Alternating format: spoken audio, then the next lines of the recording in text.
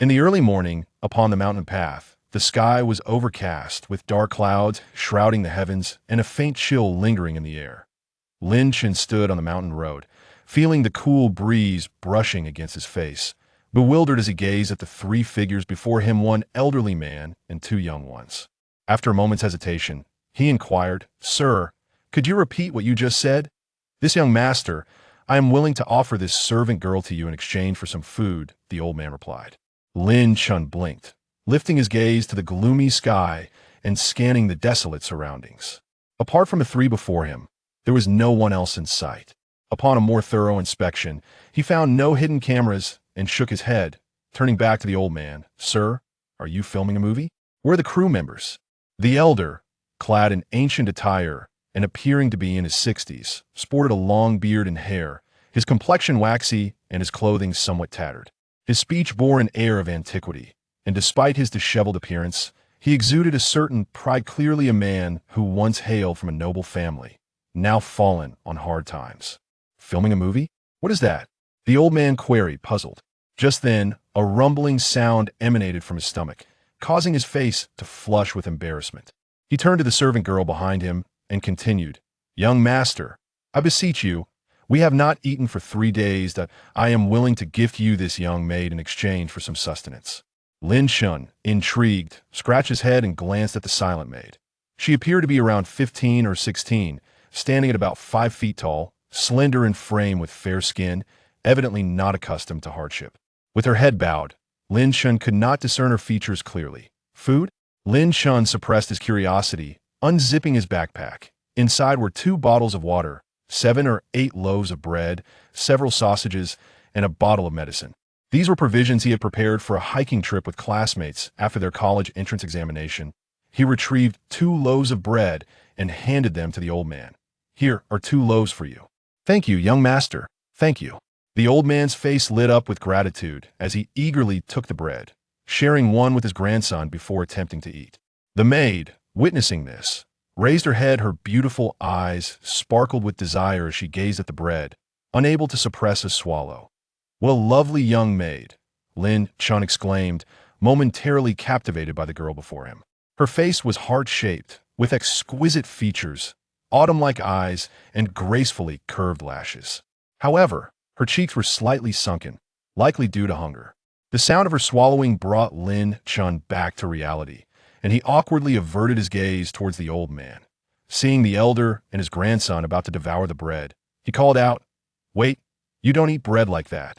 The old man and the boy paused, looking at Lin Chen in confusion. "You need to unwrap it first. How can you eat it with the packaging?" Lin Chen said, somewhat exasperated. The old man blinked, not comprehending. With a sigh, Lin Chen took a loaf from his backpack, tore open the packaging, and handed it to the maid. "Here, this is for you." "Thank you, master," the maid replied, her voice as melodious as a lark. "Master? Is that the trend now?" Lin Chen scratched his head, bewildered, surveying the 3 once more and the towering ancient trees around them. Suddenly astonished, could it be that I traverse time? The 3 relished the bread, appearing to savor each bite. However, the loaves were small, and within moments, they had finished. With lingering expressions of desire, they looked back at Lin Chen with 6 expectant eyes. That young master, could you spare 2 more for the old man?" "Certainly," Lin Chen replied readily, not wishing to be stingy with such simple fare. He reached for his backpack again. Suddenly, a low rumble of thunder echoed in the distance. The clouds churned ominously, heralding the impending rain. At that moment, the sound of galloping hooves approached, accompanied by cries for help and anguished shouts. Startled, the 4 turned to look back. 100 meters away on the mountain path, dozens of townsfolk fled in panic, families in tow. Behind them, over 20 armored cavalrymen, brandishing large swords, rode forth, shouting with excitement as they pursued their quarry. The swords rose and fell, striking at the fleeing civilians. In an instant, blood spattered, and severed limbs flew through the air, mingling with the cacophony of screams. Lin Chen was frozen.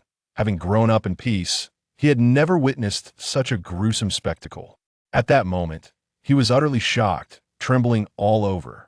A wave of nausea surged from his throat as he beheld the ferocious cavalry, confirming a terrifying truth had indeed traversed time, that is the northern desert cavalry. They are upon us." The old man exclaimed, turning to grasp his grandson and fleeing into the thicket. Another clap of thunder resonated, and raindrops began to pelt the mountain path, kicking up clouds of dust. In the distance, one cavalryman, startled by the thunder, raised his head and spotted Lin Chen and the others, charging towards them, shouting as he brandished his sword. "Young master, we must run." The maid, seeing Lin Chen's lack of reaction, was nearly in tears as she grasped his arm, urging him to flee. "Run. Quickly." Lin Chen snapped back to reality, gripping the maid's hand and sprinting up the hillside. In his panic, he realized that the horses would struggle on the incline, and their only chance for survival lay in ascending the mountain. The cavalry thundered behind them, wielding their swords with bloodthirsty grins, howling as they closed in on Lin Chen and the maid.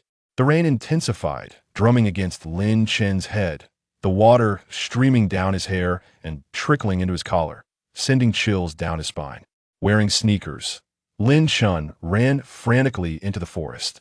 At 18, he was in the prime of his youth, and years of basketball had kept him in peak condition. Unfortunately, the maid, having only had a few bites of bread, although slightly revitalized, could not keep pace. As Lin Chen pulled her along, their speed diminished. "Young master, leave me behind and save yourself," the maid cried in desperation. "Absolutely not." Lin Chen firmly refused, his sense of honor preventing him from abandoning a companion. Moreover, he could not bear to part with her. The cavalry was now less than 30 meters away. Lin Chen was frantic, utterly frantic. As he ran, he shouted, "System! System, please come out and save me." Surely, every traveler through time would have a system. This was common knowledge. Lin Chen, an avid reader of web novels, understood this well. Yet, despite his cries echoing into the void, he received no response. The maid, hearing her young master's frantic shouts, was bewildered but moved by his refusal to abandon her in their dire moment. She gazed at Lin Chen's profile, her eyes softening, thinking, to die alongside my master would not be in vain. The sound of hooves echoed ominously, each thud resonating in Lin Chen's heart, tightening his chest. The laughter of the riders rang out, a sinister sound akin to demons from hell, sending shivers down Lin Chen's spine. "System! System! Help me!" Lin Chen shouted frantically, tugging the young maid as they dashed into the woods. Yet his body responded not at all. Behind him, the enemy knights displayed astonishing equestrian skills, weaving through the forest, cutting through layers of rain like phantoms in the dark, their speed remarkably swift. The rain intensified, soaking Lin Chen's garments. He paid no heed to this, wiping the rain from his face as he fled with all his might. In his fury, he began to curse the system, beads of sweat forming on his forehead, mingling with the rain and streaming down his face. In a moment of panic, his mind suddenly wavered, and the mountain path, trees, and rainy night abruptly vanished from sight. What appeared before him was a long, rectangular space, 2 meters in length and 1 meter in width. It resembled a treasure space. At the end of the space, a dim halo floated quietly, surrounded by 5 faint rings. Could this be the passage back? Lin Chen's heart surged with joy as he instinctively reached out toward the halo. Bang! A muffled sound reverberated as Lin Chen's hand was rebuffed. "Damn it! Why can't I get in?" Frantically, Lin Chen jumped in exasperation, mentally screaming as he attempted to enter, only to be repelled each time. Despair enveloped him, and he sank to the ground. Just then, his senses flickered again. Upon regaining clarity, he was alarmed to find himself back on the mountain path. The path remained unchanged, the ancient trees still stood, and the rain continued to fall. The enemy knight was now only 7 or 8 meters behind him. Terror surged within Lin Chen, who cursed the treacherous nature of his traversal. What had transported him was not the system, but some kind of treasure space, and it was a space that could not be utilized. As the cavalry charged, their murderous intent pierced through the rain, and he could almost feel the scorching breath of the warhorse. A glance caught the glimmer of the raised saber, its blade reflecting a chilling light that sent shivers down his spine. Is this it? Just as I have traversed, I am to perish? How utterly stifling. A sense of despair and suffocation washed over him. At that moment, he yearned deeply for his peaceful homeland, longing for his parents back home.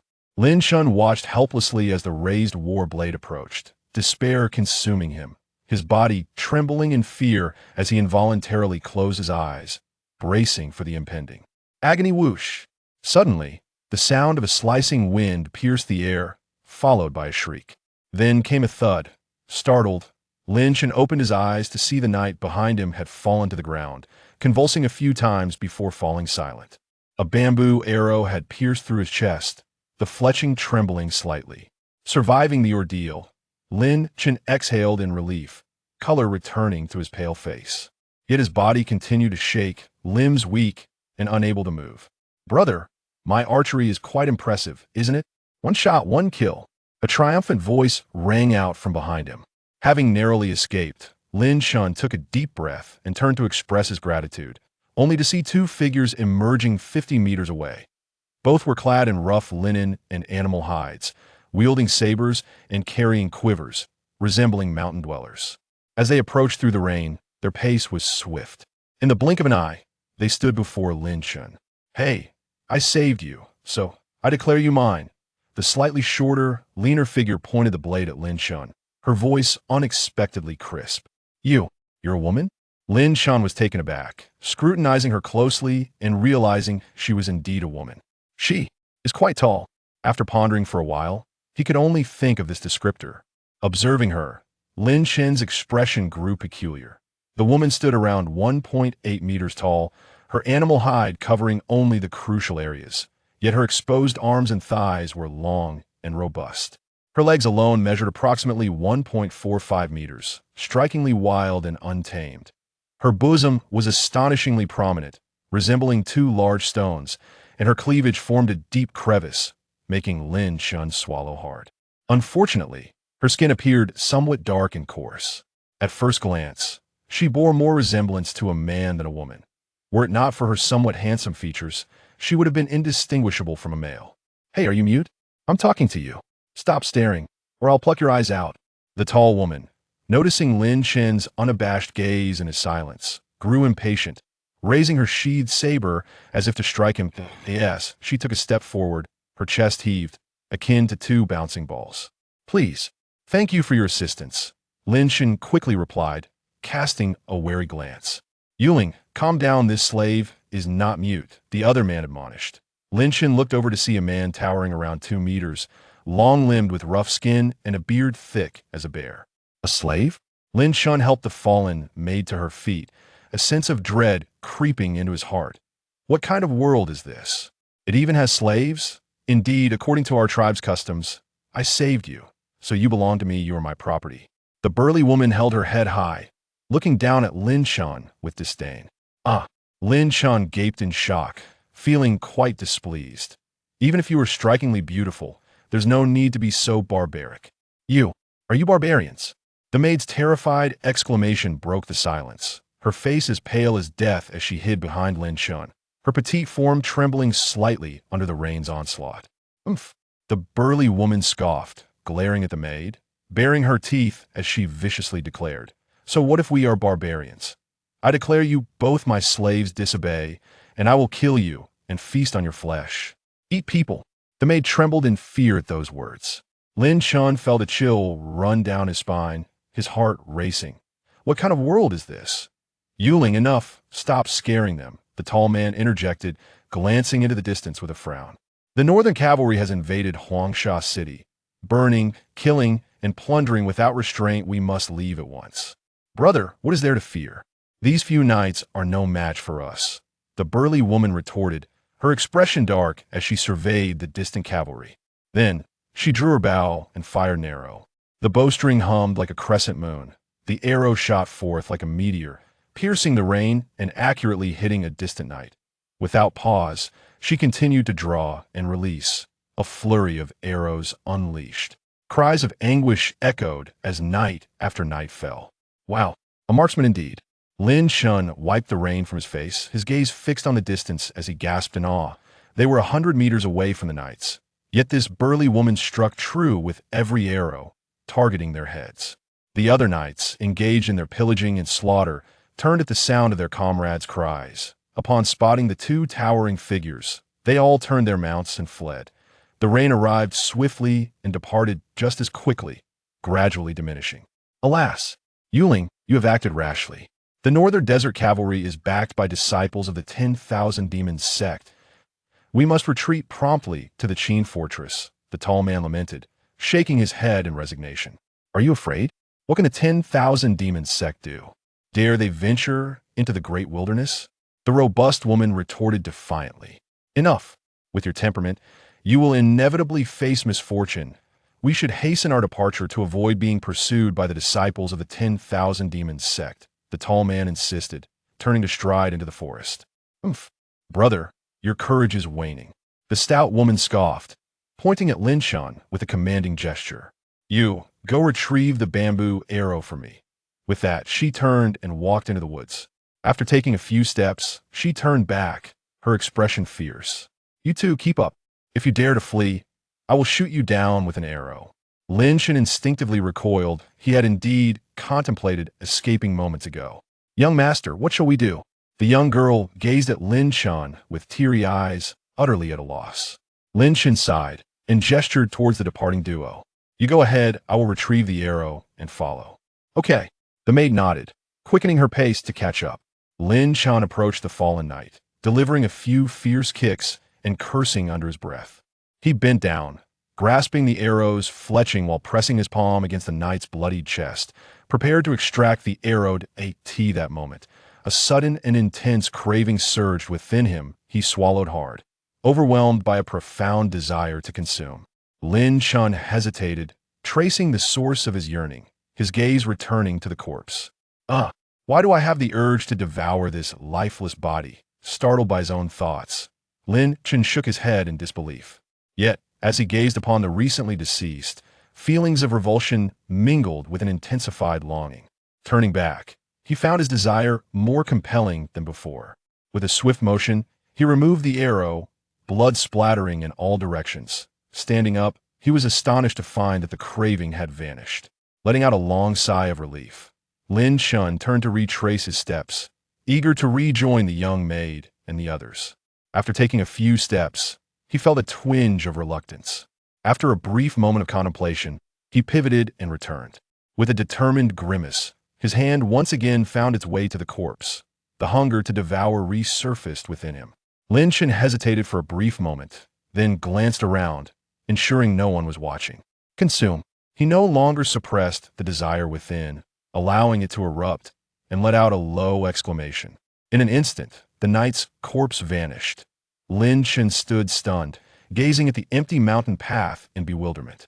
Then realization dawned upon him as he shouted internally, "System? Space!" In the next moment, his consciousness flickered and the confined space materialized again. Within a 1 meter wide, 2 meter long space, a corpse lay still. It was indeed the knight who had just perished. Just as I thought, a necessary golden finger for traversers. With this artifact, I shall navigate this realm with ease, unstoppable. A wave of elation surged through Lin Chen in that instant. His chaotic heart found solace in the cramped space. As the corpse appeared, a wisp of gray mist rose, enveloping it in obscurity. After a few breaths, the gray mist dissipated, and the knight's body was nowhere to be seen. Only the knight's battle robe and a gleaming sword remained in the space. Lin Chen stared blankly, fixated on the transformation of space. At the far end, the dim light circle flickered slightly brighter. Filled with joy, Lin Chen scrutinized it closely. Surrounding the dull light circle were 5 faint arcs, one of which had begun to glow. Could it be that I can return home? Overjoyed, Lin Chen reached out toward the light circle. Unfortunately, he was rebuffed once more. What is happening? Disheartened, Lin Chen scrutinized the light circle, pondering, could it be that I must illuminate all 5 arcs to return home? Chapter 3. Worthless clubs are ginseng within the dense mountain forest. The air was thick with the intertwining of withered vines and ancient trees. The cries of eagles and the howls of monkeys echoed incessantly, accompanied by the fearsome roars of beasts, reverberating through the expanse and instilling a sense of trepidation. This was truly a primordial wilderness. A group of 4 traversed this untamed terrain in silence. Among them were Lin Chen and the Qin siblings. As they journeyed, Lin Chen became acquainted with their names. The woman, standing at 1.8 meters tall and possessing a lithe yet robust physique, was named Qin Yuling. The man, towering at 2 meters and built like an iron tower, was called xuanhuan. The petite maid they carried was known as Yangxiu. He also learned that their destination was a place known as the Great Wilderness. Qin Yuling led the way, wielding a machete to clear their path. She would occasionally swing her arm to slice through thorns or leap 4 to 5 meters high to navigate the gnarled branches of ancient trees. With each movement, her long legs unleashed formidable strength, accentuating her graceful form. Following closely behind her, Lin Chen carried the small maid on his back, his eyes occasionally wandering to her long legs, lamenting inwardly the coarseness of her skin. Initially, the mountain path was treacherous and the forest dense. Yangxiu, being slight of stature, quickly fatigued after a few hundred meters of walking. At that moment, the Qin siblings contemplated abandoning the maid to fend for herself. To them, those lacking strength were of no use and deserved to become prey for ferocious beasts. However, Lin Chen, possessing a tender heart, could not bear this. Moreover, he had exchanged bread for the small maid and was reluctant to part with her. Resolutely, he vowed to carry her onward. Yangxiu, standing at 1.6 meters and weighing at least 90 kilograms, initially seemed to present a considerable burden for Lin Chen. To his astonishment, once she was on his back, he felt scarcely any strain. It was then that he realized, almost belatedly, that his strength had quietly more than doubled. Both his arms and legs had significantly increased in power, culminating in a total strength of 200 jin. After much contemplation, Lin Chen surmised that this enhancement in strength was likely due to the energy released from the absorption of corpses within his internal space, which had subsequently been channeled back into his body. The thought of this brought him uncontainable joy. As they continued their journey, he pondered incessantly on how to further augment his power. Yuling, the sky is darkening. The ferocious beasts will soon emerge at night, making it perilous. We should seek a cave to shelter for the night, suggested the towering Qin Yushan, glancing at the sky. Qin Yuling, who was clearing the path, paused momentarily, peering through the thick canopy above at the somber sky. Very well, we shall soon arrive at a refuge ahead, she replied. I'll hunt a few mountain chickens for our meal. You find some clubs to brew a soup. Qin Yushan remarked as he removed his large bough from his back and gazed skyward. At that moment, 2 massive mountain chickens soared high above, their wingspan reaching 4 to 5 meters, truly a sight to behold. The vibrant crimson feathers at the tail of the mountain chicken shimmered like flames. An exquisite sight to behold. Buzz. The sound of a bowstring vibrating resonated, and 2 luminous arrows soared into the sky, aimed at the necks of the 2 mountain chickens. Thud, thud. 2 muffled sounds echoed as the arrows pierced through their throats. The 2 mountain chickens trembled momentarily before crashing to the forest floor with a resounding thump. Such magnificent mountain chickens. Surely, they must be nearing some form of enlightenment. Lin Chen exclaimed in astonishment, setting Yangxiu down and rushing over. You slave possess some discernment. Go, extract the arrows and bring both mountain chickens to the cave ahead, commanded Qin Yuling in a crisp voice, her tone authoritative. Lin Chen curled his lips in response, reaching out to caress the fiery tail feathers of the mountain chicken, feeling a smooth sensation beneath his palm. Such a large mountain chicken was indeed a rare find. The arrows, as thick as a thumb, were lodged in the birds' necks, blood oozing forth and staining the grass beneath. Lin Chen grasped the arrow and yanked it out forcefully, causing blood to spurt forth.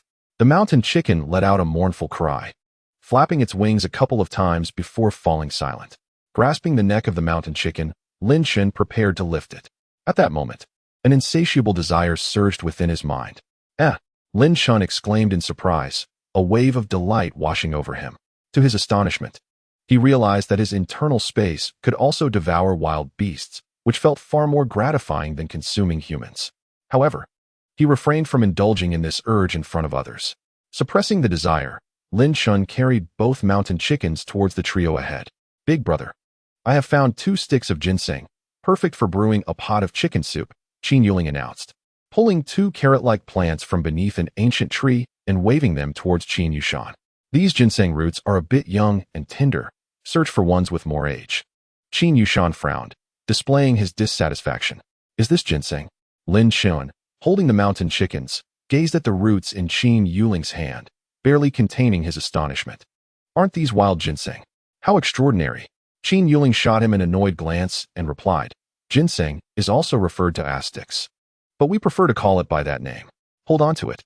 With that, She disdainfully tossed the 2 ginseng roots towards Lin Chen. "Hey, don't break them," Lin Chen exclaimed, hastily dropping the mountain chickens and dashing forward to catch them. With agility, Lin Chen grasped the 2 ginseng roots, his eyes gleaming with delight. Each root was the size of an adult's palm, a pale blue hue enveloping them, with dense roots and a distinct main stem, releasing a subtle medicinal fragrance into the air. "What a treasure! What a treasure! If I take these back, they will surely fetch a handsome price. I will strike it rich," he murmured excitedly, his features alight with enthusiasm. It is worth noting that on Earth, wild ginseng is exceedingly rare and commands a high price. The 2 wild ginseng roots before him were undoubtedly worth hundreds of thousands. Lin Chen's parents were merely ordinary workers, and their living conditions could be described as unremarkable. His usual pocket money amounted to only a few dozen to 100 yuan. Unexpectedly, upon being transported to this world, he found himself in possession of 2 wild ginseng roots, a prospect that promised considerable wealth. Looking at the ginseng in his hands, a foolish grin spread across his face. For the first time, he felt that his journey to this realm was worthwhile. "Lin Chen, are you going to dawdle there?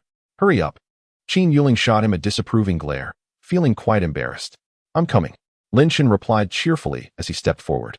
After a brief moment, the group arrived at the entrance of a cave, with a small pond situated 1,000 meters away. During their exploration, Qin Yushan discovered a larger mushroom. Lin Chen approached for a closer look and noticed that the mushroom's form was more pronounced and its medicinal scent stronger, igniting a fervent desire within him. Yet, he hesitated to speak in front of the imposing figure resembling a grizzly bear. As the 4 entered the cave, Qin Yuling instructed Lin Chen and Yang Xiao to start a fire and prepare a chicken stew. Lin Chen, accompanied by the young maid, carried a hefty mountain chicken to the pond, where they plucked feathers, skinned it, and removed its entrails, discarding them into the water. The pond was crystal clear, revealing large fish swimming beneath the surface. The scent of blood attracted a dozen sizable fish, each around 3 meters long, which rushed towards the surface, mouths agape, revealing sharp teeth as they devoured the discarded entrails. The sight of those enormous, gaping mouths and their menacing, glistening fangs sent a shiver through Lin Chen. Retreating to the shore, an idea struck him. His spatial ability could consume the carcasses of the large fish. In the next moment, a large knife appeared in his hand, and with a swift motion, he struck down towards the fish in the water. "Master, be careful. Do not provoke them. Those are Qingya fish, fierce creatures that attack in packs." Yang Xiao's anxious voice rang out, urging Lin Chen to reconsider. Earlier, during their journey, she had lagged behind and faced abandonment by Qin Yuling, instilling a profound fear within her. Being left alone in the forest would surely mean becoming prey for wild beasts. Fortunately, Lin Chen had volunteered to carry her, thus saving her from a grim fate. At that moment, as she clung to Lin Chen's back, she felt an unprecedented sense of safety and warmth. From then on, her gaze towards him was infused with gratitude and tenderness. "Haha, no worries." Lin Chen laughed heartily, and with a powerful swing, he plunged the long knife into the water. With a force of 200 pounds, the knife cleaved through the surface, aiming for the head of a Qingya fish. A dull thud echoed as the blade struck, shattering the fish's skull. Blood gushed forth, staining the water crimson as the fish thrashed its tail before rolling over, floating lifelessly on the surface. Seeing their companion slain, the remaining Qingya fish seemed to be incited by the blood of their kind, and they charged towards Lin Chen in unison. The first 3 fish, their bodies writhing, splashed the water with their long tails, sending up a spray of droplets. A 3-meter-long fish leapt into the air, soaring above the water's surface. Its gaping maw, revealing glistening fangs, charged toward Lin Chen on the shore. Good heavens, it was almost as if it had attained sentience. Lin Chen exclaimed in shock, swiftly sweeping his long blade in a horizontal arc. The gleaming edge, illuminated by the sun, reflected a blinding radiance. With a whoosh, the blade sliced through the bellies of 2 green-toothed fish. A pair of muffled thuds echoed as the blade rent the fish's abdomen, sending a spray of blood and entrails that nearly splattered Lin Chen's face.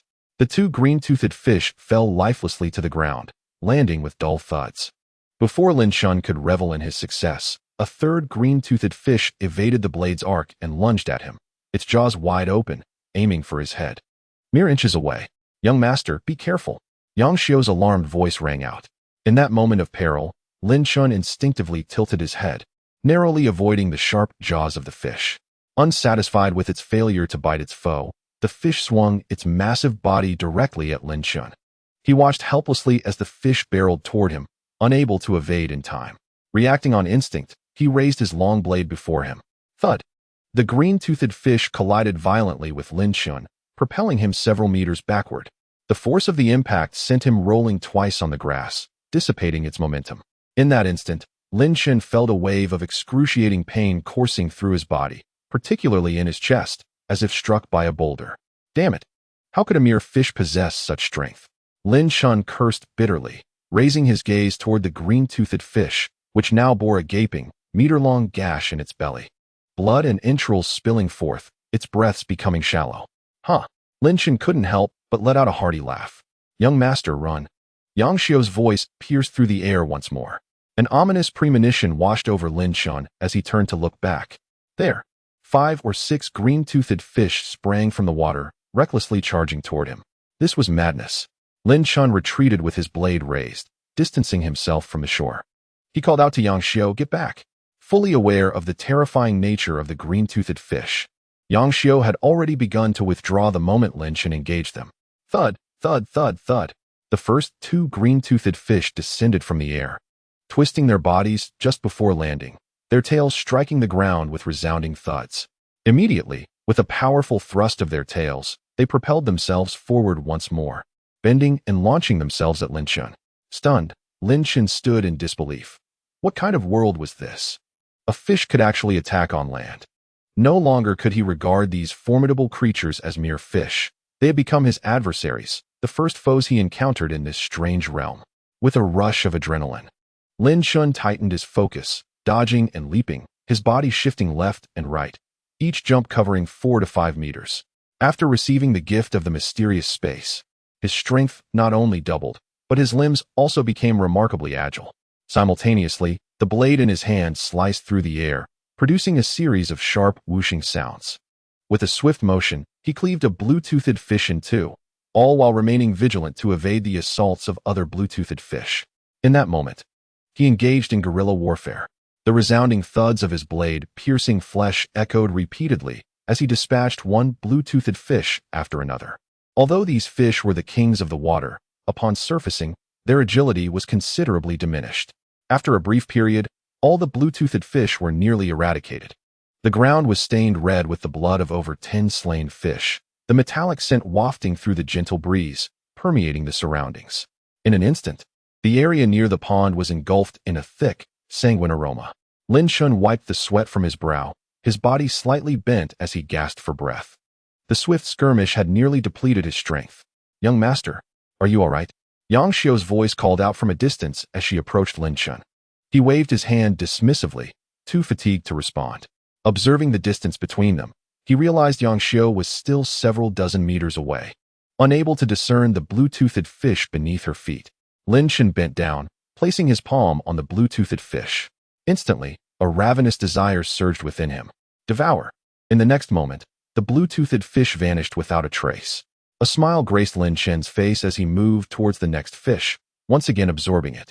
With the consumption of these blue-toothed fish, my power shall undoubtedly increase. Perhaps I will even be able to return home. As Lin Chen continued to devour the fish, he furtively glanced at Yang Xiu from the corner of his eye, fearful of being discovered. Just then, Yang Xiu abruptly halted in her tracks, raising her hand to point at Lin Chen, her body trembling, her voice quaking. "Young master, behind you, there is a wild boar." "What of the wild boar?" "I can kill blue-toothed fish, and I can certainly deal with a wild boar." Lin Chen dismissed her concern, turning to look over his shoulder, his voice cut short. A wild boar, the size of a bull, stood 100 meters away, its crimson eyes fixed intently upon him. The tusks protruding from its mouth were as long as ivory, resembling 2 crescent blades that glinted with a chilling light under the sun. The sight sent a shiver down his spine.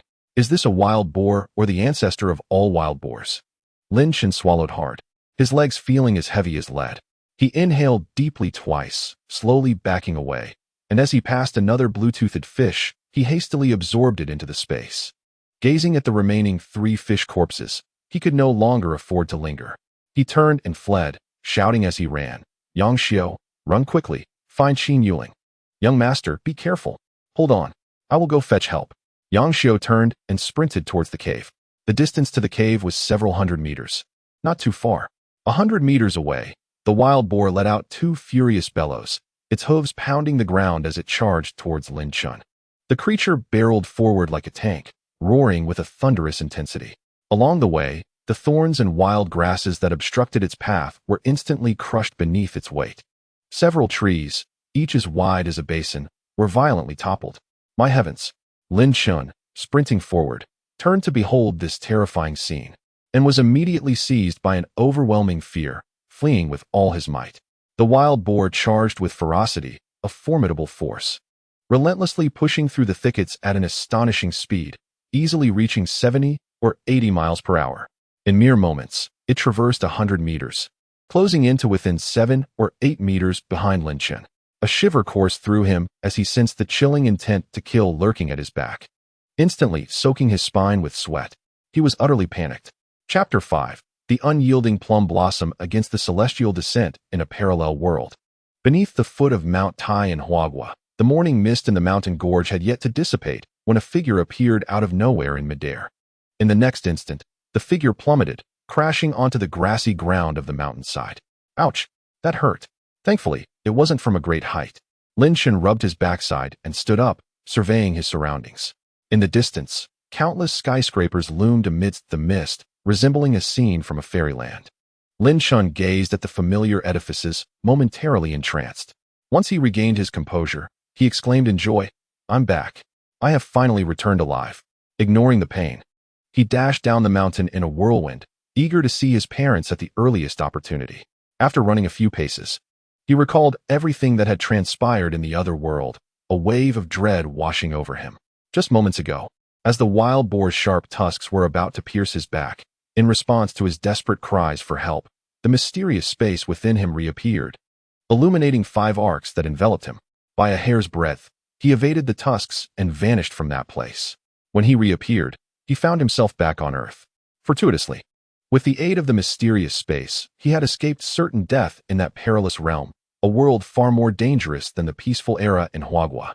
As Lin Chen continued to run, he murmured to himself, pondering the fate of the mysterious space.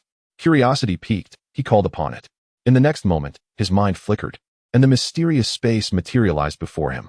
Lin Chen looked up and, at first glance, saw the 5 luminous rings at the end of the space, quietly rotating. Could it be that he could traverse back once more? He hastily dismissed this thought. That world was perilous and life-threatening. Shaking his head vigorously to cast aside the notion, his gaze fell once more into the space. There, he beheld a backpack and a long knife resting quietly on the ground. Additionally, there were 2 strange objects. No, wait. They were ginseng. Lin Chen's heart soared with joy, astonished that he had brought back 2 wild ginseng plants. Was this not a windfall? Haha. Who would have thought this was a storage space? Lin Chen laughed heartily, leaping joyfully toward the road like a jubilant monkey. With 2 wild ginseng roots in his possession, his heart seemed to soar, radiating excitement from within. Upon reaching the road, he flagged down a small truck, offered a bit more money, and climbed aboard. Heading towards Huayan County, several dozen miles away. As he traveled, Lin Chen gazed at the swiftly retreating scenery on either side, feeling an overwhelming sense of familiarity. In Huayan County, at the Xuanhuan community, it was midday when a BMW pulled up at the entrance. A young man, around 18 or 19, emerged from the vehicle. Dressed in a sharply tailored suit and holding a large bouquet of roses, he leaned against the car door with a mischievous grin. However, his complexion was rather pale, his eyes sunken, and his demeanor somewhat lethargic, clearly a debauched youth drained by indulgence. As lunch approached, passers-by could not help but cast glances at the BMW, and upon seeing the young man, many displayed envious expressions. Unfazed by the attention, the young man lounged against the car door, his gaze fixed on the entrance of the community. After about 15 minutes, a graceful figure emerged from within, walking elegantly toward him. The young man's eyes brightened, invigorated by her presence, and he approached with a smile before speaking. "Yao Yao, you look even more beautiful today. That white dress suits you perfectly. Only you could pull off such a gown." "Indeed. Ding Fan, I must thank you for the dress. High-end brands are undoubtedly more exquisite than lesser-known labels." The girl replied with a charming smile, her captivating eyes exuding tenderness. Standing at approximately 1.65 meters, she was curvaceous with delicate features, her skin smooth as cream, and her long black hair cascading over her shoulders, exuding an alluring elegance that made her appear more mature than the average girl of her age. "These roses are for you." Ding Fan stepped closer, presenting the flowers. "Thank you." Chun Xinyao accepted the bouquet, inhaling its fragrance, a satisfied smile gracing her exquisite face. When she looked up, she found Ding Fan standing just a foot away. Their proximity was palpable. Ding Fan, at 1.75 meters, towered over Chun Xinyao by half a head. As he gazed down at her, an intoxicating scent enveloped him, indistinguishable between the fragrance of the flowers and that of the girl. In that moment, he felt entranced. Chun Xinyao looked up at the young man before her. Her heart raced, and a blush crept onto her cheeks. Ding Fan, captivated by her beauty, leaned in to kiss her. "Wait." Chun Xinyao raised her right hand, her fair palm gently resting against Ding Fan's chest. Her face flushed as she whispered, "Ding Fan, we can't do this here at the entrance." "All right, understood." Ding Fan chuckled knowingly, glancing around to find several pedestrians observing them from a distance, as if waiting for a live broadcast. Upon witnessing the scene, Chun Xinyao felt a rush of embarrassment that colored her ears crimson. With a gentle slap on Ding Fan's chest, she exclaimed, "Look at what you've done. What a mortifying situation." With a mischievous grin, she added, "Just watch me." Ding Fan grasped her delicate hand and cast a fierce glare at the onlookers, admonishing, "What are you staring at? What's so fascinating? Disperse at once." With that, the crowd scattered, each retreating in their own direction, though a few disgruntled remarks lingered in the air. "That kid is too arrogant. Driving a luxury car doesn't warrant such bravado," grumbled a middle-aged man. "Look, isn't that the daughter of the Chen family? Just finished her college entrance exams and already flirting with a man. How utterly disgraceful," scoffed a middle-aged woman. "Weren't they saying she was dating the son of the Lin family? How did she switch men?" inquired another woman, perplexed. "It's obvious, she's after the BMW. Seeking a wealthier suitor," someone replied. "Alas, the Lin couple has been quite fond of her, treating her like a daughter-in-law. If they find out, it might send them into a fit," lamented another. "Indeed, we're all neighbors. This will surely stir up trouble between the two families," echoed another voice. The fragmented whispers reached Ding Fan's ears, yet he remained unfazed, a smug expression adorning his face. However, Chun Xinyao's countenance paled, a hint of shame illuminating her delicate features. In her childhood, her parents were often preoccupied with their business, leaving her unattended. The Chen family lived next to the Lin family, and Lin Chen's mother, seeing her plight, frequently invited her over for meals. In the Lin household, she even had her own bedroom. It could be said that Lin Chen's parents regarded her as their daughter-in-law. Lin Chen, being of the same age, had grown up alongside her. They attended elementary, middle, and high school together, sharing an inseparable bond since childhood. Throughout those years, they traveled to and from school together, shared meals, and Lin Chen took meticulous care of her. On their way to and from school, it was always Lin Chen who carried her backpack. On rainy days, he held an umbrella over her. When night fell, he would turn on the lights for her. Her breakfast was always prepared by Lin Chen. Over the years, she had grown accustomed to his attentiveness. She understood that Lin Chen loved her, cherished her, and embraced her flaws. Yet, a lingering sense of dissatisfaction resided in her heart, as she found Lin Chen lacking in certain aspects, falling short of her idealized Prince Charming, particularly in terms of wealth. "Yao Yao, let us go. Today, we're dining at a Western restaurant. I've made a reservation." Ding Fan's voice broke through her thoughts as he took her hand, guiding her to the passenger seat. "This seat is exclusively yours." "Wonderful." Chun Xinyao beamed at the thought of dining at her favorite Western restaurant, enchanted by its romantic ambience. If Lin Chen were to treat her, he would undoubtedly suggest a modest eatery, ordering a couple of home-style dishes to make do. With a radiant smile, she approached the BMW, bending down to enter, when suddenly, a voice called out from the distant street. Immediately, a youthful figure rushed toward them with remarkable speed. Chun Xinyao paused briefly, straightened up, and gazed in that direction. Momentarily stunned, Lin Chen. Simultaneously, Ding Fan also looked over, his complexion shifting dramatically. How is it possible that this fellow is still alive? Chapter 6. The reason for the transmigration. Lin Chen was incredibly swift, arriving before them in the blink of an eye, akin to a 100-meter sprint. Chun Xinyao stared at the approaching Lin Chen, blinking her beautiful eyes, revealing a face full of concern. "Lin Chen, Where have you been? Annie has been terribly worried. Indeed. Lin Chen, yesterday we went hiking. How did you fall off the cliff? Such carelessness, Ding Fan remarked with a forced smile. The once cheerful expression on Lin Chen's face darkened upon hearing that voice. Ding Fan, you are the one who pushed me off the cliff. Don't think I'm unaware. Lin Chen turned and shouted angrily, stepping forward to grasp Ding Fan by the collar. The day before, a few high school classmates had planned a mountain hike, with Ding Fan and Lin Chen lagging behind. They had quarreled over Chen Xinyao, and in a moment of unguardedness, Ding Fan had pushed Lin Chen off the cliff. In that fleeting moment of falling, Lin Chen glimpsed Ding Fan's sinister, triumphant grin. As Lin Chen tumbled down the cliff, he sustained multiple injuries, with a drop of blood staining an unknown stone, granting him access to a mysterious realm that allowed him to transcend into another world. It was there that he survived. Having endured the brutality of the alternate realm, Lin Chen's fury ignited completely. He stepped forward, his foot striking the ground, leaving an indentation of an inch deep in the concrete road. With a powerful grip, Lin Chen seized Ding Fan by the collar, effortlessly lifting him off the ground. In the next moment, he swung his left fist, a whoosh echoing as it descended toward Ding Fan's head. In his rage, Lin Chen poured all his strength into the blow, creating a gust of wind. After absorbing the energy from the mysterious realm, his strength surged to an astonishing 300 pounds. This formidable force surged forth, accompanied by the sound of wind breaking, aimed directly at Ding Fan's face. Before the punch could land, the gust it generated struck Ding Fan's cheek, inflicting a sharp pain. No, spare me. Ding Fan, sensing the arrival of death, was filled with terror. Yet Lin Chen remained undeterred, his fist descending unrelentingly toward Ding Fan's face. Stop! Lin Chen, have you lost your mind? At that moment, Chen Xinyao's voice rang out, infused with boundless fury. Lin Chen hesitated, halting his assault as he turned to look at Chen Xinyao. She rushed forward, grasping Lin Chen's arm and pulling him back. Lin Chen, if you harm Ding Fan, the police will arrest you and you will end up in prison. Startled, Lin Chen involuntarily loosened his grip on Ding Fan. It was then that he realized this was not the alternate realm. This was a peaceful city. Do not speak of murder. Even causing harm to another could lead to legal repercussions and imprisonment.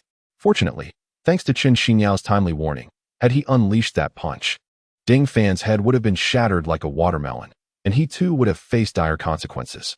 This thought sparked a flicker of relief in his heart, accompanied by a sense of gratitude towards Chen Xinyao. Lin Chen turned to Chen Xinyao, about to express his thanks, when her voice cut through the air once more. Ding Fan's father is the wealthiest man in our county. He is a person of significance. You, a mere commoner. How dare you lay a hand on him? Instantly, Lin Chen was taken aback. Disbelief etched across his face as he gazed at Chen Xinyao. Xinyao, what are you saying? Coughing slightly, Ding Fan regained his breath after landing, unable to suppress a couple of coughs. He had genuinely been startled by Lin Chen, a flicker of fear rising within him, which only fueled his indignation. With a venomous glare directed at Lin Chen, he coldly stated, Lin Chen, one must speak with evidence. I did not push you. If you lack proof, you are merely slandering me, and I could take legal action against you. Pausing, he pointed a finger at Lin Chen's nose, scoffing, in Huayan County, even the judges heed the Ding family's influence. Dare you deny it? Lin Chen shouted back, his eyes wide and fierce, staring intently at Ding Fan. In that instant, a palpable aura of menace emanated from Lin Chen, pressing down upon Ding Fan. Ding Fan, gripped by terror, involuntarily stepped back.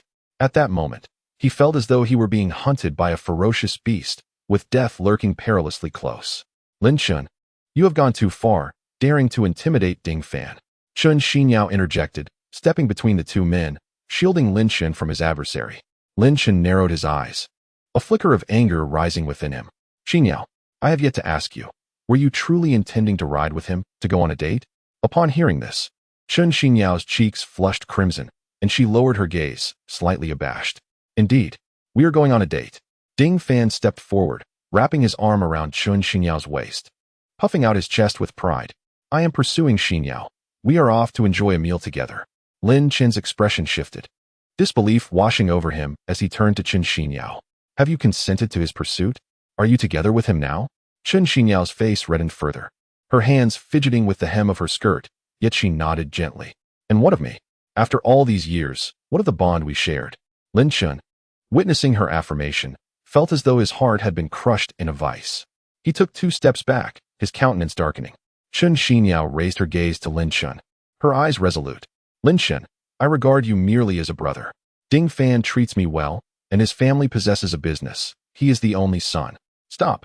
Lin Chen interjected coldly, interrupting her. He had grasped her meaning all too clearly. She was merely enamored with his family background, wishing to marry into wealth. The Ding family was the richest in Huayan County, regarded as a prestigious lineage in the eyes of the townsfolk. The conversation was abruptly interrupted, and Chen Xinyao felt a twinge of displeasure as she shot Lin Chen an irritated glance. Lin Chen surveyed the two, his expression growing increasingly grim. Unable to restrain his vitriol, I never expected you to be such a vain woman, utterly shameless. All these years of kindness towards you were wasted. Akin to feeding a dog, you are nothing but an ungrateful wretch, a disgrace. Chen Xinyao stared at Lin Chen, her lips slightly parted in disbelief. Over the years, he had never spoken to her with such harshness or insulted her in any way. Faced with Lin Chen's unexpected outburst, she found herself momentarily speechless. You promiscuous harlot. You and that scoundrel, you foul pair. Lin Chen continued his tirade, showing no signs of relenting.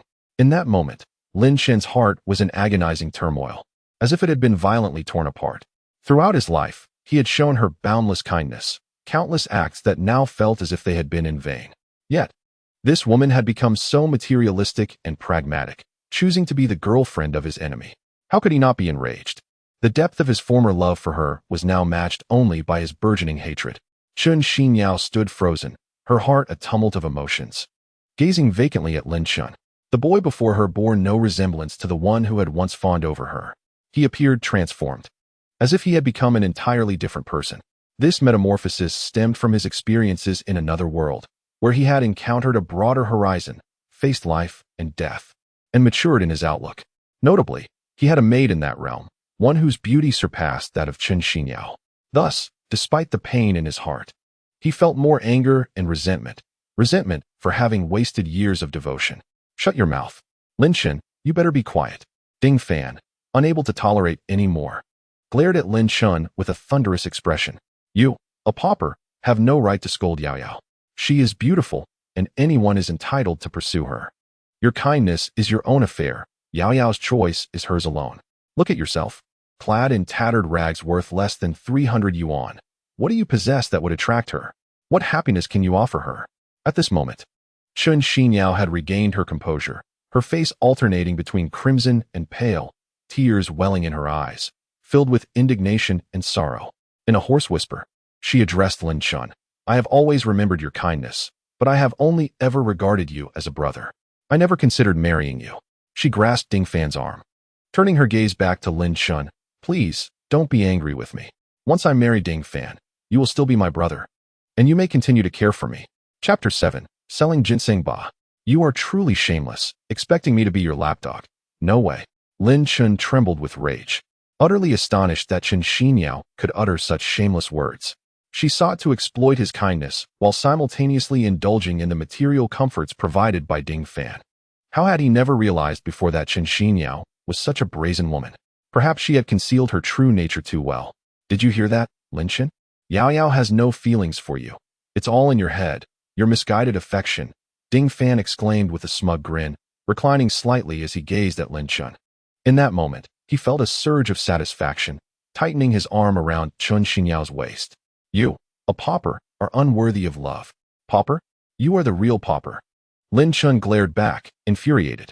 Unable to contain himself, he reached into his pocket and produced 2 ginseng roots. Isn't this money? Do you know what this is? Allow me to enlighten you. After being insulted repeatedly, Lin Chen was incensed. He brandished the wild ginseng, eager to prove its worth. Isn't that just radishes? Lin Chen, why are you holding 2 radishes? Chen Xinyao asked, perplexed. Radishes? Lin Chen laughed in exasperation. Have you never seen a radish like this? Beside him, Ding Fan scrutinized the roots, furrowing his brow. They're thinner than radishes, but thicker than ginseng. It must be a new type of radish. The 2 wild ginseng roots, having grown in a realm abundant with spiritual energy and nutrients, were indeed heftier than those typically found in the real world. Uninformed, and you call yourself a wealthy heir? What nonsense! Lin Chen sneered at him. This is ginseng, Wild ginseng. One root is worth more than your dilapidated car. Ding Fan was momentarily taken aback.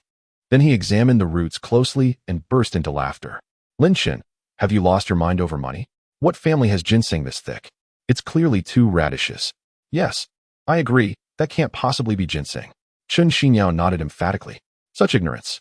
I can't be bothered to argue with you, Lin Chen scoffed, putting away the 2 ginseng roots. Ding Fan, seeing this, curled his lip in disdain, ready to mock him further when suddenly the shrill ring of a phone pierced the air. Ding, ding, ding. The phone rang incessantly. Ding Fan retrieved his phone and answered. After just a few words from the other end, his expression shifted dramatically as he exclaimed, "What? Grandfather is critically ill.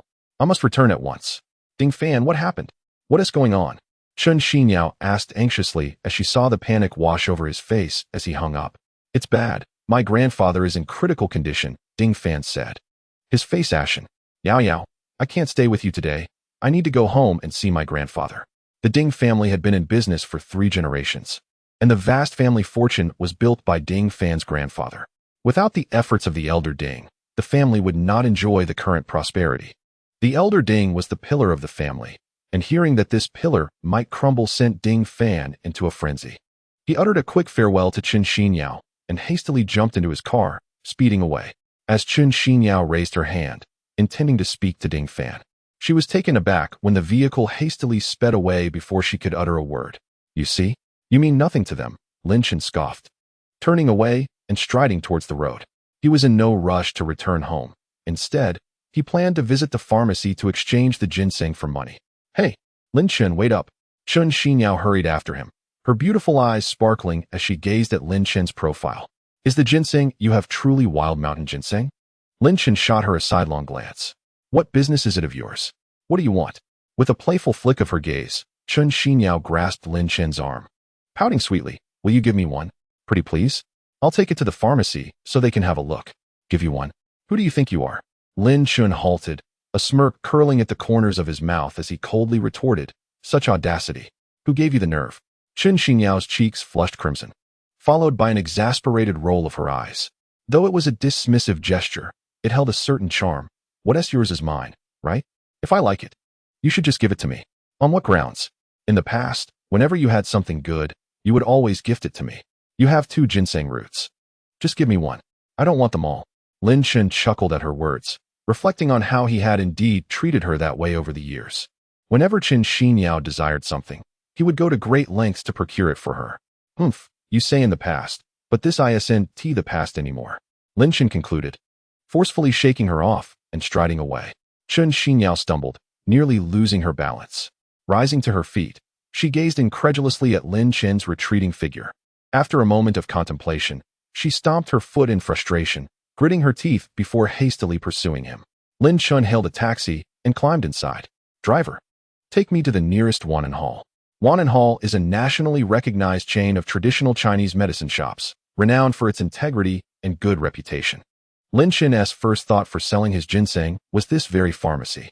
All right, please make yourself comfortable, the driver replied.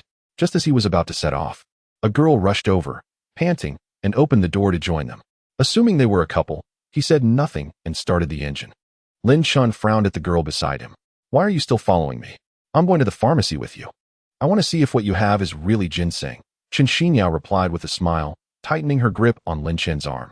Though she did not believe the 2 roots were genuine ginseng, she was anxious about the possibility. What if they truly were ginseng? What if Lin Chen struck it rich? Then, she could partake in the fortune as well. Lin Chen shrugged off her hand, but she held on tighter, and he shook his head in resignation. Suit yourself. 15 minutes later, the car came to a stop in front of Xuanhuan Hall. The 2 disembarked and entered the pharmacy. Good day. How may I assist you? A cheerful sales assistant greeted them with a smile. Do you buy ginseng here? Lin Chen inquired directly. How many years have you cultivated this ginseng? The attendant inquired with a smile. It was not uncommon for ginseng cultivators to visit, so the attendant was familiar with such encounters. I am not quite certain. Perhaps your pharmacist could discern that, Lin Chen replied, unaware that he had been categorized as a ginseng grower. Presently, wild ginseng was exceedingly rare, having been completely harvested long ago. The ginseng available on the market was primarily cultivated by hand. Please, follow me. We shall discuss this in private, the attendant said politely. Thank you, Lin Chen replied, following the attendant into a back room. Inside, an elderly gentleman in his 50s sat comfortably behind a table, sipping tea and perusing a book. Pharmacist Li, this guest has ginseng he wishes to sell. Please take a look, the attendant announced upon entering. Very well, Pharmacist Li said, setting down his teacup and looking up at Lin Chen and his companion. How many years have you cultivated your ginseng? Lin Chen appeared perplexed. I did not grow it myself. Pharmacist Li furrowed his brow momentarily before relaxing into a smile. My young friend, you aren't claiming that your ginseng is wild, are you? He chuckled, knowing that many often came to sell ginseng, insisting it was wild in an attempt to command a higher price. A knowing smile played on the attendant's lips at this exchange. Chen Xinyao, unfamiliar with the nuances of the conversation, felt a flicker of hope and desire at the mention of wild ginseng. Chapter 8. What is its worth to the east of Huaiyang County? In the Crown Manor Villa community, several figures paced anxiously in the lavish living room of the largest villa. Dad, how is Grandpa? Ding Fan's voice echoed from outside as he hurriedly pushed through the grand entrance. What are you shouting for? Do you want to alert the whole world? A middle-aged man, around 40, stood up and admonished Ding Fan. This man was none other than Ding Fan's father, Ding Dui. Seeing the fury etched on his father's face, Ding Fan shrank back slightly and quickly defended himself. I apologize, father. I am simply anxious. Sigh, Dr. Tang is currently treating your grandfather, but the situation is grim, Ding Dui said with a heavy heart. Old Master Ding was the cornerstone of the Ding family enterprise, having single-handedly elevated it to its current prosperous state, making him the wealthiest man in Huaiyang County. However, the rise of the Ding family was not without its darker, blood-stained methods, which had alienated many. Should anything happen to old Master Ding, enemies would undoubtedly rush to seize the family's business.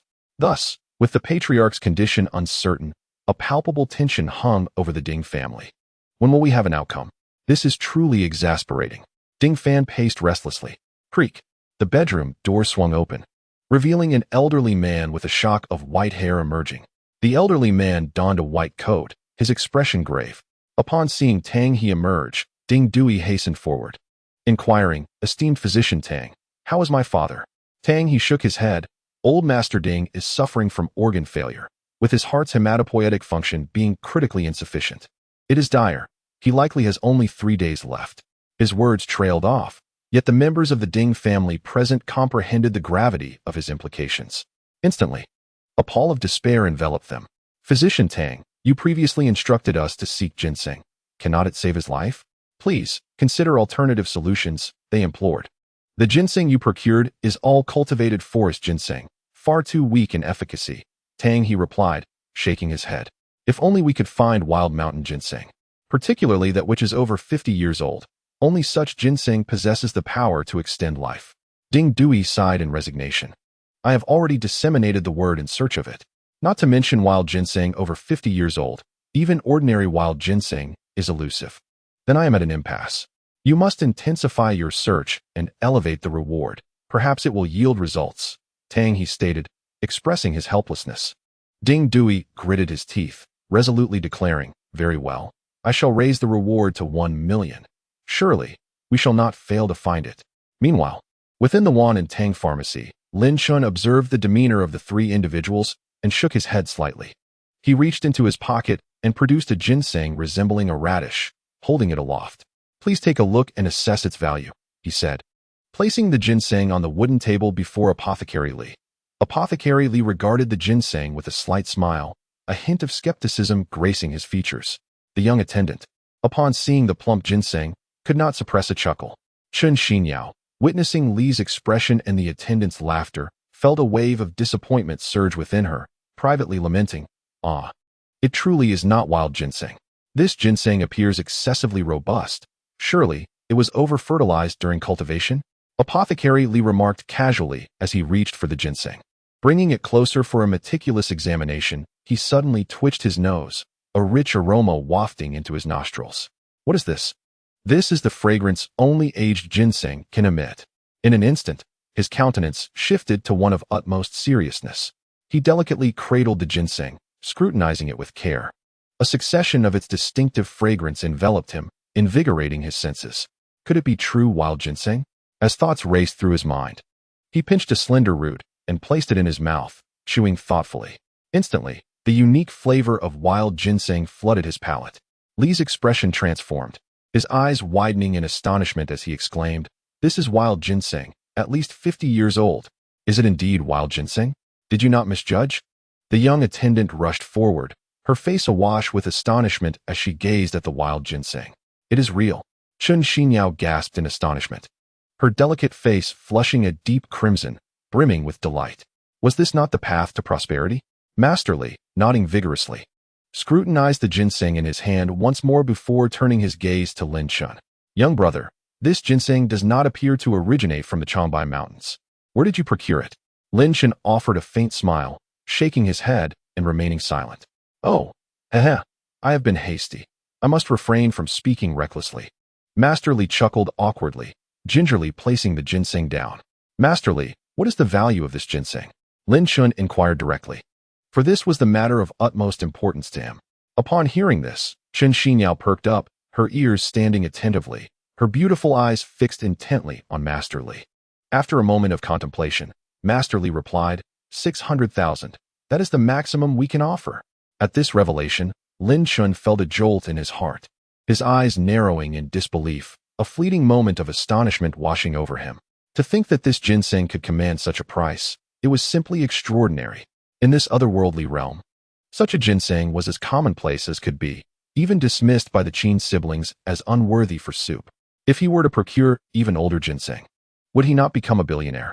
Chun Xinyao's face radiated joy, her lips slightly parted in disbelief. In her mind, 600,000 was an astronomical figure. Her parents earned merely 50 to 60,000 a year.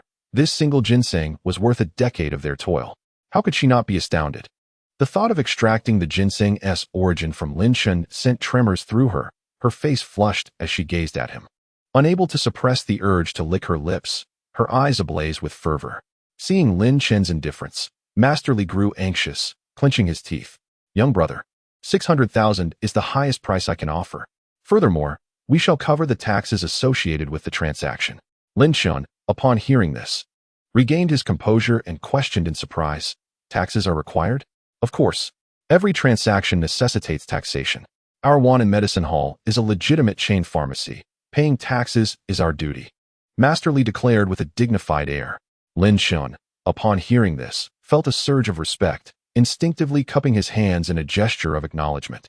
"I have learned much. Taxes should indeed be paid. As for the price, I accept your terms." Lin Chen's decision was resolute. "Excellent, excellent, excellent," Master Li exclaimed with unrestrained excitement, gesturing for the attendant to summon the accountant for the transaction. The attendant, having just heard the figure of 600,000, was also taken aback. Having worked here for 5 years, this was the first time she had encountered such a substantial transaction. She cast a covetous glance at Lin Chen before turning to leave. Master Li invited Lin Chen to sit down for tea and remarked with a smile, "To be candid, wild ginseng has become exceedingly rare. Recently, 2 significant clients have expressed interest in procuring it. Should you happen to possess any wild ginseng in the future, I kindly request you return to our Wanjie Hall for a sale." "Such a high demand?" Lin Chen inquired, intrigued by the identities of these individuals. Master Li took a sip of tea and replied with a grin, "One is the Ding family from our county, while the other is an outsider, seemingly a person of considerable stature." Chapter 9. A fortuitous encounter at the cliff's edge. Lin Chen refrained from presenting both ginseng roots, the reason being their conspicuousness. Discretion was paramount. 600,000 was already sufficient for his needs. After completing the transaction, Lin Chen exited Wanjie Hall, his bank card now brimming with 600,000. "Lin Chen, wait for me." Chun Xinyao hurriedly caught up with him, her delicate hand entwining with his arm, her bosom pressing closely against him with a slight rub. Lin Chen turned his head, his gaze inadvertently drifting down to her neckline, revealing a glimpse of alabaster skin. It was undeniable that Chun Xinyao was remarkably beautiful, her complexion as fair as a peeled egg, her figure voluptuous and alluring. Lin Chen clenched his teeth, struggling to avert his gaze. "What are you following me for?" He pulled his arm away impatiently, yet Chun Xinyao clung to him tighter. "Lin Chen, you've struck it rich. 60,000 is a substantial amount. Don't squander it. Allow me to safeguard this card for you." Her eyes glimmered as they fixated on the card in his hand. "You're dreaming. No need for that." Lin Chen scoffed. slipping the card into his pocket, where it seamlessly vanished into a hidden space. This way, not only would he be safe from prying eyes, but even thieves would find it impossible to steal. How infuriating! Chun Xinyao pouted playfully, exuding charm. By the way, don't you still have another wild ginseng? Why not sell it together? If you did, it could fetch 120,000. None of your business. I'm heading home, and you should attend to your own affairs. Lin Chen forcefully withdrew his arm and gestured for a taxi. He had his own plans. The 50-year-old wild ginseng was already a rarity. Revealing both roots at once would be too ostentatious and could easily invite trouble.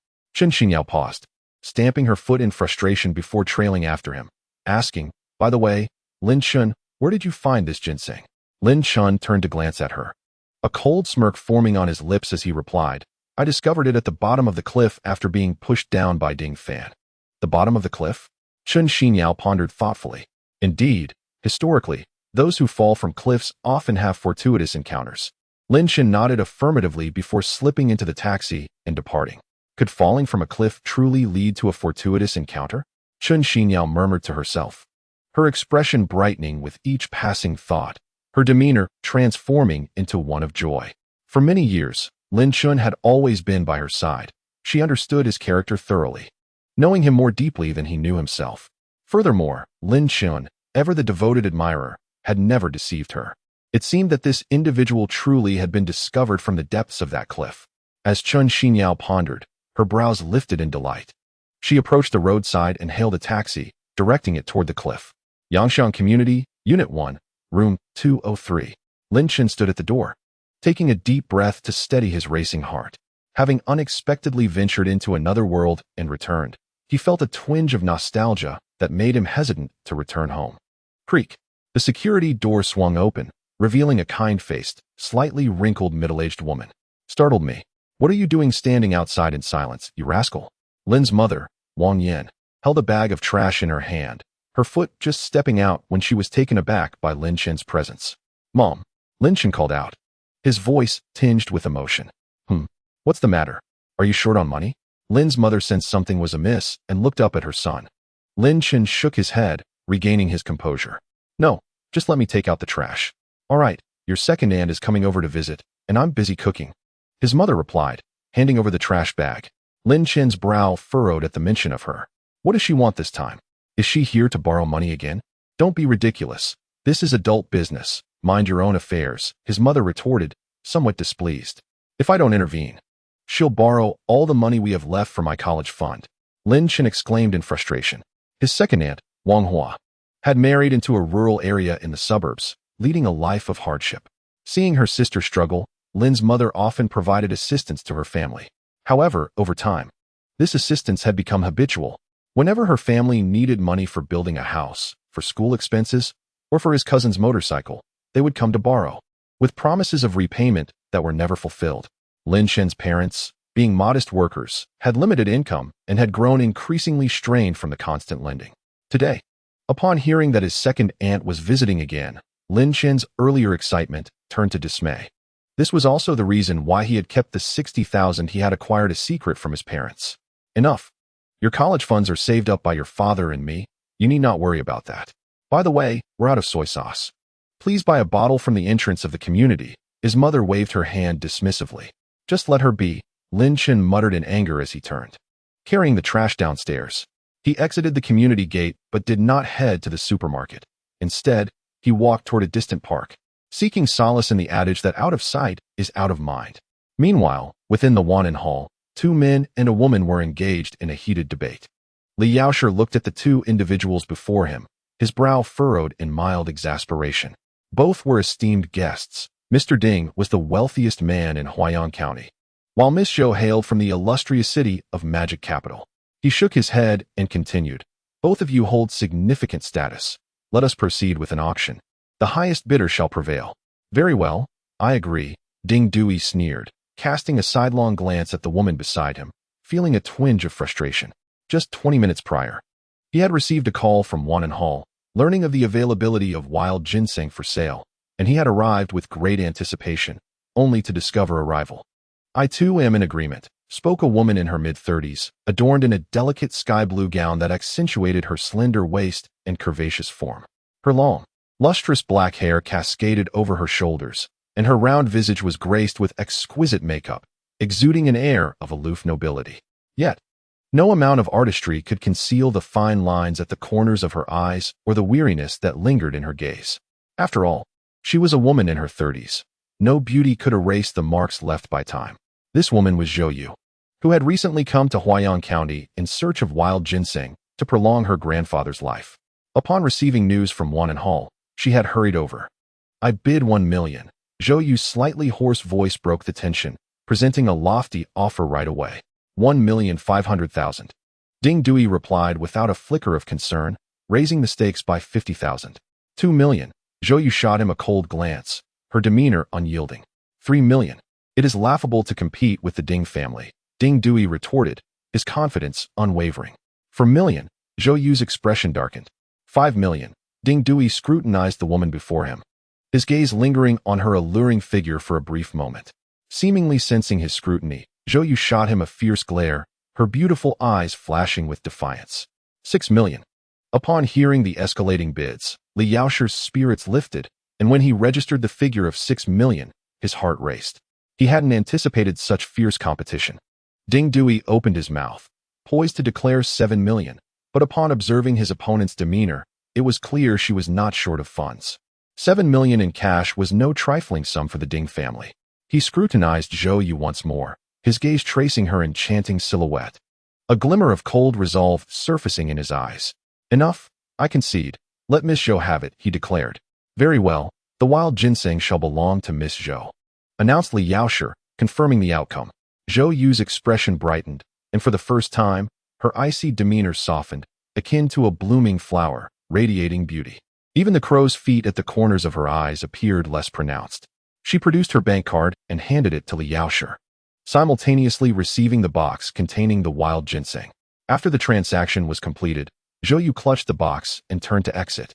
Making her way towards the Audi parked by the curb, Ding Dui stepped forward, his gaze lingering on the enchanting silhouette of Zhou Yu, imbued with both darkness and fiery intensity. Chapter 10. Pursuit and Capture. "Father, what about the wild ginseng? Have you acquired it?" Ding Fan hurriedly approached. Spotting his father standing at the entrance of the apothecary, urgency etched upon his features. Ding Dui shook his head, his eyes unwaveringly fixed ahead. Upon witnessing this, Ding Fan's anxiety surged. Why wasn't he purchased? Grandfather is still awaiting the ginseng to prolong his life. The ginseng was taken by that woman. Ding Dui pointed towards Zhou Yu's retreating figure. To dare seize what belongs to the Ding family is tantamount to courting death. Ding Fan cursed vehemently, turning to behold a slender, alluring figure slipping into an Audi. In the next moment, the vehicle roared to life, speeding towards the outskirts of the city. In Huayan County, no one can abscond with what belongs to the Ding family, Ding Dui scoffed, gesturing towards the Audi's disappearing form. "Xiaofan, take some men and intercept that woman outside the city. Bring back both the ginseng and her. I will personally inform the police department." "Understood, I am on my way," Ding Fan replied, hastening towards his BMW, diving into the driver's seat. The BMW emitted a thunderous growl as its tires screeched against the pavement, launching forth. With determination, Ding Fan pressed the accelerator, the BMW swiftly reaching 80 miles per hour, inciting a chorus of expletives from pedestrians. While driving, he dialed a number. "Hello, Brother Biao. Send someone to intercept a black Audi with a Modu license plate." Brother Biao was the most prominent figure in Huayan County's underworld, closely allied with the Ding family. On the outskirts of the county, a black Audi sped along the national highway. Suddenly, two SUVs barreled straight towards it. "Damn it, how are you driving?" Zhou Yu shouted furiously from the Audi, her hands yanking the steering wheel to evade the impending collision. One of the SUVs, however, showed no intention of yielding, charging directly at her. With a screech, the SUV scraped the side of the Audi, careening forward for several meters before coming to a halt. Zhou Yu's heart raced, startled by the near miss. Emerging from her car, she glared icily at the SUV. The vehicle's door swung open, revealing two young men, one with a shock of blonde hair and the other with an audacious green mane. They grinned malevolently, advancing towards Zhou Yu's Audi. At that moment, another SUV halted ahead, blocking her escape route. A burly man, roughly 6 feet tall with a face adorned in excess flesh, stepped out. He was clad in a floral shirt and shorts, tattoos of dragons and phoenixes inked on his exposed arms, exuding an unmistakable air of menace. This man was none other than Brother Biao, the most notorious figure in Huayan County. Blonde, dog, restrain this woman. She is the one designated by the Ding family. Brother Biao commanded. Rest assured, boss, she won't escape, replied the blonde, charging towards Zhou Yu. Zhou Yu's countenance shifted dramatically, her intuition warning her of impending danger. She swiftly dove into the vehicle, jerking the steering wheel as she veered onto a dirt road adjacent to the highway. Damn it! Do not let her escape. Biao Gu pivoted, leaping into his off-road vehicle, pursuing the Audi with fervor. Huang Mao and Guzi hastily returned to their vehicle, igniting the engine in hot pursuit. Moments later, a BMW sped onto the scene, driven by Ding Fan, who had received Biao Ji's call and was following the trail of the three vehicles. Outside the city limits, the four cars raced wildly. The lead Audi swerved erratically, taking every available path, utterly oblivious to its destination. The two off-road vehicles and the BMW closely trailed behind, relentless in their chase. Within the Audi, Zhou Yu's brow furrowed as her grip on the steering wheel tightened, her arm quivering slightly. She had not anticipated that the Ding family would dare to send someone to capture her in broad daylight. Such audacity was utterly outrageous and a blatant disregard for the law. The Audi jolted precariously, bouncing along the bumpy dirt road. With one hand on the wheel, Zhou Yu fumbled through her handbag for her phone, dialing for help. Suddenly, Biao Ji's off-road vehicle collided with the rear of the Audi. The impact jolted the car violently, causing Zhou Yu to instinctively tighten her grip on the steering wheel. In her moment of distraction, her phone slipped from her grasp, disappearing into the crevice between the seats. Panic washed over her as her complexion paled, her eyes darting nervously in search of the phone, desperately hoping to call for assistance. Unfortunately, her surroundings offered no glimpse of where her phone had fallen. The three vehicles behind her continued to close in, repeatedly crashing into the Audi, producing a cacophony of noise in their attempts to force her to stop. Ding family of Huayan County, I will make you pay for this. Zhou Yu cursed vehemently, abandoning the search for her phone, resolutely steering the vehicle toward the direction of the county town. Yet, she was utterly lost, unable to discern her location, and could only navigate by instinct toward areas populated with buildings. Behind her, Biao Gu orchestrated the pursuit, with the three vehicles flanking the Audi from the left, right, and rear, effectively cornering her and leaving her no choice but to move forward. After a prolonged chase, the Audi took a sharp turn, only to be confronted by a dense thicket ahead, a dead end. With screeching brakes, the three pursuers halted, blocking the Audi's escape. Get out of the car. Biao Gu sneered as he approached the Audi, reaching for the door handle. He tugged twice, but the door remained firmly locked.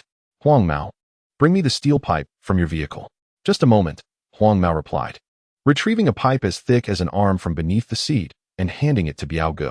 Inside the car, Zhou Yu was paralyzed with fear, her complexion drained. Having been raised in a privileged household, she had never encountered such a terrifying scenario. The sound of metal clanging echoed ominously. The steel pipe shattered the car window, and Biao Gu dragged the panicked Zhou Yu out. What do you think you're doing? Zhou Yu's face was deathly pale, her eyes wide with terror, her entire body trembling uncontrollably. Biao Gu, upon seeing Zhou Yu's face, paused for a moment, momentarily captivated. What are we doing? How dare you compete with the Ding family in Huayan County? You must have a death wish. Hand over the ginseng now. Ding Fan rushed forward, his eyes scanning the back seat of the Audi. Spotting a long rectangular box, he let out a sigh of relief. In broad daylight, you dare to rob me? Aren't you afraid I'll call the police? Zhou Yu steadied herself, forcing a tone of defiance. Call the police? Huh. Ding Fan laughed arrogantly. In all of Huayan County, the Ding family makes the rules. Biao Gu, having regained his composure, sneered, you're an outsider. If you disappear here, it'll just be another missing person case.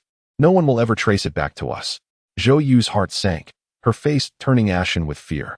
Help! Somebody help! She screamed, her voice sharp and desperate. Shut up! Biao Gu snarled, clamping a hand over her mouth. You might be a bit older, but you've got that mature charm. Before we finish you off, let us have some fun. Zhou Yu thrashed wildly, trying to break free. Meanwhile, Ding Fan opened the box, confirming it contained the ginseng, and relaxed. As he studied the root, it seemed familiar, but before he could recall where, Biao Ji's words drew his attention. He turned to see Zhou Yu, disheveled and pitiable. stirring a dark desire within him. Licking his lips, he closed the ginseng box and handed it to Huang Mao. Take this to my house immediately. Got it. Huang Mao replied, driving off with the box. Ding Fan pulled a small red pill from his pocket and approached Biao Gu with a sly grin. Biao Gu. She's too feisty to enjoy properly. Make her take this aphrodisiac. Heh, good thinking, Ding. After we're done, we'll dispose of her cleanly, no traces left. Biao Gu forced the pill into Zhou Yu's mouth. Terrified, she struggled fiercely, but Biao Ji's strength overpowered her. Soon, waves of heat surged from her abdomen, spreading through her body. Her cheeks flushed crimson, the redness reaching her ears, and a deep, unwelcome craving awakened within her. Trembling at the thought of what was to come, she felt utterly hopeless. Never had she imagined she would meet her end in this remote town, subjected to such humiliation before death. It's working. Ding. Today we'll both have our fun, Biao Gu said triumphantly, watching her eyes grow hazy. Ding Fan nodded, licking his lips again. Yeah, she's got a certain allure, like a ripe peach ready for picking. The potency of the medicine proved overwhelming, causing Zhou Yu to gradually lose her sanity, her gaze becoming utterly dazed as she began to tear at her own dress. A considerable expanse of her fair skin was exposed, eliciting an involuntary reaction from the two onlookers. Suddenly, a figure darted forth from the woods, moving with the swiftness of a cheetah. Chapter 11. To gain or to lose. With a resounding crash, the figure collided with Biao Gu, sending him flying several meters away, crashing heavily onto the grass. For a moment, he could not rise, feeling an excruciating pain throughout his body. Lin Chen, how could it be you? Ding Fan exclaimed in astonishment, staring at the abruptly appearing figure. Moments prior, Lin Chen had been in the park, practicing his punches to adapt to his newfound strength and speed. Upon hearing cries for help, he rushed over, only to discover a group engaged in violence. Ding Fan, you wretched scoundrel, you are truly a harbinger of evil, always lurking about. Lin Chen rebuked. How dare you speak to me in such a manner? Ding Fan retorted furiously, if you dare to meddle in our affairs, prepare for a beating. Dogsy, go teach him a lesson. Yes, Dogsy, go give him a thrashing. Biao Gu, who had fallen to the ground, grunted in agreement. Dogsy stepped forward, flipping his wrist to reveal a spring knife in his grasp, sneering. Kid, don't blame me. Blame yourself for being blind and seeking death. With that, he lunged forward, stabbing towards Lin Chen's abdomen with lightning speed. Though Dogsy's movements were rapid, to Lin Chen, they appeared painfully slow. With a swift advance, Lin Chen flashed beside Dogsy, raising his palm to deliver a decisive strike. A sharp crack echoed as Dogsy's arm shattered, the knife clattering to the ground. Pain surged through him as he clutched his broken arm, howling in agony. Ding Fan and Biao Gu watched the encounter in shock, stunned by Lin Chen's incredible speed. Ding Fan, it's your turn now. Lin Chen, what do you intend to do? I am Ding Fan, the sole heir of the Ding family. Ding Fan exclaimed, his bravado faltering. Are you not the arrogant one? I've longed to teach you a lesson. Lin Chen sneered, advancing towards Ding Fan, his fists cracking ominously. Don't come any closer, or I will call the police. Call the police? Go ahead, just wait until they arrive and see how you explain this. As Lin Chen spoke, he seized Ding Fan's arm, pulling him close before delivering a powerful kick to his abdomen. Though terrified, Ding Fan was reluctant to endure a beating without retaliation. He swung his fist towards Lin Chen's face with all his might. Unfortunately, before his fist could even near Lin Chen, he was met with a violent impact to his abdomen. The next moment, he was sent flying backward, crashing into the grass several meters away, engulfed in excruciating pain. Lin Chen recalled the despicable actions of this man towards Chen Xinyao, and a torrent of rage surged within him.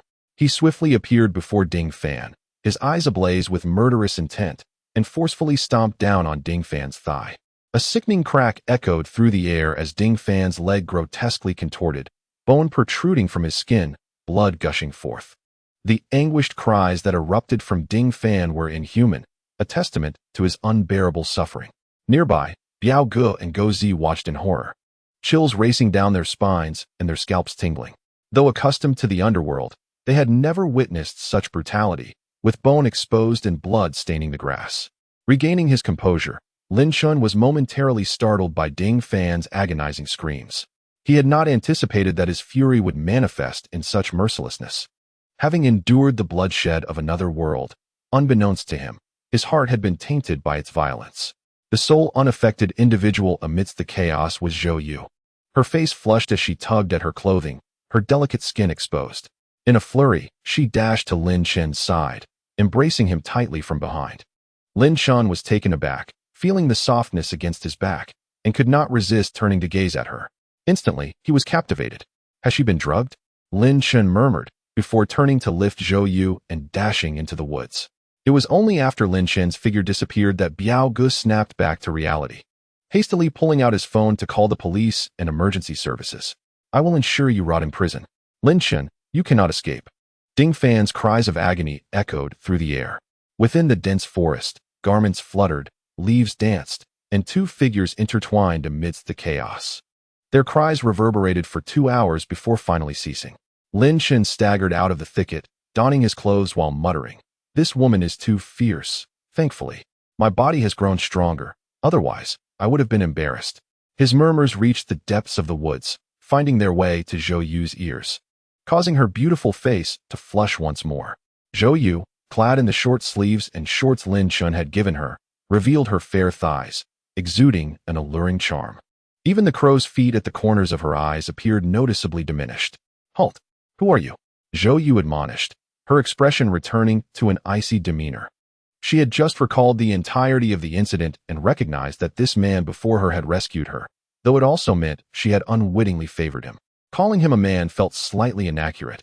He was more of a young boy, being barely 18 or 19 years old, while she herself was already 35. A significant age gap between them. "You needn't be formal. No thanks are necessary," Lin Chen replied, halting but not turning around, gesturing dismissively. "Who said I would thank you?" Zhou Yu's expression darkened, feeling exasperated by the boy's infuriating words. "Ah, it is I who saved you. Otherwise, you would have fallen prey to those too." Ding Fan began, but as he turned around, he was momentarily captivated by the exquisite beauty before him, halting mid-sentence. Zhou Yu gazed at this slightly handsome young man, her emotions swirling in a tempest of frustration and complexity. To claim that she despised him would be disingenuous, for he had indeed rescued her. Conversely, to express gratitude felt tainted by the fact that he had taken undue advantage of her, leaving her legs still trembling from the encounter. The memories of that profound experience stirred a longing within her. With that thought, Zhou Yu felt her cheeks flush, reproaching herself internally. "Zhou Yu, you are over 30.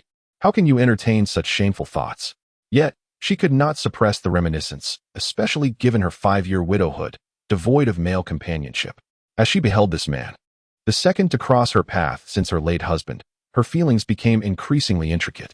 "Is there anything else?" Lin Chen inquired, observing the dazed beauty before him, a sense of unease gnawing at his heart. After all, he had indeed taken advantage of her. Zhou Yu's emotions were a tumultuous blend as she regarded Lin Chen intently. "What is your name?" "Yuan Kuei," Lin Chen replied, puffing out his chest, then hesitated before asking, "And you?" Zhou Yu mulled over the name Yuan Kuei, etching it firmly in her mind, and responded, "Zhou Yu. Ah, I shall remember that. If there's nothing else, I shall take my leave," Lin Chen said once more, preparing to depart. His sense of guilt was palpable. "Wait," Zhou Yu called after him, a flicker of irritation igniting in her heart at his eagerness to leave.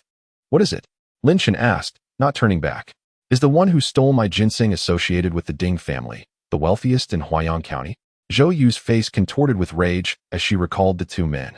"Indeed, it was a member of the Ding family, Ding Fan. To be precise," Lin Chen replied. Turning back with curiosity, "He took your ginseng? What kind was it?" "A 50-year-old wild ginseng. I must reclaim it." Zhou Yu's voice was laced with fury, her gaze icy. Lin Chen, upon hearing this, shook his head.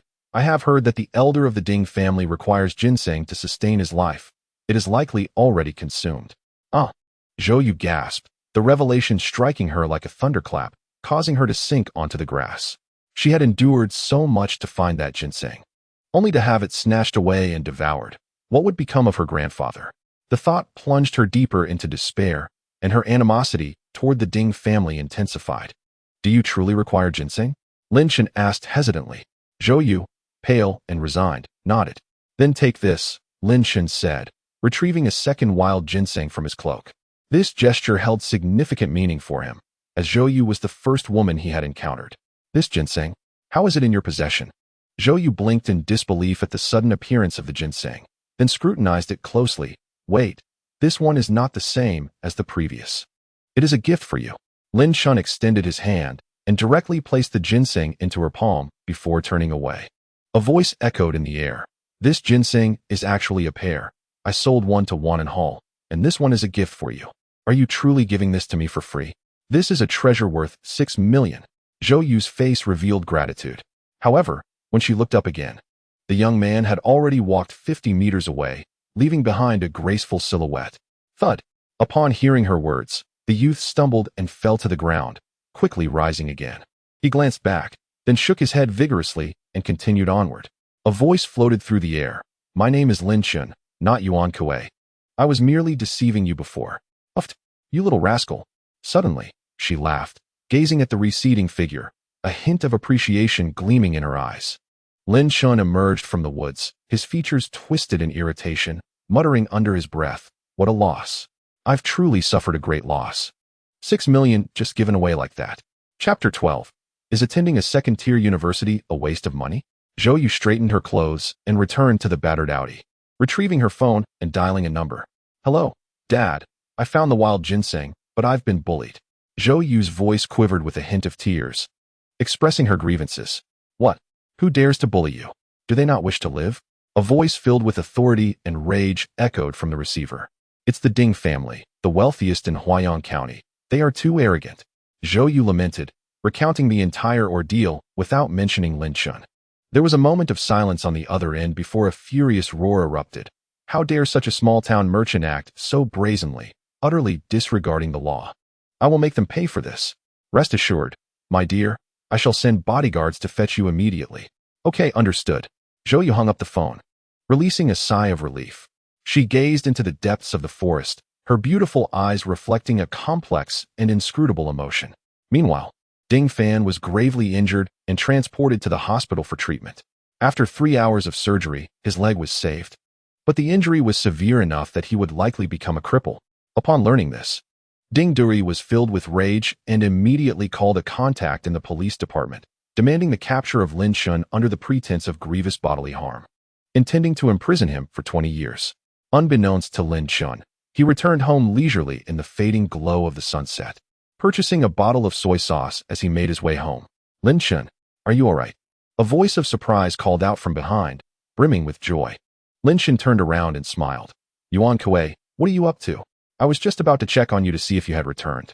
The speaker was a robust young man, standing at nearly 6 feet tall, comparable in height to Lin Chen, but with dark skin, a bushy beard, and narrow eyes that gleamed with light. This was Yuan Kuei, a mischievous friend Lin Chen had met on the school basketball team. Yuan Kuei approached Lin Chen, delivering a playful slap on his shoulder, and remarked with a grin, I heard you fell off a cliff and perished. You truly frightened me. Who told you that?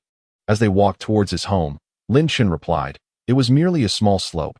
I just scraped my skin a bit. Nothing serious. That's a relief. I heard it from Chen Xinyao. Yuan Kuei continued. Chen Xinyao? A flicker of disdain crossed Lin Chen's eyes. Indeed. However, when she spoke of it, she seemed rather unfazed, almost with a hint of satisfaction. Yuan Kuei shook his head and added, a woman like her is not worth your kindness. It's best to part ways sooner rather than later. Lin Chen nodded. I've already broken up with her. Broken up? Yuan Kuei exclaimed, halting in his tracks, scrutinizing his friend closely. He had merely urged Lin Chen to end the relationship as a casual remark, having done so countless times before. Yet, his obstinate friend had always clung to Chen Xinyao, impervious to any advice. To hear him declare a breakup today was utterly astonishing. What led to this change of heart? Yuan Kuei inquired. Lin Chen shook his head and offered a wry smile. She is now with the son of a wealthy magnate. Why would she still be interested in someone like me? Internally, he seethed. Chen Xinyao and Ding Fan conspired against him, pushing him off the cliff, nearly costing him his life. What kind of woman would anyone dare to pursue after such betrayal? Well, it's good you've come to terms with it. With your examination results, once you arrive in the metropolis, you will find plenty of beautiful women in university. There's no need to worry about finding a good partner. Yuan Kuei said, sighing. Unlike me, who will just be drifting through life. Lin Chen regarded his friend, feeling a mix of frustration and disappointment. I warned you to study hard back then, but you refused to listen, always running off to the internet CAF. Now you regret it, don't you? Huh. I was never cut out for studying. Life in society isn't too bad. Just look at my tattoo. It's quite striking, isn't it? Yuan Kuei said, shedding his outer garment to reveal a sleeveless shirt. On his muscular arms, two dark serpentine tattoos coiled, their heads resting on his shoulders, their elongated eyes exuding a chilling aura. Lin Chen paused, pointing at the snakes. When did you get those? Are you really mingling in the underworld now? Yes. I'm now associated with Brother Biao, Yuan Kuei declared proudly. You know Brother Biao, right? He is the biggest boss in our county. At this revelation, Lin Chen couldn't help but smile mysteriously, recalling that the person he had just dealt with was also known as Brother Biao. In that case, when you see Brother Biao, convey a message from me. Just tell him that an old acquaintance from the forest sends his regards. Huh. Yuan Kuei looked at his good friend in surprise. Why should I say that? Do you know Brother Biao? Just deliver the message, Lin Chen replied with a sly smile. By the way, have you retrieved my driver's license? After the college entrance examination, during the lengthy summer break, Lin Chen and Yuan Kuei had enrolled in a driving school, studying for over 40 days before finally obtaining their licenses. As the new school term approached, the driving school notified them that their licenses had arrived, urging them to collect them. Yuan Kuei volunteered to go to the driving school, and consequently, he did not join Lin Chen and the others on their mountain excursion. Almost forgetting, he retrieved it and handed it to Lin Chen. Yuan Kuei, while speaking, produced a small black booklet and presented it to Lin Chen. Upon receiving it, Lin Chen discovered it was indeed his driver's license. At last, it's in hand. Now I can drive, he exclaimed with a chuckle. Yuan Kuei shot him a disdainful glance. Do you have the money to buy a car? Without a vehicle, it's of little use. Lin Chen laughed lightly, ready to respond, when a familiar voice pierced the air. Following the sound, he looked up to see his mother, Lin Ma, standing at the window of the balcony, calling out to him, Lin Chen, you little rascal. Are you looking for a beating? I asked you to buy soy sauce at noon, and look, it's already evening, and you finally think of coming back. Lin Chen shrank his neck, waving the soy sauce he held, and hurried up the stairs. Yuan Kuei closely followed him, ascending the staircase and entering the house. As soon as they stepped inside, they were greeted by the sight of a heavily made-up, plump woman lounging on the sofa. Her ample figure caused the old sofa to creak under her weight. Lin Chen froze, a look of disdain flickering in his eyes. Didn't you see your second aunt? Call her. A raspy voice called out. Turning, Lin Chen saw his father, Lin Igua, seated on a stool, puffing on a cigarette with a sorrowful expression. Second aunt, why are you still here? Lin Chen inquired impatiently. You little rascal, how can you speak like that? Lin Ma scolded, walking over to give him a light slap. Lin Chen pouted, muttering, Isn't she just here to borrow money again? Second Aunt Wang Hua raised her thick eyebrows, forcing a smile. Xiao Chen, your cousin is going on a blind date, and the girl wants a betrothal gift. Second Aunt has no choice. Our family is too poor. As she spoke, she wiped the corner of her eye, unfortunately, without any tears. Being from the countryside is not like your lives in the city. I came to ask for 30,000. 30,000 for a blind date. Are you kidding me? Lin Chen exclaimed. My cousin is younger than me by 2 months and isn't even 19 yet. How can he be going on a blind date? People from the countryside marry early. Blind dates happen even sooner. You children don't understand, she replied, glancing at Lin Father. Brother-in-law, this is a significant matter. You must assist. Lin Father continued to puff on his cigarette, his brow furrowing deeper. Seeing this, Second Aunt Wang Hua turned to her sister with a pleading expression. Sister, your nephew is going on a blind date to get married. You must lend some support. Lin Ma hesitated, stating, We have saved a little money, but it's meant for Xiao Chun's college tuition. Upon hearing this, Second Aunt raised an eyebrow. Sister, I've heard that Xiao Chen only got into a second-tier university. Even if he graduates, finding a job will be challenging. It might be better not to waste the money. It would be wiser to lend it to me first. Chapter 13. The conclusion of borrowing money. Upon hearing this, Lin Chen felt a twitch in the corner of his eye and retorted angrily. At least I've been accepted into university. What about your son? He didn't even pass high school. How dare you speak to me like that? Lin Ma, upon hearing this, felt a surge of anger but still turned to scold Lin Chen. You little rascal, how can you speak to your second aunt like that? You have no sense of decorum whatsoever. She glanced at her sister with a hint of irritation. After all, no parent would take kindly to their child being belittled. Realizing her tone was inappropriate, the second aunt quickly interjected, Oh dear, look at my mouth. Even a second-tier university counts as a university. That is certainly better than not being accepted at all. Sister, brother-in-law, please lend me a little. I assure you I will repay it this time, she pleaded. Lin Chen's expression darkened. Huh? As if your son is so remarkable. He looks down on second-tier institutions. As for borrowing money, you ought to repay what you owe first. The second aunt chuckled awkwardly. Little Chen, I promise I will repay you this time. Turning towards Lin Ma, she implored, Sister, my nephew is getting married. You must help us this time. After the wedding, he will certainly be filial to you. Lin Ma, upon hearing this, looked conflicted as she glanced at Lin Fu. He took a couple of puffs from his cigarette, hesitated for a moment, and hoarsely suggested, How about we lend 10,000? 10,000? That is hardly enough. You might as well be giving away pocket change. They're asking for 30,000. The second aunt protested vehemently. Shut your mouth. Just be quiet. Suddenly boomed a voice that startled everyone present.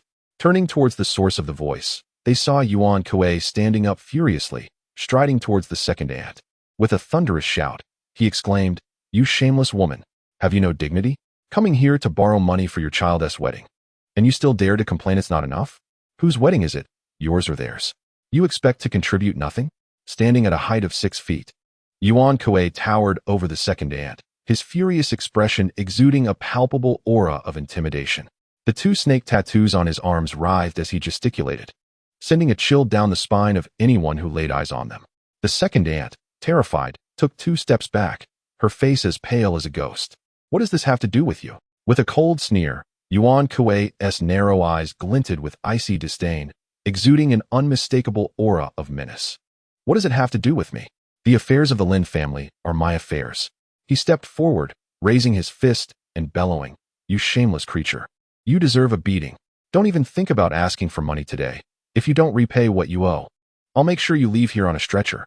The second aunt trembled in fear and hurriedly sought Lin Ma's help. Sister, who is this person? You must make him leave. Yuan Kuei, you. Lin Ma began to interject, but her son Lin Chen stepped forward, interrupting. Mom, don't interfere. Let Yuan Kuei handle this. But this is your second aunt. And what of it? She has nearly emptied our family's coffers. Lin Chen retorted angrily.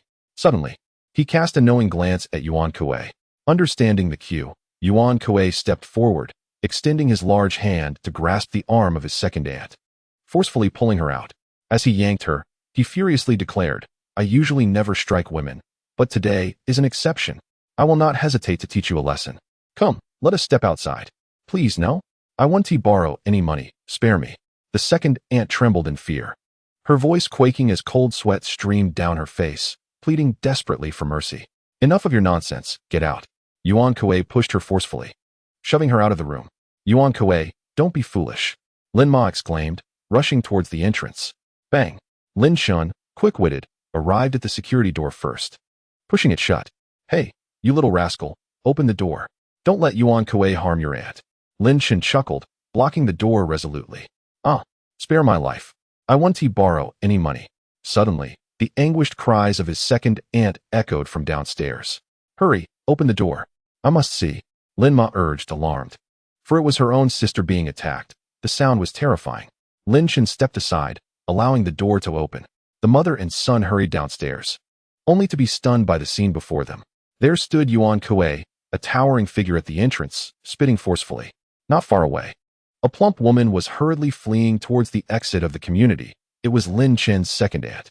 Seeing this, Lin Ma paused, a mix of laughter and tears on her face, and called out, Xiaohua, come back.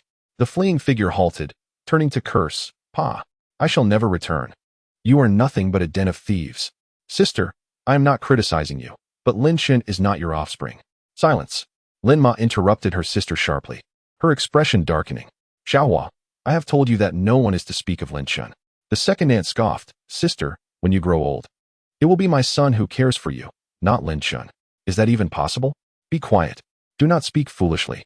Very well, indulge him if you wish. You will soon learn whom to rely on in your old age. The second aunt stomped her foot in frustration and departed. Let us see if you dare to return. Lin Chen stood at the entrance, watching the retreating figure of his second aunt, a smirk of satisfaction on his face. You little brat, what chaos are you causing? Lin Ma returned, angrily swatting her son before turning to ascend the stairs. Yuan Kuei smiled with pride, glancing at Lin Chen as if seeking acknowledgement for his actions. Lin Chen nodded in gratitude. Lin Chen, you deceiver. Suddenly, a sharp, clear voice reprimanded him. Moments later, a somewhat disheveled young woman stormed towards them, her demeanor fierce. As the three looked up, they saw it was Chen Xinyao. Chen Xinyao, what madness has possessed you? What have I deceived you about? Lin Chen frowned, reprimanding her. Chen Xinyao, what on earth happened to you? Why do you look so disheveled? Yuan Kuei asked, eyeing the dirty and flustered Chen Xinyao with curiosity. Yao Yao, how did you end up like this?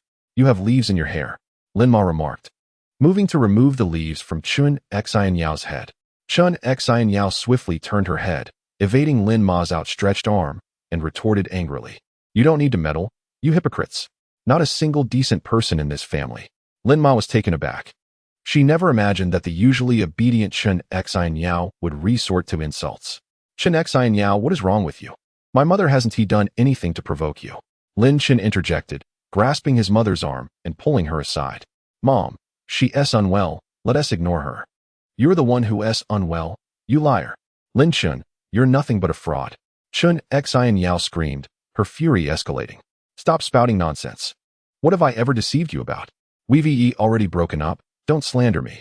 Beside them, Yuan Kuei observed the furious Chen Xianyao and the composed Lin Chen, a faint, inexplicable smile curling at the corners of his mouth. Chen Xianyao, in a fit of rage, heaved with indignation, her chest rising and falling more prominently. Lin Chen, you claimed there were ginseng at the bottom of the cliff. I searched for ages and found not a single one. You're a colossal fraud. Lin Chen paused momentarily before bursting into laughter. I merely said that offhand. You actually went to look for it? How foolish. You jerk. Chen Xianyao, exasperated, attempted to claw at Lin Chen's face. Get away from me. Lin Chen seized her arm and flung her aside, causing her to stumble. With a dismissive smirk, he coldly stated, stop acting mad in front of me. When I liked you, you were a treasure. Now that I don't, you're nothing but a weed. Chapter 14. Arrival of the police. Upon hearing Lin Chen's icy words, Chen Xianyao realized that the man who had once treated her well was truly gone. She quickly reassured herself that perhaps it was for the best. This way, Ding Fan wouldn't feel jealous, and it would not affect her relationship with him. I don't care, Lin Chen. All along, you have been the one with delusions. I never liked you. You were the one who enjoyed being a sycophant. A beauty like me is not meant to be coveted by someone like you. Only Ding Fan is worthy of me. Lin Chen recalled Ding Fan's debauched behavior and the recent incident where he had just broken his leg. He couldn't help but sneer, Ding Fan? He is just a bit of wealthy trash. And you're no better. The two of you together are a pair of rotten fish and stinking shrimp. This is jealousy. A poor loser remains a poor loser. Even if you have 60,000, you're still a pauper. 60,000 is nothing. It won't even buy a house. Do you know how wealthy Ding Fan is? Do you know how well he treats me? Chen Xianyao, having finished her tirade, smugly boasted. Ding Fan said that once we're engaged, he will give my parents 2 million to buy a spacious 3-bedroom apartment. Now that is a real man. Is that true? 2 million for a house. You must be deluded, Yuan Kuei interjected, unable to bear the sight of Chen Xianyao's smugness. Chen Xinyao's face turned pale. Her brows raised in triumph as she proclaimed, Yuan Kuei, you are but a miser. 2 million is an astronomical figure for you. Yet for the Ding family, it is merely a drop in the ocean. We shall acquire wealth too. Lin Chen, with a solemn expression, responded, simultaneously resolving within himself to return to the alternate realm post-haste. He yearned to procure a spacious residence for his parents, as well as to purchase a car and a home.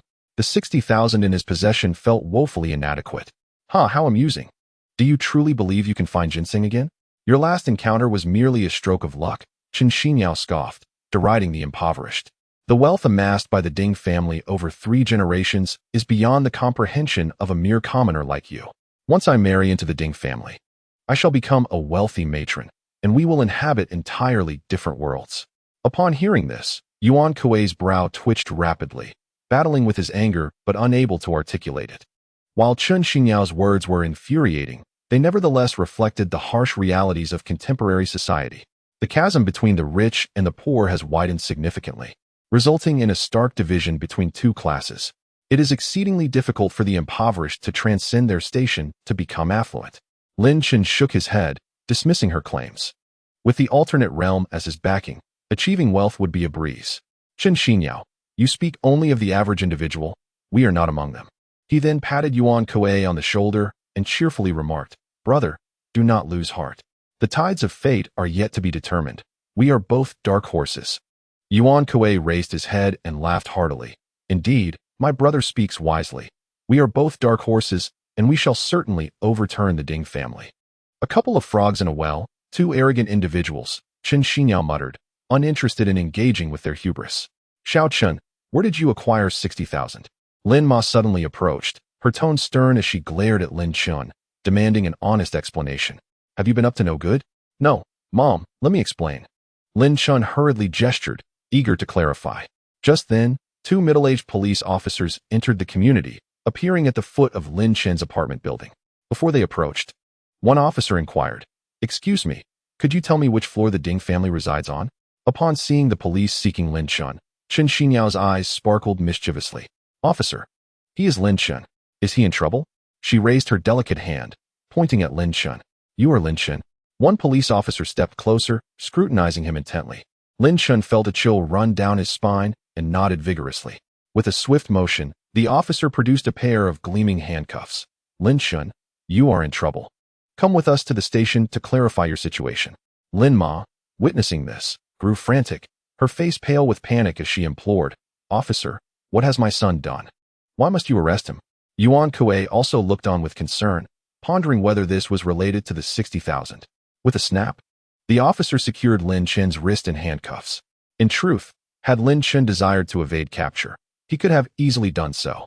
The education he received from a young age instilled in him a natural reverence for the police. He found himself entangled in a case of grievous bodily harm, with the victim's family explicitly naming him as the perpetrator. A younger officer provided a brief explanation. What? Grievous bodily harm? Lin Ma exclaimed, urgently grasping Lin Chen's arm.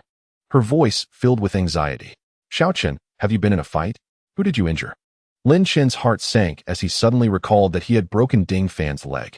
Surely, it must have been Ding Fan's family who reported him. Nevertheless, he felt no fear. Ding Fan's actions were, after all, unlawful. Come on, let's go. We need to go to the station and clarify things to seek leniency. One officer urged, pushing Lin Chen forward as they escorted him out. Look, Lin Chen, this is your fate.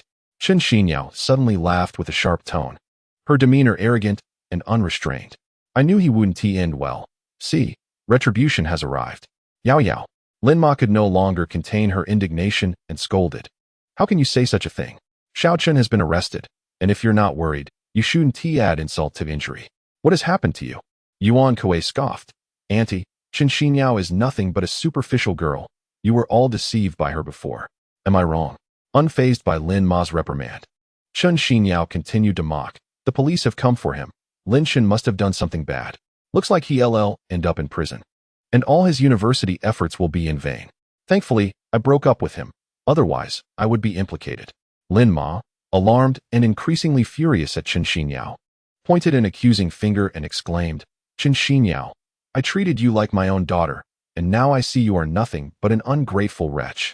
Yuan Kuei shot a furious glare at Chen Xinyao, cursing, You shameless vixen. Say what you will. I'll just take it as barking from dogs, Chen Xinyao retorted. Feeling utterly pleased, her anger over Lin Chen's deceit dissipating, she shook her head in triumph, thinking that Lin Chen would now be a convict while she would marry into wealth, destined for two entirely different worlds. Virtue, you shameless harlot, Yuan Kuei cursed, then turned to comfort Lin Ma. Annie, let us follow the police to see what is going on.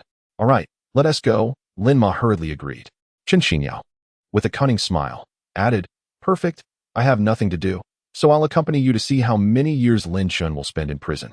Lin Ma shot her a glare before quickly moving to catch up with the two officers. Yuan Kuei spat in Chen Xinyao's direction and followed after Lin Ma. I'm off to see the commotion. Chen Xinyao chuckled lightly as she trailed behind. The two officers led Lin Chen onward. And just before reaching the entrance of the community, one officer's phone suddenly rang.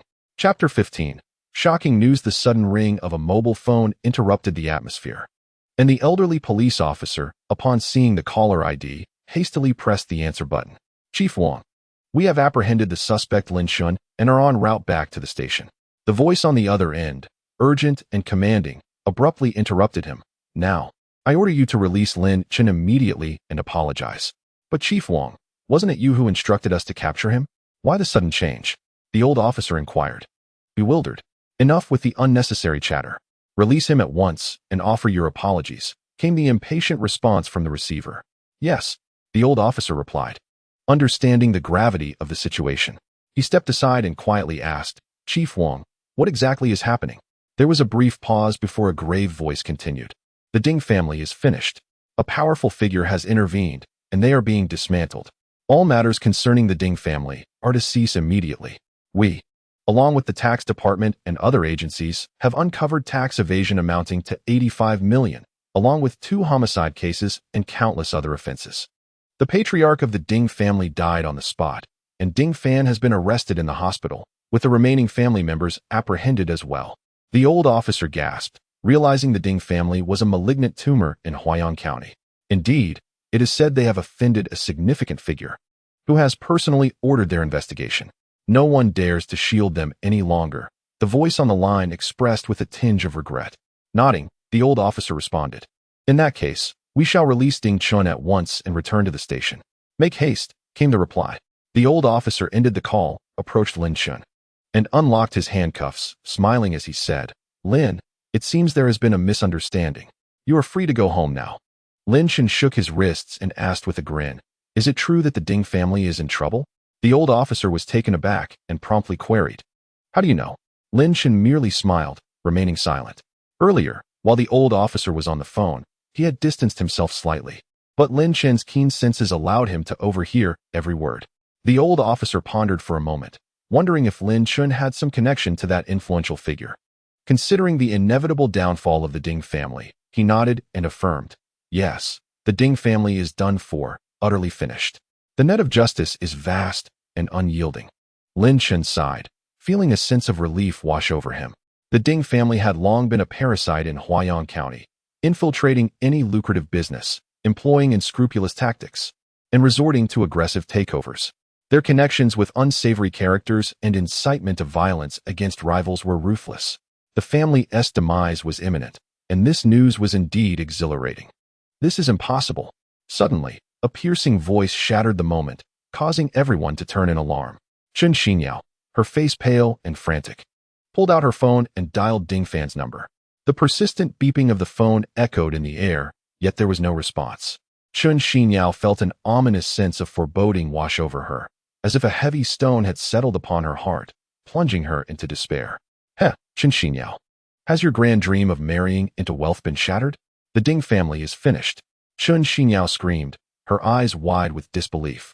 The Ding family's assets were worth billions, their influence spanning both official and commercial realms. Such a downfall seemed impossible. The old policeman cast a sidelong glance at her, remarking, the Ding family, while a prominent clan in Huayan County, would be insignificant in a metropolis. As the call continued to go unanswered, a sense of dread enveloped Chen Xinyao, who intuitively sensed a monumental upheaval had befallen the Ding family, perhaps even leading to its ruin. At this thought, her eyes dimmed, and her body felt as though it were collapsing. Hey, Chen Xinyao, weren't you eager to marry into a prominent family? Weren't you so arrogant? It seems your fate is sealed now, Yuan Kuei mocked, relishing her misfortune. With the handcuffs removed, Lin Chen flicked his wrist and let out a cold laugh. Chen Xinyao, didn't you look down upon us? Let us see how you navigate this situation now. Chen Xinyao's complexion turned ashen, her spirit crushed, and she sank to the ground, muttering to herself, how could this happen? How could this happen? Just moments ago, she had exuded confidence. Now, she was utterly defeated.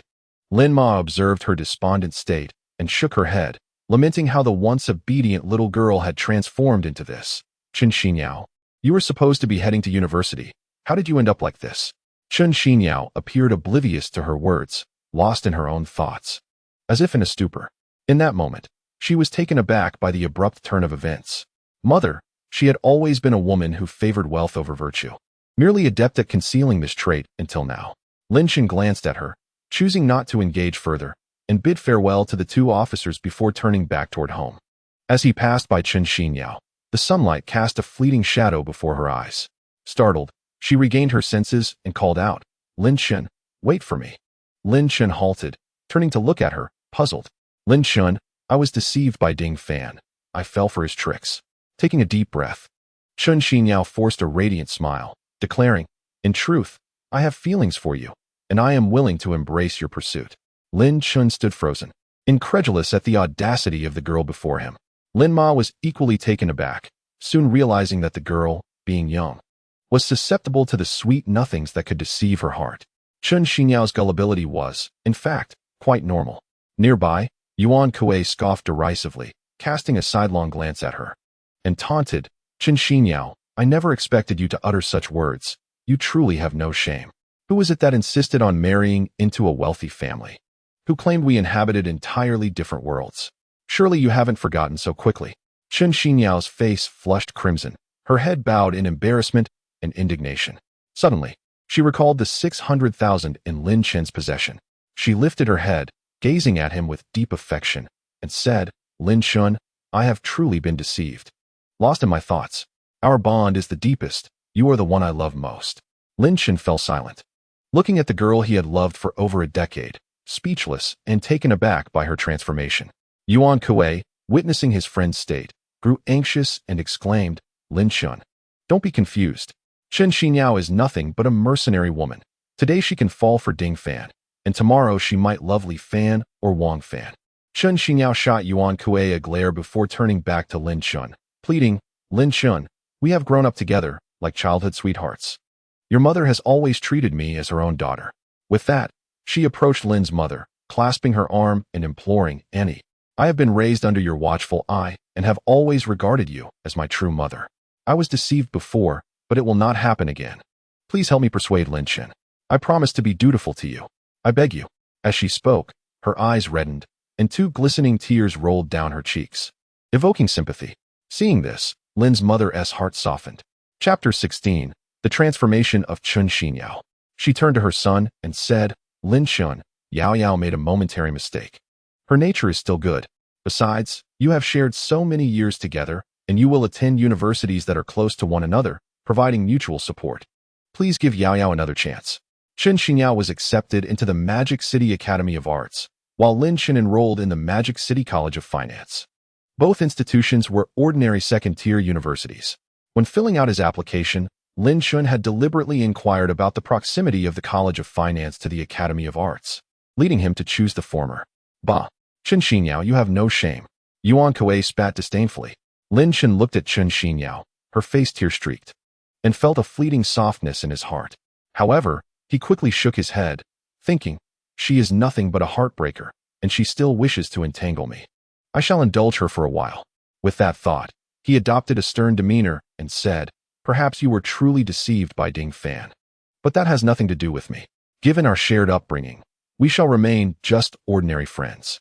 Chun Xinyao paused, then smiled as she wiped away her tears. "All right, I will listen to you from now on." She uttered flattering words, yet internally sighed in relief. With her beauty and charm, it would take little effort for her to win Lin Chen back into her thrall. Meanwhile, Yuan Kuei was unsettled, glaring at his childhood friend, Lin Chen. "How can you forgive her? You are deeply disappointing me." With that, he stormed off in anger. "Hey, Yuan Kuei, wait.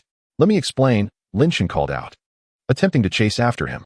At that moment, Lin's mother intervened. "Lin Chen, come home with me first and discuss the matter of that 600,000. "Very well." Lin Chen sighed, acknowledging that what was inevitable must be faced. Upon returning home, Lin's father was oblivious to the fact that his son had narrowly escaped being taken away by the police, and he was sulking in silence. When he saw Lin Chen and his mother enter, he remarked, "Lin Chen, you should show a bit more courtesy to your second aunt. After all, she is your elder." "I have no such elder," Lin Chen retorted. Lin's mother, overhearing this, grew displeased and admonished, "Oh, you are becoming increasingly audacious. All those years of schooling wasted. And you don't even know how to respect your elders? What qualities does she possess that warrant my respect?" Lin Chen replied defiantly, his head held high. A look of indignation etched on his face. "Sai, let us not discuss your second aunt anymore. Let us talk about the 60,000. Where did it come from?" Lin's mother shifted the conversation, her tone turning serious. 60,000? What's 60,000? Lin's father exclaimed, shocked, nearly burning his fingers on the cigarette he held. He quickly extinguished it and stared wide-eyed at the mother and son. Seeing the commotion, Chen Xinyao stepped forward to recount how Lin Chen had sold ginseng. So that is how it is. You scared me half to death, Lin's mother sighed in relief. Initially, she had feared her son had engaged in some illicit activity to acquire the money, only to discover it was from selling ginseng. By the way, where did you find that ginseng? Lin Chen pondered for a moment before replying. I dug it up at the foot of the mountain. He refrained from mentioning his fall from the cliff, fearing it would worry his parents. The thought of Ding Fan pushing him off the cliff made Lin Chen shoot a glare at Chen Xinyao. Chen Xinyao puffed her cheeks, on the verge of exposing Lin Chen's fib. However, upon meeting his gaze, she recalled that it was indeed Ding Fan who had pushed Lin Chen, and she promptly fell silent. Xiao Chun, you are truly lucky, Lin's father remarked, his wrinkled face breaking into a smile. Yes, indeed, what good fortune, Lin's mother echoed. Then turned to Lin Chen, saying, hand over that 60,000 to me. I will keep it safe for you, to be used for your future marriage. So you don't squander it. Lin Chen's expression soured. He had anticipated such a response from his mother and dared not entrust her with the money. If he did, it would surely be borrowed by his second aunt in no time. Thinking quickly, he replied, well, I've already lent it out. Lent it out? To whom? Lin's mother inquired, astonished. Lent it out? Lin's father echoed, equally bewildered. How could you lend it? That is 60,000. You need to get it back immediately. Chen Xinyao exclaimed, rising in alarm. Lin Chen shrugged. I lent it to Yuan Kuei. His family needs money to buy a house, so I helped him out. He was directly using his childhood friend as a shield. How could he borrow so much from you to buy a house? No, you must retrieve it at once. Lin's mother insisted, growing anxious. Indeed, we must get it back. We also need to purchase a house for our son, Lin's father grumbled. Lin Chen, that is 60,000. How could you lend it to Yuan Kuei? Are you not worried he won't repay you? Hurry and get it back. Chen Xinyao urged, visibly irritated. Yuan Kuei is my closest companion.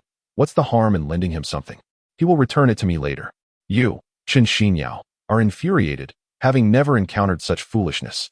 Lin Ma waved her hand, interrupting Chen Xinyao's words, and gave Lin Chen a firm pat on the shoulder. You little rascal. Go to the Yuan household immediately and retrieve what is rightfully mine. Otherwise, I shall go myself. All right, Lin Chen acquiesced, entering his bedroom. He opened the drawer to retrieve his university admission notice, identification card, and other documents, and gathered a few changes of clothes, tossing them into a mysterious space. He then pushed the door open, stepped outside, glanced at his parents, and declared, I am off to find Yuan Kuei. Yes, do hurry back. Ensure they return what belongs to us, Lin Ma urged. Lin Fu nodded, lighting a cigarette and taking a puff. I'm coming with you, Lin Chen Xinyao said, rising to follow him. No need. Stay and keep my mother company. Lin Chen waved his hand in refusal and exited. Chen Xinyao pondered for a moment. Having previously angered Lin Ma, it was indeed necessary to mend relations with her future mother-in-law. Lin Chen exited the community, hailed a taxi, and headed straight for the train station. After purchasing a ticket to the Magic City and boarding the train, he finally called home. Mom, the money will be returned. It's in my account. As school is about to commence, I'm going directly to the Magic City. What? You're going to the Magic City now? Lin Ma exclaimed in shock, followed by an angry retort. You little rascal, how unsafe it is to carry so much money. Leave the money at home and go to university. Lin Fu leaned closer, worry etched on his face, and asked, Son, you didn't bring your admission notice, nor your clothes and bedding. How will you attend university? Mom, Dad, don't worry, I have all my documents with me. I'll buy clothes and bedding once I'm at university. You needn't fret about me, Lin Chen replied before abruptly hanging up the phone. Hey, I wasn't finished speaking. Chen Xinyao had just approached when she heard the call end and felt a surge of irritation. Chapter 17. Acquiring weapons upon realizing the call had ended, Lin Ma's anger intensified. You little rascal, how dare you secretly run off to university? Keep your voice down. Lin Fu interjected. Do you not realize why our son is going to university alone? Is it not because he fears you might give the money to your sister? You infuriate me, Lin Ma exclaimed, her chest heaving rapidly, her face paling as she pointed at Lin Fu and shouted, She is my biological sister. What is wrong with me looking after her? Isn't it merely lending her a bit of money? It seems you're the one who is reluctant. Lin Fu shot Lin Ma a glare and turned to leave.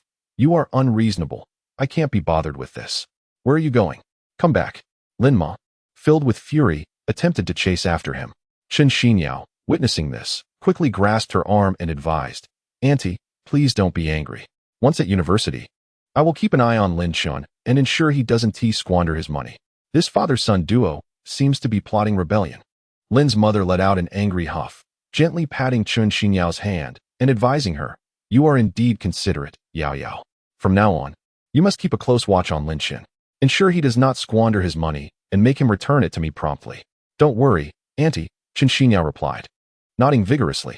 Yet, she harbored a sense of skepticism. Once she reached university, with her cunning, the 600,000 Lin Chen possessed would surely be spent on her.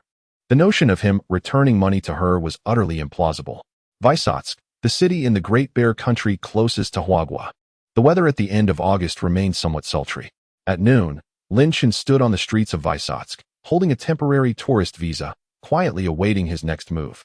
3 days prior, he had departed home by train, intending to pursue his studies in the bustling metropolis. With over 10 days remaining before the university semester commenced, Lin Chen planned to venture once more into the other world to procure ginseng, hoping to exchange it for greater wealth. However, the mere thought of that perilous realm made him hesitate. Yet, as the saying goes, men die for wealth, birds perish for food. Driven by the allure of riches, Lin Chen resolutely decided to embark on the journey again. This time, however, he was determined to arm himself for the venture. Firearms would be the optimal choice. Yet in Huagua, guns were prohibited, making acquisition impossible. After much contemplation, he altered his route midway and traveled northeast to Vysotsk in the Great Bear Country, where he intended to purchase firearms. "Hello, are you Lin Chen?" Suddenly, a clumsy voice speaking Mandarin called out from behind him.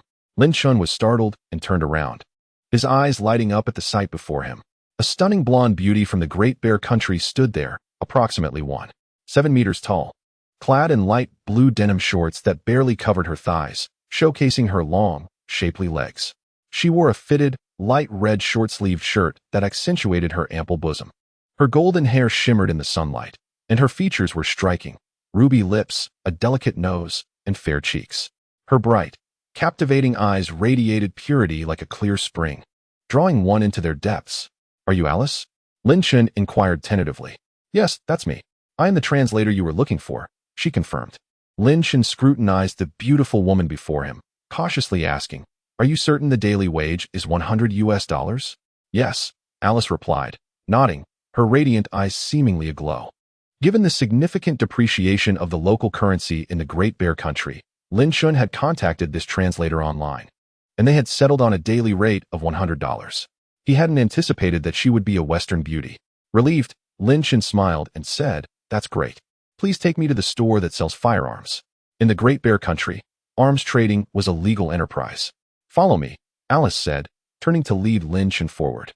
With each step, her long, fair legs swayed enticingly, and her shapely figure drew attention as she walked. The dazzling lights made Lin Chen feel dizzy, and he was tempted to give them a gentle tap. Swallowing hard, he hastened to walk alongside Alice. Glancing sideways, Alice offered him a hint of a smile. "Mr. Lin, you are quite the gentleman." "Really? How so?" Lin Chen queried, puzzled by her words. "Men from your country often steal glances at my legs, yet you are different. You merely cast a brief look and then averted your gaze." "Huh, I am unlike them," Lin Chen replied, pausing momentarily, his eyes boldly surveying her shapely legs. "If I wish to look, I shall do so openly." Alice chuckled lightly. "Your behavior is quite akin to that of the men from my country. Are the men from your country so straightforward with women?" "Indeed, an appreciation for beauty is inherent. There is no need for concealment." As she spoke, Alice gently patted her chest, causing a ripple of motion that caught Lin Chen's attention. His gaze lingered for a moment, provoking a fit of laughter from Alice. Overwhelmed, Lin Chen urged her to proceed to the shop. Upon entering a taxi, they engaged in casual conversation. Lin Chen soon learned that Alice was a student at the National University of the Bear Country, working part-time as a translator during her summer break. He, too, shared his background. Half an hour later, they arrived at a storefront. Alice accepted the dollars Lin Chen offered and instructed, "As we discussed, you should wait outside." Lin Chen nodded in agreement. Earlier, he had gleaned from Alice that, although firearms could be bought and sold in the Bear Country, there were extensive restrictions. For instance, only citizens over 18 could purchase firearms, and various medical certifications were required beforehand. The more powerful the weapon, the stricter the regulations. Rumors can be deadly, Lin Chen mused, scratching his head. He had been unaware of these stipulations before his arrival, and now he regretted his decision to come to the Bear Country, finding it far more cumbersome than acquiring arms in the Middle East. Ultimately, Alice proposed a solution. She would use her identity to purchase firearms for Lin Chen, but he would need to pay a brokerage fee of $10,000. That is exorbitant, he thought, feeling cornered, yet he had no other option. Unless he opted for the black market, he had to accept the terms. He quickly dismissed the idea of the black market, shaking his head in disapproval. It was far too perilous, lacking personal security, and weapons obtained there offered no quality guarantee. While his physique surpassed that of an ordinary person, he knew he could not withstand gunfire. Alice took the money and entered the shop alone. Lin Chen waited outside, his gaze fixated on her alluring form for a moment. After several minutes, Alice emerged carrying a bag, signaling to Lin Chen with a glance as she made her way toward a secluded area. He promptly followed her. The two individuals ventured into an isolated area, where Lin Chen took hold of a bag and opened it to reveal 2 Browning handguns nestled within, accompanied by several boxes of ammunition. The Browning handgun, also known as the 1935 model, is distinguished by its large caliber, extended range, and remarkable accuracy, making it a favored choice among Europeans. Lin Chen examined the weapon, grasping one in his hand, appreciating its excellent feel. He inspected it from various angles, finding it increasingly appealing, to the point of reluctance to part with it. Quickly stow it away. Don't linger here, Alice urged with urgency. Lin Chen nodded in agreement, swiftly placing the bag into his backpack. The 2 handguns cost a total of $7,500, while 1,000 rounds of ammunition amounted to $1,700, summing up to a grand total of $9,200. Alice, as she spoke, returned the remaining funds to Lin Chen. Lin Chen gritted his teeth, expressing his discontent. For all this, it barely totals $10,000. And yet you demand a commission of $10,000. Isn't that rather extortionate? Alice let out a light, melodic laugh. Without my assistance, you would have spent 10 times that amount and still not acquired them. In my country, the average person neither dares nor is able to procure firearms for others. It is solely due to my unique status that you did not waste your trip. Lin Chen, taken aback, gazed at her with curiosity. What unique status do you possess? I shan't divulge that, Alice giggled. Do you wish to linger further? Do you require my services as a translator? Your country offers beautiful women for companionship, correct? What are the rates? Lin Chen inquired, his eyes sparkling with intrigue. In the Great Bear Country, the female service industry is legal. Arriving here without experiencing the allure of Western beauty would feel like a missed opportunity. Alice shot him a disapproving glance. You men are all the same.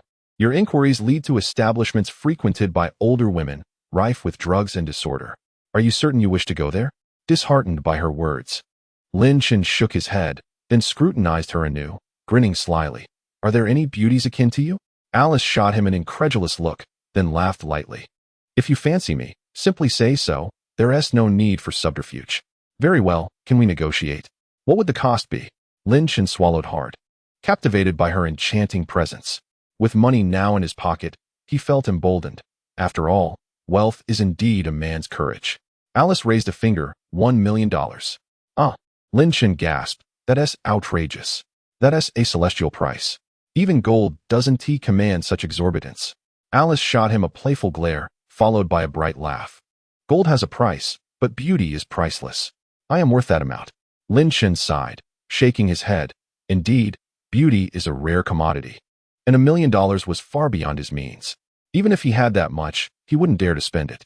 Are you still considering spending? Alice teased upon seeing Lin Chen's dejection. Next time, I promise to take care of you. Lin Chen declared earnestly. I must return home now. Please escort me to the port. Very well, I shall await your return. For now, let us head back, she replied with a smile. Alice let out a delicate laugh and waved for a taxi. The two of them climbed into the vehicle, heading toward the port. Upon reaching their destination, they settled the fare and exchanged contact numbers before Lin Chen embarked on his journey back home. As evening descended, Lin Chen found himself back on the soil of his homeland, a wave of nostalgia washing over him. Though he had been abroad for merely half a day, a profound sense of longing for his native land enveloped him. Arriving at a secluded location, Lin Chen slipped into a mysterious space, venturing into an alternate world.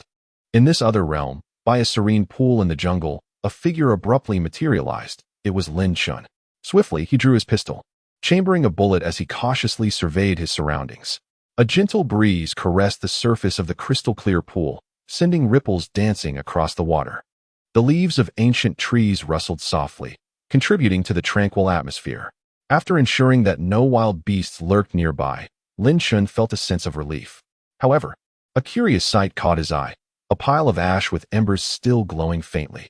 Could it be that others had recently been here? Lin Chen pondered, glancing toward the distant ash. Judging by the flickering sparks, it was evident that someone had visited this place not long ago. Surely, the Qin siblings would not still be in the vicinity. After all, 3 or 4 days had already passed. Muttering to himself, he gripped his pistol and cautiously approached a nearby cave. Inside the diminutive cave, Yang Xiu trembled violently, her face etched with terror as she watched 3 figures engaged in a fierce battle outside.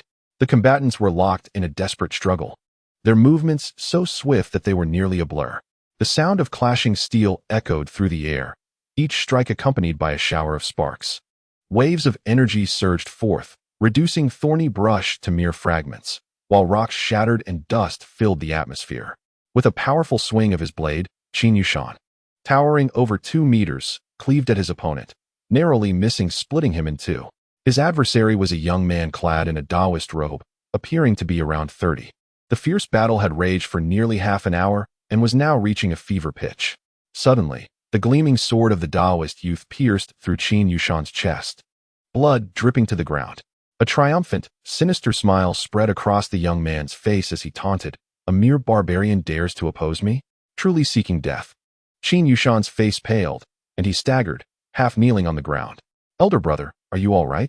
cried Qin Yuling, brandishing her sword and preparing to rush forward. "Don't. Little sister, you're no match for him," Qin Yushan exclaimed, panic rising as he saw his sister's intent to join the fray. Seeking death, the Taoist youth bellowed, his sword vibrating as a blade of light shot forth, aimed directly at Qin Yuling. The speed was blinding. "Little sister, dodge!" Qin Yushan shouted in despair. At the same time, his expression hardened as he stepped forward recklessly, charging at the Taoist youth. The long sword pierced through the body with a sharp sound, and as Qin Yushan lunged forward, he shielded his younger sister, taking the sword directly into his own flesh. The blade emerged from his back. Pain surged through him, yet he paid it no heed. With his sturdy arms, he tightly embraced the youth in the Taoist robe, constraining his arms in a firm grip amidst the astonished gaze of the young man. With a sudden thrust, Qin Yuling appeared behind the Taoist youth, her dagger lunging fiercely towards his heart. A resounding clash echoed as the young man revealed a dark protective barrier on his back. Qin Yuling's weapon struck against it, producing a crisp sound, yet it could not advance an inch. A protective talisman. The Taoist youth scoffed. "You, barbarian, possess some insight." With that, he kicked Qin Yushan aside and swung his sword again towards Qin Yuling. Struggling to rise, Qin Yushan could no longer impede the Taoist youth's assault. The sword gleamed menacingly, slicing through the air, heading towards Qin Yuling in her moment of despair. She stared helplessly at the descending blade, realizing escape was futile. At that instant, despair washed over her, along with a sense of her own insignificance. Suddenly, a gunshot rang out. The Taoist youth halted mid-strike, a hole appearing in his skull. In the next moment, he staggered and collapsed to the ground. "Elder brother," Qin Yuling cried out, discarding her dagger to rush to Qin Yushan's side. With the enemy slain, Qin Yushan relaxed momentarily, but his injuries flared, leaving his face pale. "Sister, I cannot hold on. Return to Qin family fortress and live well. Do not be so headstrong in the future." "Elder brother, I refuse to let you die. I have herbs. I will apply them to stop the bleeding," Qin Yuling frantically exclaimed, rummaging for herbs to apply to her brother's wounds. "It's futile, sister. The tribe's herbs cannot staunch such a severe sword wound." Qin Yushan shook his head, despairing. "What can we do? I cannot bear to lose you." Qin Yuling wept, crying out in anguish. "Perhaps I can save him." A figure emerged from the woods, speaking up. "Lin Chen, is that you? You're alive? Was it you who threw the projectile just now?" Qin Yuling gasped in surprise upon recognizing him. Lin Chen's expression darkened. "What manner of speech is that?" "It was indeed my action. Thank you." Qin Yuling expressed her gratitude, then shot him a glare. "Earlier, when you were being pursued by enemies near the pond, we arrived only to find no trace of you. We thought you had been devoured by a wild boar. I escaped deep into the forest and got lost. But I have just returned. Lin Chen provided a convenient excuse. Will you save my elder brother or not? If you delay, he will die. Of course, I shall save him. If you can, act swiftly. Qin Yuling commanded. If you save my brother, I will release you from your status as a slave. Lin Chen nodded and stated, I am willing to save the person. But I have certain demands. What demands do you have? Do you require a club? We have plenty in our tribe. Lin Chen's eyes brightened momentarily before he shook his head, pointing to a nearby lifeless body. I need that corpse. Qin Yuling glanced at it, bewildered, and inquired. What do you need the body of a disciple from the 10,000 Demons sect for? The 10,000 Demons sect? Is this person truly one of their disciples? Lin Chen expressed his surprise. Qin Yuling nodded, saying, the cavalry we previously slayed had the backing of the 10,000 Demons sect. This individual is an outer disciple. What could you possibly want with the body? That's not for you to question. I intend to take the body into the forest to search for medicinal materials. Very well. I agree. Go quickly and return swiftly. Lin Chen nodded, shouldering the corpse of the robed man and advancing into the depths of the forest. Upon reaching a secluded area, he cast the body into a mysterious space. Instantly, a mist emanated, enveloping the robed man. Moments later, the body vanished, leaving behind a set of robes and a black booklet. Lin Chen reached out, retrieving the small black booklet from the space. Curiously glancing at it, he found it inscribed with archaic characters, the great art of yin-yang harmony. This was actually a martial art, a technique from the 10,000 Demons sect. What an extraordinary fortune! Lin Chen danced with joy, exuberantly exclaiming. Chapter 19. The transformation of Qin Yuling in the real world, within a small-town pharmacy. Lin Chen pointed at the gauze, alcohol, antibiotics, anesthetics, hemostatic clamps, and other medical supplies on the counter, purchasing them in a flurry. Simultaneously, he downloaded a video on external injury surgery from Douyin, hastily watching it. By the time he returned to the alternate world, only half an hour had passed. Outside the cave, Yang Xiu paced anxiously, her beautiful eyes scanning the depths of the forest, awaiting Lin Chen's return. Why hasn't he come back yet? Surely he hasn't absconded with the disciple's body from the 10,000 Demons sect? As Qin Yuling wiped the sweat from her elder brother's brow, she murmured to herself. Impossible. I believe he is not that kind of person. Qin Yushan's deep voice resonated. Humph, if that brat doesn't return, I will certainly bring him back, piece by piece. Qin Yushan shook his head, his expression pale, sighing softly. Such a penetrating wound is beyond treatment. You are placing too heavy a burden on him, little sister. No. Qin Yuling shook her head vigorously, her face resolute. He can definitely heal you. He has said so. Though Qin Yuling spoke with determination, she was acutely aware of the grim reality. She simply refused to accept it. In the tribe, injuries were commonplace, and when wounds were as severe as her brother's, preparations for the worst were typically made. Seeing his sister's pained expression, Qin Yushan felt a twinge of sorrow in his heart, closing his eyes and refraining from further persuasion. He is back. The young master has returned. Yang Xiu's joyous voice rang out. Moments later, Lin Chen's figure appeared, hastily entering the cave. At last, you have returned. Quickly, come and treat my brother. Qin Yuling said urgently. I am here. Lin Chen responded with a nod, instructing Qin Yuling and Yang Xiu to properly position Qin Yushan. Gazing at the gruesome, blood-soaked wound, Lin Chen's right hand, clutching the scalpel, trembled slightly, his complexion paling. His lips quivered as he attempted to utter something. Yet no words escaped his mouth. Hurry up. If you don't act soon, it will be too late, urged Qin Yuling. Well, let me clarify first. I do not possess absolute confidence in saving him, Lin Chen said, his gaze flickering as he cautiously continued. If I fail to save him, you won't hold me responsible, will you? I will end your life. You will accompany my elder brother in death. Qin Yuling glared at Lin Chen with wide eyes, fierce and menacing. This caused Lin Chen's hand to tremble even more, beads of sweat forming on his forehead. Cough, cough. Qin Yushan, witnessing this, labored to cough twice. His voice hoarse as he said, life and death are determined by fate, and wealth is in the hands of heaven. You must proceed without hesitation. If I cannot hold on, my sister will not take revenge on you. After saying this, he nodded towards Qin Yuling. She slightly turned her head, her eyes reddening. All right. Lin Chen gritted his teeth and commenced the procedure.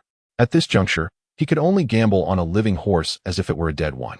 If his mediocre skills could save him, then it was meant for Qin Yushan to live. If not, then it was simply his fate.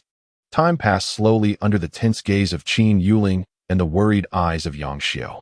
Since Lin Chen had received feedback from the mysterious space, not only had his physique strengthened, but his memory had also exponentially increased. At this moment, the footage of external injuries he had viewed replayed vividly in his mind. Each maneuver clear as day.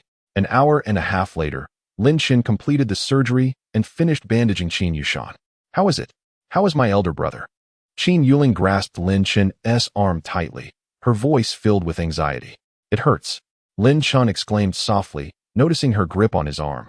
Despite his significantly enhanced physique, he felt diminutive before Qin Yuling. The surgery was done, it was successful, and he was still breathing, not dead. Lin Chen freed himself from Qin Yuling's grasp and laboriously exited the cave. The hour and a half of surgery had utterly drained his energy. Really, that is wonderful, Qin Yuling exclaimed in delight, stepping forward with excitement, enveloping Lin Chen in her arms and twirling around twice. In an instant, Lin Chen felt the softness and ample warmth against his chest. Looking down, he beheld a profound chasm between two towering peaks, a valley deep enough to conceal a man. In that fleeting moment, a phrase echoed in his mind, lethal weapon. Oh, where did this blood come from? Qin Yuling glanced down and noticed the droplets on her chest. Following the trail of blood, she discovered that Lin Chen's nostrils were bleeding profusely. Rogue. Disgusting. Swish. Before Lin Chen could fully process the moment, he suddenly felt weightless and was propelled outward. He was unceremoniously cast aside by Qin Yuling, as if he were merely a rag. Stumbling, Lin Chen nearly fell to the ground, awkwardly wiping his nose. Young master, you have worked hard. Please wash your face and clean the blood from your nose, Yang Xiu said with a gentle smile, bringing forth a simple wooden basin filled with a smidgen of clear water. Lin Chen nodded sheepishly, washing his face haphazardly. He then leaned against a wooden post, seeking respite. Young master, may I give your shoulders a massage? Lin Chen responded lightly. After an hour and a half of surgery, his mind had been in a constant state of tension. Now, relaxed, he felt utterly fatigued. Yang Xiu approached, tenderly kneading Lin Chen's shoulders and massaging his temples. Her fair hands moved gently over Lin Chen's body, each touch sending delightful tingles through him. So soothing. Lin Chen exhaled, marveling at the true worth of the bread flour. The docile Yang Xiu was indeed a man's favorite, unlike Qin Yuling, who resembled a fierce tigress. The following morning, the sun's rays filtered through the leaves, casting specks of light, while the chirping of insects and the fragrance of blooming flowers filled the air. Qin Yushan, supported by his younger sister, stepped out of the cave, basking in the morning sun. Lin Chen beheld the brother and sister duo, his mouth agape, astonished by Qin Yushan's robust physique. To recover so swiftly from such grievous injuries overnight was astonishing. Noticing Lin Chen's surprise, Yang Xiu whispered, "Young master, the barbarians are martial by nature, each possessing their own martial heritage, and they are born with formidable physiques and astonishing recuperative abilities. Thank you for saving me," Qin Yushan said with a struggle, clasping his fists in salute upon seeing Lin Chen. No need for formalities, Lin Chen hastily waved his hand. "Thank you for saving my elder brother. From now on, you shall be our most esteemed friend," Qin Yuling said, approaching Lin Chen with a soft and gentle tone. Lin Chen cast her a bewildered glance. Since their first meeting, she had always presented herself as haughty and imperious. This was the first time he had witnessed her gentleness. "Let us return to the Qin family fortress," Qin Yushan invited. "Yes, come with us," Qin Yuling exclaimed cheerfully. "My family possesses many century-old ginsengs. I shall gift you some in gratitude for saving my elder brother." "Really? There are many?" Lin Chen asked, excitement causing his body to tremble slightly. All his efforts had been for the sake of ginseng. "Indeed, it is true. Let us set off," Qin Yuling affirmed, assisting her elder brother forward. Lin Chen carried Yang Xiu on his back, closely following behind. As they walked, he took out the manual of the Wanma sect, beginning to read and comprehend its teachings.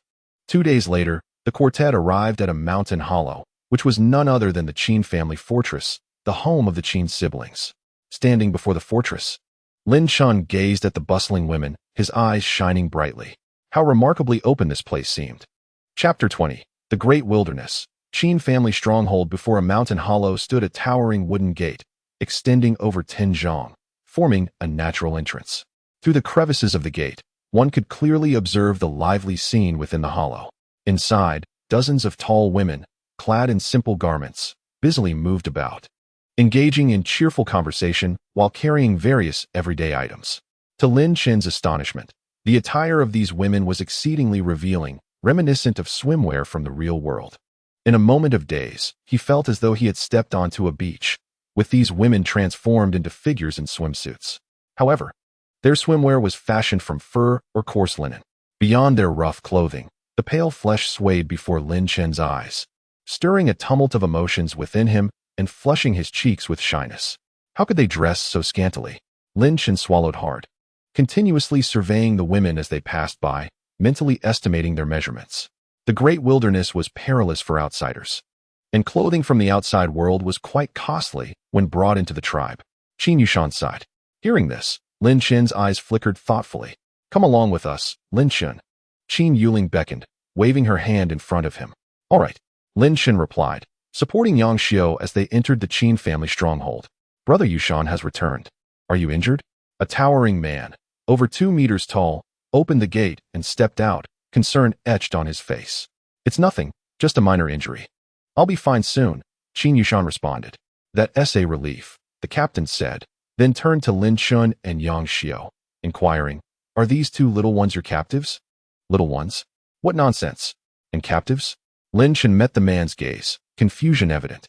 No, Brother Quan, these 2 are our friends, especially this one, Lin Chen. He is a physician who saved my elder brother's life on the road, Qin Yuling interjected. As she spoke, she turned to Lin Chen, explaining, in the great wilderness, we affectionately refer to ordinary outsiders as little ones. Little ones is indeed quite fitting, Lin Chen mused, chewing on the term, compared to the robust, towering figures of the barbarians. The average height of an outsider, around 1.70 meters to 80, could certainly be considered diminutive. A physician, Qin Quan's eyes sparkled like brass bells, and he clasped his hands in joy, exclaiming, We are in dire need of physicians here. You are our most esteemed guest. Please, come inside. Too kind, too kind. Lin Chen replied humbly, clasping his hands in return. He felt somewhat guilty. He merely possessed a modicum of knowledge and had relied on medications from the real world to barely save Qin Yushan. It was a stroke of luck, indeed. At that moment, he contemplated that had he pursued a medical profession, he would truly be a physician, and his skills would be of great use here. Alas, he lamented, he had chosen the wrong major in university. The group ventured deeper into the tribe, heading towards the nearby mountain wall. As they journeyed onward, Lin Chen glanced around with great curiosity. The tribe within the valley consisted of several hundred individuals, with the women towering around 1.80 meters and the men reaching nearly 2 meters. Each of them appeared robust and formidable. Upon closer inspection, it became evident that the women of the tribe predominantly bore sun-kissed, bronze skin, with very few possessing alabaster complexions, likely a result of their laborious lives under the sun's relentless rays. To the west of the valley, a waterfall cascaded from the mountain peak, resembling a jade ribbon tumbling to the earth, creating a serene pool at its base. Beside the pool, tribal women were diligently washing their garments. To the east, a cultivated expanse of several acres flourished with verdant crops, the varietals of which remained unknown.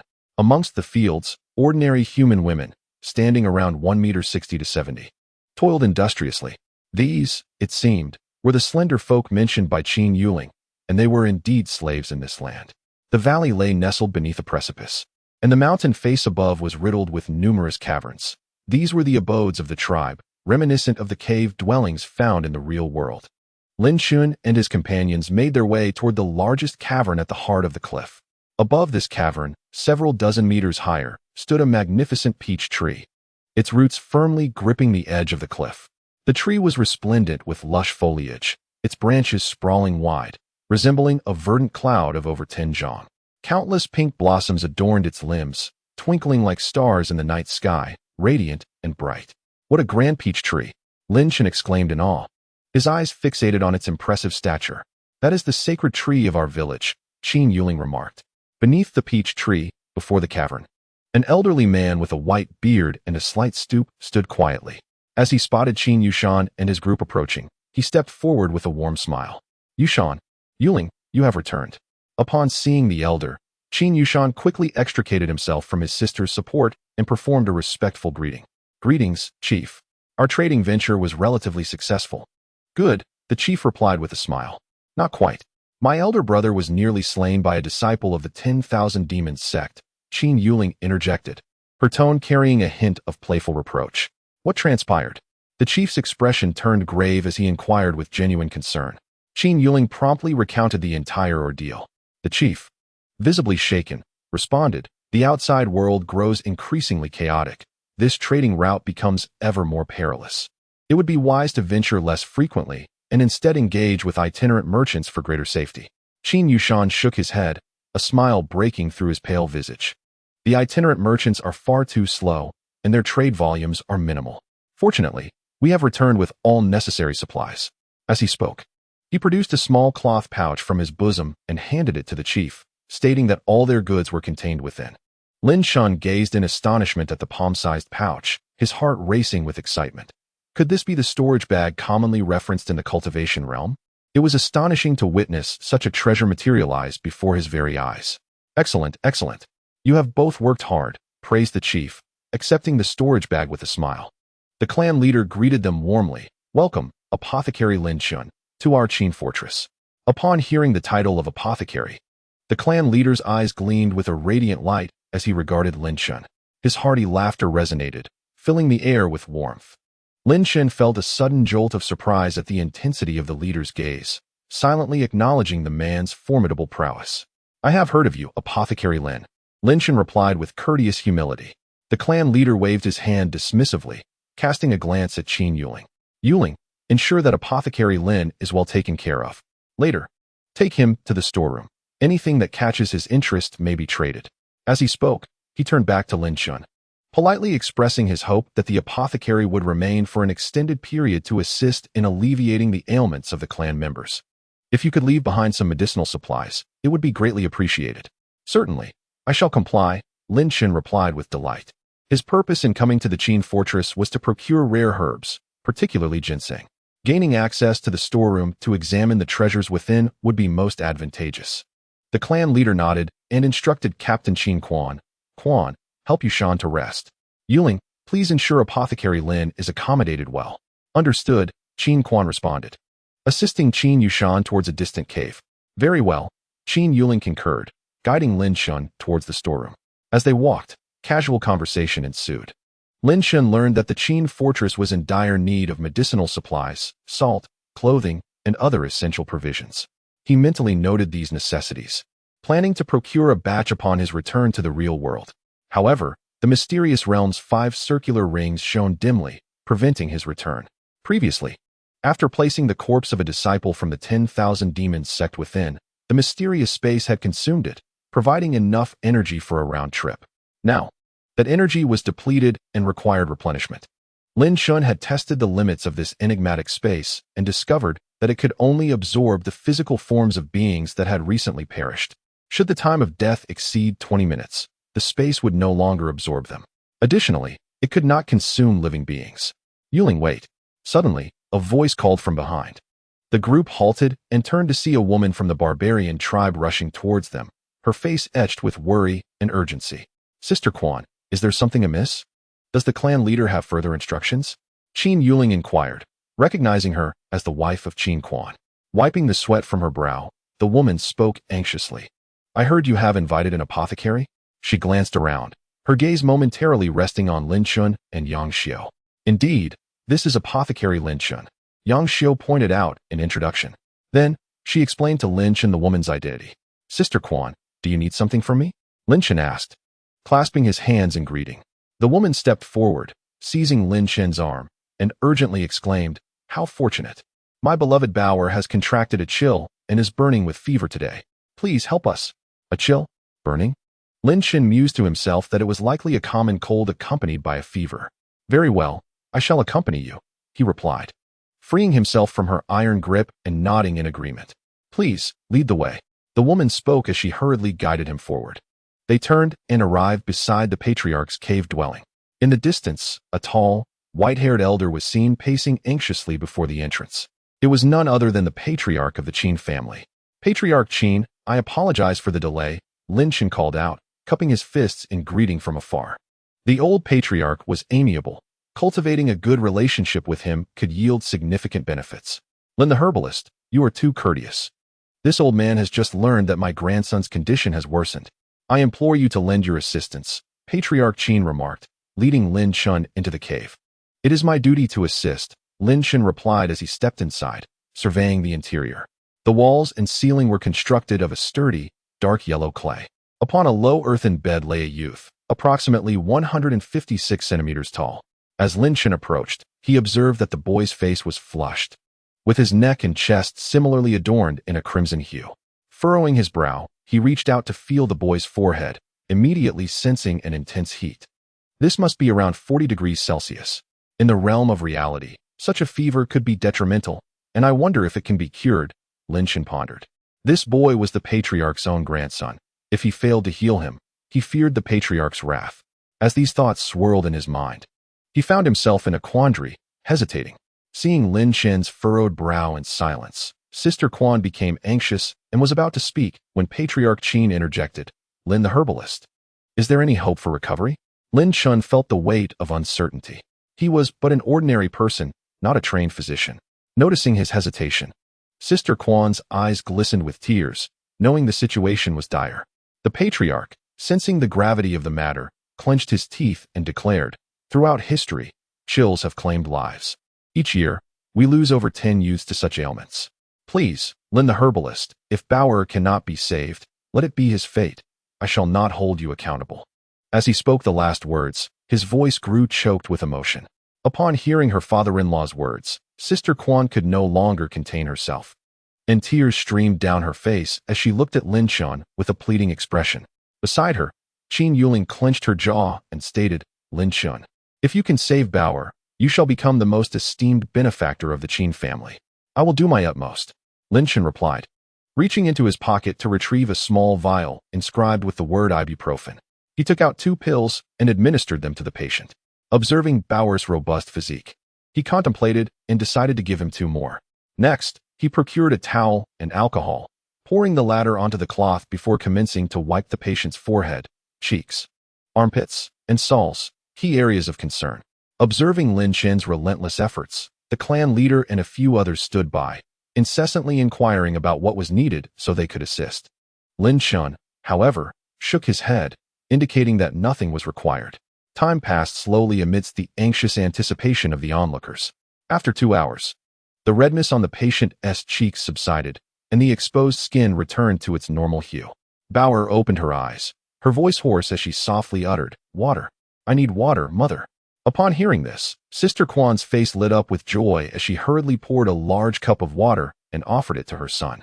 Lin Chen checked the patient's temperature and, seeing the fever had abated, he let out a sigh of relief. The clan leader, with tears glistening in his eyes, grasped Lin Chen's hand gratefully, exclaiming, Thank you, thank you. You truly are a miraculous healer. I am unworthy of such praise, Lin Chen replied humbly. Wiping the cold sweat from his brow, he felt fortunate to have succeeded. Had he failed, he feared he might never leave the Qin family stronghold. Qin Yuling gazed at Lin Chen, her large, beautiful eyes shimmering with an inexplicable brilliance. She had never anticipated that the slave she had casually seized would turn out to be a divine doctor. What a blessing for the clan. Yang Xiao also regarded Lin Chen, her charming face adorned with a radiant smile. Haha, laughed the clan leader, grasping Lin Chen's arm. Dr. Lin, allow this old man to accompany you to the storeroom and present you with 3 gifts. I couldn't possibly accept such kindness, Lin Chen replied, feeling somewhat embarrassed. Nonsense. You saved Bauer. It is only right that I express my gratitude. Then I shall accept your generosity, Lin Chen said with a warm smile, following the clan leader towards the storeroom. Minutes later, the group entered a vast cavern. Sunlight streamed through the windows, casting mottled reflections that rendered the interior dim and obscure. The storeroom housed a multitude of animal pelts and skeletons. The first sight that captured Lin Chen's attention was an enormous skeleton, towering 7 or 8 zhong, undoubtedly the remnant of a fearsome beast. Beside it lay 2 slightly smaller skeletons. Noticing Lin Chen's fascination, the clan leader chuckled. That is the skeleton of a fire rhinoceros, while the 2 over there belong to the earth-shattering bear and the great wild tiger. Fire rhinoceros? Lin Chen inquired, puzzled. The clan leader chuckled. The fire rhinoceros is a creature capable of spewing fire. A few years ago, this one was severely wounded while fleeing through the wilderness. When ominous fog descended that night, it was unable to escape and was consumed. Coincidentally, a brave warrior from our clan returned from a hunt with this skeleton, along with a precious orb. As he spoke, the clan leader retrieved a box from beneath the skeleton's pedestal. Blowing off the dust, he opened it to reveal a fist-sized dark red pearl, resting quietly within. Chapter 22. The cunning clan leader Lin Chen gazed in astonishment at the pearl, which gleamed with a dark red hue, adorned with intricate patterns. Is this the precious orb? The clan leader of the Qin nodded, a smile gracing his lips. The fire rhinoceros, when its vitality reaches a certain peak, can condense a precious orb within its body. He handed the box to Lin Chen, continuing with a grin. This orb is a treasure of our clan, presented to you. Lin Chen accepted the box, feeling a tinge of shyness as he scratched his head, responding, I can't possibly accept this, clan leader. Last time, a traveling merchant wished to exchange 100 pounds of salt for the orb, yet you did not agree. Qin Yuling gazed at the orb within the box, her heart aching slightly. Upon hearing this, Lin Chen returned the box, smiling. Isn't this a bit too extravagant? It was not mere modesty. He genuinely did not understand the orb's significance for him. The clan leader waved his hand, pushing the box back, cheerfully stating, no matter. Lin the apothecary, do take it. This is our gratitude from the Qin family fortress.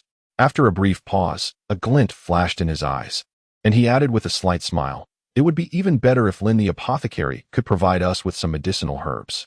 Lin Chen cast a glance at him, inwardly reflecting, what a cunning old fox. He has his eyes set on ibuprofen. Very well. Lin Chen retrieved the vial containing the ibuprofen and handed it over directly. In the real world, this antipyretic was quite inexpensive, merely costing a few dozen yuan for a bottle. The clan leader accepted it eagerly, treating it as a precious treasure. Chuckling with delight, Qin Yuling realized, indeed, that age brings wisdom. Clan leader, Lin the apothecary is particularly fond of the club moss. We have plenty here, and we can gift him some. That can be arranged, the clan leader replied, gesturing toward a nearby corner piled with miscellaneous items. There lies a bounty. Lin the apothecary may choose as he pleases. Lin Chen turned to look and was momentarily stunned. In the corner, dozens of club moss plants were haphazardly strewn about, resembling weeds, and appeared to be disregarded. Some still bore damp soil, evidently freshly harvested. This was quite careless. Lin Chen gasped and dashed over, picking up a club moss and brushing off the dirt to inspect it. This specimen was larger and more robust than the ones he had previously sold. The clan leader was taken aback by Lin Chen's impetuousness, his eyes darting as he remarked, Lin the apothecary, the specimen you hold is over 200 years old, worth 50 pounds of salt. In the great wilderness, salt was a hard currency traded among various tribes. 50 pounds. That seems excessive, Lin Chen thought, perplexed. A club moss of such age could hardly be valued at more than half a pound of salt. He was unsure why the clan leader would assert such a high worth. Before he could voice his thoughts, he was met with the clan leader's scornful gaze, and he promptly fell silent. Lin Chen felt a surge of elation. In the real world, salt held little value, and 50 pounds was merely 100 yuan. However, he had not brought any with him. After contemplating, Lin Chen produced 2 vials of antibiotics, saying, Clan leader, these 2 vials can aid in treating external wounds and prevent infection. Really? The clan leader's eyes brightened, and he hastily accepted the vials.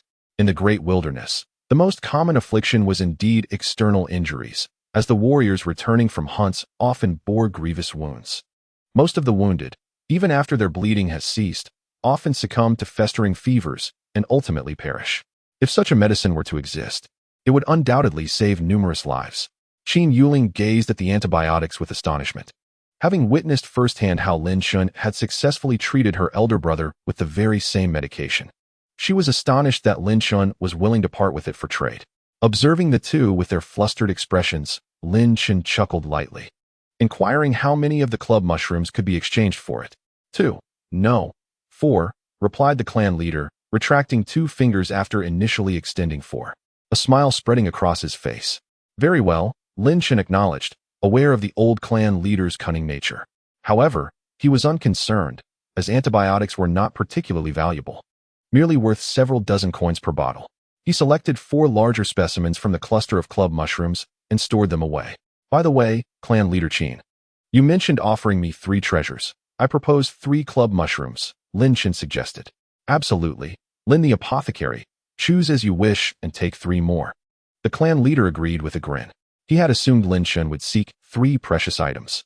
Yet he was pleasantly surprised that the latter was content with such seemingly inconsequential mushrooms, leaving him with a sense of having struck a remarkable bargain. In the great wilderness, club mushrooms were quite common, possessing minimal medicinal value. They merely enhanced physical strength to a limited extent. There were far more effective methods for fortifying one's strength, such as consuming the flesh and blood of ferocious beasts found in the wilderness, which yielded greater results than the club mushrooms. Lin Chen bent down once more, meticulously selecting. Qin Yuling curled her lip, feeling that the clan leader was being somewhat unfair, shortchanging Lin the apothecary. She considered speaking up, but hesitated, daunted by the clan leader's authority. Lin Chen chose 3 more club mushrooms, each impressively robust, particularly one he extracted from the bottom of the pile, which was more than twice the thickness of the others. Lin the apothecary, should you possess any additional treasures, we could engage in further trade, the clan leader said, still smiling. Lin Chen shook his head. If I acquire any items in the future, I shall approach clan leader Qin for trade. The clan leader appeared slightly disappointed, nodding in acknowledgement. He glanced outside and, noticing the dusk settling, stated solemnly, as the blood moon rises, the eerie mist shall soon descend. Yuling, please escort our guests to their resting quarters. Yes, clan leader. Qin Yuling replied, nodding as she led Lin Chen outside. The trio exited the storeroom, and under Qin Yuling's guidance, they swiftly made their way towards a nearby cave dwelling. As twilight enveloped the sky, a blood-red moon slowly ascended from the eastern horizon. In the valley, the once bustling figures of the barbarians had vanished, while countless cave dwellings flickered with the glow of lanterns. Curiously observing the sanguine moon, Lin Chen inquired, Miss Qin, what is the eerie mist? With swift strides, Qin Yuling explained, in our great wilderness, on the 15th of each month, the bright moon transforms into a blood moon, lasting for 15 days.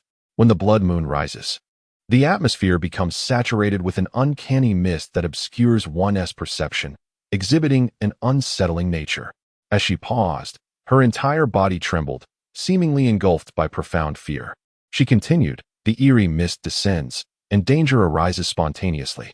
Wherever it envelopes, living beings are reduced to nothingness, and even the most enlightened immortals cannot escape its grasp. Lin Chen inhaled sharply, astonished by the perilous nature of the wilderness. If her words held truth, the blood moon would persist for another fortnight. If we reside in the cave dwellings, shall we not be vulnerable to the encroaching mist? He inquired with a hint of concern. Qin Yuling had already approached the cave entrance, pushed open the door, entered, and lit an oil lamp. With a smile, she reassured him, worry not. We are under the protection of the deity.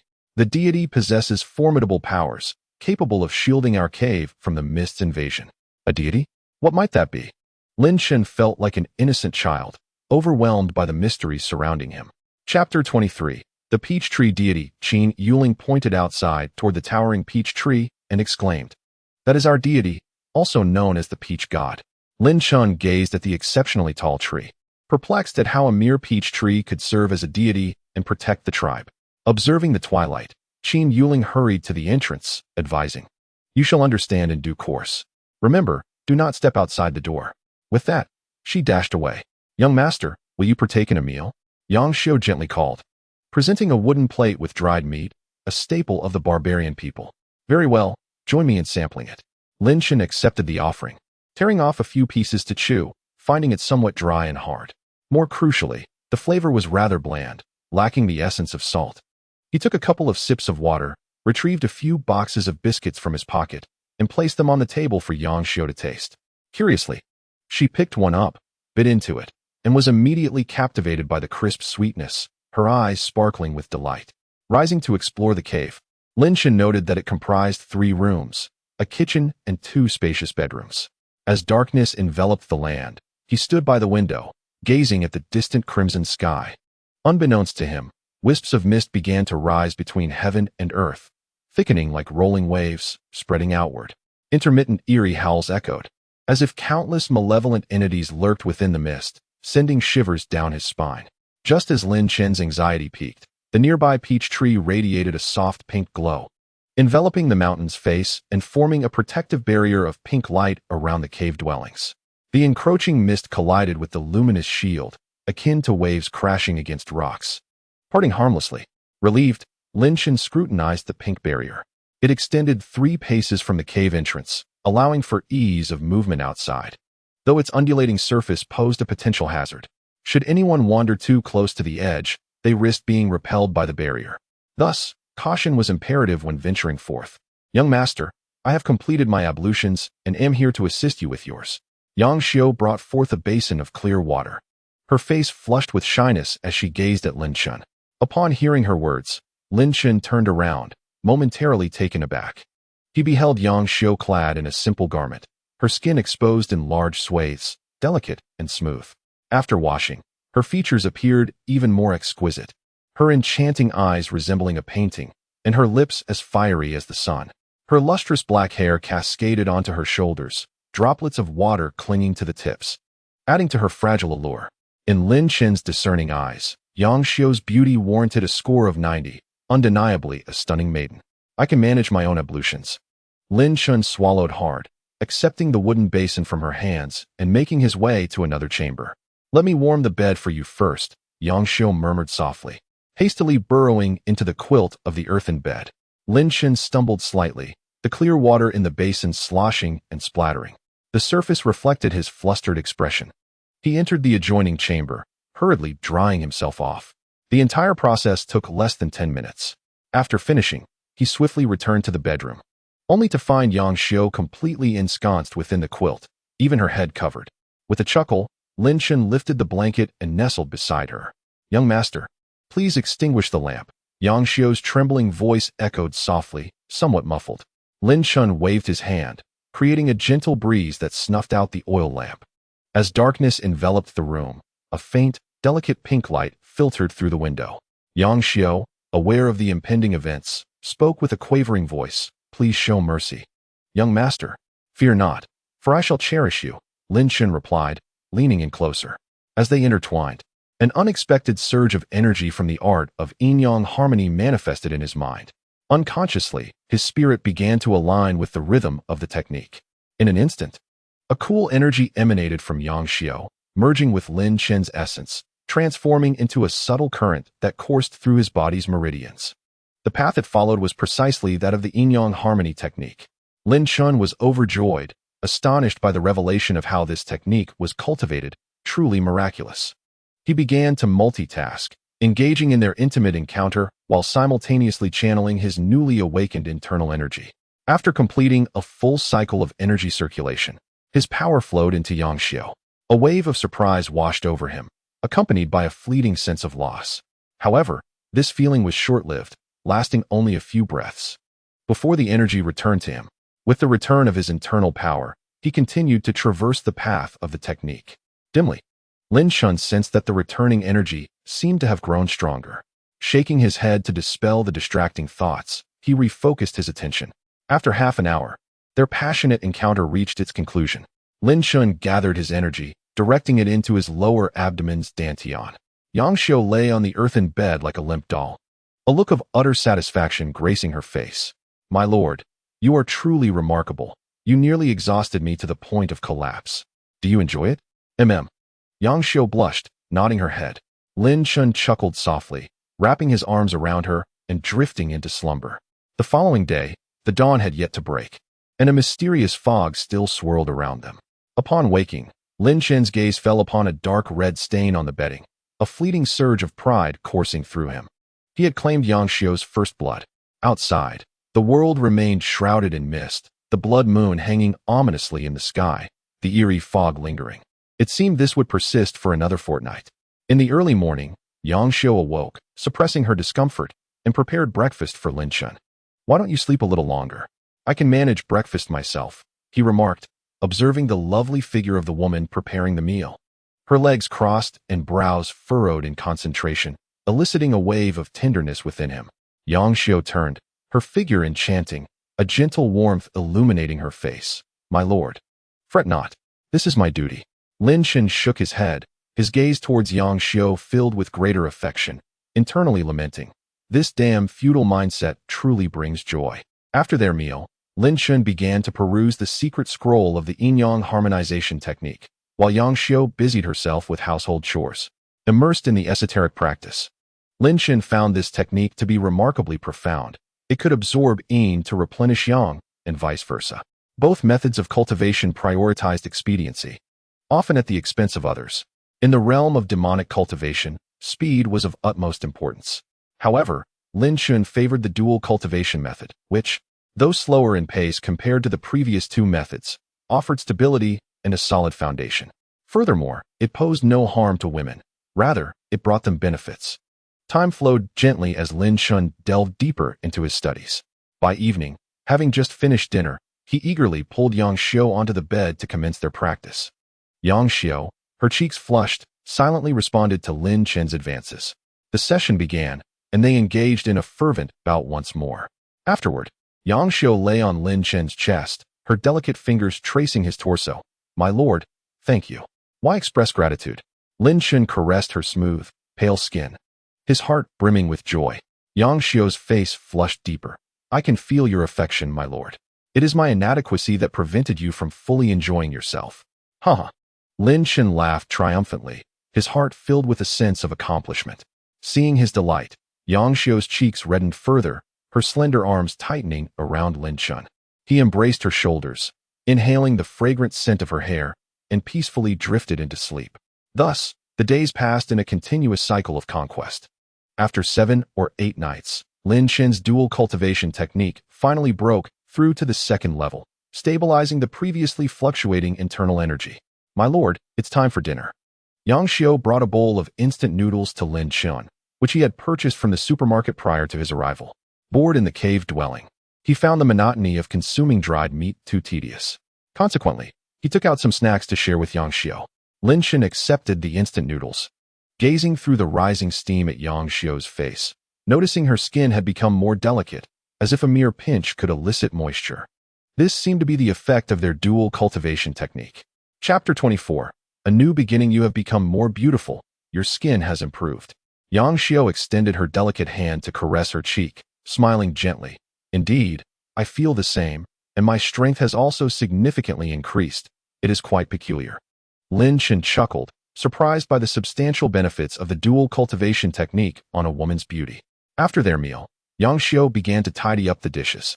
Lin Chen observed her and said, "From today onwards, I shall enter seclusion for cultivation, and you must not enter my room." Yang Xiu was taken aback, a hint of reluctance crossing her pretty face as she inquired, "Then, how will you eat, my lord?" "When I cultivate, I absorb the spiritual energy from the heavens and earth into my being, allowing me to go without food or sleep." Lin Chen feigned nonchalance. "You are truly remarkable, my lord. I have heard that those cultivators often do not require sustenance. It seems you are equally impressive." Yang Xiu expressed her admiration. Lin Chen awkwardly rubbed his nose, thinking to himself how exaggerated his claims were. He intended to use the guise of cultivation to retreat into the real world, not wanting Yang Xiu to know the truth.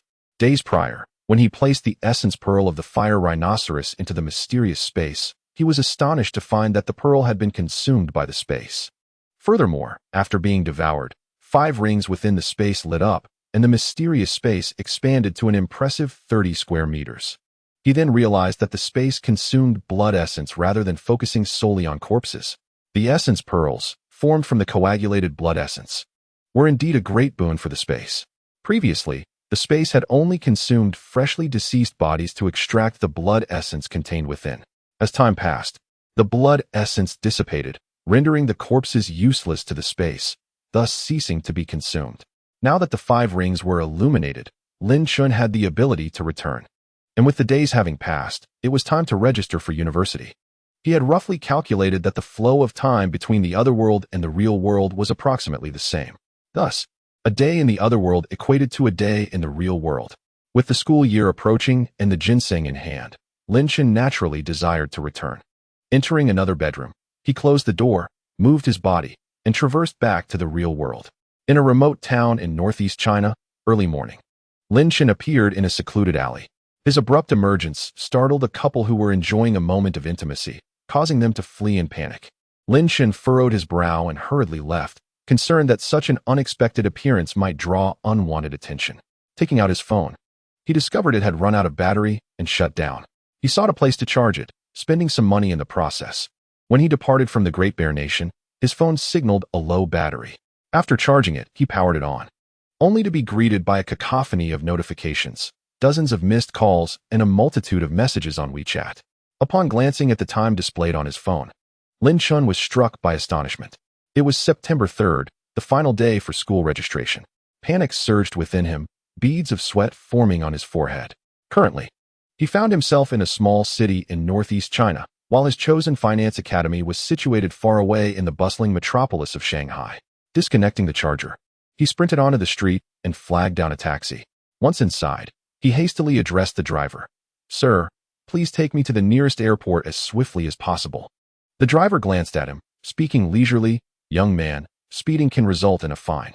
Lin Chen, with urgency, replied, "Here, this is 3,000 yuan. Get me to the airport at the fastest pace." He pulled out 3,000 cash from his pocket and tossed it onto the dashboard. The driver's eyes brightened at the sight, and he exclaimed, "All right, buckle up." In the next moment, he slammed on the accelerator, and the taxi sped away like a bullet. A strong sensation of being pushed back in his seat enveloped Lin Chen, and he felt quite satisfied. Suddenly, the phone rang. Lin Chen answered, discovering it was a call from his father. He quickly pressed the answer button. "Hello, Dad." His father's anxious voice came through. "You rascal. I've called you over a dozen times, but it said your phone was off. What have you been up to?" "Nothing. My phone just happened to die." "As long as you're all right. By the way, have you registered for school?" "Yes, I just enrolled today," Lin Chen said, fabricating a white lie with an uneasy conscience. "That's good to hear. Your uncle knows you're in Shanghai and wants you to visit their home." "I'll find time to see them," Lin Chen replied, with a hint of reluctance. Lin Chen's father had two brothers, and many years ago, the eldest had moved to Shanghai to seek his fortune, eventually purchasing a home and settling there. Over the years, the two families had little contact, primarily due to the unpleasant nature of his aunt, who looked down upon Lin Chen's family. He vividly recalled a few years prior when his uncle's family visited Huaiyang County. His parents had joyfully prepared a lavish feast to welcome them, only for his aunt to criticize the smallness of their home, the cleanliness of the kitchen, and the quality of the food. She incessantly nitpicked, exuding an air of superiority. This infuriated Lin Chen's mother, who promptly expelled them from their home. Consequently, the two families had drifted apart. Now, hearing his father mention his uncle's invitation, Lin Chen felt a pang of curiosity. Although he verbally agreed to visit, he had no genuine desire to go.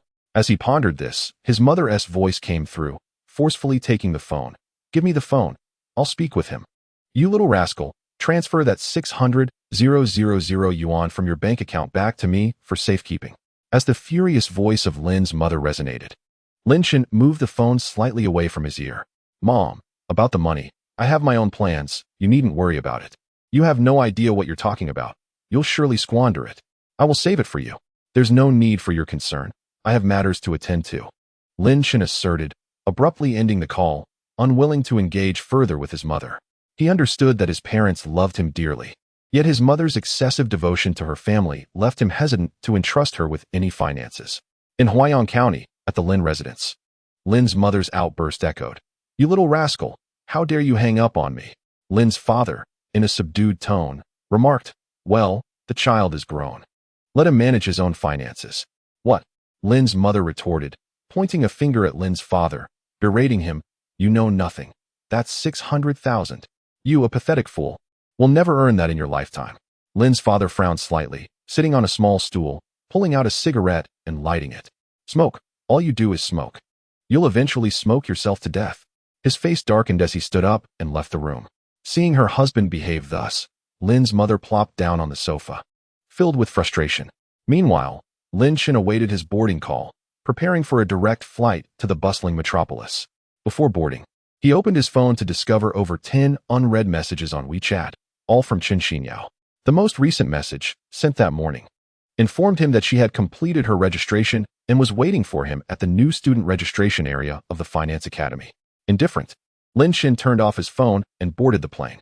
Upon arriving in the metropolis, it was already 2 o'clock in the afternoon. Without hesitation, Lin Chen hastily exited the airport and took a taxi straight to the Finance Academy. In the university town of the metropolis, at the Finance Academy's registration area, a graceful figure stood beneath the shade of a tree, occasionally glancing towards the entrance. Chapter 25. An unexpected meal. The registration area was furnished with a few tables and chairs where several senior students sat, their eyes occasionally darting towards the elegant figure under the tree, their whispers filling the air. Is that stunning girl from our school? I've never seen her before. She seems to be from the art academy. I saw her coming from that direction. Yes, I noticed her a couple of days ago. She appears to be waiting for a new student. Surely she is waiting for her beloved. I wonder what kind of handsome guy could make such a beauty wait.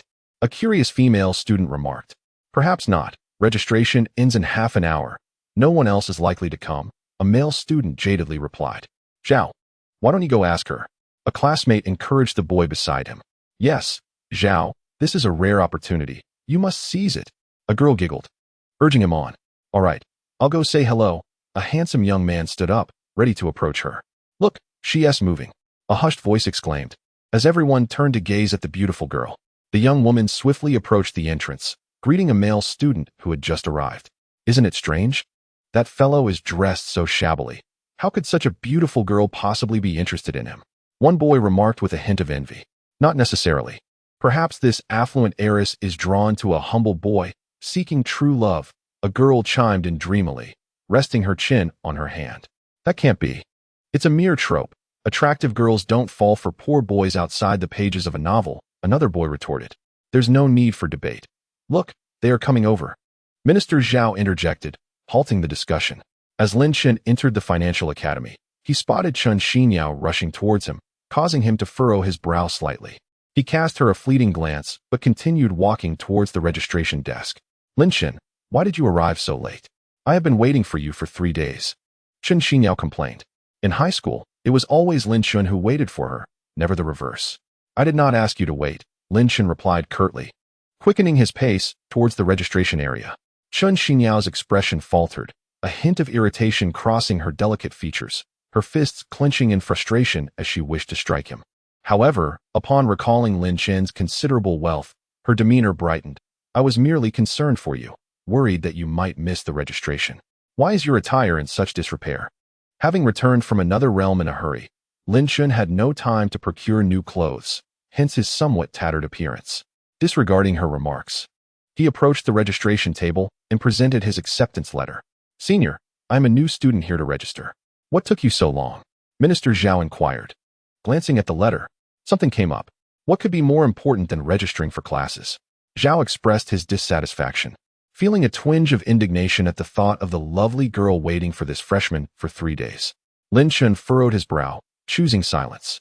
Observing this, Chen Xinyao grasped his arm and, with a concerned expression, gently asked, Lin Chen, is something wrong? Why should you care? Mind your own business. Lin Chen replied irritably, shaking her off, nearly causing her to stumble. Startled, she straightened herself and meekly responded, I was just worried about you. Please don't be angry with me, all right? Her soft words and humble demeanor elicited sympathy from those present. Young man, you are going too far. Minister Zhao's face revealed a flicker of anger. This young lady has stood under the sun for 3 days waiting for you. How can you treat her this way? It is indeed quite excessive, a girl whispered. The others shared looks of discontent. Lin Chen frowned. What does it matter to you? Rude. How can you be so uncouth? Zhao admonished.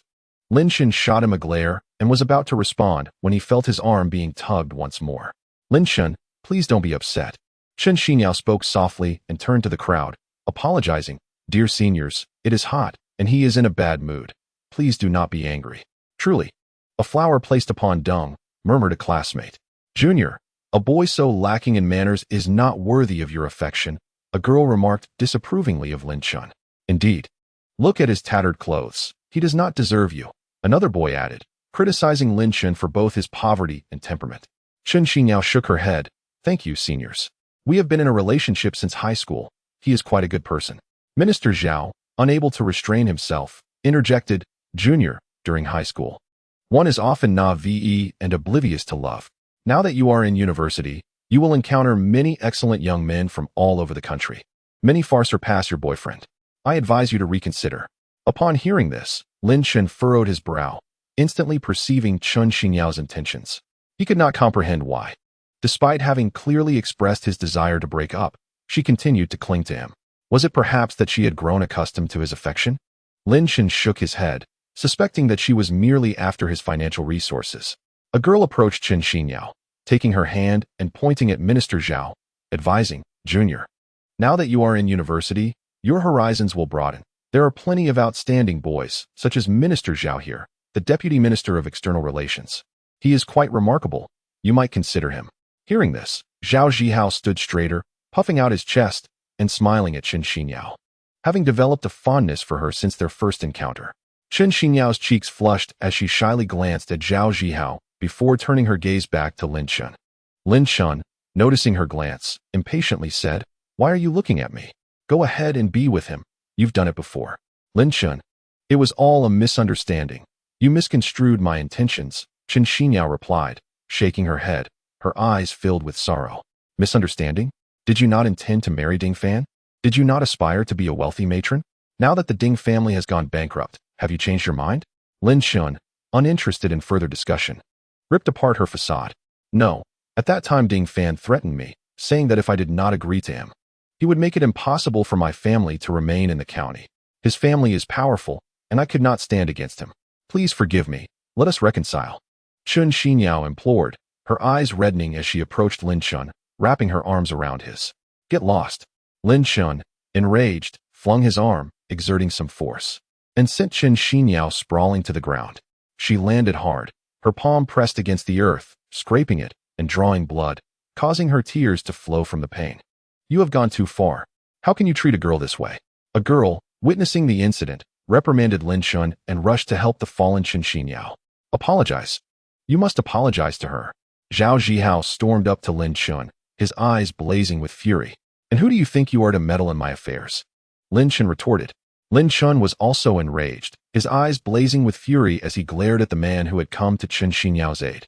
"How dare you insult our dignity? You are tarnishing our college's reputation simply because I hold a position in the student council." Zhao Zhihao's voice grew increasingly agitated, his finger jabbing menacingly at Lin Chen's nose, spittle flying onto Lin Chen's face. With anger surging within him, Lin Chen seized Zhao Zhihao's finger and twisted it slightly. "Ah!" Zhao Zhihao's anguished scream echoed through the air. He had not anticipated that this freshman would dare to retaliate. The sudden, excruciating pain left his mind blank, and his body instinctively bent forward. Thud! He collapsed to his knees. As he regained his composure, Zhao Zhihao's face flushed crimson. He attempted to rise, but the intense pain rendered him incapable. Lin Chen looked down at the kneeling figure, a cold smile playing on his lips. This is what happens when you recklessly seek attention without understanding. The turn of events was too swift for the onlookers, who stood in stunned silence, unable to comprehend what had just transpired. Nearby, a passing student raised their phone to capture the scene and promptly uploaded it to the campus network. Chapter 26. College roommates, you are utterly arrogant. Let go of Minister Zhao. Release Minister Zhao. You are insufferably presumptuous. As the crowd regained their senses, they began to chastise Lin Chen for his audacity as a newcomer. Lin Chen had only intended to teach Zhao Zhihao a lesson, never expecting him to end up on his knees. Releasing his grip, Lin Chen cast a disdainful glance at him. "Mind your own business." Zhao Zhihao stood, clutching his agonizing finger, his face contorted with rage. "I will not let this go. Suit yourself." Lin Chen turned and strode back towards the college building. "Hey, Lin Chen, wait for me." Chen Xinyao hurriedly followed after him. "You're quite bothersome. Stop trailing me." Lin Chen turned, regarding her with distaste before continuing on his way.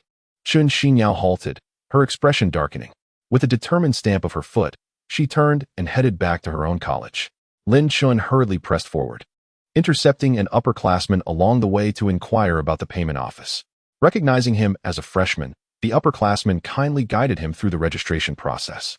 After expressing his gratitude, Lin Chen swiftly made his way to the payment area, settled his tuition, acquired a meal card, topped up some funds, and finally collected his bedding before heading towards the dormitory. Boys' dormitory 2, room 401. As Lin Chen appeared at the door, clutching his bedding, he was met with the raucous sounds emanating from within. He pushed the door open to find 3 young men lounging on their beds, exhaling clouds of smoke as they engaged in conversation. "Hey, brothers, I've arrived late." "Hey, man, we thought you weren't coming." One of the tall, burly figures, standing at 6 feet tall, approached him with a friendly demeanor. "Are you also a student?" Lin Chen inquired, eyeing the stout fellow with thick brows and a robust stubble with some curiosity. "Ha ha, see, I told you, nobody would mistake Hu Daong for a student." On the right side of the bed, a refined young man, approximately 175 meters tall, stood up and spoke. He wore a crisp white shirt on top and straight black trousers below, complemented by polished leather shoes and a watch adorning his wrist. His attire suggested a family of considerable means. The burly man, Hu Daong, scowled even more darkly, his large eyes bulging as if they might pop out. Humph, Wang Ziyan. Who do you think you are? You resemble nothing more than a pretty boy, flaunting yourself around. Hey, that's just my charm. Are you envious? Wang Ziyan retorted, smoothing his hair with a swagger. All right. The last of the group, a stout fellow, rose, extinguishing the cigarette in his hand as he approached Lin Chen. Extending his hand with a smile. Welcome. I am Chao Guanyuan. Greetings, I am Lin Chen.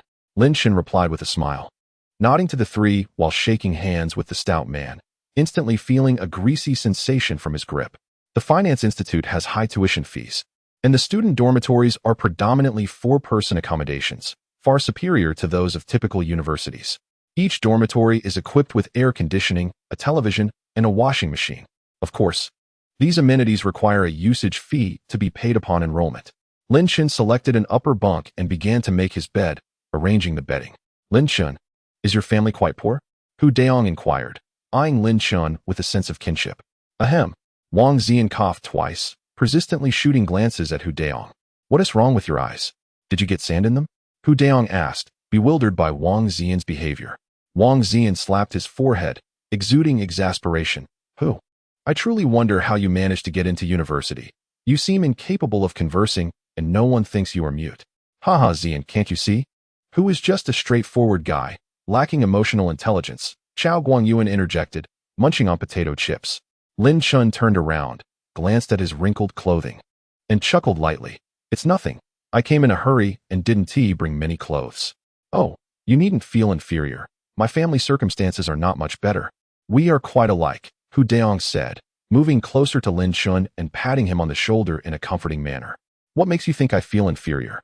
Lin Chen responded, somewhat speechless. You need not put on a facade. We will all be brothers from now on, and we will support you, don't worry. Hu Daong assured, glancing at Wang Ziyan and Chao Guanyuan as he blinked his large eyes. Right, guys? Lin Chen, is your family truly struggling? Chao Guanyuan asked. Even if they are, it's no problem. We've got your back, Wang Ziyan added, raising his right hand, the watch on his wrist glinting with golden light. Thank you, brothers, Lin Chen said, shaking his head, unwilling to elaborate further. Wang Ziyan, is that a gold watch? It must be expensive, Hu Daong exclaimed, his eyes wide as he reached for Wang Ziyan's right hand, curious for a closer look. Wang Ziyan swatted his hand away, waving dismissively. You have quite an eye. This is a designer gold watch, costing me 50,000. His casual words belied an unmistakable pride in his tone. 50,000? How extravagant! Hu Daong exclaimed in astonishment. Is your family that affluent? Are you a second-generation rich kid? Cough. Not really, just fairly average, Wang Ziyan replied, shaking his head and adjusting the collar of his shirt, proudly declaring, for instance, this shirt of mine cost a mere 800. The shirts of rich kids usually range from 3 to 5,000. Hu Daong's mouth fell open, and after a few seconds of silence, he let out a sigh. Truly wealthy, that's equivalent to half the pigs in our village. Ha ha. Lin Chen and the plump Chao Guanyuan laughed in unison. All right, gentlemen. Let us arrange ourselves by age, Chao Guanyuan said as he stood up, chuckling. I was born in June 2005. I was born in August 2005, Lin Chen added. I was born in October 2005, Hu Daong blurted out with a carefree demeanor. Then I am from May 2005, Wang Ziyan laughed. That doesn't seem right, Lin Chen remarked, detecting a hint of discrepancy in Wang Ziyan's tone. Chao Guanyuan turned to Wang Ziyan, his gaze fixed intently upon him. Don't joke around. Which month were you really born in? Wang Ziyan felt a bit uneasy under his scrutiny. It's September. With such inaccuracies regarding age, the trio quickly sensed that this fellow was rather unreliable. Chao Guanyuan shook his head. Then I am the eldest, Lin Chen is the second, Wang Ziyan is the third, and Hu Daong is the fourth. As soon as he finished speaking, he felt something amiss and immediately turned to Hu Daong. Lin Chen and Wang Ziyan also directed their attention towards him. Hu Daong felt a shiver run down his spine under their gaze. What's wrong? His anxiety caused him to slip into his local dialect. You look rather hasty to grow up, they exclaimed in unison. Hee hee. Even drinking water makes one grow taller. What can I do? Hu Daong scratched his head, a faint blush appearing on his dark cheeks. The trio shook their heads in disbelief. Chao Guanyin then reclined back onto the bed. Brothers, in an hour, the counselor will hold a class meeting. We need to prepare. We must be well prepared. I wonder what kind of beauties we have in our class. I'll go wash my hair first, Wang Ziyan said, taking off his shirt and striding into the bathroom. You all tidy up. I'm heading off campus to buy a couple of shirts, Lin Chen announced as he stood up and headed for the door. Wait, second brother. I'll accompany you, Chao Guanyuan said, clumsily getting to his feet. Lin Chen frowned at this. That sounds terrible, elder brother.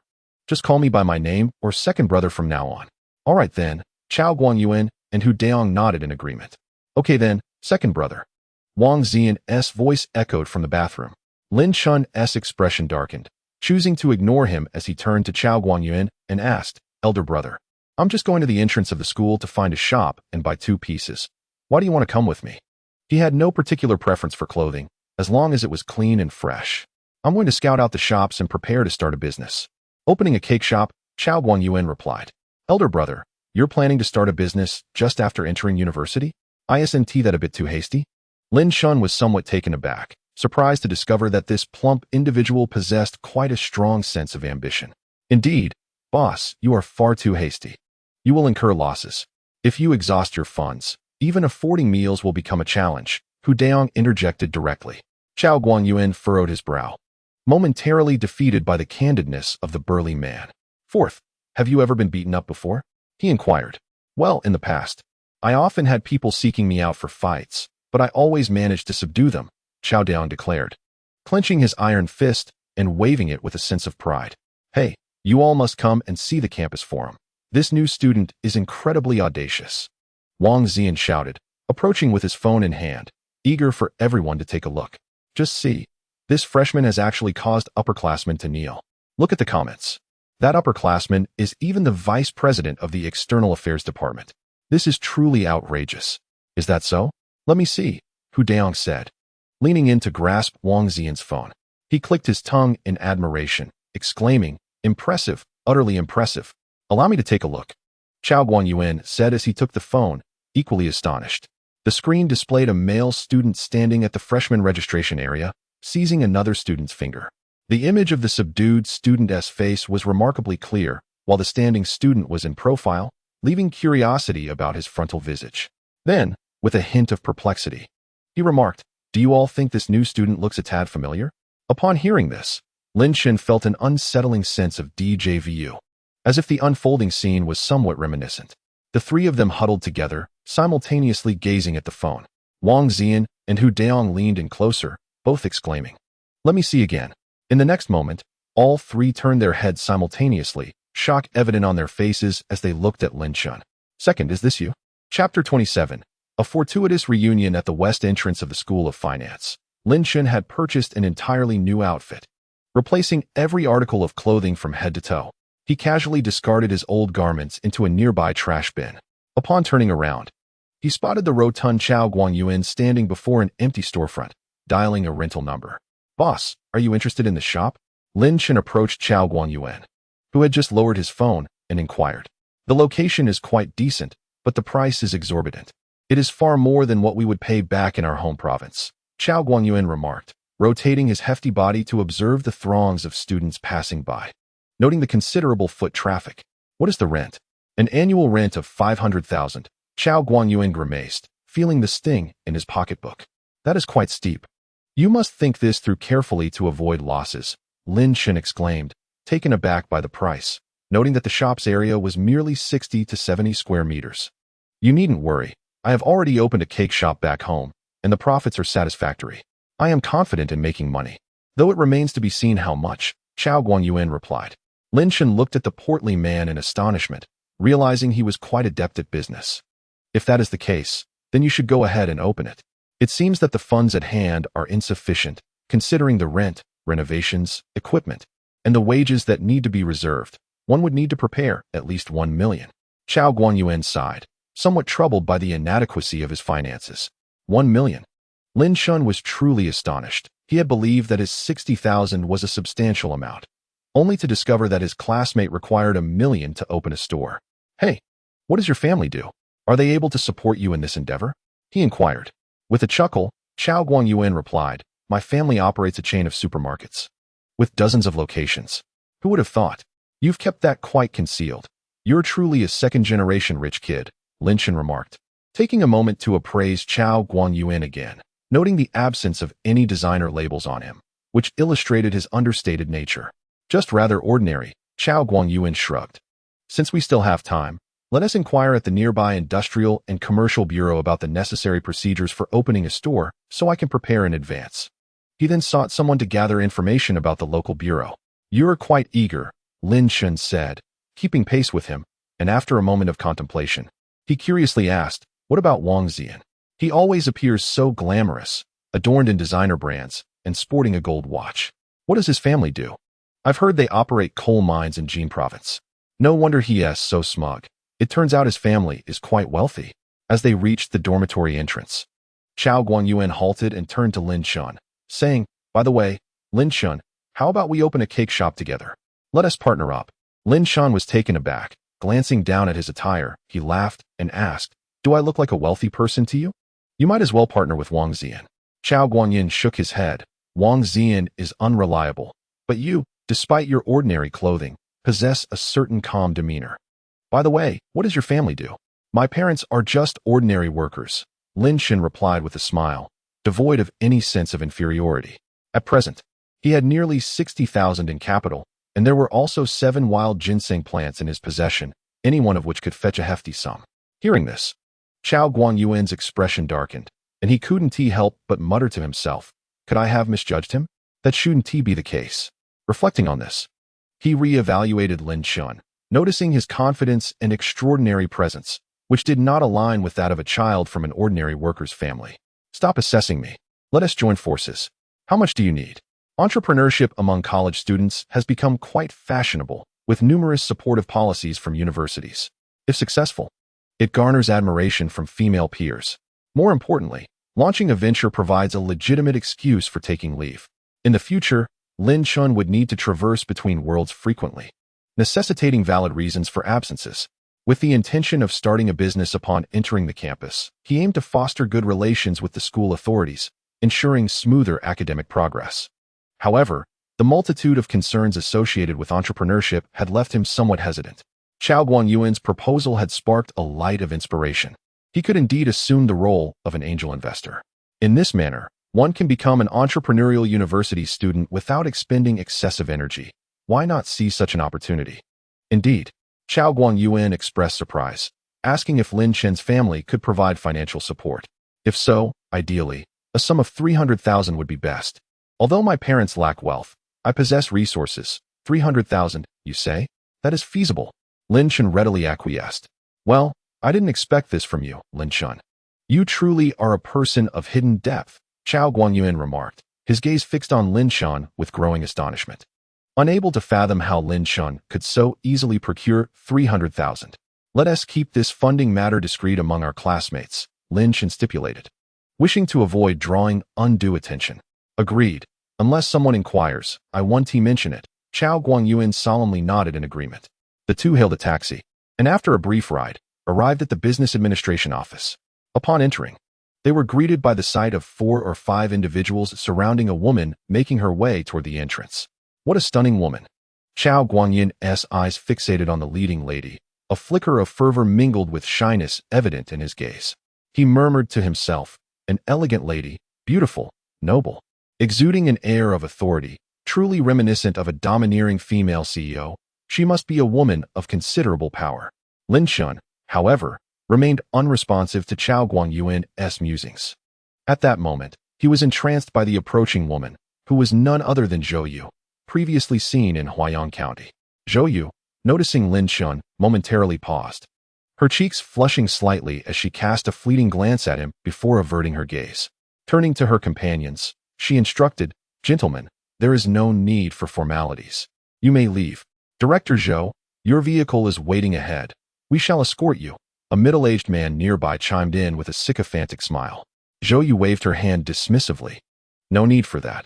I shall stay here and catch up with an acquaintance." The man, realizing her sincerity, nodded and halted his steps.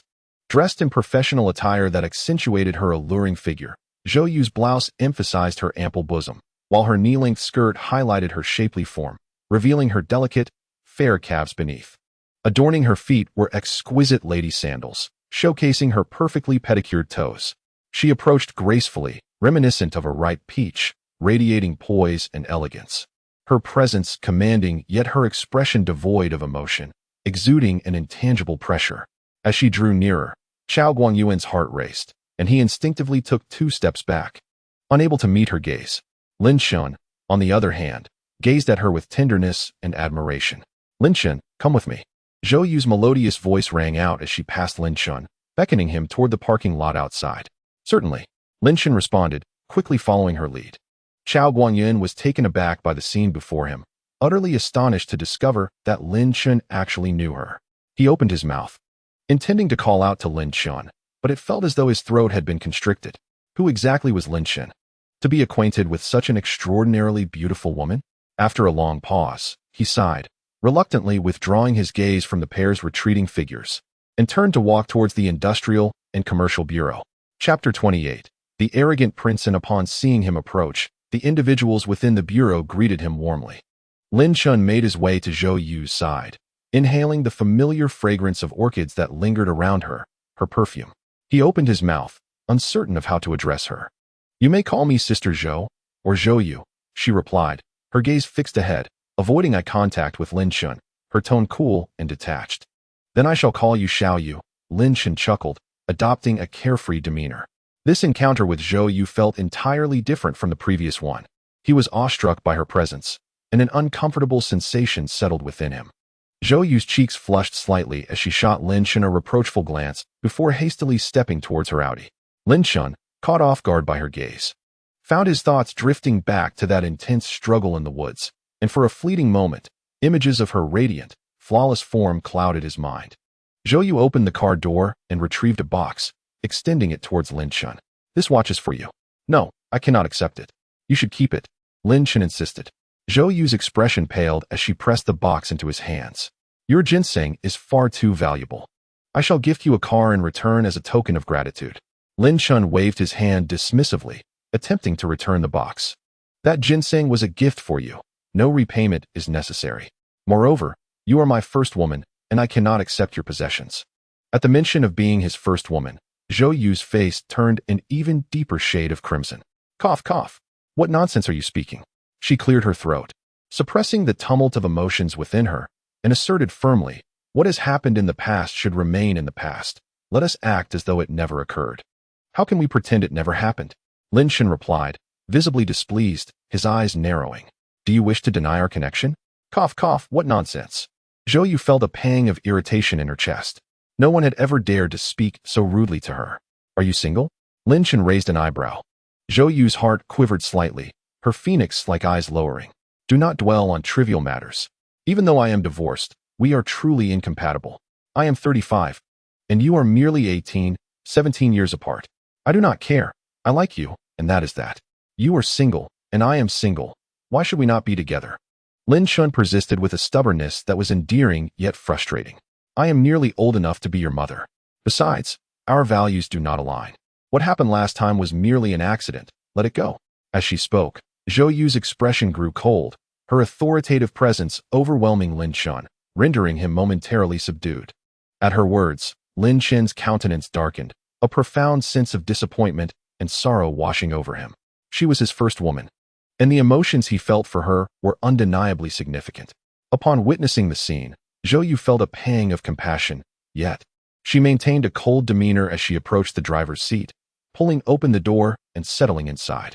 Wait, Lin Chen interjected, extending his hand to halt the door from closing. He retrieved his phone and suggested, let us exchange WeChat.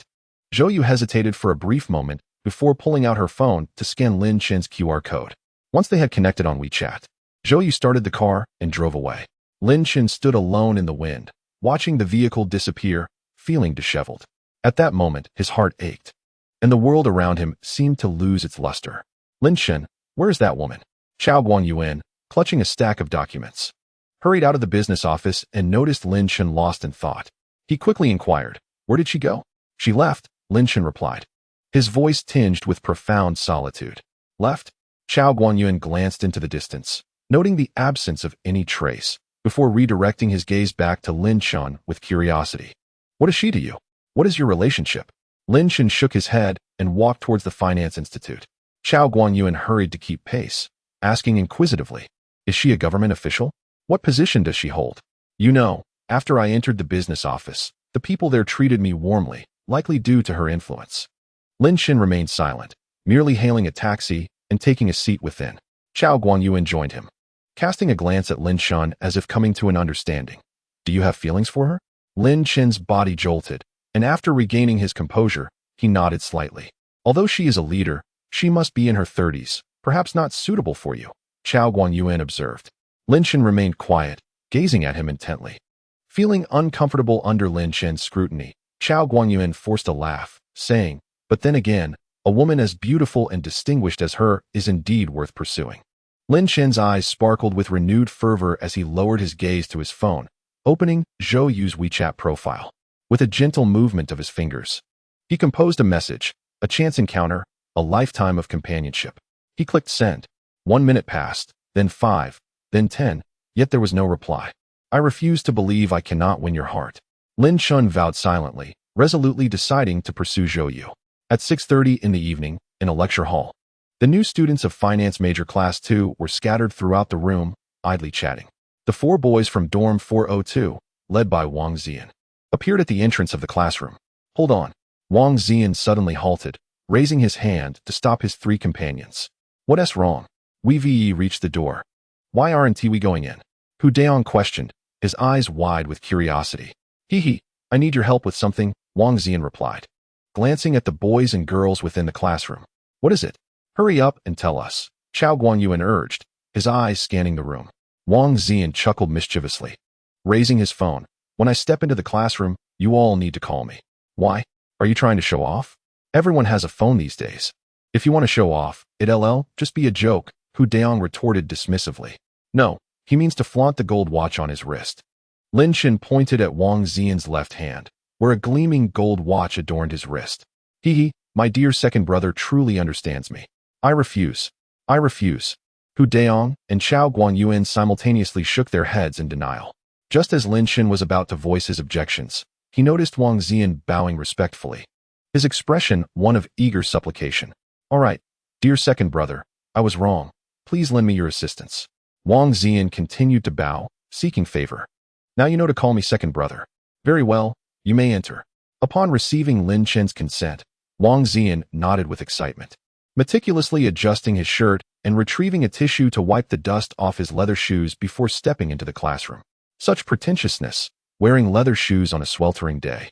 Not a care for the possibility of athlete's foot, Hu Daong scoffed disdainfully. Lin Chen and Chao Guanyuan exchanged amused glances, shaking their heads in laughter. As Wang Ziyan stepped into the classroom, his phone rang out with a piercing tone. The sudden sound drew the attention of all the students, who turned to look. Wang Ziyan raised his left hand with the phone, speaking loudly. Hello, President Wang. Regarding our collaboration, I still need to contemplate it. As he spoke, his left hand twirled, the sunlight reflecting off the gold watch in radiant beams that swept across the classroom. This spectacle instantly captivated the attention of his classmates, who gazed in awe at the source of the golden light, their expressions filled with shock, envy, admiration, and jealousy. A gold watch. It must be extraordinarily expensive, truly wealthy. I never imagined we had a rich second generation in our class. The cacophony of whispers reached Wang Ziyan's ears, prompting a broad grin to spread across his face, his smile stretching from ear to ear. Are you the counselor?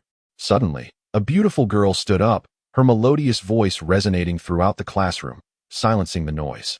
Chapter 29, The Students' Exclamations. A lovely girl stood, her round face and large eyes lending her a delightful and naive appearance. Wang Ziyan. All the students revealed looks of realization, silently acknowledging that she must be the counselor, which explained her mature attire. No, I am also a student in this class. Wang Ziyan hastily clarified his identity. If he did not speak soon, he might truly be mistaken for the counselor, contrary to his original intention of impressing others. As he spoke, he approached an empty seat nearby. The cute, round-faced girl, seeing Wang Ziyan pass by, reached out to stop him, grabbing his wrist and turning to the girl beside her, inquiring, "Chinshasha, do you think this watch is valuable?" The girl named Chinshasha was clad in a pink dress. Her oval face framed by clearly defined lips and a pert nose, her beautiful eyes elongated and captivating. Her long eyelashes curled like tiny combs, fluttering as if brushing against the hearts of the onlookers, exuding unparalleled beauty. She was a girl whose looks surpassed a score of 90. "Lin Chen, what are you doing? That's quite forward." The girl stood up, a faint, unnatural flush appearing on her pristine cheeks as she shot a glance at her companion. Wang Ziyan was captivated by the oval-faced girl, momentarily forgetting to retract his hand. "I cannot abide pretentiousness," Lin Chen remarked. "Chinshasha, with your wide-ranging experiences. Just take a look." Grasping Wang Ziyan's arm with one hand, while pulling her companion closer with the other, she implored, "Are you Chinshasha?" Wang Ziyan inquired, his throat tightening as he gazed at the beautiful girl, his voice quivering slightly. Chinshasha raised her eyebrows, but did not respond. Instead, she lowered her gaze, briefly scanning Wang Ziyan's wrist before stating nonchalantly, "The design is crude and simplistic, and the color is a dull yellow, not resembling pure gold. It exudes a sense of vulgarity. It is not a renowned brand, but rather a worthless knockoff." Having spoken, she gracefully returned to her seat. Her voice, as clear as a lark's, carried an innate haughtiness, a reflection of her affluent upbringing. "Ah, so it is a knockoff." Lin Chen's voice rose, her clear tones resonating throughout the classroom, garnering the attention of all. "Wearing a worthless knockoff watch, what are you so proud of? What are you pretending for?" The classroom erupted into a cacophony of laughter and derision, taunts piercing Wang Ziyan's ears. In an instant, his face flushed crimson, wishing desperately to vanish into the ground. Indeed, the watch on his wrist was a knockoff. He had boasted about spending 50,000, when in reality, he had only spent a little over 7,000. The gold on the watch face was not pure gold, but merely gold-plated. In a flurry of embarrassment, Wang Ziyan shook off Lin Chen's grasp, glared at her, and hurriedly sought a less populated corner to sit. Lin Chen chuckled triumphantly, resembling a victorious general as she took her seat. "Lin Chen, your behavior may offend others," Chinshasha remarked, shaking her head with a wry smile. "Who cares? I can't stand these pretentious, ostentatious men," Lin Chen retorted. "Enough of that. More classmates are arriving," Chinshasha said, casting her gaze towards the classroom entrance, where a large, dark-skinned boy appeared, causing her to grimace. "What a hulking figure. How does someone like him even get into college?" Lin Chen shook her head, disappointment flashing in her eyes. Suddenly, her attention shifted to a classmate behind the large boy, her eyes sparkling with delight as she involuntarily stood and whispered, "So handsome." Nearby classmates turned to look, immediately spotting a boy over 6 feet tall entering the room. He was clad in a casual short-sleeved shirt, with broad shoulders and a slim waist. His features were chiseled to perfection, and his deep-set eyes resembled the vast ocean, exuding a quiet yet confident aura. This was Lin Chen. How handsome, so tall and charming. He must be the heartthrob of our class. The girls in the classroom gazed at Lin Chen, their eyes filled with admiration and affection, while the boys exhibited envy and jealousy. Lin Chen's gaze remained fixated on Lin Chen, and as he approached, she instinctively straightened her posture, puffed out her chest, and displayed her most endearing smile. "He is indeed somewhat handsome." After glancing at him a few times, Chinshasha pursed her lips and remarked, "What a pity, his attire is merely from a street vendor. His origins too humble. Those details are inconsequential. Being handsome is sufficient. Beauty is justice. One can always strive to transcend humble beginnings." Lin Chen chimed in with a cheerful smile. Chinshasha shook her head, seemingly reminded of her own family's past. A hint of sarcasm flashed across her stunning visage as she sighed. "It's not that simple. The class divide has become entrenched. For the impoverished, ascending the social ladder is exceedingly difficult." As Lin Chen entered the classroom, he overheard his classmates' discussions, feeling somewhat taken aback. He had a clear understanding of his appearance. Though he was somewhat charming, he hardly reached the level of a campus heartthrob. Today, having returned from another world, he hurried into the academy clad in tattered garments, neglecting to attend to his personal grooming, and was unaware of the changes in his appearance. Unbeknownst to him, after cultivating the yin-yang harmonization technique in the other realm, his features and physique had transformed, making a significant stride towards an ideal handsomeness. The yin-yang harmonization technique, aligning with the natural order, utilizes the principles of both genders in its practice, inherently enhancing one's external appearance. Now, having reached the second stage of his cultivation, Lin Chen's features had become even more striking. However, in his haste to return, he remained oblivious to these developments. "Ah, you possess a wristwatch as well. Could it be that you, too, were to show off?" Lu Qian's chubby face revealed a flicker of disappointment. Having not expected such a handsome boy to indulge in pretentiousness, she extended her hand, halting Lin Chen's progress, and seized his wrist to elevate the watch for inspection. "Sha, what do you think of this watch? Is it a knockoff?" Chen Sha shook her head with a wry smile, exasperated by her boisterous classmate. The strikingly handsome boy before them was dressed in casual attire. It was evident that the watch on his wrist was likely an inexpensive imitation. Yet, despite her certainty, she stood up, her beautiful eyes fixed on Lin Chen's wrist. "Wait, it's actually a Rolex Greenwich." A glimmer of astonishment crossed Chen Sha's exquisite face as she raised her gaze, scrutinizing Lin Chen anew, her eyes lingering momentarily on his handsome features. "Rolex? I've heard of that. It's a prestigious brand," Lu Qian exclaimed, her admiration for Lin Chen evident as she glanced at him once more. The classroom buzzed with whispers in response to her exclamation. Some students recognized the brand, while others were unfamiliar. Those unaware immediately inquired among their peers. And upon learning that it was a luxury brand, they exhibited expressions of shock and envy. "What is the value of this watch?" Lu Qian's curiosity resurfaced. Lin Chen, intrigued, also perked up his ears, eager to discover the worth of the timepiece. "Not less than 100,000. Chen Sha's voice resonated again. 100,000. How exorbitant. "He must be from a wealthy family," came Lu Qian's astonished reply. "He is incredibly affluent.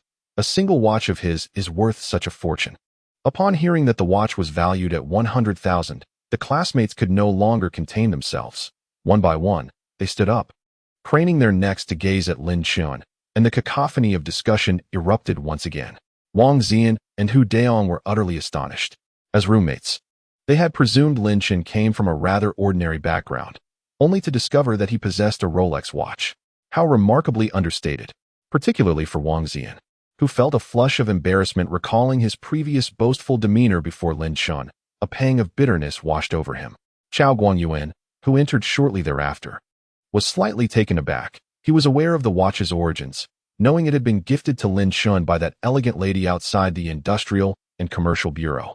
His curiosity now piqued. He wondered about the nature of Lin Chen's relationship with her, considering such a priceless gift. Chapter 30. Class meeting. "Hello, classmate, I am Lu Qian. What is your name?" Lu Qian inquired, tilting her head and gazing at Lin Chen with her large, innocent eyes. "Lin Chen," he replied. "What a lovely name. How much did your watch cost?" Lu Qian giggled, her eyes sparkling with curiosity as she looked at Lin Chen's wrist. Lin Chen chuckled, not wishing to conceal the truth, and candidly replied, "It was a gift from a friend." "Oh." Lu Qian's expression shifted to one of slight disappointment, and she promptly tugged at the arm of her companion beside her. "This is my roommate, Chen Sha." Chen Sha rolled her eyes in exasperation, exuding a sense of resignation towards her overly familiar roommate. "Hello," she greeted, looking up at Lin Chen at a 45-degree angle, her eyes betraying a hint of disdain.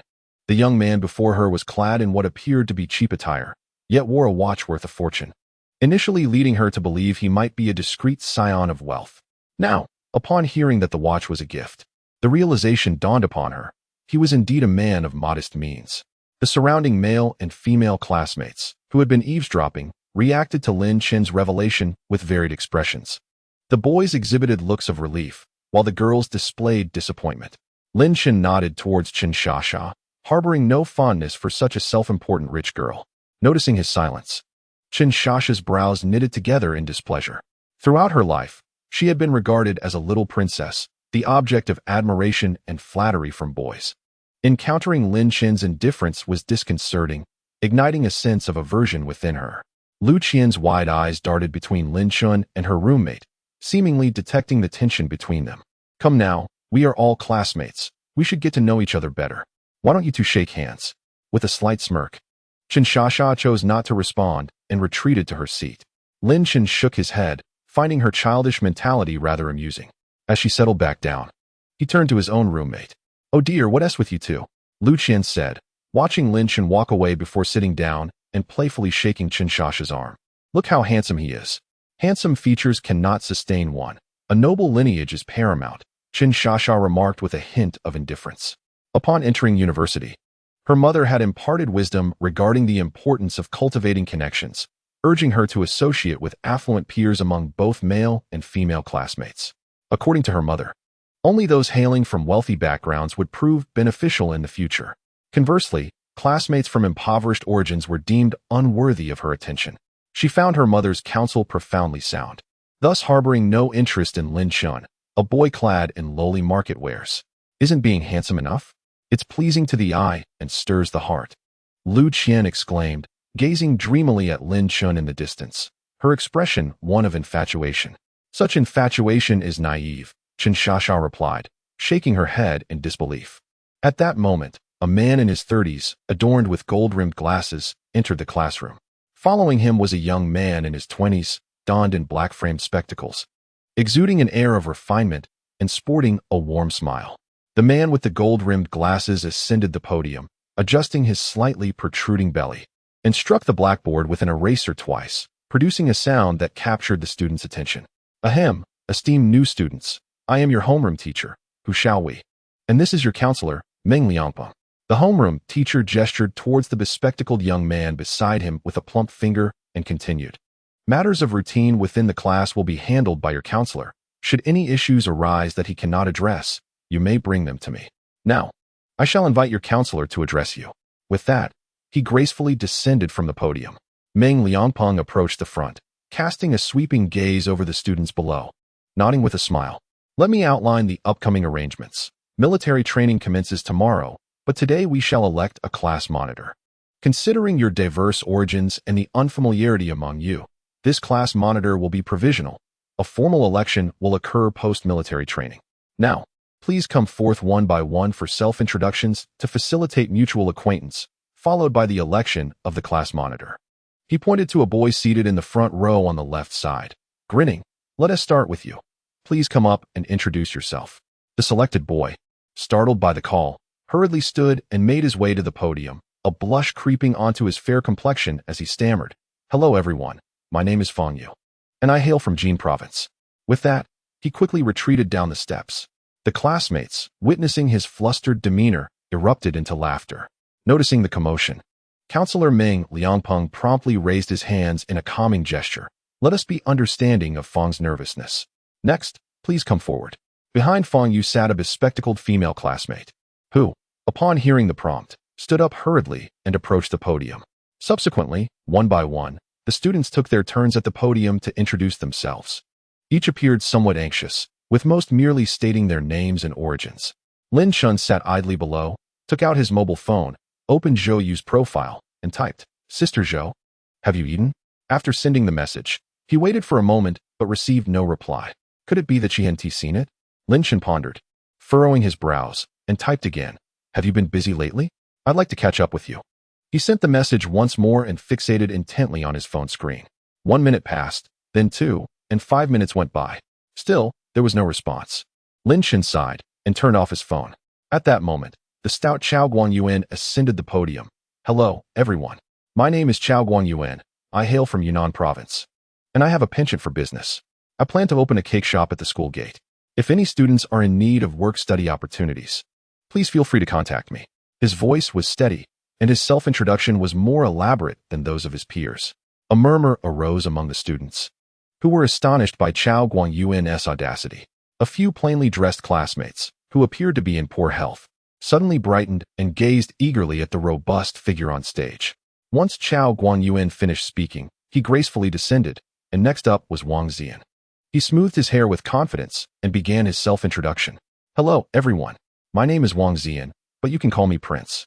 I come from Shaanxi province, and my family operates a mine. As of now, I am still single and hope to make friends with the girls in our class. My phone number is 138. Upon finishing, he quickly scanned the audience with keen eyes, searching for attractive girls. The female students below met his gaze, hastily lowering their heads, their faces tinged with a rosy hue. Ugh, shameless, Lu Qian muttered under her breath, her cheeks flushed. This guy really knows how to put on a show, Chao Guanyuan remarked, unable to contain his disdain. What can you expect when his family owns a mine? Hu Daong added sourly. This fellow has some guts. Lin Chen whispered with a smile. The other boys either looked on with envy or jealousy as they regarded Wang Ziyan on the stage. Their expressions varied. Just then, a girl suddenly stood up, hesitantly saying, I, would like to be friends with you. Her delicate voice echoed, surprising the students below, who all turned to look. At this, laughter erupted.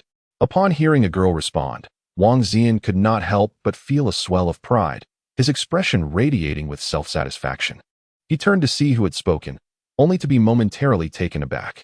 Chapter 31. Women discuss men. The gazes of all the students landed on the brave girl. In the next instant, laughter erupted from both male and female classmates. She stood under 6 feet tall and weighed about 180 pounds, with thick legs and arms. The flesh on her cheeks quivered, compressing her delicate features even further. At that moment, Wang Ziyan felt a sudden wave of discomfort upon seeing her. The discomfort surged up to his throat, compelling him to turn away and gently cough. The girl who had confessed her feelings for him, upon witnessing such a reaction from Wang Ziyan, felt a wave of grievance wash over her, her eyes reddening as she burst into tears. She plopped down onto her chair, causing the row of seats to tremble thrice. The classmates, upon seeing this, quickly stifled their laughter. A few nearby girls began to offer her consolation. Lin Chen, displeased, stood up to reproach Wang Ziyan for his behavior. When all the female classmates turned their gaze back to him, their expressions were filled with discontent. Wang Ziyan's act of retching had thoroughly offended every girl in the class. He dared not linger at the podium any longer, scampering away in shame. Lin Chen shook his head in amusement, rising to ascend the stage. As he approached, the students immediately returned to normalcy, eager to learn about Lin Chen's background. Particularly the girls, captivated by his handsome appearance, began to focus on his introduction. Hello everyone, my name is Lin Chen, and I hail from Lu Province. With that succinct statement, Lin Chen gracefully turned and descended from the stage. Was that it? That was too simplistic. The audience felt a wave of disappointment, as they had hoped for a more detailed understanding of this striking young man.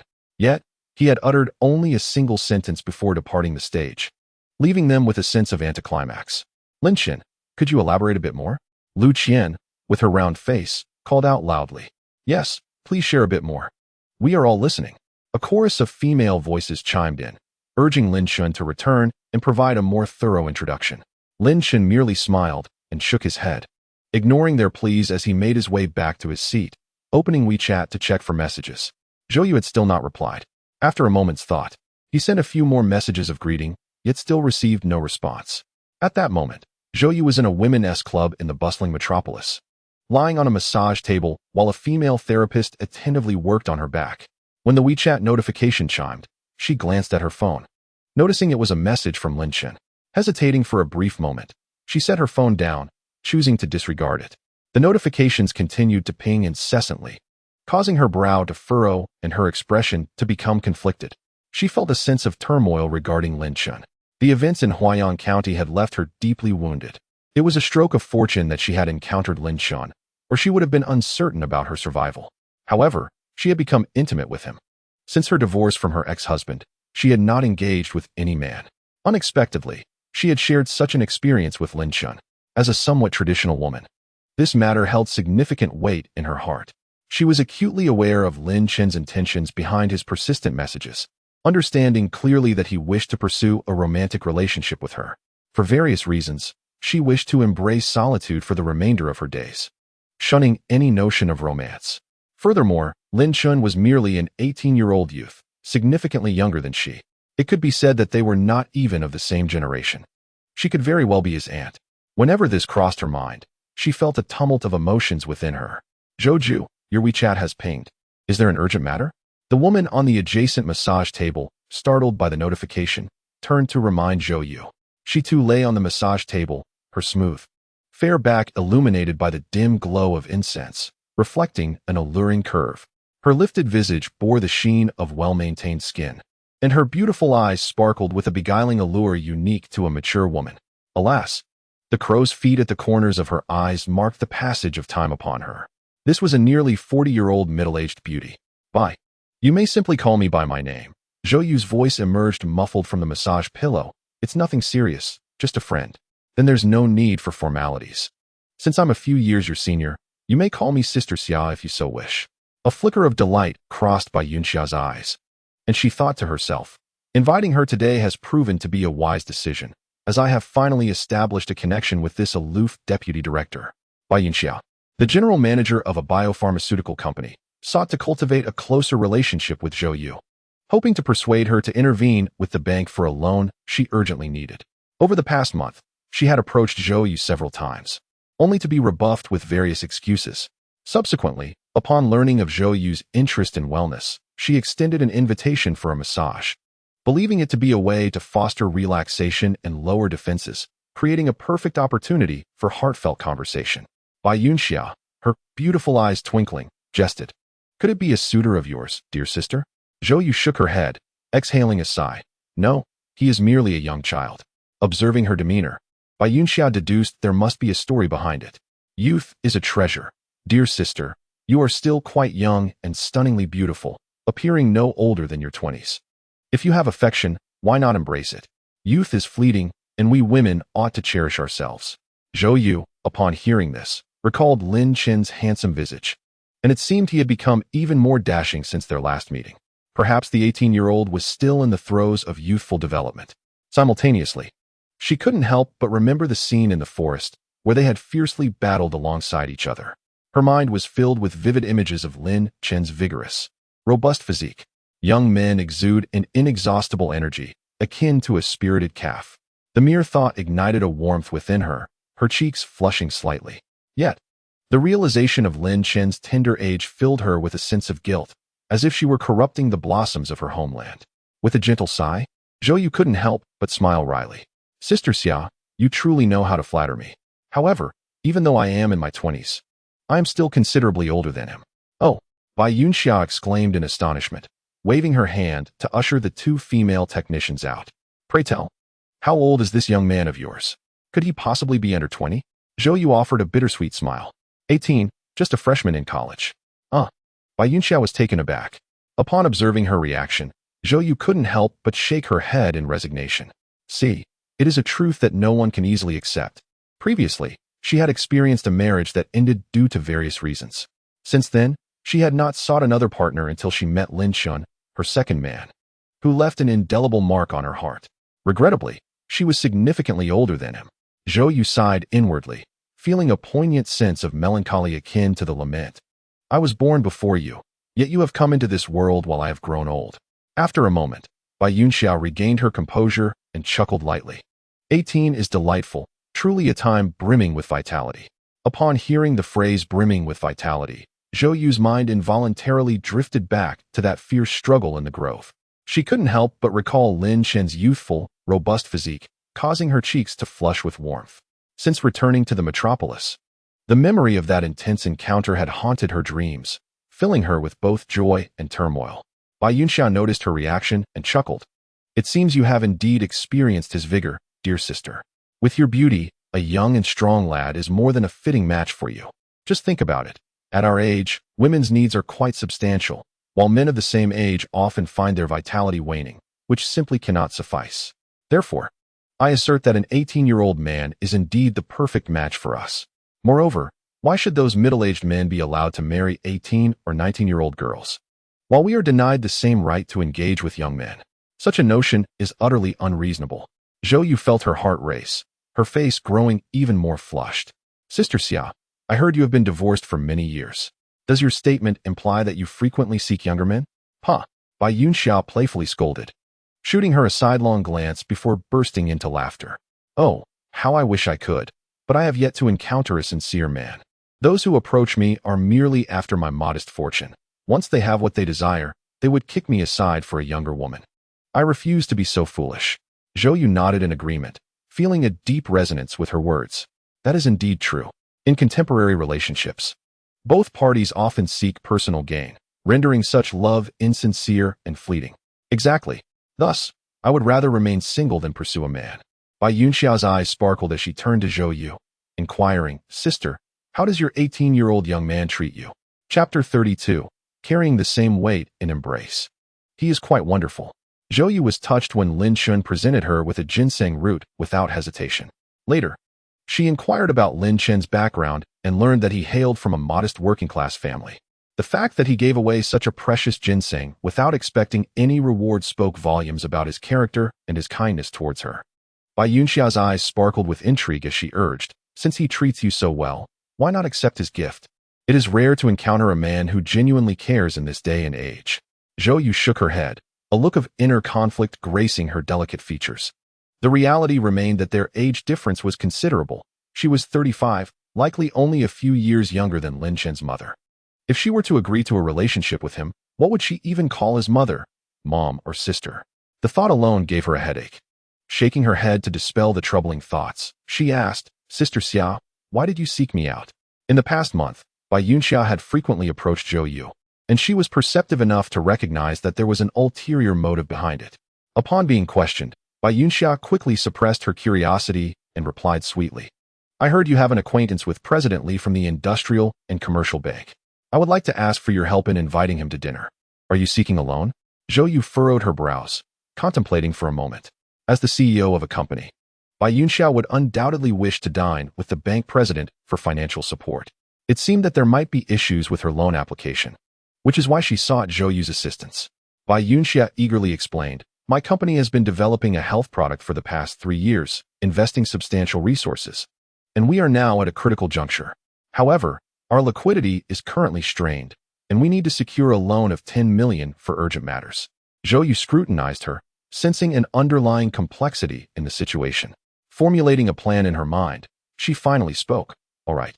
I'll have a word with Uncle Li and ask him to look into it. If it's a minor issue, it should be easily resolved." Her implication was clear. If there were significant problems with the loan application, she would be powerless to assist. "Thank you, sister," Bai Yunxia nodded, understanding the need for patience. The following day at noon, on the playground of the Finance Academy, the early September heat remained oppressive, warping the air under the blazing sun, while cicadas buzzed incessantly in the trees, creating a sense of agitation. On the field, several squads clad in camouflage marched in disarray under the commands of their instructors. The new students of Finance Class 2 were divided into 2 squads, one for males and one for females, adjacent to the female squad of Finance Class 1. In both squads, students donned camouflage uniforms, continuously adjusting their stances in response to their instructors' orders. The oversized camouflage uniforms concealed the graceful forms of the female students, while the sun mercilessly beat down upon them, leaving them listless and dispirited.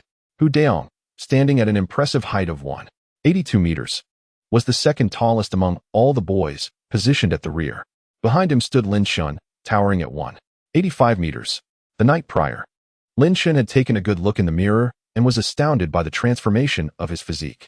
Thanks to the cultivation techniques he practiced, he had grown taller, now reaching 185 meters, with 8 defined abdominal muscles adorning his midriff. His facial features had become strikingly handsome, radiating with a sunny charisma, achieving the pinnacle of attractiveness akin to that of a school heartthrob. Upon awakening that morning, he had been astonished to discover an astonishing growth spurt of 20 centimeters, leaving his 3 dormitory mates utterly shocked. In that moment, Lin Chen felt an overwhelming sense of pride. It was then that he truly grasped the profound wonders of the yin-yang harmonization technique. It was said that within the 10,000 Demons sect, those who practiced this technique exuded an aura of masculinity, always appearing tall and striking.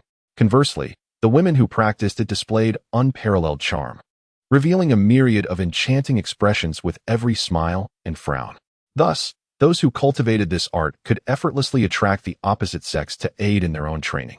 Clad in his camouflage uniform, Lin Chen's rugged handsomeness could not be obscured. From time to time, he caught the admiring glances of the girls from the adjacent squad. "Stay focused, don't stare like lovesick fools," the instructor of the financial class reprimanded, redirecting the gaze of the infatuated girls.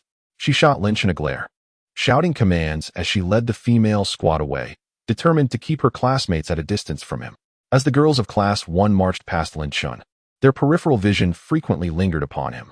Lin Chen found himself somewhat exasperated. Being excessively handsome brought its own set of troubles. Just as the entire squad was about to pass him entirely, the last tall girl in the line suddenly swayed, teetering towards his direction. Startled, Lin Chen instinctively stepped forward, closing the distance of 2 or 3 meters in a heartbeat, and caught her in his arms. "Hey, what's wrong?" Wake up.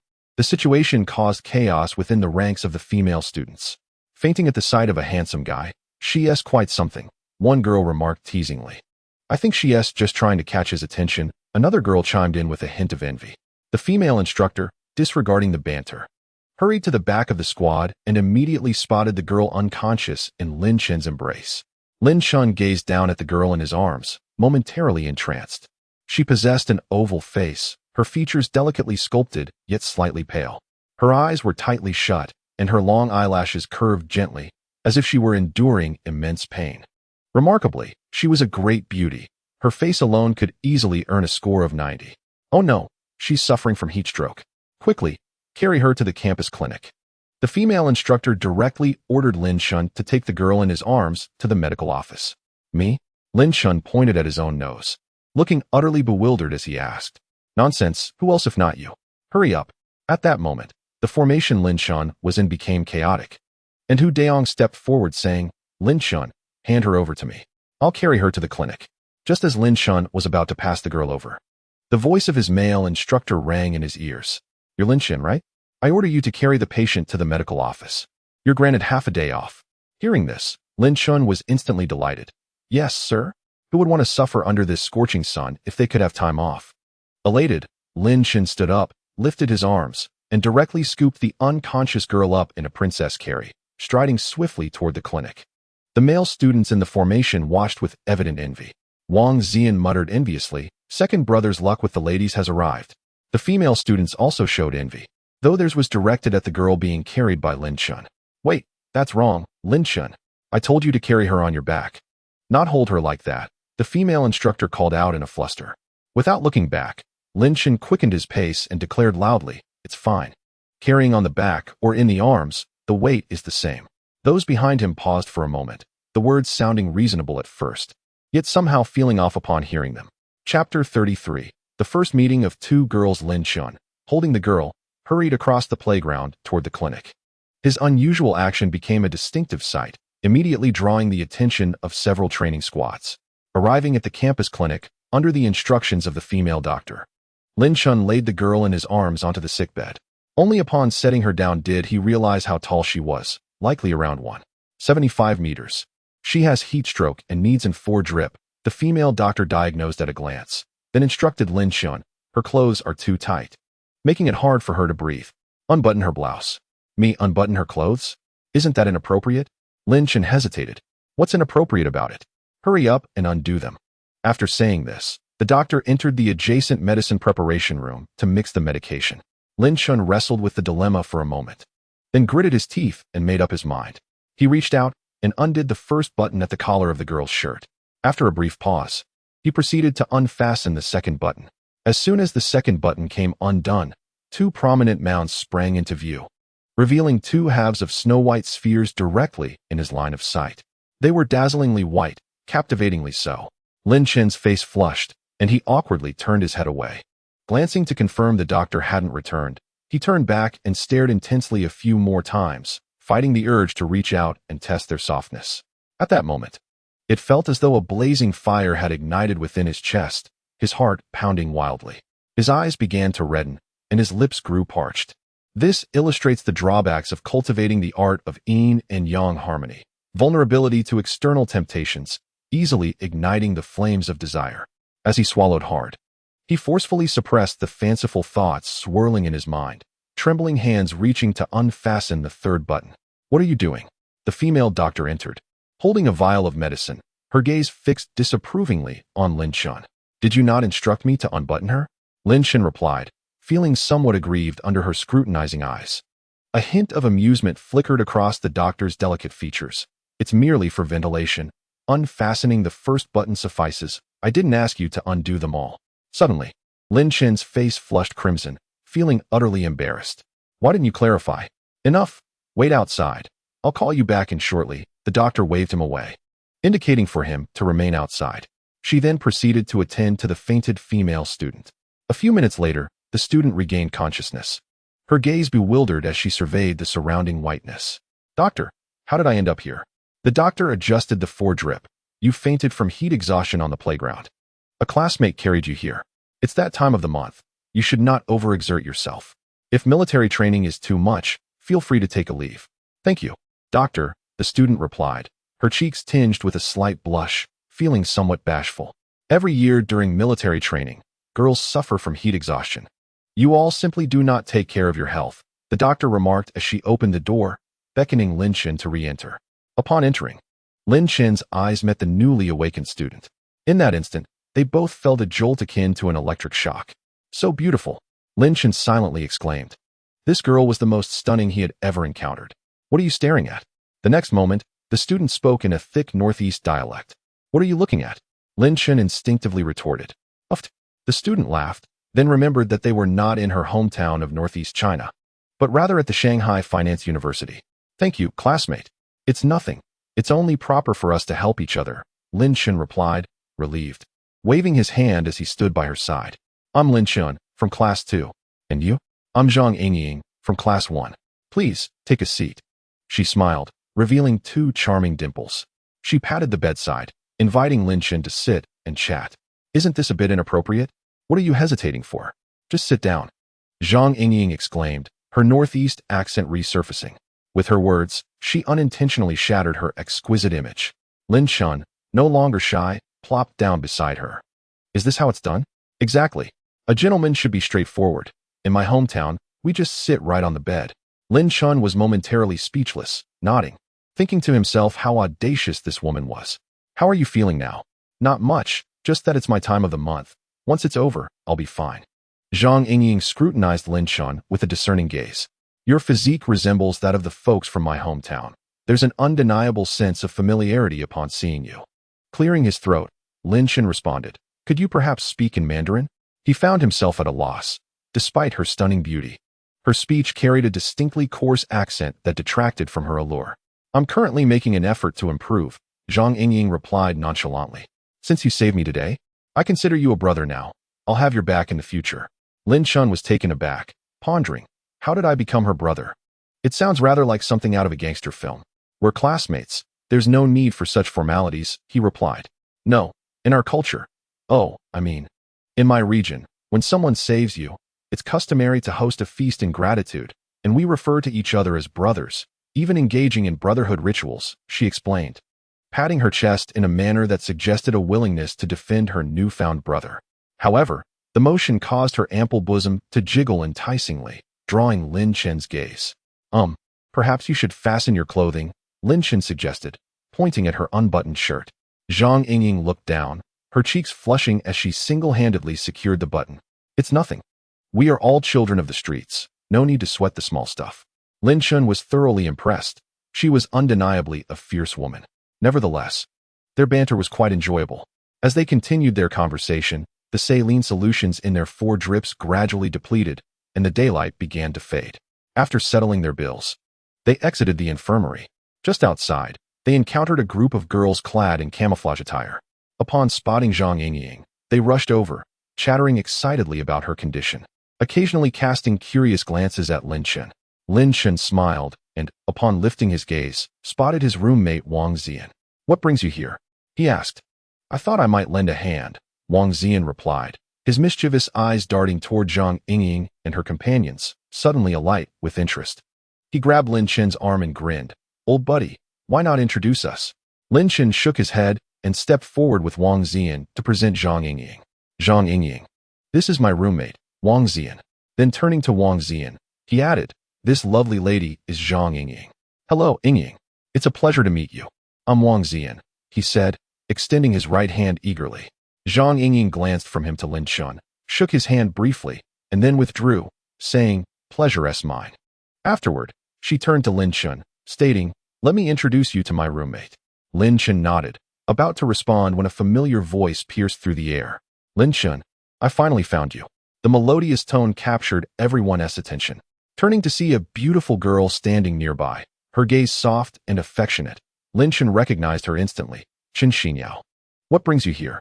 He asked, a hint of impatience creeping into his voice upon seeing her. Chapter 34.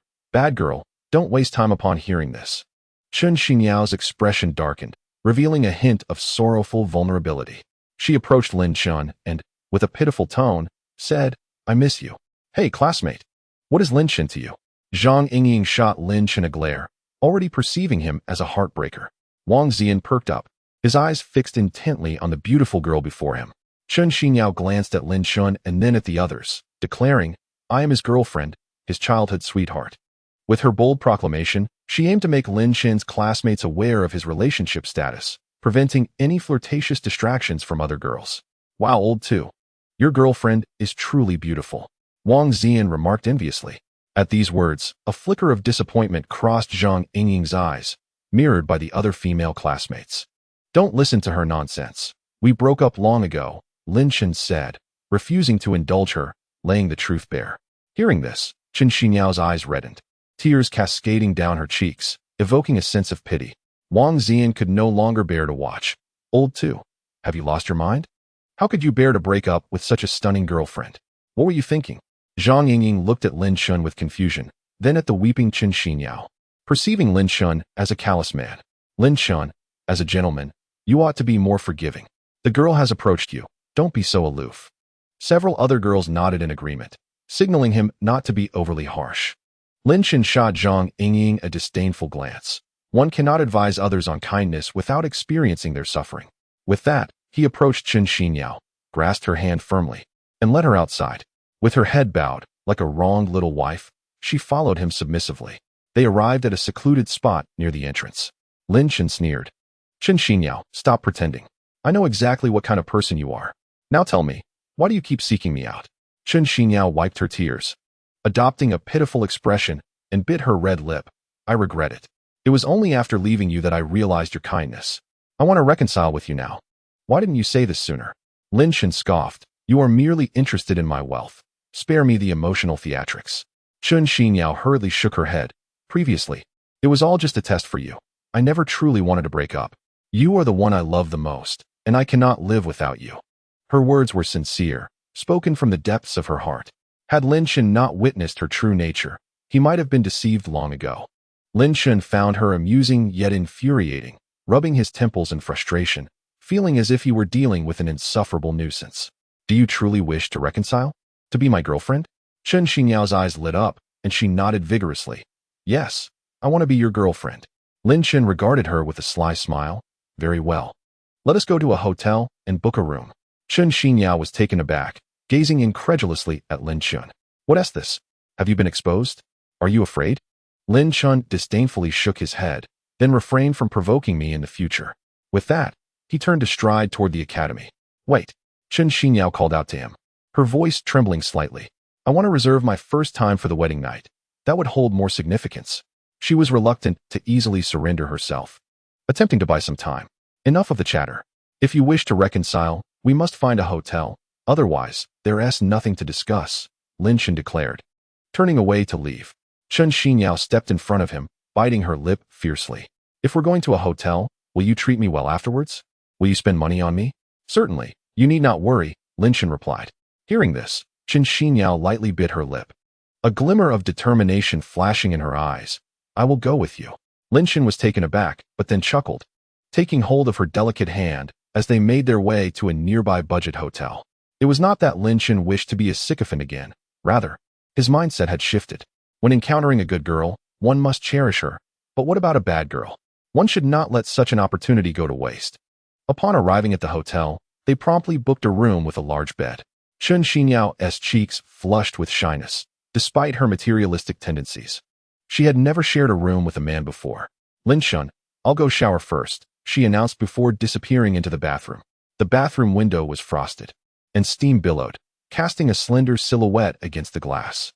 Lin Chen watched the hazy figure through the glass, a fire igniting within him, making him increasingly impatient. After 10, 20, and then 30 minutes, Lin Chen grew restless as Chen Xinyao finally emerged, wrapped in a bathrobe that concealed her figure almost entirely, revealing only her alabaster neck and damp hair. Chen Xinyao was already beautiful, but after her bath, she exuded a natural elegance, akin to a lotus emerging from the water. Lin Chen's eyes sparkled with admiration, and with a grin, he moved in to embrace her. Chen Xinyao playfully pushed him away, feigning annoyance. "How bothersome. You should shower first." "All right." Lin Chen quickly disrobed and dove into the bathroom. Chen Xinyao switched off the main light and turned on the pink wall lamp. In an instant, the lighting became dim and hazy, allowing her to steady her racing heart. Clad in her bathrobe, she slipped into bed, discarding the robe and cocooning herself in the covers, even hiding her head completely. Boys typically shower quickly. Lin Chen finished in just 5 minutes. Upon emerging, he found Chen Xinyao hidden beneath the blankets. With a grin, Lin Chen pulled off the covers and dove in beside her. Wait. Just as he was about to lean in, Chen Xinyao interjected, I have my eye on a Chanel bag that would match me perfectly. Could you buy it for me? Lin Chen paused, a complex mix of emotions washing over him. Of course, I will buy it for you. In the next moment, Lin Chen pressed forward, his lips meeting her luscious ones. Soft and tender, they were delightfully pliant. Ah, how can it be so large? Chen Xinyao exclaimed in astonishment. Well, the greater the size, the greater the happiness, he teased. You rogue. Chen Xinyao playfully slapped Lin Chen's back, her cheeks flushed like ripe apples. Lin Chen felt a stirring within him and fully claimed her, the two entwined together. Throughout that night, Lin Chen employed his dual cultivation techniques, sending Chen Xinyao to celestial heights multiple times. For 2 hours, she cried out in ecstasy, her voice eventually becoming hoarse. Finally, at her pleas for mercy, Lin Chen ceased. As dawn broke, the light of day filled the room. Upon waking, Lin Chen felt invigorated. For him, the battle was also a form of cultivation, significantly benefiting his practice.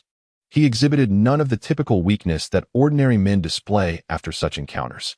You nearly killed me. Chen Xinyao pouted, as if in complaint, lying on the bed like a heap of clay, utterly drained of energy. Did you enjoy it? Lin Chen teased, playfully caressing her bosom, a triumphant grin on his face. Chen Xinyao's face reddened once more as she nestled her head against Lin Chen's chest.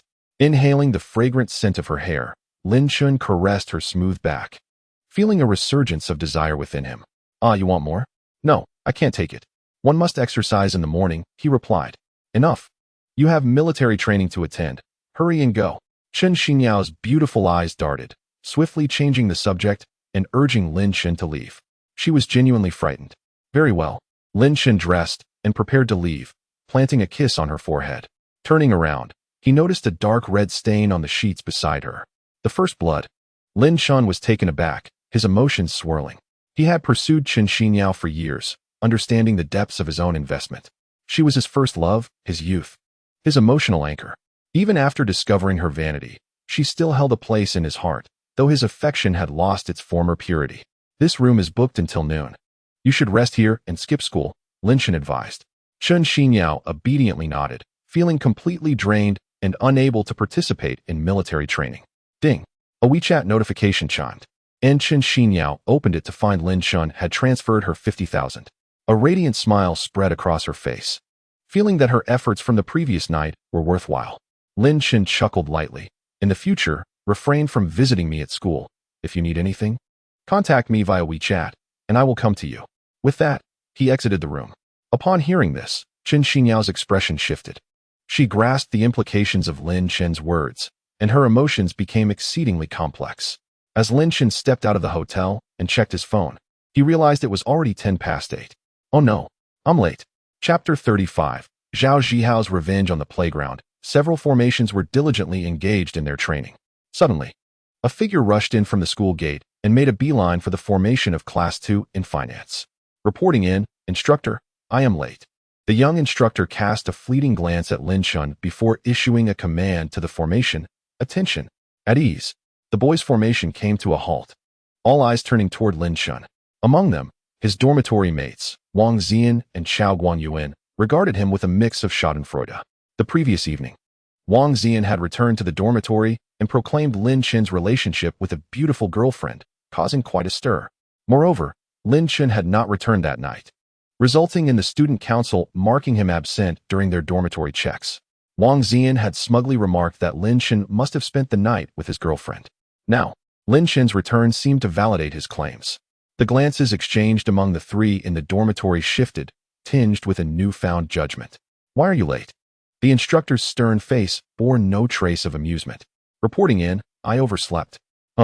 You shall run 10 laps around the playground, the instructor commanded, imposing a punishment on Lin Chen. Lin Chen hesitated. The track measured 400 meters, and 10 laps amounted to 4,000 meters. It wasn't fatigue he feared, but rather the embarrassment of being penalized in front of all the freshmen. Do you refuse? The instructor, noticing Lin Chen's hesitation, furrowed his brow in displeasure. He had little tolerance for tardy newcomers and had a strict policy of harshly punishing those who misbehaved. Understood. Lin Chen acquiesced, swiftly making his way to the track and beginning to jog. The instructor, maintaining a stern demeanor, turned to the formation and bellowed, "Anyone who violates the rules shall face my most severe penalties." The boys shuddered at his words, casting sympathetic glances at the solitary figure on the track. In the past few days, the new students had already experienced the instructor's strictness. Any minor infraction could lead to corporal punishment. He justified his methods as a means of instilling military discipline in the newcomers, aimed at enhancing their sense of order. Yet, his stringent approach sparked some resentment among the boys. Still, the instructor held authority, and the students dared not voice their dissent, silently enduring the consequences. Suddenly, the previously clear sky erupted with a rumble of thunder. Dark clouds swiftly rolled in, obscuring the sun, and a heavy atmosphere settled over the playground, evoking a sense of discomfort. However, a collective sigh of relief escaped the students, all hoping for the impending rain to arrive sooner rather than later. "Attention! Forward march!" The instructor shouted, his gaze fixed unwaveringly on the formation. Should anyone err, they would undoubtedly face his harsh retribution. In pursuit of victory in the upcoming competition a month hence, he felt compelled to enforce strict discipline upon these freshmen. Bang! Bang! Bang! The synchronized footsteps resonated across the playground, producing a rhythmic thud. Everyone was in motion.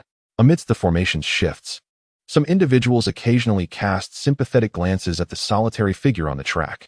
Among the female cadets, Zhang Yingying also observed Lin Chen, her gaze shifting to the male instructor, tinged with indignation. After a night of rest, she had regained much of her strength, disregarding her roommate's admonitions to insist on participating in the training. At that moment, she felt a sense of injustice for Lin Chen, who was being punished with a 4-kilometer run for merely being 10 minutes late. Completing such a distance would undoubtedly leave him with sore muscles and discomfort for several days. Moreover, Lin Chen was required to partake in subsequent training, making his situation even more arduous. Dark clouds gathered, and the air became increasingly oppressive. An hour later, Lin Chen completed 10 laps, appearing invigorated before the formation. Reporting, "Instructor, I have finished. Well done." The instructor noticed no hint of resentment on Lin Chen's face, which alleviated some of his initial distaste. The male students in the formation viewed Lin Chen's demeanor as a fade of endurance, stifling their laughter. Meanwhile, the female cadets admired Lin Chen's strength. "Return to formation." "Yes," Lin Chen responded, making his way towards the group. "Wait." Suddenly, a commanding voice rang out. Lin Chen halted, turning to see the source, sensing an ominous turn of events. The newcomer was Zhao Zhihao, the vice minister of the Student Union's External Affairs Department, who had once unexpectedly knelt before Lin Chen at the school gate. Zhao's loud call drew puzzled gazes from everyone present as they wondered about his intentions. "Who are you? What do you want?" the instructor inquired, somewhat displeased. Zhao Zhihao smiled, nodding as he introduced himself. "Hello, instructor. I am the minister of the Student Union's External Affairs Department." He deliberately omitted the fact that he was merely the vice minister, seeking to elevate his status. "Oh, what do you need?" The youthful instructor's demeanor softened upon learning of Zhao's position, for during military training, the instructors often relied on the Student Union's assistance for various matters. Upon hearing this, a flicker of malice crossed Zhao's eyes as he pointed at Lin Chen, declaring, "Instructor, this student has been undisciplined during military training and deserves severe punishment." "I have already penalized him." Zhao shook his head, insisting, "Instructor, you are unaware that last night during the dormitory inspection, this student was not residing in the dormitory. This is a blatant violation of the military training regulations." "What? You did not stay in the dormitory last night?" The instructor's gaze turned icy as he fixed a stern stare on Lin Chen. Internally cursing Zhao Zhihao, Lin Chen could only nod, feeling the weight of the inquiry. The school had strict rules for militarized management during training, which demanded adherence to all regulations.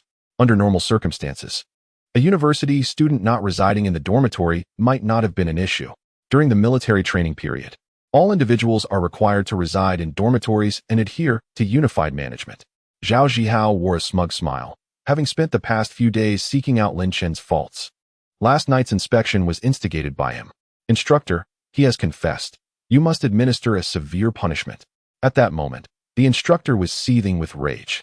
On the second day of military training, a student from his command had dared to stay outside. Should the camp leader learn of this, he would surely face a harsh reprimand. Severe punishment. This audacious student must be dealt with. You shall bear a 30-kilogram load and run 10 laps. What? A jolt of shock coursed through the crowd as they glanced at the nearby weighted bags filled with sand. Previously, the instructor had sought to enhance his authority by having the students experience weighted running. At that time, the students, burdened by 30 kilograms, could barely manage a single lap before halting. The instructor, however, had completed 5 laps under the same weight, only appearing slightly breathless, showcasing his formidable strength.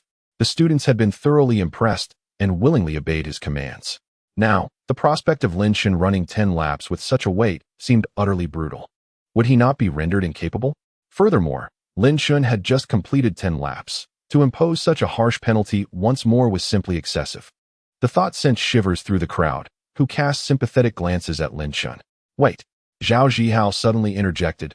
Instructor, this weighted running requires a time constraint. If he merely walks, the punishment loses its significance.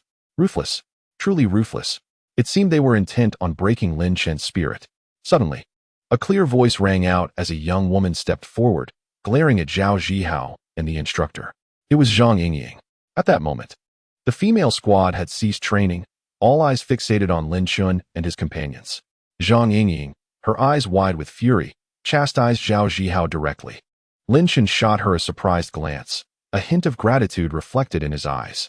Seeing such a beautiful girl stand up for Lin Chen only fueled Zhao Zhihao's anger, as he glared at Lin Chen with a venomous intensity, wishing he could devour him whole. He could not fathom why these beautiful girls sided with Lin Chen. He turned to the instructor, his expression grave. Instructor, a lack of punishment will not maintain order. A severe penalty is for his own good. Zhang Yingying scoffed, finding amusement in the audacity of this student council officer. What are you laughing at? Zhao Zhihao roared at her in fury. I find it amusing how shameless some individuals can be, she retorted boldly. Zhao Zhihao trembled at her words. Had she not been a girl, he would have unleashed a torrent of curses upon her. Without further ado, Zhao Zhihao, unleash all your tricks. I shall face them head on. Lin Chen waved his hand dismissively, regarding Zhao Zhihao with disdain. Lin Chen, your arrogance knows no bounds. Instructor, do you see him? He shows not a shred of remorse and deserves severe punishment. Indeed, he must be punished harshly. The male instructor, equally displeased with Lin Chen's audacity, voiced his discontent. 1 hour, carrying a weight of 30 pounds, run 20 laps. The moment these words were uttered, a chorus of gasps erupted from both the boys and girls present, followed by a cacophony of chatter. An hour? Even seasoned soldiers might struggle with such a task. How could the instructor demand a student to undertake this? This was utterly excessive. Zhang Yingying's face flushed crimson with indignation as she prepared to intervene. Lin Chen waved her off. 20 laps in an hour seems a tad insufficient. I believe 30 laps would be far more interesting. What? The crowd gasped collectively, staring at Lin Chen in disbelief, convinced he had lost his senses. Lin Chen, Zhang Yingying exclaimed, her eyes filled with concern as she sought to dissuade him. Lin Chen cast her a glance, signaling her to remain silent. Upon hearing the demand for 30 laps, the male instructor's expression darkened, sensing the hubris in Lin Chen's declaration. Zhao Zhihao smirked slyly, believing Lin Chen was merely tempting fate with his defiance. Very well, I accept, the instructor conceded with a nod. Wait, Lin Chen interrupted him directly, smiling. While I may begrudgingly submit to your punishment, our classmates harbor discontent in their hearts. Do you not feel the shame of that? Yes, we are not satisfied. Zhang Yingying enthusiastically raised her hands in agreement. Her rallying cry ignited the smoldering anger within their peers. All the spirited youth, long harboring grievances against the instructor, joined in a unified chant. We will not comply. We will not comply. The uproar echoed across the training ground, drawing the attention of many onlookers. Thunder rumbled. Just then, a light rain began to fall from the sky. The commotion startled all the new recruits and instructors who were training on the field. With the downpour approaching, the instructors decided to dismiss the training and grant a day of rest. Immediately, curious students and instructors gathered around, eager to learn what had transpired. Faced with the protest from all the new recruits, the male instructor furrowed his brow in annoyance. Lin Chen let out a cold laugh.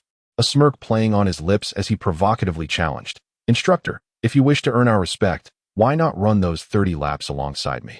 Are you brave enough?" "I doubt it." In a fit of anger, the instructor impulsively agreed. As soon as the words left his mouth, a twinge of regret crept into his heart. 30 laps equated to 12 kilometers, all while carrying 30 pounds, a formidable challenge indeed. However, upon further reflection, he found it hard to believe that this freshman could endure the challenge. Perhaps he would tire out halfway through, providing the perfect opportunity for him to call it a day. "Splendid," Lin Chen exclaimed with a thumbs up, continuing, "In that case, shall we compete?" "Certainly." The instructor nodded in agreement, intent on decisively asserting his dominance over Lin Chen and instilling respect among all the newcomers. Zhao Zhihao chuckled slyly, a scheme forming in his mind. "Since it's a competition, let us add a little wager." "Go ahead," Lin Chen replied dismissively, casting a glance at him. "If you lose, you must run an additional 10 laps after every training session," Zhao Zhihao declared with a sinister grin. "Very well," Lin Chen replied, barely acknowledging him as he turned to the instructor and proposed, "If by chance I win, I shall be exempt from future military training. What say you?" The instructor hesitated, pondering the implications. He was not afraid of losing. Rather, he was concerned about the ramifications of altering the training regimen without approval, should word reach the camp commander. Old Wang agreed to it. Surely, he wouldn't be a problem. At that moment, several instructors from other classes approached and, upon hearing the proposition, encouraged the male instructor to acquiesce. After glancing at them, he nodded in agreement. Lin Chen, Zhang Yingying watched with concern. Lin Chen nodded, a smile gracing his face. He approached a nearby sandbag, donned a weighted vest, and, with a glance at the instructor, sprinted toward the track. The instructor, not to be outdone, donned his own weighted vest and took off running. Whoosh! The onlookers quickly cleared the track, standing ready to witness the contest. With 30 pounds on his back, Lin Chen felt no burden whatsoever. Ever since his body had received the mysterious enhancement, he realized his physical form was astonishingly resilient. Yet he had never truly tested its limits. Today provided the perfect opportunity. As he pondered, he charged into the wind and rain, propelling himself forward with the speed of a sprinter. The instructor, observing from behind, smirked. He ran steadily, thinking, indeed, just a rookie. He is exerting himself so early on. I doubt he'll last beyond 2 laps. The students watching from the sidelines were taken aback by Lin Chen's vigorous pace. As he raced past Zhang Yingying, she raised her hands in a trumpet shape, calling out anxiously, "Lin Chen, don't go too fast. Pace yourself." Lin Chen glanced back and offered her a brief smile before plunging back into the storm. Zhang Yingying paused momentarily, then raised her fist, cheering him on. The rain intensified, and students unfurled umbrellas to shield themselves from the chill, their eyes fixed on the 2 competitors on the track. Lin Chen completed 5 laps in one breath, having overtaken the instructor twice, all while maintaining an unwavering speed, much to the latter's astonishment. Seeing this, the instructor became anxious. If this continued, regardless of whether he ultimately triumphed, it would be a blow to his pride. He quickened his pace, pursuing Lin Chen's figure. After 10 laps, Lin Chen's speed showed no signs of diminishing. The instructors observing from the sidelines were astonished, gazing at Lin Chen with disbelief. They marveled at both his speed and the strength of his physique, which rivaled their own as soldiers. As the 10th lap concluded, Lin Chen's body began to warm, beads of sweat emerging from his skin. Suddenly, rain poured down, drenching him thoroughly. This level of exertion barely showcased his true strength, leaving him with an insatiable feeling of wanting more. As he passed the podium, Lin Chen let out a thunderous shout. In the next instant, he discarded the weighted vest along with his shirt, revealing his bare torso. What on earth was he doing under the umbrellas? All the classmates and instructors looked at Lin Chen with astonishment, puzzled by his decision to shed his clothing. Surely he could not continue. Was he conceding defeat? Zhao Zhihao exclaimed with glee. Silence. Lu Chun would never concede. Zhang Yingying retorted vehemently, filled with disdain for the petty man. Just as Zhao Zhihao was about to retort, his peripheral vision caught sight of a striking figure standing beneath a floral umbrella. Chapter 37. The shocked classmates. The young lady was exceptionally beautiful, clad in a simple white dress. With her neat, short hair and delicate features, her cold expression bore no hint of a smile, resembling an eternal block of ice. Merely standing there, she emanated an intangible pressure. Upon seeing her, Zhao Zhihao's demeanor shifted, and he fell silent. He turned to gaze at Lin Chen in the distance. Utterly astonished, Lin Chen was swiftly approaching the podium, gripping the cement table with both hands and lifting it with immense strength. The heavy table was effortlessly raised above his head. The podium was adorned with 3 such tables, constructed of cement, each weighing over 300 pounds, designed for ceremonial speeches within the school.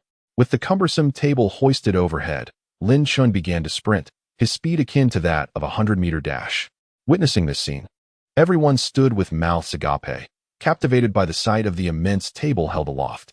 Several instructors gasped in unison, their eyes wide with fear at Lin Chen's display. Even the most skilled soldiers could not achieve such a terrifying feat. The onlooking classmates stared at Lin Chen, their expressions frozen as if they were sculptures. As he passed by, each footfall left deep impressions on the rubber track, and the sound of his heavy steps resonated like distant drums. Some classmates even caught a glimpse of Lin Chen beneath the table, his muscular form striking and formidable. The 8-pack abs were prominently defined, and his arms resembled solid spheres.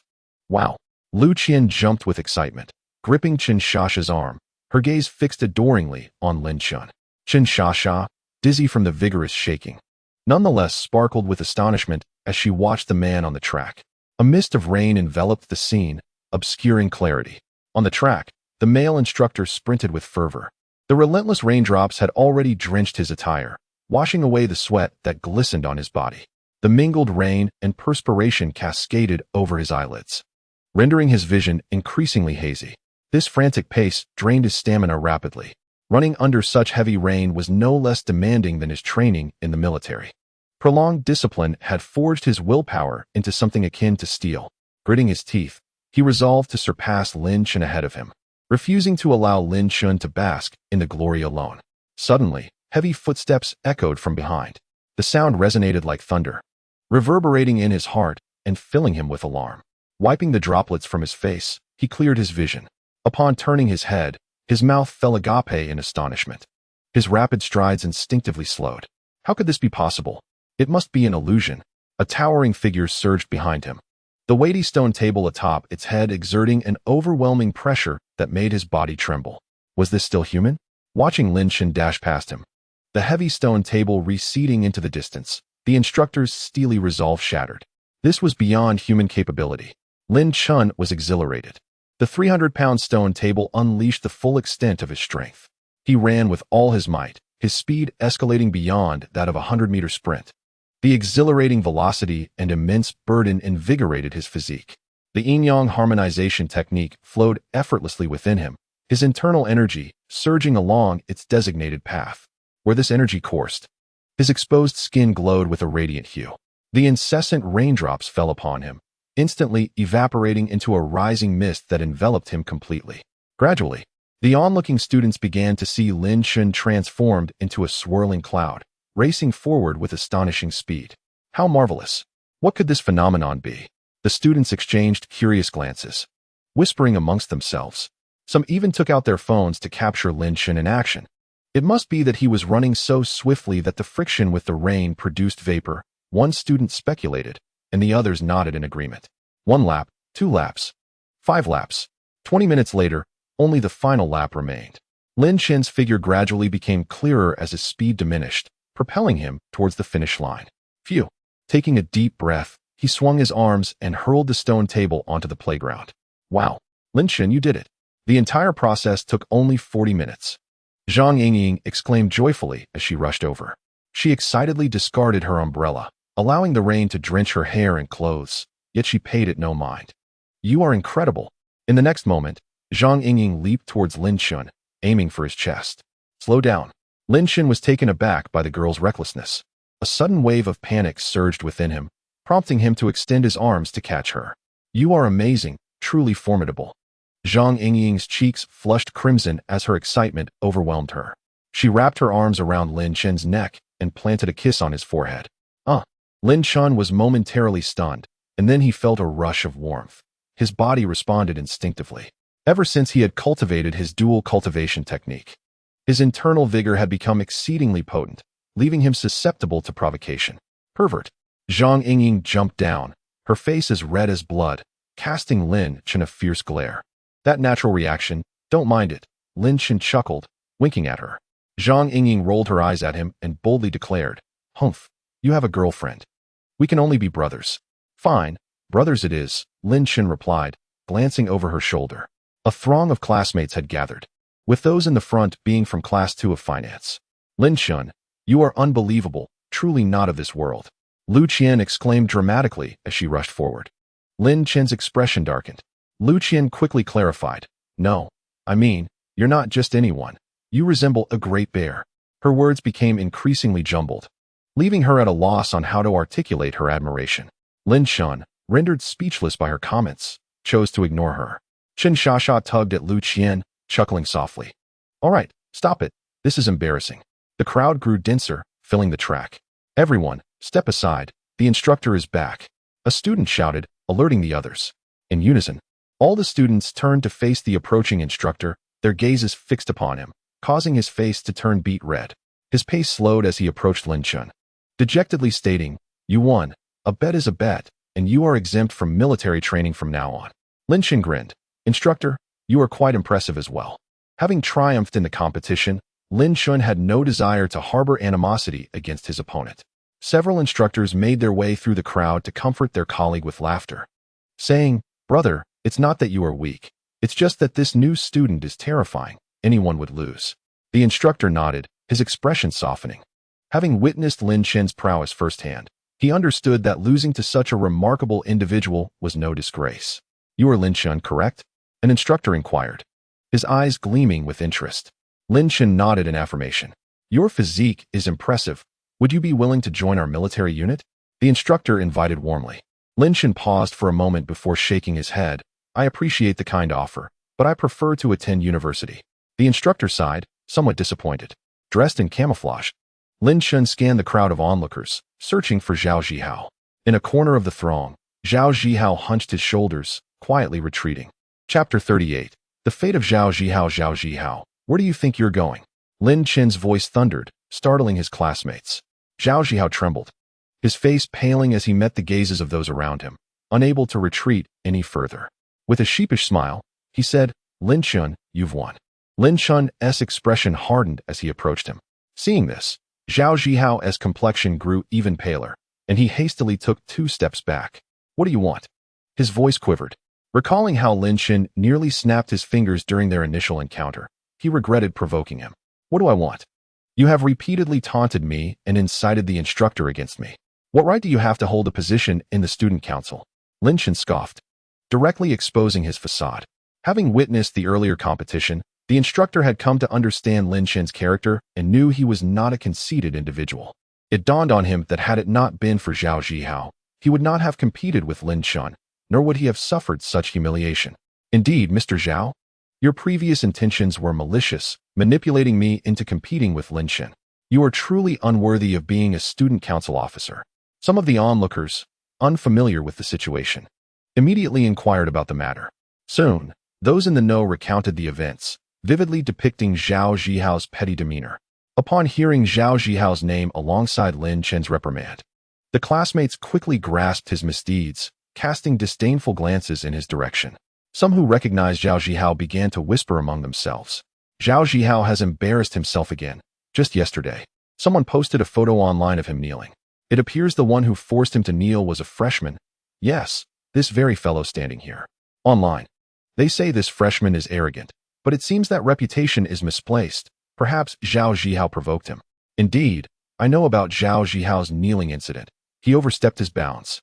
And this freshman is blameless." Those familiar with the situation quickly relayed the details.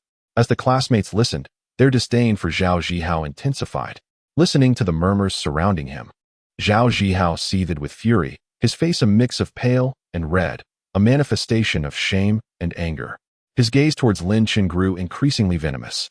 "Lin Chen, I am the Vice Minister of the External Relations Department. You, a mere freshman, should not presume to act brazenly in my presence. What of the student council officers?" Lin Chen retorted, his face devoid of any trace of fear. "You, the officials, are elected by us. A person of such moral deficiency as you is unworthy of holding a position in the student council. I shall file a complaint against you." "Huh, how laughable. If you possess the courage, then go ahead and complain. Let's see if the student council will take action against me." Zhao Zhihao replied with a smug grin. Over the past 2 years, there had been students who lodged complaints against him, yet none had ever affected him in the slightest. This was largely due to the fact that his cousin was the vice president of the student council, instilling in him a sense of invulnerability. Free from the fear of any complaints, Lin Chen furrowed his brow at this display, suspecting that Zhao Zhihao must have some powerful connections. In Huagua, relationships governed society. The student council of the School of Finance and Economics was a microcosm of intricate interpersonal dynamics. The surrounding students, unable to tolerate Zhao Zhihao's arrogance, began to condemn him vocally. Seeing Lin Chen struck dumb, Zhao Zhihao assumed he had frightened him into silence and boasted, "Lin Chen, you may have won this time by sheer luck, but I refuse to believe you will be so fortunate next time. In the days to come, I shall keep a close watch on you. Should you violate any school rules, I will ensure you face the consequences." At these words, Lin Chen's frown deepened. He harbored numerous secrets, and having this annoying individual scrutinizing him could spell disaster. Furthermore, he had been contemplating renting an apartment off campus for easier access to another world. If this stubborn pest were to keep an eye on him, his plans would likely be thwarted. Anger surged within Lin Chen. "Zhao Zhihao." Suddenly a cool, feminine voice pierced the air. Upon hearing the familiar tone, Zhao Zhihao's smug expression faltered. He awkwardly turned to see the approaching figure, and his arrogance swiftly dissipated, replaced by a subtle fear that was hard to conceal. The surrounding students exchanged curious glances, captivated by the stunning girl with short hair and an ethereal presence. "How beautiful! Who is she?" a new student inquired, bewildered. "She is the enchanting campus beauty, Qiao Lia." An upperclassman recognized her instantly. Minister Qiao, some familiar with her, greeted respectfully. As Zhao Zhihao observed the approaching beauty, his earlier confidence began to wane, recalling his earlier thoughtless boasts. He had seen Qiao Lia earlier, but in his fit of rage spurred by his peers' comments, he had momentarily forgotten her presence. "Deputy Minister Zhao, your actions have tarnished the reputation of the student council. You are hereby suspended. Tomorrow, I will call for a ministerial meeting to expel you from the student council," Qiao Lia stated coldly, her gaze fixed on Zhao Zhihao, revealing her disappointment and disdain. Hearing this, Zhao Zhihao panicked. "Minister Qiao, I was momentarily out of line and spoke without thinking. Please, be magnanimous and do not hold it against me." Jiria shook her head dismissively, turning to cast a glance at Lin Chen. Her cold gaze softened by a glimmer of admiration. "Lin, you possess remarkable physical strength. I hope you participate in the university sports meet in the future to bring glory to our school." Lin Chen nodded, his face flushing as he beheld the stunning beauty before him. Her ethereal looks and aloof demeanor earned her a commendable score of 95 in his eyes, surpassing even Chen Shasha and Chen Xinyao in beauty. Perhaps only the transformed Zhang Yingying could rival her, especially with her enviable legs that could undoubtedly captivate countless hearts. However, Zhang Yingying's boisterous personality and pronounced northeastern accent detracted slightly from her charm. "Thank you, Senior Jiria." Lin Chen had learned from his classmates that this enchanting lady was a sophomore, widely recognized as the campus beauty of the School of Finance, and also the head of the External Relations Department.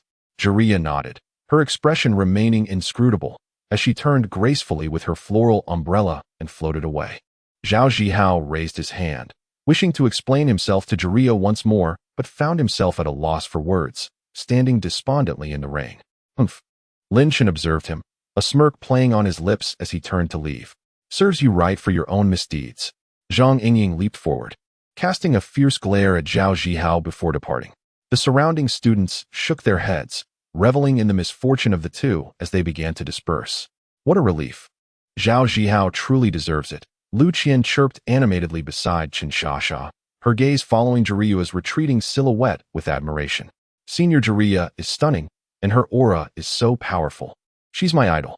Chen Shasha, however, watched the vanishing figure of the floral umbrella with a palpable sense of discontent. Chapter 39, Sales Office in the Boys' Dormitory, Room 401. "Brother, you are incredible. Amazing." Wang Zian leaned closer to Lin Chen, grabbing his arm and squeezing his shoulder excitedly. "You have no idea how stunned I was." "Don't touch me." Lin Chen swatted his hand away with a look of disgust. Chao Guangyuan chuckled, his plump face inching closer to Lin Chen as he scrutinized him. "Lin Chen, my friend, how do you train? Share your secrets. I need to lose weight." "Yeah, brother, enlighten us," Hu Daong chimed in, flexing his arm to showcase his bulging biceps, a trace of disappointment evident in his expression. Lin Chen, weary of their incessant inquiries, stood up and made his way to the door, casually remarking, "Just exercise regularly." "Hey, where are you going, brother?" Wang Ziyan called out, rushing to grab Lin Chen. "Let's discuss the dormitory social event. Everyone else is talking about it." "Right, brother, wait up. We need to plan for the social," Hu Daong added, a faint blush appearing on his dark complexion. "A dormitory social event?" Lin Chen paused, turning to face them. "You all can decide. I am indifferent." The freshmen, hailing from various corners of the country, found themselves in an unfamiliar environment, experiencing a sense of loneliness from leaving their hometowns. During this time, interactions between boys and girls often led to the blossoming of affection, subsequently evolving into romantic relationships. The dormitory social events for university newcomers served as an ideal avenue for such connections. Thus, as the semester commenced, the boys eagerly initiated plans for a dormitory gathering. "Come on, second brother, we're counting on you," Wang Ziyan chimed in, positioning himself close to Lin Chen with an ingratiating smile. "Me?" Lin Chen questioned, pushing away the intrusive head with a hint of confusion. Indeed, Wang Ziyan, undeterred by Lin Chen's gesture, beamed with excitement. "Your girlfriend is from the School of Arts, right? I've heard that nearly all the girls there are stunning beauties. Let us join the gathering with second sister-in-law's dorm." Hu Daong joined in, his face alight with anticipation. "Second brother, are there many beauties in the School of Arts? How do the girls in second sister-in-law's dorm look? Are they all gorgeous?"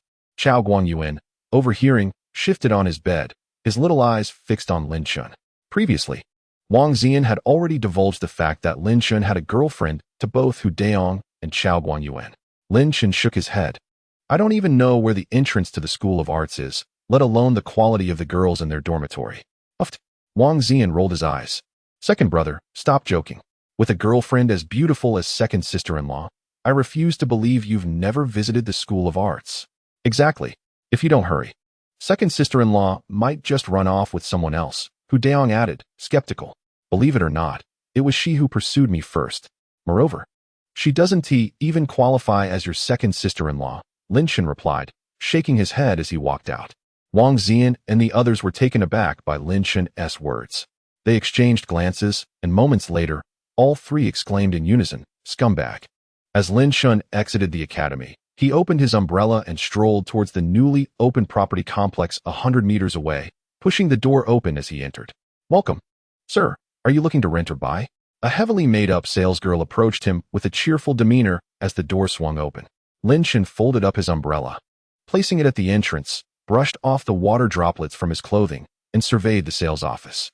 Upon noticing Lin Chen's handsome appearance, the salesgirl was momentarily taken aback, but her gaze soon fell upon his attire. With a dismissive pout, she walked away. Lin Chen stood momentarily stunned, perplexed by her reaction. He then glanced down at his recently purchased outfit, which had cost around 300 yuan, and quickly understood the reason for her disdain. Shaking his head, he proceeded toward the model display to examine it more closely. At that moment, a young lady approached him, smiling as she inquired, "Sir, are you interested in renting or buying?" Lin Chen glanced at her, noting her fresh-faced beauty and the subtle makeup that complemented her youthful aura. "Who are you?" "Oh, sir, you must be a student. I'm a student from the School of Finance, working part-time here." The young lady observed Lin Chen's appearance and, with a flicker of her eyes, deduced that he was a university student. This neighborhood, adjacent to the university town, primarily attracts clientele who are students. She frequently introduced herself in this manner to foster a connection with her clients. "Oh, so you are a senior sister. I am a freshman from the School of Finance." Lin Chen replied. "Ah, a freshman junior. What is your surname? You are here to rent a place, I presume?" The young lady chuckled lightly. "My name is Lin Chen. May I inquire how to address you?" he asked, puzzled. "Isn't this a sales office? Do you also rent out properties?" Lin Chen queried, astonished. "Could it be that you wish to purchase a property?" She responded. "I am Qian Li." She introduced herself, her heart racing with excitement as she gazed at Lin Chen. The property prices in the Shengshi Nianhua community are exorbitant, with units priced around 1 million per square meter.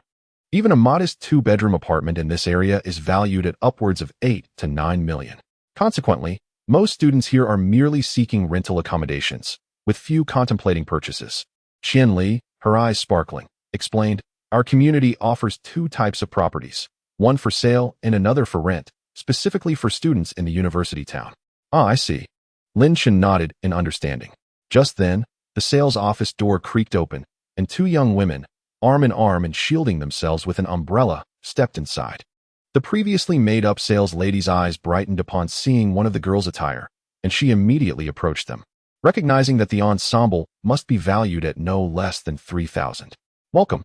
Are you here to purchase a property?" she greeted. The two young women brushed off the droplets from their shoulders, about to respond, when their gaze fell upon Lin Chen standing by the model display. One of the chubby-faced girls exclaimed, "Lin Chen, what are you doing here?" Lin Chen was taken aback, turning to see his classmates Lu Qian and Chen Shasha. "What a coincidence. So, you are here to buy a house?" Lin Chen remarked. Lu Qian pouted, "As if I could afford that. I'm just accompanying Shasha to look at properties." Lin Chen turned to Chen Shasha, nodding slightly. Chen Shasha, with a haughty tilt of her chin revealing her fair swan neck, acknowledged Lin Chen with a subtle nod. Lu Qian, noticing this, quickly tugged at Shasha's arm, prompting her to lower her gaze and address Lin Chen directly. "Are you here to rent?" Lin Chen shook his head. "Renting is too troublesome. I plan to buy a place." "Buy a place?" Lu Qian exclaimed, her eyes widening in disbelief. "Lin Chen, are you serious? Do you realize the prices here are around 1 to 8 million? Chen Shasha, taken aback, scrutinized Lin Chen anew and then glanced at the Rolex adorning his wrist, shaking her head. "A house isn't like a watch. Even with a 30% down payment, it requires nearly 3 million. Clearly, she doubted Lin Chen's financial capability to afford a property in this area. At that moment, the elegantly made-up sales lady could no longer contain herself and burst into laughter, drawing the attention of everyone present. As the crowd turned their gaze towards her, she stifled a laugh and mockingly shook her head.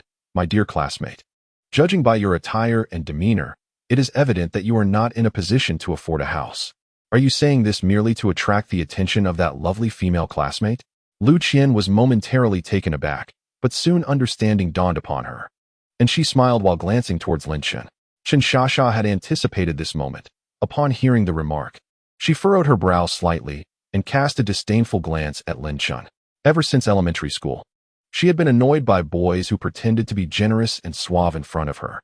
Qian Li, the real estate agent, shook her head in disappointment, thinking to herself, "I had hoped for a potential sale, but it seems this is merely an attempt to woo a girl." Chapter 40. Social gathering in the dormitory. The heavily made-up real estate agent approached, shaking her head. "Classmate, this is a sought-after school district property, and it carries a hefty price tag.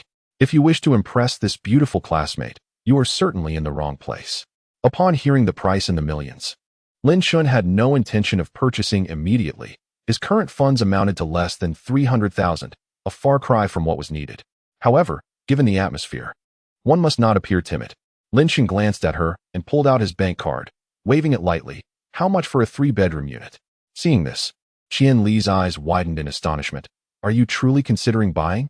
The other three were equally taken aback by Lin Chen's action, their eyes fixated on him in disbelief. "We have only one last 3-bedroom unit available, number 801, priced at 12,500,000. If you pay in full, you can get a discount of 500,000, Qian Li said with an enthusiastic smile. 12,500,000. Lu Qian gasped at the exorbitant price. Noticing the attention on her, she quickly raised her hand to cover her mouth. Chen Shasha looked at Lin Chen in astonishment, a glimmer of interest in her eyes as she moved closer. "Lin, what does your family do?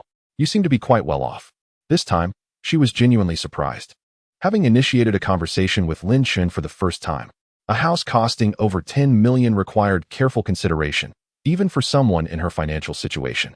Lin Chen glanced at her but remained silent, continuing to inquire with Qian Li, "What is the required deposit?"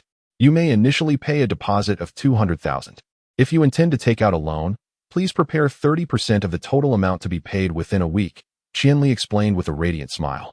"Of course, if you can pay in full, you may settle the payment anytime within a month." Lin Chen nodded. His current funds were indeed limited, but after selling the ginseng he possessed tomorrow, he would be able to make the payment. Even if he could not pay in full, a 30% down payment would be manageable.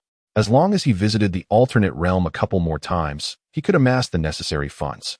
He handed over his bank card, ready to pay the deposit and settle the remaining amount later. "Very well, please follow me.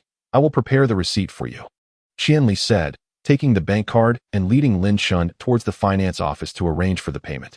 After a brief interval, Lin Chen emerged from the property room, and with Qian Li's courteous send-off, he pushed open the grand door and stepped outside, shielding himself with an umbrella. "Hey, Lin Chen, wait for me," Lu Qian called out as she hurried after him. Chen Shasha quickened her pace toward the entrance, grasping an umbrella in her hand, eager to follow suit. "Please wait." A flamboyantly made-up saleswoman rushed up, inquiring urgently, "Excuse me, are you not looking to purchase a property?" Chen Shasha turned her head slightly to regard her. "Who said I was buying? I merely wish to rent. I shall return another day."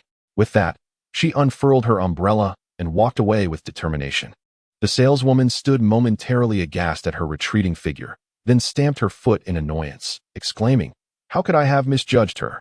On the main thoroughfare of the School of Finance, light rain pattered down as Lin Chen walked ahead, umbrella in hand, with Lu Qian and Chen Shasha closely following.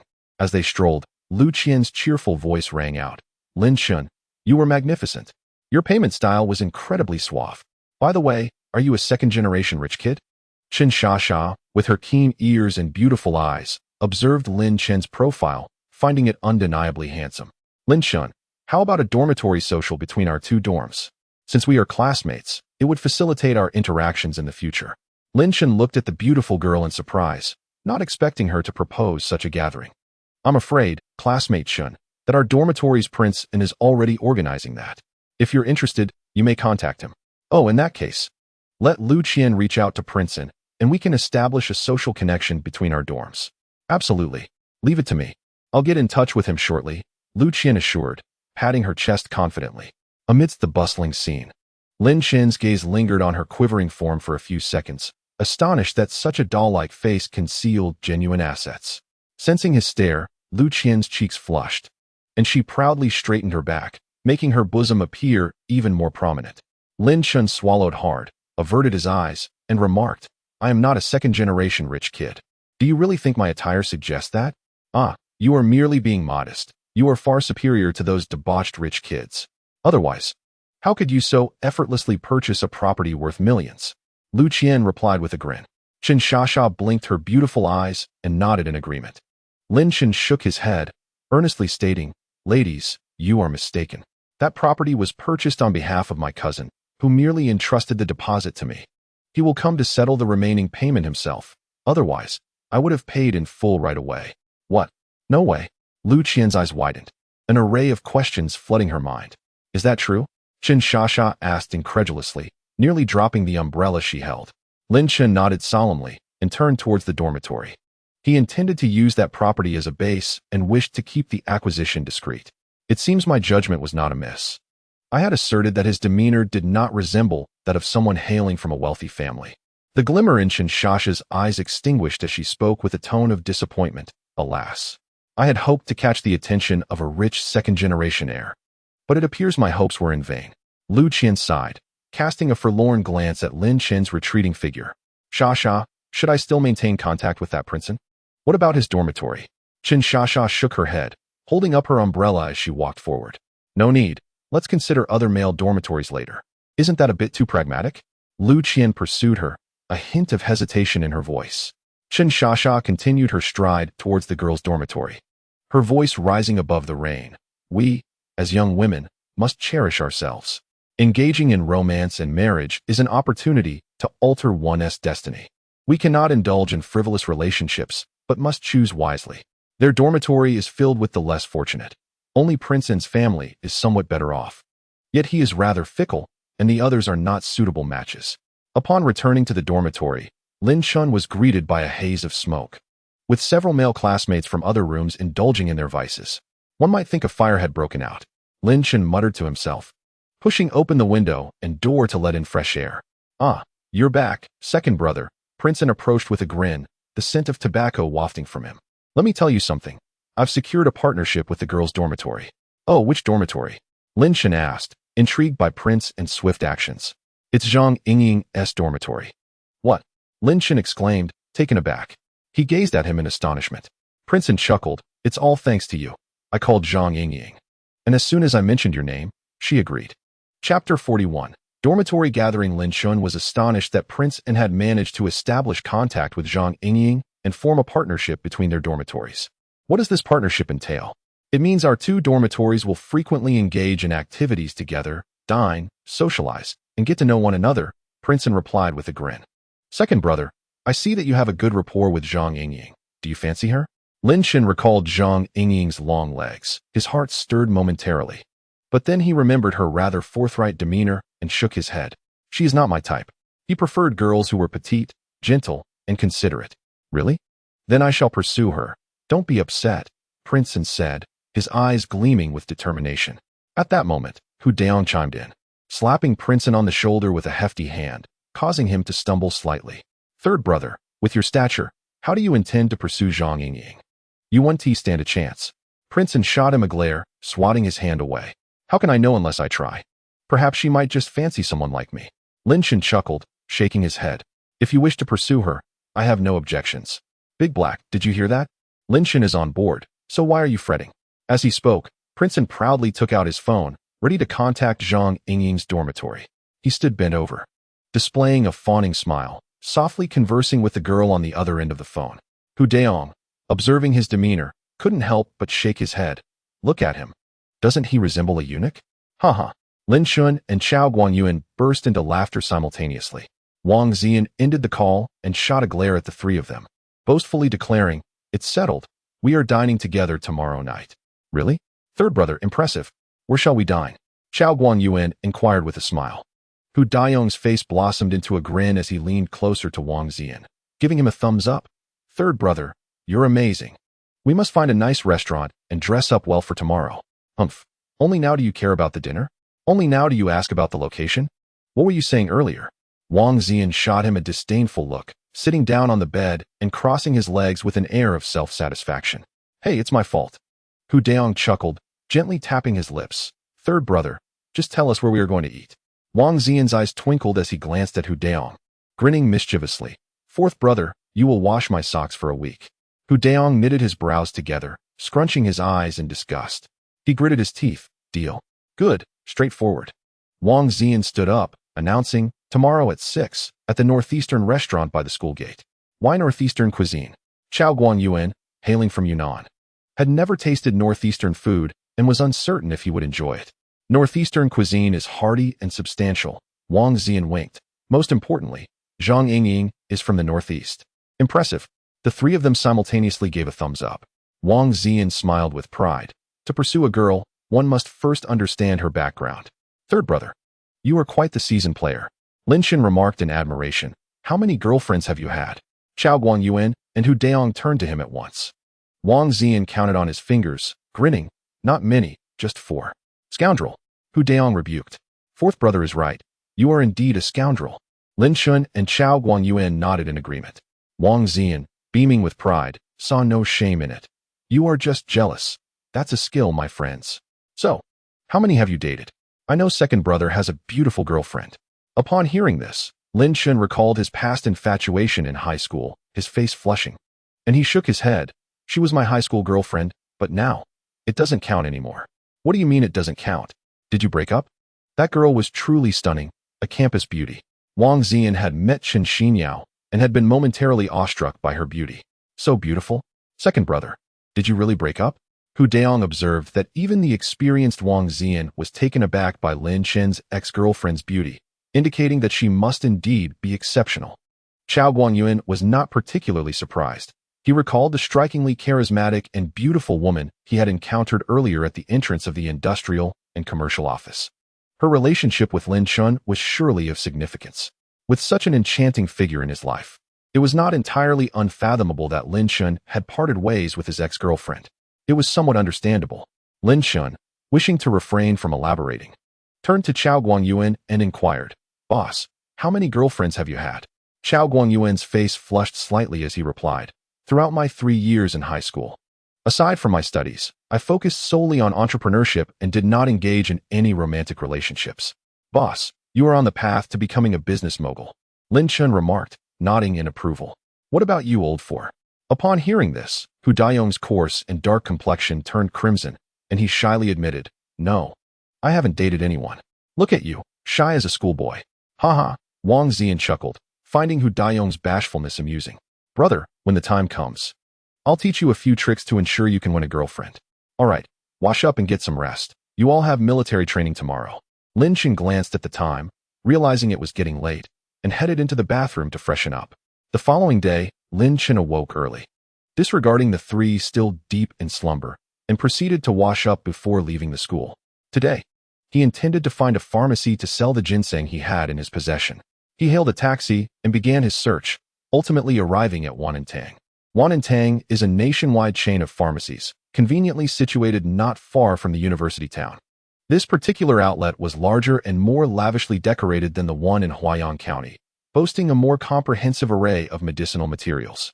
As Lin Chen entered the pharmacy, he surveyed the surroundings, taking note of the layout.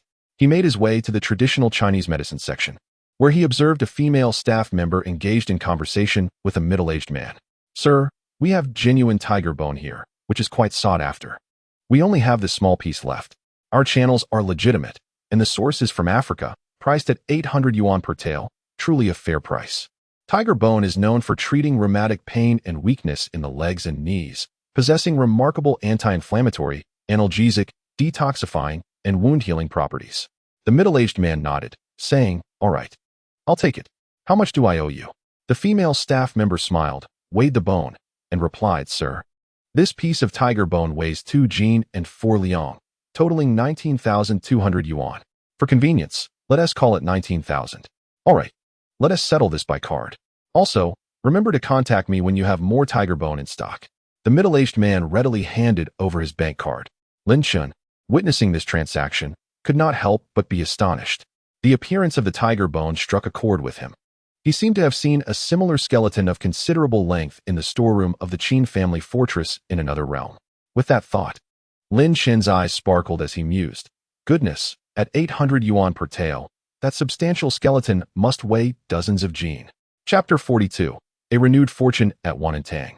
An elderly traditional Chinese medicine practitioner with hair as white as snow meticulously examined a wild ginseng root in his hands, the magnifying glass sweeping over the ginseng's surface.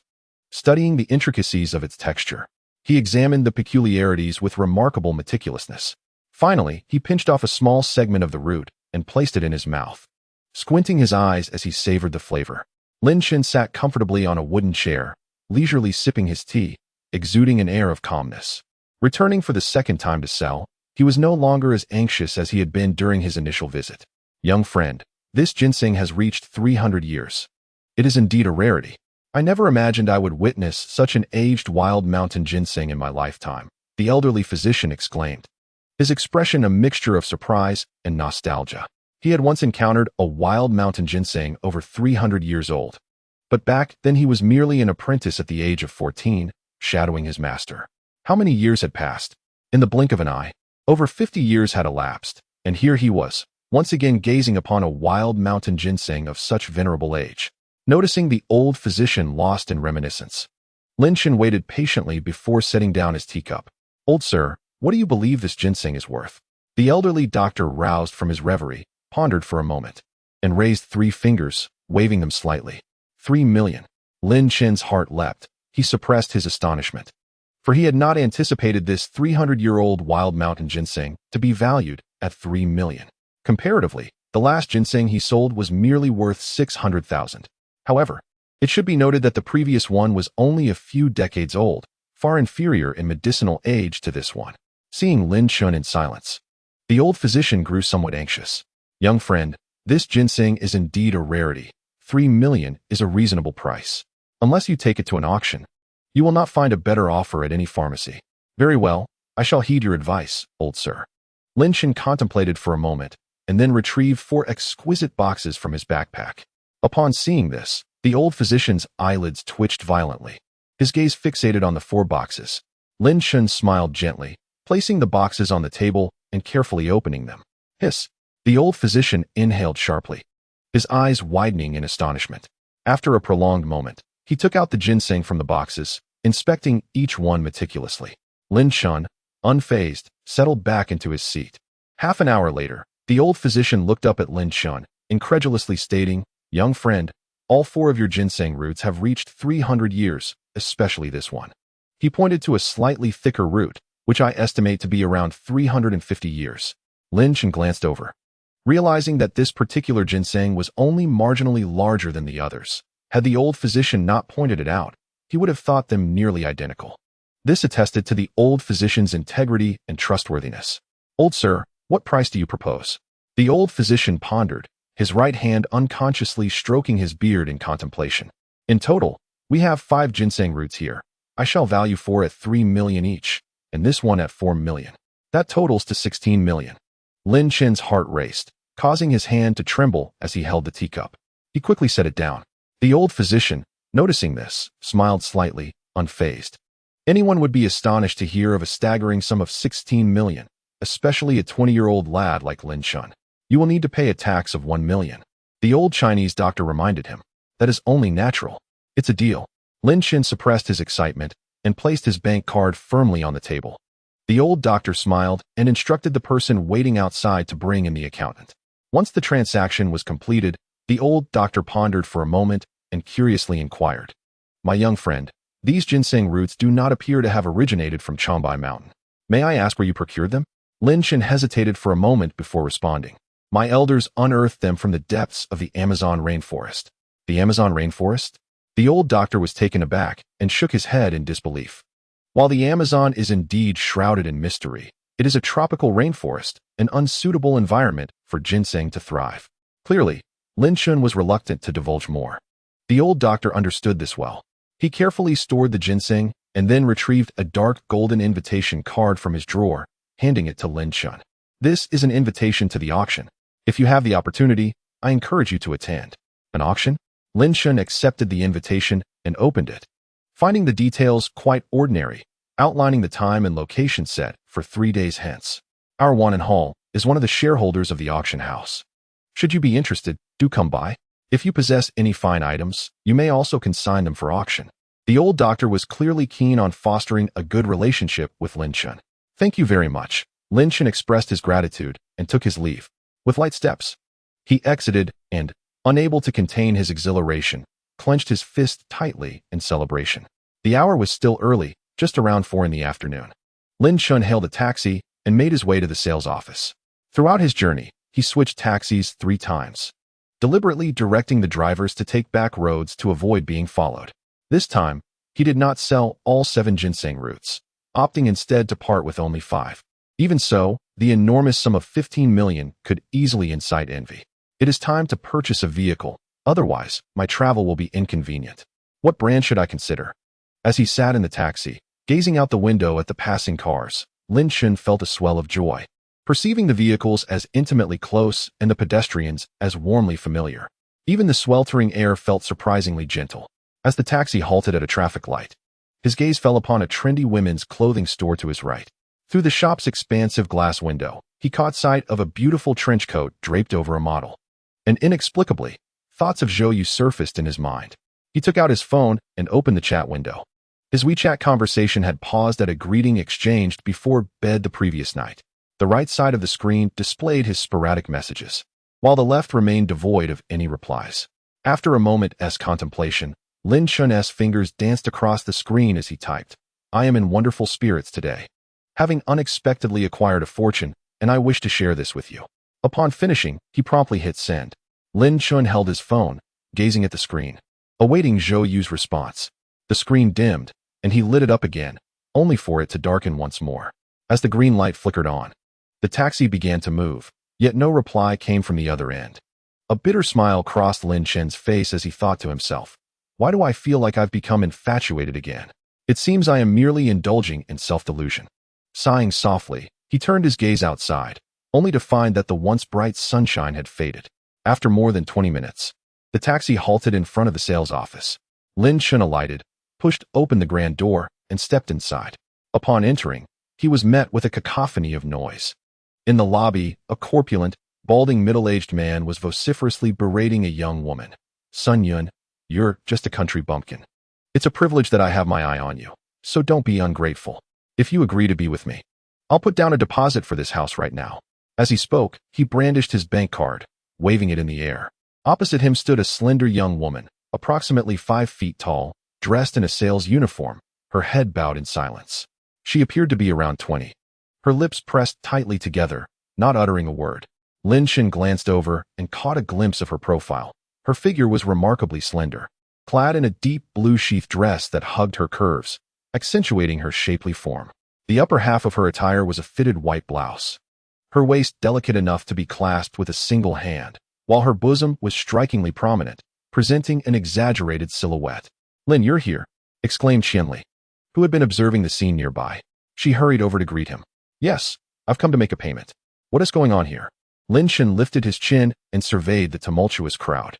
The corpulent, bald man was still spewing invectives, demanding to file a complaint and seeking to have Sun Yun dismissed. "Humph," Qianli scoffed quietly, visibly indignant. "That man has come several times, always under the pretense of buying a house, but he just harasses Sun Yun." Lin Chen furrowed his brow.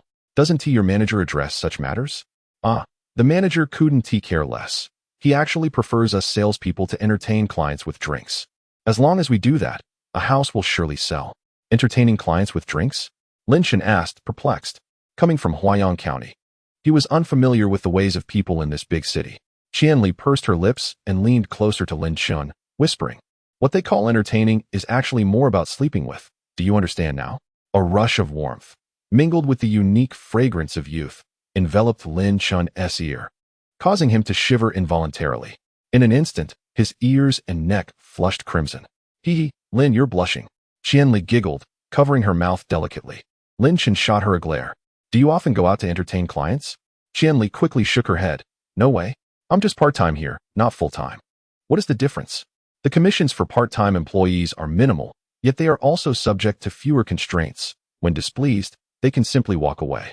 Full-time employees, however, experience a different reality. Their commissions are substantial, and in pursuit of sales, they exert considerable effort, often engaging in entertaining clients. Even if they choose not to accompany clients for drinks, they may still succumb to the pressure imposed by their managers." "Oh, is Sun Yun also a part-timer?" Lin Chen observed the sobbing saleswoman ahead, feeling a pang of sympathy. Though these salespeople appeared glamorous on the surface, their circumstances were quite challenging. "Sun Yun is not a part-timer, she is full-time." Qianli shook her head and continued, "She is quite stubborn. Previously, several clients had invited her to dine and drink, all of which she declined. Naturally, those clients did not purchase properties here, much to the manager's frustration. He has already warned her that if she fails to sell a single unit this month, she will be dismissed." Indeed, she is a principled girl." Lin Chen averted his gaze from the commotion and said, "Let us proceed to make the payment. By the way, in my haste last time, was the property I purchased furnished or bare?" Qianli was taken aback by how affluent this junior was. She had just received the deposit yesterday, and today he was ready to pay in full. With delight, she led Lin Chen towards the finance office, explaining with a smile, "The properties in our community are all fully furnished and ready for immediate occupancy, which is quite convenient. Of course, if you are dissatisfied with the decor, you may contact a renovation company to redo it." "Excellent. That indeed simplifies matters." Lin Chen nodded in satisfaction as he entered the finance office to settle the final payment. After completing the paperwork, Lin Chen emerged with the purchase contract and keys in hand. The lobby remained tumultuous, with an increasing number of people, while the sales manager was busy soothing clients. Amidst his reassurances, he reprimanded Sun Yun. "Sun Yun, you have two choices. Either entertain the clients properly, or pack your things and leave." The surrounding saleswomen urged her to agree to accompany the clients for dinner. Sun Yun shook her head vigorously, biting her red lips. Her enchanting eyes filled with tears, desperately suppressing her emotions. "Manager, I resign. Please give me my wages." The manager raised an eyebrow and scolded, "Wages? The company provides you with food and accommodation. It has been nearly 3 months, and you haven't sold a single property. How dare you ask for wages? You have quite the nerve." Upon hearing this, Sun Yun could no longer contain her emotions, tears streaming down her face. "Why? I have worked hard. You should pay me for my labor." The manager waved dismissively, scoffing, "Just because you refuse to follow orders and have not sold a property. Enough talk. Return to your dormitory and take your belongings with you. The company does not support idlers." Woe is me. Sun Yun could no longer hold on, her emotions collapsing as she wept softly. The portly, balding man noticed and approached to grasp her arm, pulling her towards him. "Sister, listen to me. Let me treat you to a lavish meal at a fine hotel. I want to go." Sun Yun, with a choked voice, attempted to shake off the clammy grip of the man, but to no avail. "Release her. This is harassment." A commanding voice echoed as Lin Chen made his way through the crowd. "Who do you think you are, kid? This is none of your business. I suggest you leave at once." The rotund, bald man glared furiously at Lin Chen, visibly enraged at the interruption of his unwarranted advances. "You fat fool. Have you looked in the mirror lately? You resemble a bloated pig. What audacity you have to invite anyone to dinner." Lin Chen frowned. An invisible yet potent aura emanating from him, enveloping the man. The rotund figure, upon hearing Lin Chen's words, felt a surge of rage, but as he opened his mouth to retort, he was suddenly struck by an overwhelming pressure that left him trembling and sweating profusely. The trials Lin Chen had endured in another realm, coupled with his mastery of a dual-cultivation technique, bestowed upon him an inherent lethal aura. He was calm until provoked, at which point even the faintest resistance from an ordinary person became impossible. The manager, noticing the sudden pallor of the bald man, hurried over with concern. "Sir, are you unwell? Do you require assistance to get to the hospital?" The man shook his head, retreating a couple of steps to escape Lin Chen's gaze. The manager then turned towards Sun Yun, reprimanding her. "Sun Yun, why are you not attending to your guest?" With tears in her eyes, Sun Yun resolutely shook her head. "He is not my customer. I have resigned." "How outrageous. If you have resigned, you should leave immediately. You owe me your wages." "You want wages? Not a chance. If you have the guts, go ahead and sue me," the manager retorted angrily, summoning a sales clerk to bring a chair for the customer to sit. Lin Chen could no longer tolerate the injustice. "This is excessive. Workers deserve their wages. Are you really going to act like a heartless merchant?" The manager, already displeased with Lin Chen, snapped back. "Whether or not to pay wages is my prerogative. Who are you to meddle in this? If you continue to interfere, I will have security throw you out." Chapter 44. The bald man's pursuit of the beauty refusal. "Is it? Then I shall alert the authorities." "Go ahead. This is merely a financial dispute, which ultimately falls under labor arbitration. I have connections there. Report it if you wish," the manager replied, brimming with confidence. Lin Chen furrowed his brow, acknowledging the truth in the manager's words. The disparity in their positions was glaringly evident. One was a transient worker from afar, while the other was a local developer. It was clear which side the labor arbitration would favor. "Fine, if you refuse to pay. Then I shall forfeit the house I just purchased. I demand a refund," Lin Chen declared, shaking the materials and keys in his hand. "In a moment, I will contact the press. I believe they would find a story about wage theft quite intriguing. When it gets reported, I wonder who would still be inclined to buy from you." With that, Lin Chen made his way towards the finance office, intending to initiate the refund process. The manager's expression shifted dramatically, and he hesitated. Beside them, upon hearing the conversation, Qianli grew anxious. This property, valued at 12 million, would yield her a substantial commission of over 100,000. If Lin Chen were to cancel the purchase, she would be utterly devastated. "Lin, please wait a moment," she implored, grasping Lin Chen's arm before turning to the manager with urgency in her voice.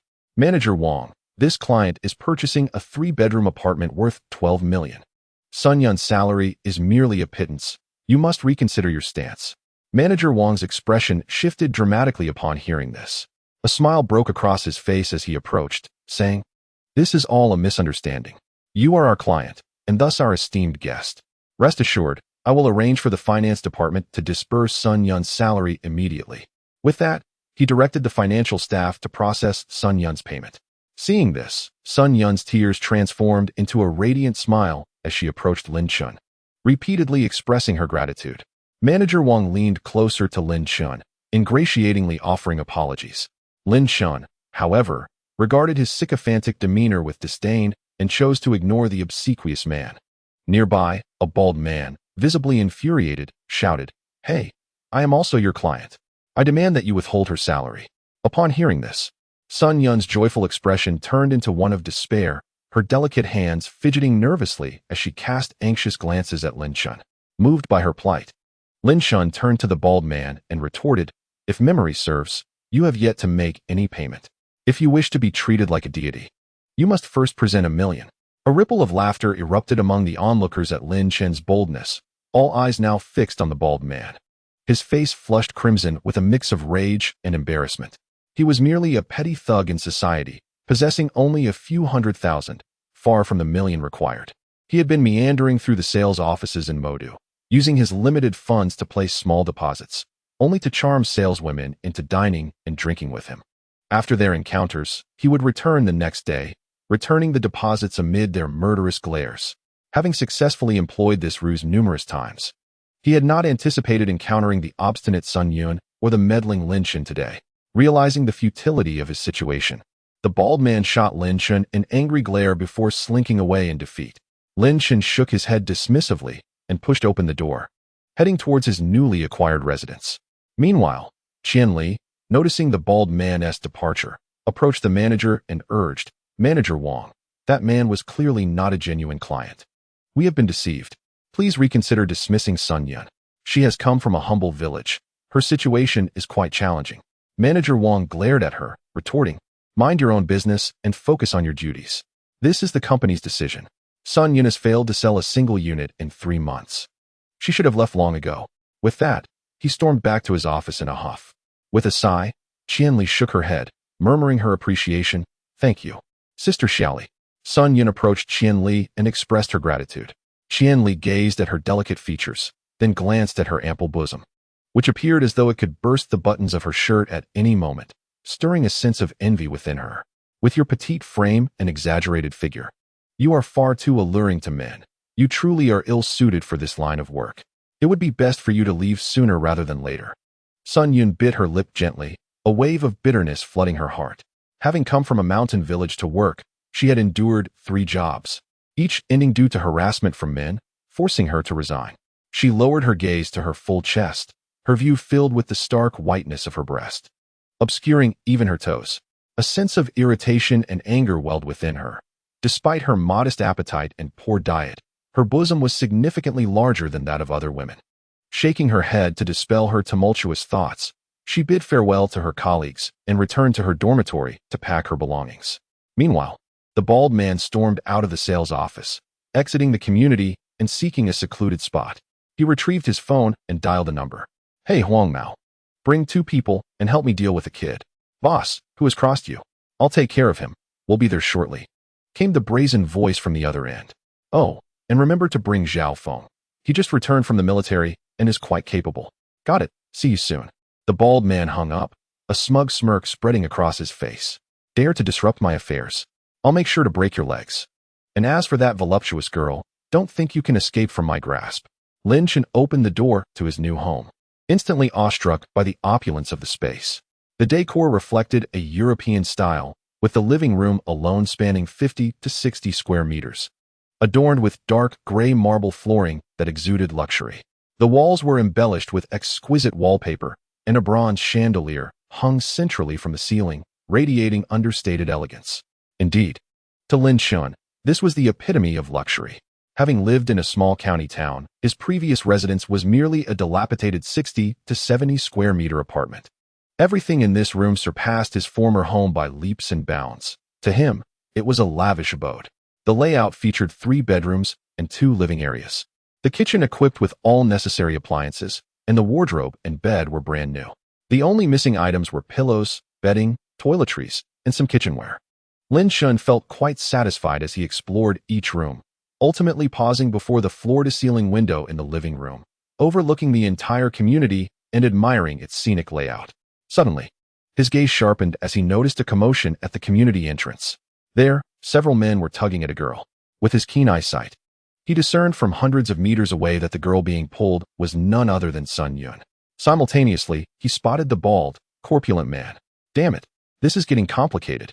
Lin Chen muttered angrily before swiftly exiting his apartment and racing towards the community's exit. The balding man tugged at Xuanhuan, leading her towards a nearby van. "Sister, you have nowhere to go. Come with me. My bed is spacious and comfortable." Chapter 45, The Retired Soldier. As he spoke, he chuckled lewdly. Beside him, a youth with a head full of yellow hair grasped Xuanhuan's other arm, equally smirking. "Boss, this girl is truly exquisite. Just look at that figure, so round and perky. And those assets, I've never seen such size before." Xuanhuan was paralyzed with fear, weeping softly as she desperately kicked against the pavement, resisting the pull of both men. At that moment, she had already changed out of her salesgirl uniform, donning a faded dress. The dress, strained under their tugging, revealed her fair skin. The balding middle-aged man, after several attempts, felt his back ache and his legs grow weary. Panting heavily, he had been drained by indulgence. He gasped at the youth standing idly nearby. "Zhao Feng, why are you just standing there? Get this girl in the car." Zhao Feng, with a square face that exuded an air of reliability, had returned from military service after facing disciplinary issues, struggling to find work, and had been aimlessly following the balding man. Hearing his superior's call, Zhao Feng's expression twisted in conflict. "Boss, isn't this illegal? It feels a bit like abduction." The balding man furrowed his brow and reprimanded him. "What law have we broken? I am merely inviting Xuanhuan for a drink." Zhao Feng hesitated. Years in the military had instilled in him a clear understanding of the law. Yet, he felt compelled to obey his superior's orders. Financial pressures weighed heavily on him. With aging parents to support and a sister in need of university tuition, unable to find other work, he relied on the meager monthly stipend from his boss. This situation left him torn between legality and the burdens of life. Seeing his hesitation, the balding man snapped in anger, "If you don't act now, don't bother sticking with me in the future." At this, Zhao Feng's heart raced, and he stepped forward, reaching for Sun Yun's waist. "Don't touch me. Help!" Sun Yun cried out in despair. Nearby, two security guards at the entrance of the community glanced over at the commotion, only to be met with the fierce gaze of the yellow-haired youth. The guards recoiled, murmuring to one another. One of them discreetly pulled out a phone to call for help. "Quick, cover her mouth," the balding man urged the yellow-haired youth. In a panic, the youth raised his hand to silence her. Suddenly, a sharp sound pierced the air. In an instant, the yellow-haired youth's arm twisted grotesquely, snapping as blood gushed forth. "Ah!" he screamed in agony, clutching his injured arm. Zhao Feng's eyes narrowed as he caught a glimpse of a stone soaring through the air, striking the arm of the young man with yellow hair. The precision and force of the throw were truly alarming. "Stop!" At that moment, a thunderous voice resonated from within the community. A figure raced towards them at great speed. Both Zhao Feng and the bald man were taken aback, instinctively halting their movements to gaze in that direction. Sun Yun breathed a sigh of relief and turned to see a handsome youth sprinting towards her. It was the very person who had assisted her at the sales office earlier. In that instant, her heart trembled, as though a ray of light had pierced through the darkness surrounding her, illuminating her path once more. Her heart raced, leaving an indelible imprint of Lin Chen deep within her soul. How audacious, to dare commit such brazen acts in broad daylight. Lin Chen dashed forward, delivering a powerful kick to the bald man's midsection. The impact was akin to being struck by a speeding truck, sending the middle-aged man flying over 20 meters before crashing to the ground. Gritting his teeth, he grimaced in pain, feeling agony coursing through every fiber of his being. Lin Chen had tempered his strength, exerting merely a fraction of his power. Otherwise, he could have easily inflicted a fatal blow. With a steely gaze and an air of menace, Lin Chen turned to face Zhao Feng. In that instant, Zhao Feng felt an icy chill envelop him, his heart tightening in response. The murderous intent radiating from Lin Chen was more ferocious than that of seasoned soldiers, comparable to those battle-hardened warriors who had tasted blood. Realizing this, Zhao Feng's expression grew grave, his muscles tensed, ready to strike at any moment. Lin Chen cast a brief glance at him, then lunged forward, throwing a punch aimed directly at Zhao Feng's chest. Sensing the impending attack, Zhao Feng swiftly retreated a step, raising his fists to block. The two fists collided with a resounding thud. In that fleeting moment, Zhao Feng's knuckles turned crimson and swollen, causing him to grimace as he staggered back several paces to dissipate the force of the blow. Military boxing? Lin Chen mused, mildly surprised. He had only used 20% of his strength, expecting to send his opponent flying, yet Zhao Feng had merely stumbled back a few steps. Upon closer inspection, he realized that Zhao Feng had employed military boxing techniques, which he recognized from demonstrations during their training sessions. "Are you a soldier?" Zhao Feng shook his swollen arm and bitterly nodded. "Yes. And yet you conspire with the wicked, abducting innocent women." Lin Chen's anger flared as he glared at him. To Lin Chen, soldiers were sacred protectors of the people, and it was unfathomable that this man stood in opposition to that ideal. With a pained expression, Zhao Feng replied, "I was discharged from the army." His face fell into a somber reflection, haunted by memories of the past. Not far away, an irate bald man lay on the ground. Yelling furiously, "Zhao Feng, step in and break this brat's legs." Zhao Feng turned to him, shaking his head. "Boss, I am no match for him. Useless. What good are you to me? You are nothing but a waste, squandering so much of my money." Upon hearing such insulting words, Zhao Feng's expression shifted dramatically, his fury igniting. The muscles in his face twitched, his hands clenched tightly, nails digging into his flesh, drawing blood. What? Are you still unconvinced? The bald man, witnessing Zhao Feng's reaction, became even more enraged, cursing, "You take my money and refuse to obey. I could raise a dog that's better than you.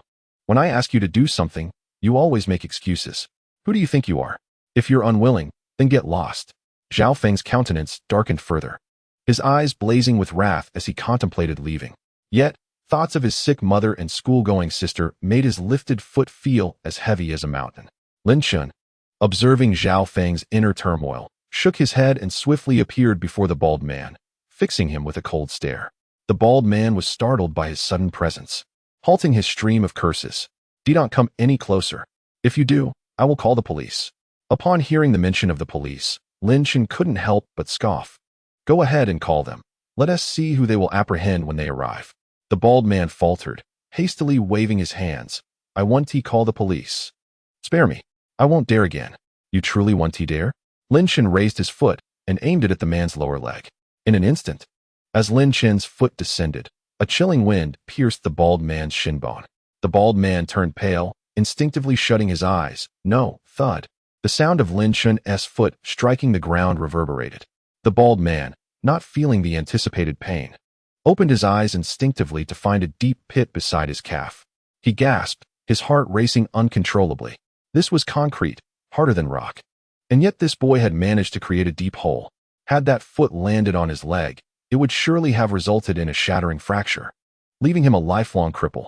Realizing this, cold sweat broke out on his back, and he was filled with dread. "Do you see? If you engage in any more wrongdoing, I will shatter every bone in your body." Lin Chen admonished coldly, his voice icy as a gust from the depths of hell. "And no, I won't dare again."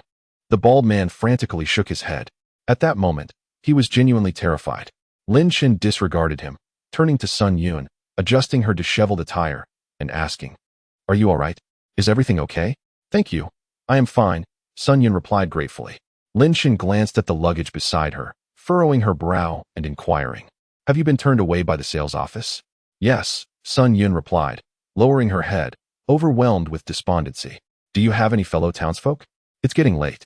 You could seek refuge with them." Sun Yun looked up at the darkening sky, now in the twilight of evening. Letting out a sigh, she shook her head. "I have no companions, no friends in this city." As she spoke, the struggles of recent days surfaced in her mind, and with a sharp pang of emotion, tears began to stream down her cheeks. Lin Chen hesitated, realizing that it was already dark and there was no time to find another place to stay. "How about I take you to a nearby hotel for the night?" No, hotels are too expensive. Staying for one night costs several hundred." Upon hearing the mention of a hotel, Sun Yun shook her head vigorously, as her parents back home were waiting for her to send money. And several hundred could buy a substantial amount of food there. She simply could not part with it. "Then where can you stay?"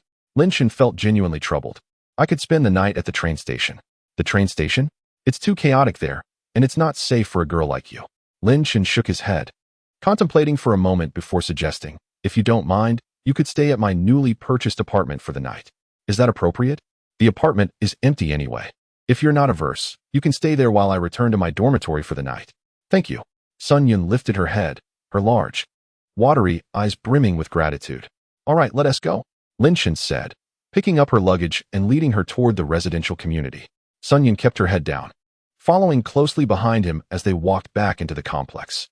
The bald man, noticing Lin Chen's departure, immediately exhaled in relief and gestured for the blonde-haired man to assist him in leaving. The blonde-haired man, nursing a broken arm, instructed Zhao Feng, "Aren't you going to help the boss?" Zhao Feng hesitated. The bald man shot Zhao Feng a glare. "Get lost. Don't follow me again." With that, he staggered away on his own. A few minutes later, Lin Chen opened the door, allowing Sun Yun to enter the apartment. Sun Yun stepped inside, placing her luggage on the floor. "Will I dirty your apartment?" "It's fine. If it gets dirty, we can just clean it up," Lin Chen reassured her, setting her luggage on the coffee table and handing her a key. "You were a sales agent, so you should be familiar with this place. No need for further introduction, right?" "Yes, no need. Thank you." Sun Yun expressed her gratitude once more, her eyes sparkling as she regarded Lin Chen. She felt immensely grateful to this young man who had helped her twice. Without him, she would surely have had to sleep on the streets that night. Just the thought filled her heart with appreciation. All right, I have matters to attend to and must leave. You can stay here for now and move out whenever you find a place, Lin Chen stated, turning to head towards the door. Taking a deep breath, Sun Yun watched Lin Chen's retreating figure, bit her lip, hastened a couple of steps, and embraced his waist from behind. Thank you, truly thank you. You are a kind soul. Lin Chen felt a jolt as he was supported by two soft figures behind him. Turning around, he embraced her, offering words of comfort. While we are out in the world, it is only natural to help one another. It is nothing. Standing nearly 185 meters tall, Lin Chen looked down at Sun Yun, who was around 160 meters. As he lowered his gaze, he caught a glimpse into her neckline, revealing two pristine peaks as white as milk. Earlier, outside the community, Sun Yun had been tugged at by a balding man, leaving her neckline torn in two places. In their embrace, Lin Chen's eyes were drawn to the delightful pink grapes atop those snowy summits, their vibrancy tantalizingly alluring. Gulp! Lin Chen swallowed hard, feeling a stirring beneath him, the dragon rising in response. Instantly, Sun Yun sensed the imposing presence, her cheeks flushing to the roots of her ears. She gently pushed Lin Chen away, her head bowed in shyness. Lin Chen, awkwardly smiling, scratched his nose and murmured, I apologize, it was a natural reaction. Upon hearing this, Sun Yun's face reddened further, her fair neck now tinted with a rosy hue. Lin Chen, feeling more embarrassed, said, I shall take my leave. You can tidy up. With that, he hurriedly exited through the door. Uffed. Sun Yun couldn't help but stifle a laugh at his flustered demeanor as Lin Chen descended the stairs. Still feeling a bit awkward and humiliated, he mused to himself, it's all this dual cultivation practice. It simply cannot withstand provocation. Sigh. A glance at his watch revealed it was already 6:30 p.m., half an hour past the agreed time for the gathering in the dormitory. He quickened his pace towards the exit. Outside the Northeast Family Restaurant, Hu Daong paced anxiously, his large, round eyes scanning the surroundings. Suddenly, a spark of recognition lit up his face as he took a couple of steps forward, calling out, Air, over here. Lin Chen hurried towards him, spotting Hu Daong waiting at the entrance. As he approached, he heard Hu Daong's loud call, which immediately drew the attention of passers-by. Lin Chen's expression darkened as he reached Hu Daong, giving him a light slap on the shoulder. What kind of name is Air? It's rather unpleasant. From now on, you shall be second brother. Hu Daong stumbled slightly from the pad, grinning through the pain. Why so strong? You nearly broke my shoulder. Anyway, where are the others? They've long since gone inside. I was waiting for you out here. Hu Daong glanced inside the restaurant, concealing the fact that he felt a bit shy in front of several girls. Very well, let us go in. Lin Chen surveyed the restaurant and stepped inside. In the private room, Wang Zian was animatedly recounting amusing tales from his high school days, his humorous anecdotes eliciting fits of laughter from the girls present. Chapter 47. A toast between boys and girls. As Lin Chen pushed the door open and entered, all the eyes in the room turned towards him. At last, you have arrived, just in time, Wang Zian remarked with a hint of irritation as he noticed Lin Chen enter. Lin Chen's expression darkened. Third brother. Address me as second brother, or else I shall give you a thrashing. Giggles erupted from the four young women present, captivated by their banter. Lin Chen shot Wang Zian a glare before turning to the ladies, clasping his hands in salute. Greetings, esteemed beauties. I apologize for my tardiness. I was detained by pressing matters. No worries, Zhang Yingying replied, rising gracefully and waving her hand dismissively. Lin Chen, allow me to introduce my roommates. She gestured towards the girl beside her, donning a dark green dress. This is our second sister, Jiang Tingting. Hello, Lin Chen greeted with a smile, stepping forward to extend his hand to the girl, who appeared rather ordinary in appearance. Jiang Tingting, momentarily taken aback by the handsome figure before her, hesitated before rising to meet his handshake. As they released their grasp, her fingertip brushed lightly against Lin Chen's palm, seemingly by design or perhaps by accident. Lin Chen furrowed his brow slightly, casting another glance at her, noting her radiant smile, which seemed unintentional. He shook his head inwardly, attributing it to a mere slip. This bespectacled beauty is our third sister, Xuanhuan, Zhang Yingying introduced, pointing to the girl beside Jiang Tingting. Hello, Lin Chen, I am Xuanhuan, she said, standing with a gentle smile and extending her hand with poise. Standing at approximately 1.6 meters tall, clad in a flowing white gown, Her striking features framed by golden-rimmed glasses exuded an air of intellectual elegance, a true class beauty. Lin Chen quickly took her hand, replying, "Hello, it is a pleasure to meet you." Upon their handshake concluding, Zhang Yingying introduced the last girl, dressed in a yellow dress. "This is our little sister, He Xiaolu." Turning his gaze, Lin Chen beheld the petite girl with delicate features, a picture of shyness, an embodiment of a charming, demure neighbor. "Hello, I am Lin Chen," he introduced himself. "Hello, I am He Xiaolu," she replied, standing to meet him. Her cheeks flushed as she offered a brief handshake before retracting her hand quickly. "Everyone, may I have your attention?" Wang Ziyan interjected, rising and clapping his hands. "To deepen our camaraderie, I propose we alternate seating arrangements between the boys and girls." "Yes, that's a splendid idea," Chao Guangyuan and Hu Daong nodded in agreement. Lin Chen, understanding the ulterior motives of these three, saw no reason to object, knowing they sought to better position themselves near the ladies they favored. "Very well, we concur." Zhang Yingying stood to represent the girls' dormitory in agreement. The four boys and girls rose to rearrange their seating. Wang Ziyan, eyes glinting with mischief, made a sweeping gesture. "Ladies first, please take your seats." "Little sister, you may sit first." Zhang Yingying nodded, assuming the demeanor of a leader, and first arranged for He Xiaolu to take a seat. He Xiaoyu's face flushed, and she quietly settled into a corner of the table. Wang Ziyan exchanged knowing glances with his three companions, his meaning unmistakable. "I took my place beside He Xiaolu." The portly Chao Guangyuan spoke up, striding over to sit beside her. He Xiaolu stiffened, her cheeks reddening further. "Shulan, you sit over there," Zhang Yingying directed Shulan, the third member of their dormitory.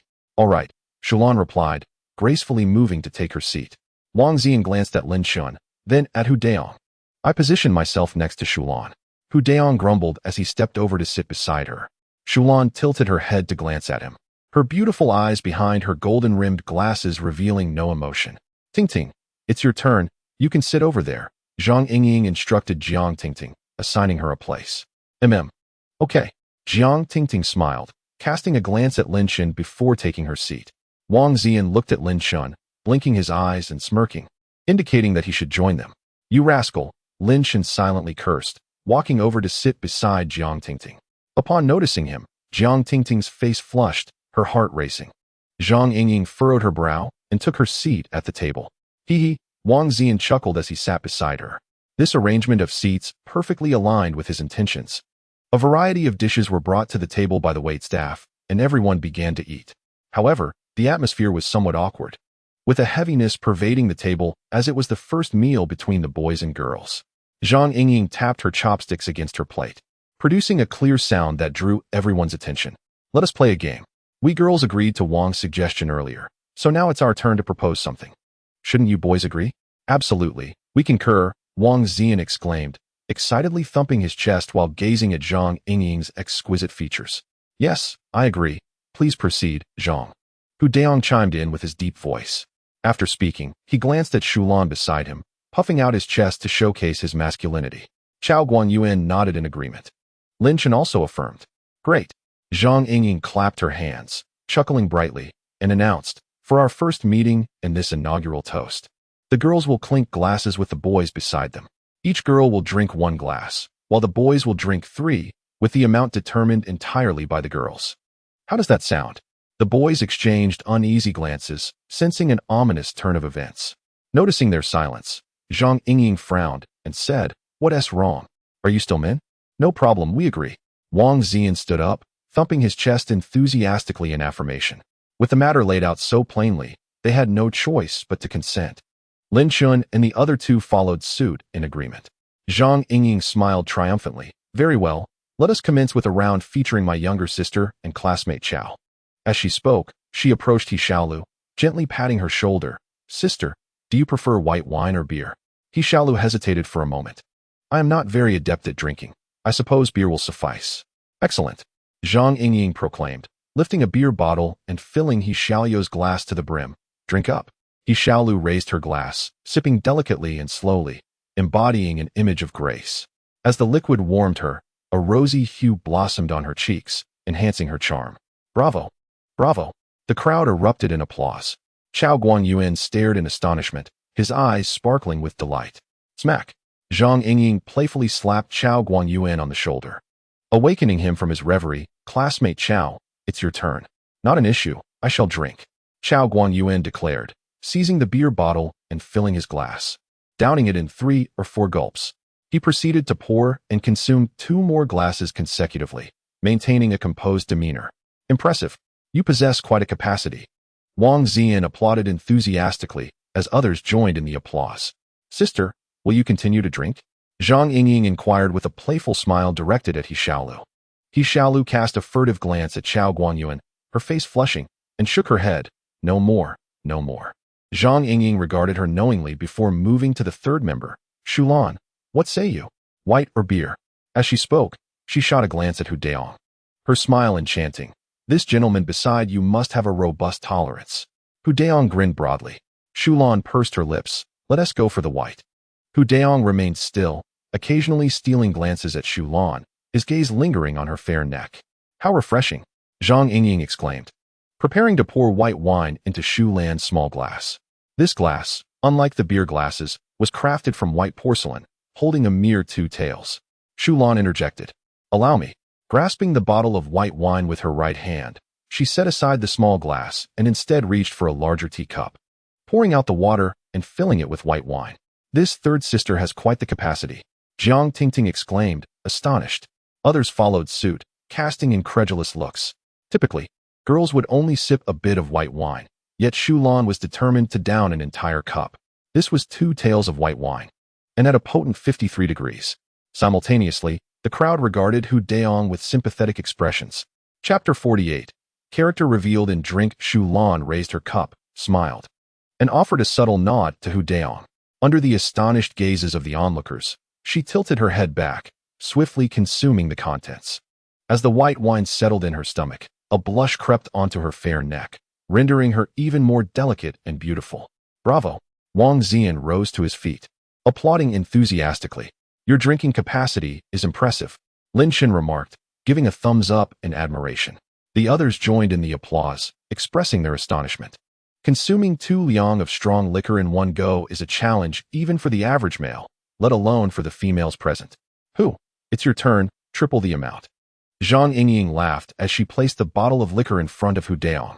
Hu Daong's face twisted in uncertainty as he hesitated. "Don't be timid, drink up," Chao Guanyuan encouraged upon noticing Hu's reluctance. The others chimed in with similar encouragement. Wang Ziyan pounded the table, exclaiming loudly, "Come on, we are men. We cannot back down. It's merely 6 liang in total, a piece of cake. I believe in you, brother. Drink." Hu Daong glanced at him, grasped the bottle, and began to pour. Gritting his teeth, he declared, "I'll drink, it's nothing." He filled the first cup and downed it in one go, feeling the fiery burn. He filled the second cup and drank it all at once, sensing an intense heat spreading through his insides. As he filled the third cup and consumed it, a wave of nausea washed over him, as if his stomach were in turmoil. Struggling against the urge to vomit, his tall frame swayed, and the faces before him blurred into doubles. Consuming such a large quantity of liquor in a single breath could easily lead to intoxication. "Bravo! Truly the men of our 401. Wang Ziyan laughed heartily, applauding with pride. "Well done, a true man." Zhang Yingying patted Hu Daong on the shoulder. Hu Daong swayed slightly, forcing a grim smile as the others applauded, igniting a fervent atmosphere in the room. "Xuanhuan, are you still drinking?" Zhang Yingying asked playfully, taking the bottle back. "Give me another cup," Xuanhuan replied, extending her delicate hand to receive the liquor bottle from Zhang Yingying, ready to pour more. The crowd gasped at her readiness, clearly impressed by her capacity for alcohol. "No, please don't drink anymore. I concede," Hu Daong exclaimed in a panic, reaching to stop Xuanhuan from pouring. She deftly evaded his hand, smiling. "All right, I'll let it go." The crowd erupted in playful jeers at Hu Daong's reaction. "Come on, Hu. You're not living up to your size," Zhang Yingying teased, shaking her head as she approached Jiang Tingting, casting an impish glance at Lin Chen. "Tingting, it's your turn too. Will you drink liquor?" Lin Chen felt a moment of apprehension under her gaze, but quickly steadied himself, reassured by his robust physique and the effects of his dual-cultivation practice. He estimated he could consume several jin of this 53-degree liquor without succumbing to intoxication. Jiang Tingting gazed boldly at Lin Chen, her beautiful eyes shimmering with mischief as she shyly smiled. "Boss, I'll stick to beer."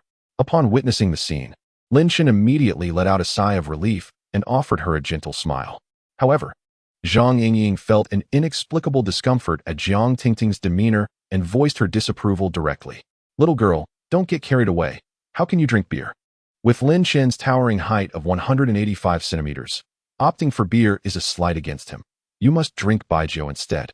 Jiang Tingting's cheeks flushed slightly as she shot Zhang Yingying a glare. Those who suffer from drought perish, while those afflicted by floods meet their own demise. Unlike you, I am not pursued by 4 or 5 boys, nor do I have a BMW suitor sending me flowers. Zhang Yingying's expression changed, and she instinctively glanced at Lin Chen, relieved to see his lack of reaction. Yet, a twinge of inexplicable disappointment stirred within her. Don't speak nonsense about BMW suitors. I have paid him no mind, she thought, a flicker of anger igniting in her heart. Humph, easy for you to say when you're not the one in pain, Jiang Tingting retorted with a disdainful pout. Yingying, what BMW suitor? Is someone pursuing you? Wang Ziyan asked anxiously, casting a hurried glance at Zhang Yingying. Zhang Yingying's frustration had yet to dissipate, and she shot him a glare, saying, Yingying, who gave you the right to call her that? We are not that familiar, and my matters are of no concern to you. Wang Ziyan's face darkened instantly, and he quietly returned to his seat. The others, sensing the tension, refrained from speaking, and the atmosphere in the private room grew somewhat awkward. Lin Chen surveyed the group and stood up, his gaze settling on Jiang Tingting. Classmate Jiang Tingting, let us drink baijiu. You can have as much as you desire. All right then, let's go with baijiu. Boss, pass me the bottle, Jiang Tingting replied with a smile, placing a small 2-dram porcelain cup before her, ready to pour. Wait a moment, Zhang Yingying interjected, realizing her previous remarks may have been inappropriate. She quickly smiled to lighten the mood. Tingting, your heart is too soft, but not in this way. Hurry, switch to a larger cup. Yes, a larger cup. Xuanhuan, who had been quietly sitting, chimed in with a laugh. Second sister, your cup is too small. You should definitely switch to a larger one. He Xiaolu added with a bright voice. Indeed, a larger cup. A larger cup. Chao Guangyuan and Hu Daong, noticing the girl's enthusiasm, eagerly joined in to boost the atmosphere. Seeing this, Wang Ziyan forced a smile and said, Second sister, you ought to heed everyone's opinion and switch to a larger cup. In an instant, everyone chimed in, and the lively atmosphere returned. All right then, let us switch to a larger cup. Jiang Tingting moved aside her small cup and replaced it with a larger 2-dram cup, filling it with baijiu. Gulp. She confidently downed the entire 2 drams of baijiu in one go, then flipped the cup upside down to indicate she had finished. One cannot judge a book by its cover. Lin Chen noted her impressive drinking ability. A true heroine in the realm of liquor. Wang Ziyan seized the moment to express his admiration. The others echoed his sentiments, marveling at her prowess. Subsequently, all eyes turned towards Lin Chen. With a subtle smile, he confidently took an empty 2-dram cup and reached for the baijiu. Allow me to pour for you, Zhang Yingying said, her smile radiant as her delicate hands swiftly grabbed the bottle, filling Lin Chen's cup to the brim. A delicate fragrance emanated from Zhang Yingying, wafting into Lin Chen's nostrils and compelling him to inhale deeply, finding the scent quite pleasing. Zhang Yingying seemed to sense Lin Chen's actions, and upon catching a whiff of his aroma, she felt a sense of comfort wash over her. However, she shot him a fleeting glance, her beautiful eyes narrowing in a playful glare. Lin Chen offered an awkward smile and shifted slightly to the side. Drink up, Zhang Yingying declared, thrusting a glass of liquor into Lin Chen's hand. Just a trifle. No problem, Lin Chen replied confidently, dismissing the challenge, believing that with his robust physique, such a modest amount of liquor would be inconsequential. With a hearty gulp, he downed 2 ounces of liquor, feeling a mild burn in his throat and a gentle warmth in his belly. A thought crossed his mind as his internal energy began to circulate, transporting the alcohol into a mysterious realm within him. A smile crept onto his face, and he felt a surge of joy. With this newfound method, he would surely be as impervious to intoxication as the legendary Duan Yu. This way, he could dominate the drinking table with ease. Chapter 49.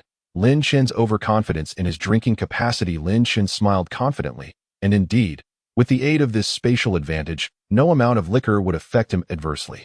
Once, before he had entered this extraordinary world, he had accompanied his father for a drink, and after just half a cup, he had succumbed to oblivion.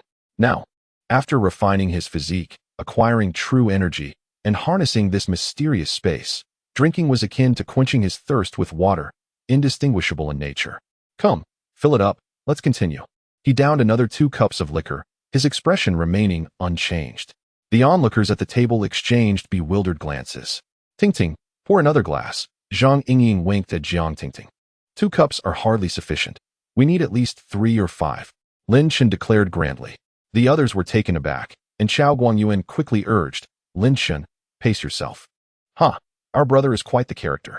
Tingting, you must help fulfill our brother's ambition. Wang Ziyan chimed in with enthusiasm. Jiang Tingting glanced at Lin Chen with concern. But upon seeing his nod, she downed 2 cups. The crowd erupted in applause, their gazes fixed on Lin Chen. Some were curious, others apprehensive, while a few reveled in the spectacle. Lin Chen remained as steady as a mountain, placing 6 glasses before him for Zhang Yingying to fill. Once the glasses were brimming, he consumed them one by one. The liquor coursed through his belly before disappearing into the mysterious space. 6 cups, totaling 12 ounces, combined with the previous 3 cups. Meant he had consumed a total of 18 ounces. The spectators gaped in astonishment at Lin Chen, whose demeanor remained unflinching. You are a veritable god of wine, Zhang Yingying exclaimed, giving him a thumbs up, her eyes sparkling with admiration. As her gaze flickered, it shimmered like autumn waters. Lin Chen surveyed the crowd, a proud smile gracing his face.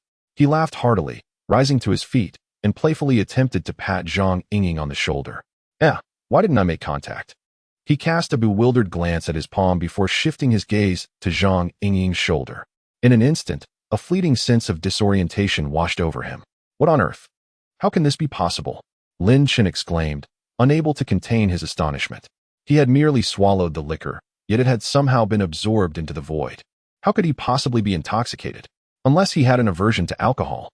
Lin Chen, you are indeed drunk, Zhang Yingying sighed in relief, deeming the situation rather ordinary. This cannot be. How could I possibly be inebriated? Lin Chen retorted incredulously, pouring himself 2 more glasses of white liquor and downing them. The fiery sensation coursed through his belly, yet it never reached his stomach, instead being transported into the abyss. However, his vision began to blur, and his body swayed slightly. Realizing something was amiss, Lin Chen felt a twinge of embarrassment and quickly steadied himself. Come on, old pal, if you're drunk, just admit it. There is no shame in that. His actions did not escape the notice of the onlookers, and Wang Ziyan could not resist teasing him. I refuse to believe it, Lin Chen declared resolutely, seizing the bottle from Zhang Yingying's grasp and filling his glass anew. He drank again, yet his body remained unresponsive, though the shadows before him continued to dance erratically. Shaking his head vigorously, he stumbled sideways, falling directly towards Zhang Yingying. At that moment, he began to accept the possibility that his unique constitution rendered him susceptible to drunkenness, even with the aid of the space. Zhang Yingying hurriedly caught him, unable to suppress her irritation. You've already had more than enough. Just stop drinking. No one is forcing you. I am not drunk. Who says I am? Lin Chen protested, attempting to rise but swaying precariously before toppling over, his head brushing against the ends of Zhang Yingying's hair. Immediately, she was met with a potent wave of alcohol, mingled with Lin Chen's distinct, pleasant scent. The warmth of his breath wafted against her alabaster neck, causing her cheeks to flush a deep crimson, extending all the way to her ears, rendering her body rigid and immobile. Observing Lin Chen leaning against Zhang Yingying, and noticing her flushed visage, Jiang Tingting interjected.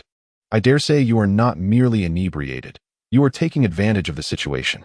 As she spoke, she rose and pried Lin Chen away from Zhang Yingying, guiding him back to his own seat. Zhang Yingying sighed in relief, casting a reproachful glance at Lin Chen before expressing gratitude to Jiang Tingting. Tingting is right. Who can tell if this fellow is genuinely drunk or merely pretending? I am not drunk. I need to relieve myself, Lin Chen declared, rising unsteadily and making his way toward the door of the private room. Hey, Lin Chen, are you all right? Zhang Yingying asked, a hint of concern in her voice. No worries. I'm fine, he replied, dismissing her worries with a wave. Chao Guangyuan stood up, worry etched on his face. Old pal, do you want me to accompany you? Don't fall. Lin Chen opened the door and waved his hand dismissively. It's nothing. You all continue having fun. I'll be back shortly. This fellow simply relishes showing off, chuckled Zhang Yingying as she shook her head in amusement. Who could argue? Earlier on the playground, he exhibited such prowess, and who would have thought his capacity for liquor was equally impressive? Jiang Tingting smiled, her heart racing at the memory of Lin Chen dashing through the rain, his robust physique exuding such raw magnetism. Indeed, his spirited sprint while lifting stones had been captured in photographs and shared on the campus network, igniting fervent discussions among many. Shu Lan's eyes sparkled as she chimed in with a light-hearted tone. There are numerous comments, some deeming it a fabrication, while others insist it is genuine. And the debates are quite animated. I'm aware of that. I've seen it on the campus network as well, Hu Daong replied in a deep voice, casting discreet glances at Shu Lan. All right, let us not dwell on him any longer. Let us continue our revelry. Zhang Yingying, it's our turn, Wang Ziyan said with a grin, pulling out a chair beside him to beckon her back. Absolutely, Zhang Yingying returned, grabbing 2 bottles of white liquor and looking at Wang Ziyan with a playful smile. Are you truly going to drink with me? Is there any doubt? We are the only ones left. Zhang Yingying caught the innuendo in his words, her beautiful eyes narrowing as she teased. Are you trying to court me? Cough, cough, cough. Wang Ziyan was taken aback by her bold words, his face flushing as he stammered. No. The others were equally astonished by Zhang Yingying's audacity, before bursting into hearty laughter. If you wish to pursue me, that is permissible. Really? Wang Ziyan's eyes sparkled, fixated on her exquisite visage. His heart swelled with elation, akin to waves crashing upon the shore, each surge more intense than the last. Zhang Yingying shot him a glance, her lips curling into a smirk. As long as you can defeat me, I will grant you the chance to pursue me. Very well, no problem. Let us pour the drinks, Wang Ziyan exclaimed, rising with fervor, his chest thumping audibly.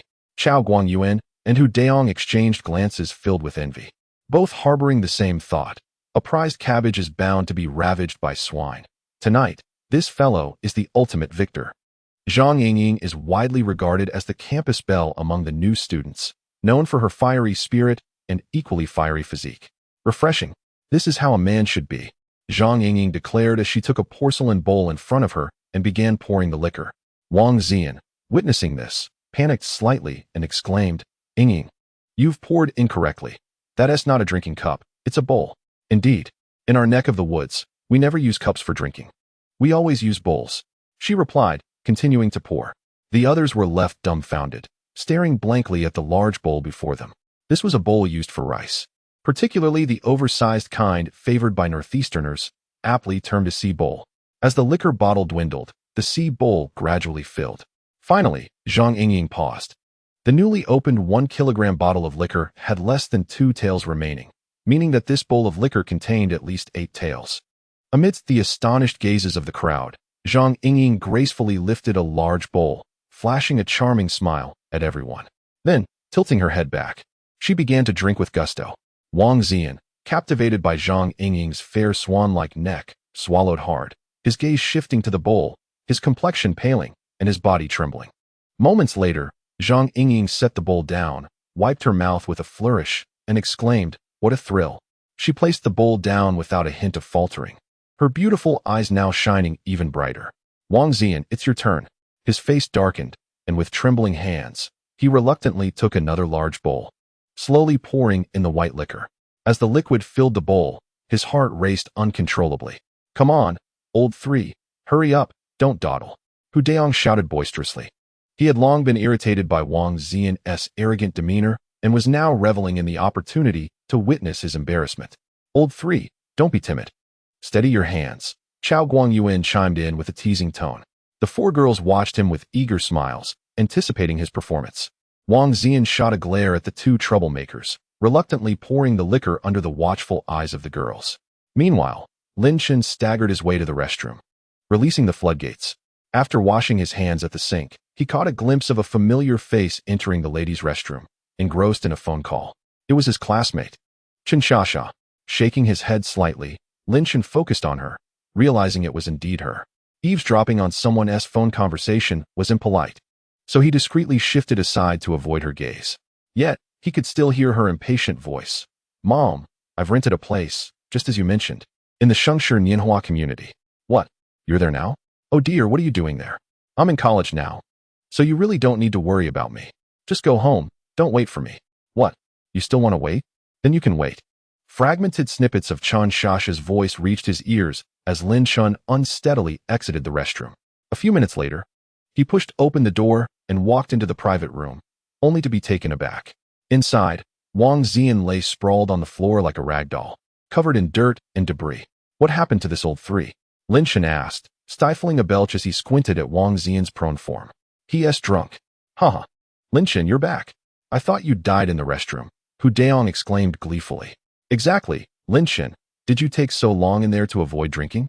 If you think you can escape, think again. We're continuing. Zhang Yingying said with a mischievous glint. No way. If we're drinking, then let us drink. Lin Chen replied, unperturbed. Clap, clap. Everyone. Chao Guangyuan stood up, clapping his hands. As he finally captured the attention of the crowd, he remarked, it is getting late, and given our current state, let us call it a night and reconvene another day. Zhang Yingying raised an eyebrow, ready to respond. However, Shulan stood up decisively and said, Chao is right. Let us conclude our gathering for today. Reluctantly, Zhang Yingying acquiesced, for she had not yet fully enjoyed the evening. With one among them having succumbed to inebriation, it was clear to all that the time had come to disperse, and they began to gather their belongings. Chao Guangyuan turned to Hu Daong and said, Daong, please assist Wang Ziyan while I settle the bill. Very well, Hu Daong replied, casting a reluctant glance at Shulan before approaching Wang Ziyan. He gently patted his face. Old three, wake up, it's time to go home. Oh, all right, Wang Ziyan mumbled, still dazed. The group exited the restaurant and made their way toward the school. Hey, Lin Chen, where are you headed? Jiang Tingting inquired as she noticed Lin Chen walking in the opposite direction, puzzled. Are you drunk? The school is this way. With that, she stepped forward, intending to lend him support. Lin Chen glanced at her and evaded her grasp, saying, Indeed, I do not reside at school. I have a house outside. You have a house outside. Is it rented? Their conversation piqued the interest of the others, who turned to listen. I bought it. Just recently, Lin Chen slurred. Bought it. Jiang Tingting exclaimed, her eyes wide with astonishment as she stared at Lin Chen. She was well aware of the exorbitant housing prices in the vicinity, with even modest properties fetching millions. The revelation that Lin Chen had purchased a home left her in disbelief. Her spirit ignited with excitement. She regarded him with fervent interest. The others, too, were taken aback by Lin Chen's revelation. Chao Guangyuan was particularly astonished, realizing that alcohol often reveals hidden truths. He had previously assumed Lin Chen hailed from a humble background, only to discover that he had quietly acquired a property. Is that for real? Hu Daong questioned, his gaze fixed on Lin Chen with skepticism. Believe it or not, I'm leaving. Lin Chen dismissed the astonished group, waving his hand as he staggered away. After a moment, the group regained their composure, watching Lin Chen's retreating figure with expressions of mixed emotions. All right, let us head back, Zhang Yingying said, gesturing as she began to walk toward the school. As they made their way back, each person was lost in their own thoughts, walking in silence. The evening breeze stirred, and with the effects of the alcohol still lingering, Lin Chen's steps became increasingly unsteady. After what felt like an eternity, he finally approached the entrance of the Shengshi Nianhua community. Within the community, a white BMW was parked in one of the spaces. The windows on either side were partially lowered, allowing the warm air to flow in, mingling with the cool, dry air produced by the car's air conditioning.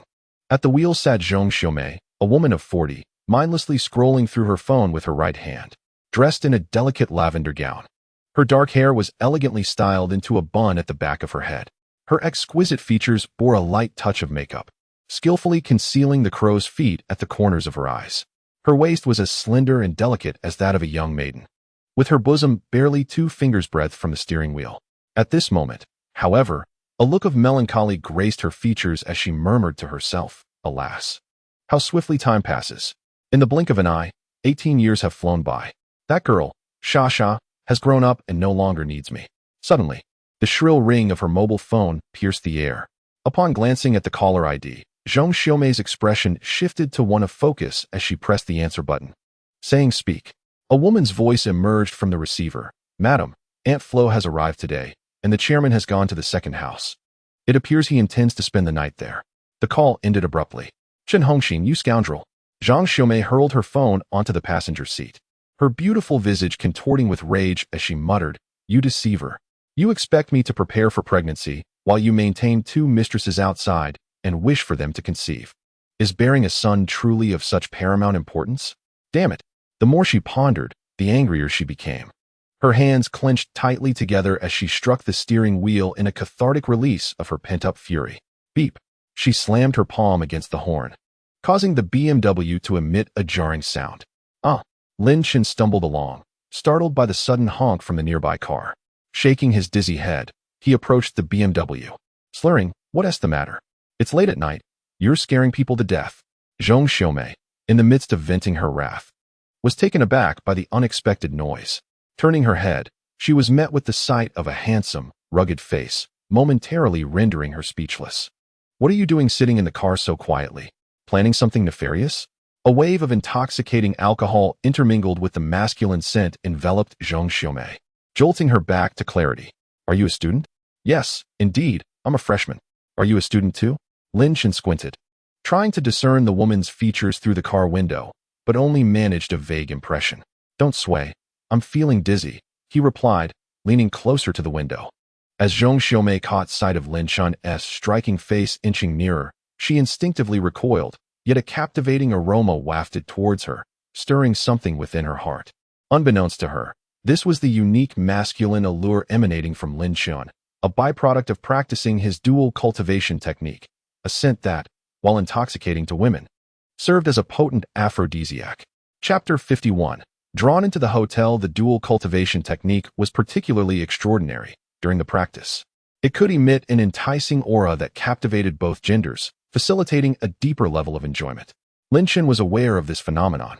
However, he only activated this technique during his practice, allowing the alluring scent to manifest, and typically refrained from invoking it in everyday life. This evening, his consciousness was clouded by inebriation, and the dual cultivation technique activated autonomously, striving to awaken him from his intoxicated state. Zhong Xiaomei inhaled the unique fragrance and gazed upon the handsome visage before her, and an impulse surged within her, uncontrollably escalating. She opened the car door, exited, and extended her hand to support Lin Chen, smiling. "Come, I will take you back." "No, it's unnecessary. I can return on my own." "Be good, don't move around." As she comforted the young man before her, she assisted him in entering the rear seat of the BMW. Shortly thereafter, she returned to the driver's seat, started the engine, and drove towards the nearby hotel. Upon arriving, Zhong Xiaomei helped Lin Chen, and amidst the peculiar gaze of the front desk attendant, she took the room key and entered the elevator. Once inside the business suite, she placed Lin on the expansive bed. She then shed her long dress, revealing her fair form, and entered the bathroom to bathe. Lin Chen lay on the bed, feeling a bit overheated, and unconsciously removed his clothing, surrendering to slumber. A short while later, Zhong Xiaomei emerged, wrapped in a bathrobe, her bare, fair feet gliding across the floor, producing a soft rustling sound. The passage of 40 years had left no trace upon her slender figure, and her toes were adorned with red polish, exuding a lively charm.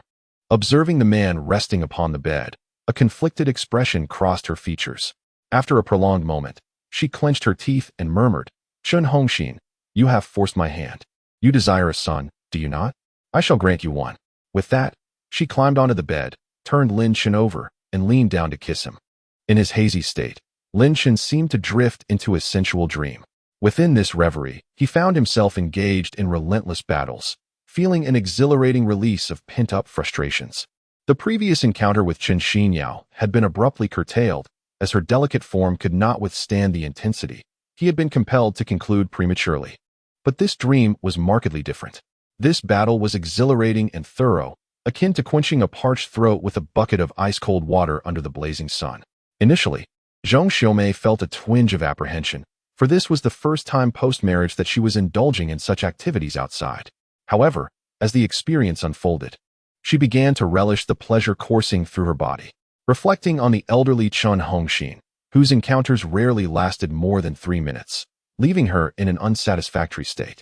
The contrast with the man before her was stark. After 2 hours, she felt utterly exhausted, yet the man showed no signs of cessation. The delight persisted, and the joy remained. She gritted her teeth, enduring a blend of pain and pleasure. Suddenly, a dull thudding noise reverberated through the walls, followed by an impatient voice from the neighboring room. "Will it ever end? It's been over 2 hours. Are we not allowed to sleep?" Zhong Xiaomei's cheeks flushed with a rosy hue as she playfully tapped Lin Chen. In that fleeting moment, she felt as if the preceding 40 years of her life had been in vain. "Look at the trouble you've caused. Even our neighbors are displeased," she chuckled. As she caressed Lin Chen's face, laughter bubbled forth from her lips. You truly are my little adversary. Satisfied, she tenderly stroked Lin Chen's chest, contemplating a quiet retreat. However, she soon realized her body was utterly exhausted, rendering her too weary to move. Very well, I shall rest a while longer before departing. After a moment's thought, she procured a pillow to cushion her hips, then gazed at Lin Chen's face with a smile, closing her eyes to begin her repose. Yet, the instant her eyelids fluttered shut, she succumbed to slumber. As dawn broke, sunlight streamed through the curtains, casting its warm glow upon the grand bed and illuminating Lin Chen's face. Awakened by the sun's fervent rays, Lin Chen rubbed his eyes and opened them to a pristine room and the figure of a woman beside him. Ah, who are you? In the next instant, Lin Chen let out a startled cry and bolted upright, only to realize he was unclad. Hastily, he lay back down, pulling the covers over himself, his gaze filled with terror as he looked at the woman on the bed. What have you done to me? What a ruckus! Zhong Xiaomei, deep in slumber, was jolted awake by his outburst. Upon opening her eyes, she found Lin Chen's frightened expression and, after a moment of confusion, recalled the events of the previous night. Suddenly, her cheeks blossomed with a deep crimson. How did I end up here? And who are you? What transpired between us last night? Lin Chen gazed at the woman's fair thighs, swallowing hard as he questioned her in astonishment. Zhong Xiaomei felt a rush of embarrassment, her face darkening as she interpreted his words as if he were the one who had suffered a great injustice. Although she had reached the age of 40, she had always taken great care of her physique, particularly relishing her milk baths.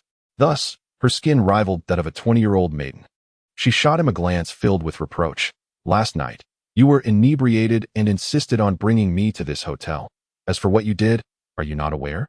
She deftly returned the accusation. Is that so? But how can I have no recollection whatsoever? Lin Chen scratched his head, feeling perplexed as he attempted to piece together the events of the previous evening, only to remember a gathering in the dormitory where he had consumed too much alcohol. Beyond that, everything was a blur. Reflecting on this, he offered an awkward smile. I truly apologize. I genuinely do not remember. Seeing his reaction, Zhong Xiaomei discreetly exhaled in relief, glad to have evaded any complications. She rose to dress, while Lin Chen's gaze lingered on her slender and alluring silhouette, igniting a fervent desire within him. How about we indulge in another round? He suggested, his hopes soaring. Dream on. Zhong Xiaomei felt a sharp pang in her lower body and shot him an admonishing glare. Lin Chen, disheartened, sensed that he had missed a splendid opportunity. However, upon reflection, the fact that he, a grown man, had taken advantage of her did not escape his conscience. He proposed, how about I compensate you? Curiosity piqued, Zhong Xiaomei inquired. And how do you intend to do that?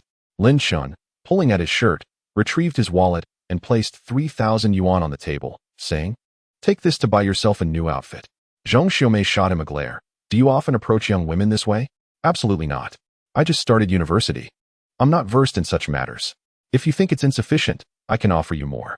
That won't be necessary. She exhaled with relief, eager to dress quickly despite a lingering ache in her waist. By the way, what is your name? Let us exchange contacts. Lin Chen blinked, finding the woman before him both mature and alluring. It seemed prudent to forge a connection for future interactions. Zhong Xiaomei cast a penetrating glance his way, then picked up her small bag and strode toward the door. Pausing at the entrance, she extracted a thick wad of 100 yuan bills, estimating around 10,000, and placed it atop the shoe cabinet by the door. What matters is not our prior acquaintance, but rather this beautiful encounter, she remarked before stepping out. Once outside, she was immediately struck by intense pain in her lower body, her legs feeling as though they belonged to someone else. What a brute! She chuckled, cursing softly as she leaned against the corridor wall of the hotel, making her way to the elevator.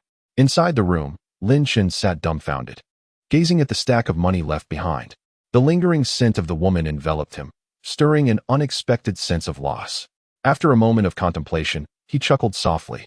Why does this feel somewhat surreal? That night had been entirely perplexing. The following morning, Lin Chen emerged from the hotel, returning to the street of food stalls by the school. He ordered a bowl of congee and 2 baskets of soup dumplings, settling in a corner to savor his meal. Boss, are you hiring?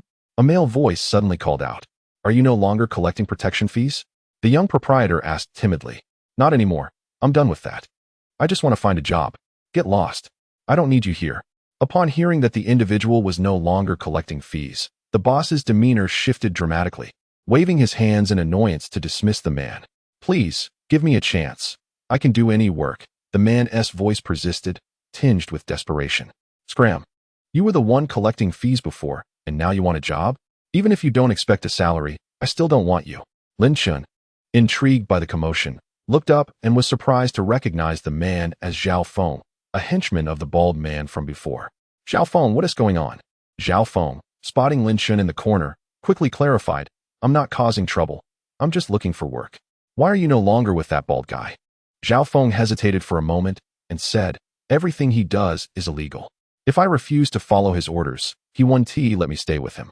Indeed, you should never follow him. Continuing down this path will lead to a grim fate. How is your job search going? Zhao Feng's face flushed, and he bowed his head in silence. The boss beside him scoffed, expressing his disdain. No establishments around here would hire him. He used to extort protection money in this area, which is infuriating. Upon hearing this, Zhao Feng felt a wave of shame wash over him. Look at the consequences of wrongdoing. It's time to earn an honest living. Yes, I will heed your advice, Zhao Feng nodded. Just as he was about to speak again, his phone in his pocket rang. He picked it up and his expression changed drastically. Little sister, don't panic. Avoid confrontation with them. I'm coming home right now. He hurriedly said his goodbyes to Lin Chen and dashed out. Lin Chen watched his retreating figure, deep in thought, speculating that something must have happened at home to prompt such urgency. The boss shook his head and sighed. I hope this young man can reform, otherwise, his mother will suffer. Oh, boss, are you aware of his family situation? Lin Chen inquired curiously. They live nearby. His mother has been ill for years, and he has a troublesome little sister. It's a complete mess. Lin Chen pondered for a moment, nodded, paid the bill, and followed after Zhao Feng. At the entrance of a dilapidated community, a group of 7 or 8 delinquent youths on motorcycles surrounded a girl of about 17 or 18, incessantly taunting and intimidating her. The girl, adorned with heavy makeup and colorful dyed hair, displayed tattoos on her exposed arms, embodying the persona of a rebellious youth. She fiercely brandished a stick. Confronting the group of boys, a youth with green-dyed hair smirked and said, Zhao Mengdai, pay up. Including interest, that's 350,000. The due date isn't until 2 days from now, she retorted defiantly. I can't wait. You need to repay me now, or you'll come back with me and be my girl. I promise you'll enjoy the good life. Green-haired freak, you're ugly. I wouldn't even look at you. The girl scoffed in disdain. The green-haired youth remained unfazed. Either return the money, or come with me to be my girl. If not, I'll destroy your pathetic home today. The girl, gripping her stick, pointed at him and shouted, Green-haired loser, I wouldn't even consider you. Get lost. I'm not afraid to tell you, my brother will be back soon. He was a scout, and when he arrives, he'll make you regret it. Oh, I'm so scared. The green-haired youth feigned terror, bursting into laughter. The other 3 boys joined in, mocking her. The girl gritted her teeth in fury, wishing she could annihilate them. Zhao Mengdai, let me tell you, if your brother dares to lay a hand on me, I'll make sure your family goes bankrupt from the medical bills. Haha. Yes, let us bankrupt his family. Indeed, resorting to violence leads to imprisonment and financial repercussions. The others laughed merrily, discussing the perils of fighting, yet their expressions betrayed no hint of reverence. Silence, all of you, the young girl exclaimed fiercely, brandishing a stick and pointing at them one by one. Stop babbling and come at me if you dare. If I show even a trace of fear, then I am at your mercy. Her face contorted with rage, her voice coarse and cutting. Humph. You bring me wine, I'll serve you punishment instead. Brothers, seize her. Take her back for some fun. The green-haired youth bellowed, gesturing with his hand. 3 or 4 thugs lunged forward without hesitation, with fierce determination. The young girl swung her stick, striking at the approaching assailants. Ouch! One thug cried out, clutching his shoulder and staggering back. Ouch! Another shouted as blood streamed from a blow to his head, staining his hair crimson. Fools, attack together. The green-haired youth ordered, rallying his comrades. 5 or 6 thugs surged forward, enduring a few blows as they overwhelmed the young girl, wresting the stick from her grasp. Immediately, one thug produced a rope, binding her hands tightly behind her back. Haha, Zhao Mengdai, now you've quieted down, haven't you? The green-haired youth remarked with a sinister grin as he approached her. He lifted her chin with his right hand, exclaiming, Look at this skin, so tender and smooth. Let us take good care of you. As he spoke, He retrieved a handkerchief from his pocket, dampened it, and began to wipe away the makeup from her face. What a ghastly appearance you've painted on. Allow me to restore your true self. Green-haired scoundrel. Don't touch me, the young girl retorted angrily, shaking her head to evade his grasp. Stay still, or I shall spank you, he taunted, continuing to wipe her face. Previously, while drinking, he had fortuitously encountered Zhao Mengdai without makeup and had been captivated by her beauty. Later, through various inquiries, he learned that her mother had long been bedridden, unable to afford medical care. He deceived her, lending her money while she was intoxicated, and had her sign a loan agreement, one that was effectively a predatory lending contract. His scheme was to ensnare Zhao Mengdai with insurmountable debt, making her unable to repay it, thereby binding her to him. Now that he had captured her, his desires were on the brink of fulfillment. He could no longer tolerate her garish facade. The green-haired youth trembled with excitement, his hands shaking as the handkerchief moved across Zhao Mengdia's face. Instead of removing her makeup, he only succeeded in smearing it further, transforming her visage into a patchwork of colors. Zhao Mengdai glared at him, spitting venomous words as she vigorously shook her head, attempting to avoid his unwelcome advances. However, she was bound, unable to escape his grasp. Suddenly, a fierce light flickered in her eyes as she lowered her head and sank her teeth into the finger of the green-haired youth. Ouch! Let go of me. Release me at once, he cried out in pain, his index finger caught in her bite. Zhao Mengdai shook her head violently, mustering all her strength to bite down harder. Crack! The youth's finger was severed, blood splattering across Zhao Mengdia's face. Ah, my finger. The bond between the fingers and the heart made the loss feel excruciating. And he howled in agony, his features contorted in distress. Doubling over, he clutched his severed hand, blood gushing forth and staining his eyes crimson. Damn it, Zhao Mengdai, how could you be so ruthless? You are to blame. You stripped her of all her clothes, left her bare. I shall make sure everyone sees. Two thugs approached, intent on tearing Zhao Mengdia's garments. You dare. Spitting out the severed digit, Zhao Mengdai was thoroughly panicked, her face turning pale. Though she was a rebellious girl, she was still a young woman. If she were to be stripped naked in public, what would her neighbors think of her? How could she bear to live with such shame? How could her mother endure it? Help! Someone's being a thug, Zhao Mengdai cried desperately, her voice growing hoarse. Passers-by, initially inclined to intervene, retreated quietly upon witnessing the thug's menacing demeanor. A few righteous souls, hiding nearby, dialed for the police. Shouting won't help, even if the police arrive. It will be futile. The green-haired youth sneered angrily. You are a delinquent, and I am a thug. You still owe me over 300,000. The police won't concern themselves with such matters. The authorities only intervene in the injustices of the daylight, seldom bothering with disputes among ruffians. Zhao Mengdai understood this truth. Her complexion turned ashen, despair engulfing her as darkness clouded her eyes. She felt herself sinking into a hellish abyss. Stop! Cease at once! Suddenly, a commanding voice rang out from afar, startling the thugs into halting their actions. Zhao Mengdia's beautiful eyes brightened as she looked up to see a youth soaring towards her. Indeed, to her, he appeared as if he were flying. Sunlight cascaded upon him, making him seem cloaked in golden radiance as he approached with an ethereal stride. In that instant, Zhao Mengdai felt the brightness return to her vision, the storm within her heart dissipating with the youth's authoritative shout. He resembled a knight come to rescue her, gliding through the air. The newcomer was none other than Lin Chen. Of course, he was not truly gliding. He had merely sprinted over in haste. Initially, he had been following Zhao Feng, curious about the unfolding events. However, upon hearing the girl's cries for help from a distance, he dashed past Zhao Feng, sprinting at breakneck speed to appear before Zhao Mengdai. Lin Chen instantly beheld the scene before him, and with a swift gesture of his hand, a powerful gust surged toward the two ruffians beside Zhao Mengdai. Bang! Ouch! The two thugs were propelled through the air, landing 3 to 4 meters away, their cries echoing in the air. Lin Chen stepped forward, positioning himself in front of Zhao Mengdai, and with a decisive motion of his palm, he severed the ropes binding her. With a swift slice, the cords fell away in 2 pieces. Thank you, Zhao Mengdai exclaimed, her eyes brimming with gratitude as she leaped into Lin Chen's embrace. Are you all right, little sister? Zhao Feng panted as he rushed over. He had witnessed Lin Chen's actions from a distance, noting how the ruffians were sent flying before Lin Chen even made contact. A thought struck him, an internal martial artist, a master of hidden strength. Upon this realization, he was taken aback.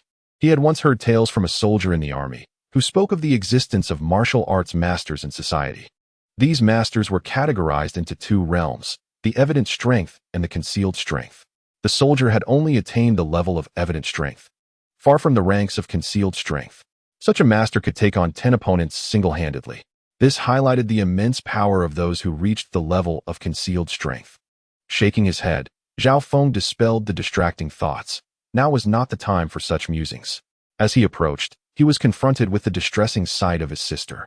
Fueling his rage, he charged into the throng of ruffians, fists and feet flying, engaging in a fierce melee. As a former reconnaissance soldier, his pent-up anger fueled every strike, each blow containing the weight of dozens of pounds, causing the thugs to wail in agony. In a mere 5 to 6 minutes, he had felled them all. Only the green-haired youth remained, clutching his severed hand, howling in pain and anger. Zhao Feng strode over, poised to deliver a punishing blow to his face. The green-haired youth's expression shifted dramatically, and he hastily retreated, his peripheral vision catching sight of a police car approaching. He shouted, "The police are coming. Don't do anything reckless." Zhao Feng turned to see the police car parked nearby, 3 officers disembarking, prompting him to retract his fist. The officers approached the scene, surveying the chaos with furrowed brows. "What happened here?" one asked. "Officer, help. They're trying to kill me," the green-haired youth lamented, seeking to cast himself as the victim. "That thug brought people to my house to cause trouble." Zhao Feng interjected, stepping forward to clarify. One of the older officers scrutinized the crowd, his gaze falling on the bloodied hand of the green-haired youth, his frown deepening. He took out his phone to call for medical assistance and pointed at the youth. "How did you end up in this state? Speak first." The green-haired youth, his face twisted with hatred, pointed at Zhao Mengdai and shouted, "It was her, Zhao Mengdai. She owes me money and even bit off my finger. Officer, you must arrest her." The seasoned officer surveyed Zhao Mengdai and, perceiving her demeanor, could discern that she was a rebellious youth, which irked him. "Is what you said true?" he inquired. "Indeed it is, but he stormed into our home with his accomplices, intending to vandalize and loot." Zhao Mengdai replied with a nod, eager to clarify her position. The veteran officer interrupted her with a wave of his hand, asserting, "All of you involved in the disturbance must accompany me to the station."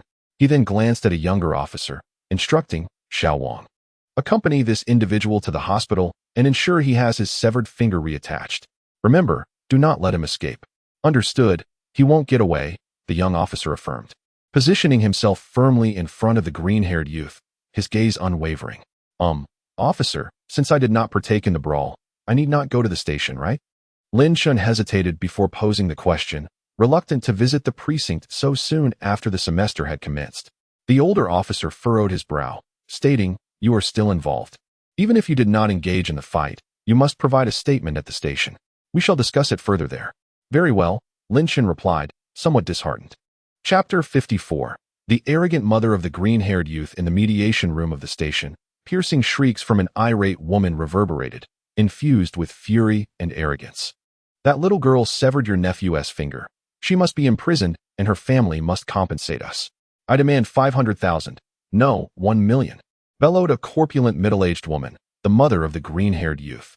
Just half an hour prior, she had been playing mahjong at a neighbor's house when she received a call from her brother-in-law, revealing that her son's finger had been bitten off, nearly causing her to faint. Upon hurriedly arriving at the hospital, she discovered that the doctors had successfully reattached her son's finger, which granted her a moment of relief. After inquiring about the incident, she learned that her son's finger had been bitten off by a young girl, which ignited her fury. Without hesitation, she drove to the police station, determined to ensure the young girl and her brother faced severe consequences, aiming to see them imprisoned and financially ruined. "Rest assured, sister-in-law, is my beloved nephew. I will see that the perpetrator is punished," a portly middle-aged officer declared, his belly protruding as he sought to reassure his sister-in-law. Turning to the imposing officer seated at the head of the meeting room, he respectfully remarked, "Captain Zhao, you are aware of the circumstances. Huang Zhongfa is the victim, and by law, the Zhao siblings are entirely liable." Vice Captain Zhao massaged his temples, raising his hand to calm the situation. "Old Huang, please take a seat, and sister-in-law, you too. Now that this matter has arisen, let us resolve it appropriately." "Very well, Captain Zhao, we await your guidance," Officer Huang replied with a heavy demeanor. "Captain Zhao, You must advocate for my son, the aggrieved woman interjected, her face grim as she sat beside Officer Huang. Noticing that their tempers had slightly subsided, Vice Captain Zhao continued. The events have been duly recorded. The facts are clear. The Zhao siblings, particularly Zhao Mengdai, bear the greatest responsibility. However, you are all well aware of Huang Zhongfa's usual conduct. He is merely an idle wanderer, leading a band of ruffians to intimidate others, and bears a certain degree of responsibility. In my opinion, it would be best for both parties to sit down and negotiate, if an agreement can be reached. That would be ideal. If not, then formal proceedings should commence. However, the stout woman was immediately incensed by this suggestion, leaping to her feet, neck arched defiantly, and vociferating her dissent. No reconciliation. I want that little girl imprisoned, and her family to compensate $1 million. Deputy Zhao felt displeased. Whenever a case arises, there is a hope for reconciliation, which would alleviate a significant workload. Yet, observing the vehement refusal from Huang Zhongfa's mother, it seemed that an amicable resolution was unlikely. With a suppressed sigh, he furrowed his brow. We had also investigated the Zhao family's financial situation. While the assertion that they were destitute was somewhat exaggerated, they were indeed impoverished. Not to mention $1 million, even 10,000 would be a considerable challenge for them. I do not care. If they cannot afford it, then let them sell their house. Even that dilapidated dwelling could fetch them around 100 to 180,000. The stout woman remained steadfast in her stance, insisting that the Zhao family must pay a price, particularly ensuring that the perpetrator serves time. At that moment, Officer Huang interjected, Deputy Zhao, the injured party happens to be my nephew. We are the victims. When the case is filed, I hope you can be lenient and record a more substantial account of the siblings' culpability, allowing for a longer sentence during the court's judgment. Yes, let them serve additional years. Ideally until they are thoroughly worn out from imprisonment. The stout woman chimed in supportively. This made Deputy Zhao hesitate. He glanced between the stout woman and Officer Huang, feeling quite conflicted. Old Huang had worked under him for over a decade and was generally diligent in his duties, maintaining a good rapport with everyone. Given the involvement of his nephew, it was rare for him to speak up, and denying his request would feel inappropriate. Yet, acquiescing would breach protocol. After a prolonged moment of contemplation, under their eager gazes, he finally replied, I need to consider this further. I will provide you with a response shortly. Meanwhile, in the dimly lit interrogation room, Lin Chen sat on a chair, surveying the empty space, and gradually sensing something amiss. This appeared to be an interrogation room for criminal suspects. He had not committed any offense, so he should not be treated as a suspect. Could it be that his aura had been detected? That seemed implausible. Such an energy was formless and intangible, having never made contact with the ruffian's body, making it unlikely to be noticed. Confused thoughts surged in his mind as time passed slowly amidst his musings. He transitioned from initial tranquility to growing agitation, feeling as if the chair beneath him were studded with nails, compelling him to shift restlessly, an unsettling feeling enveloping him.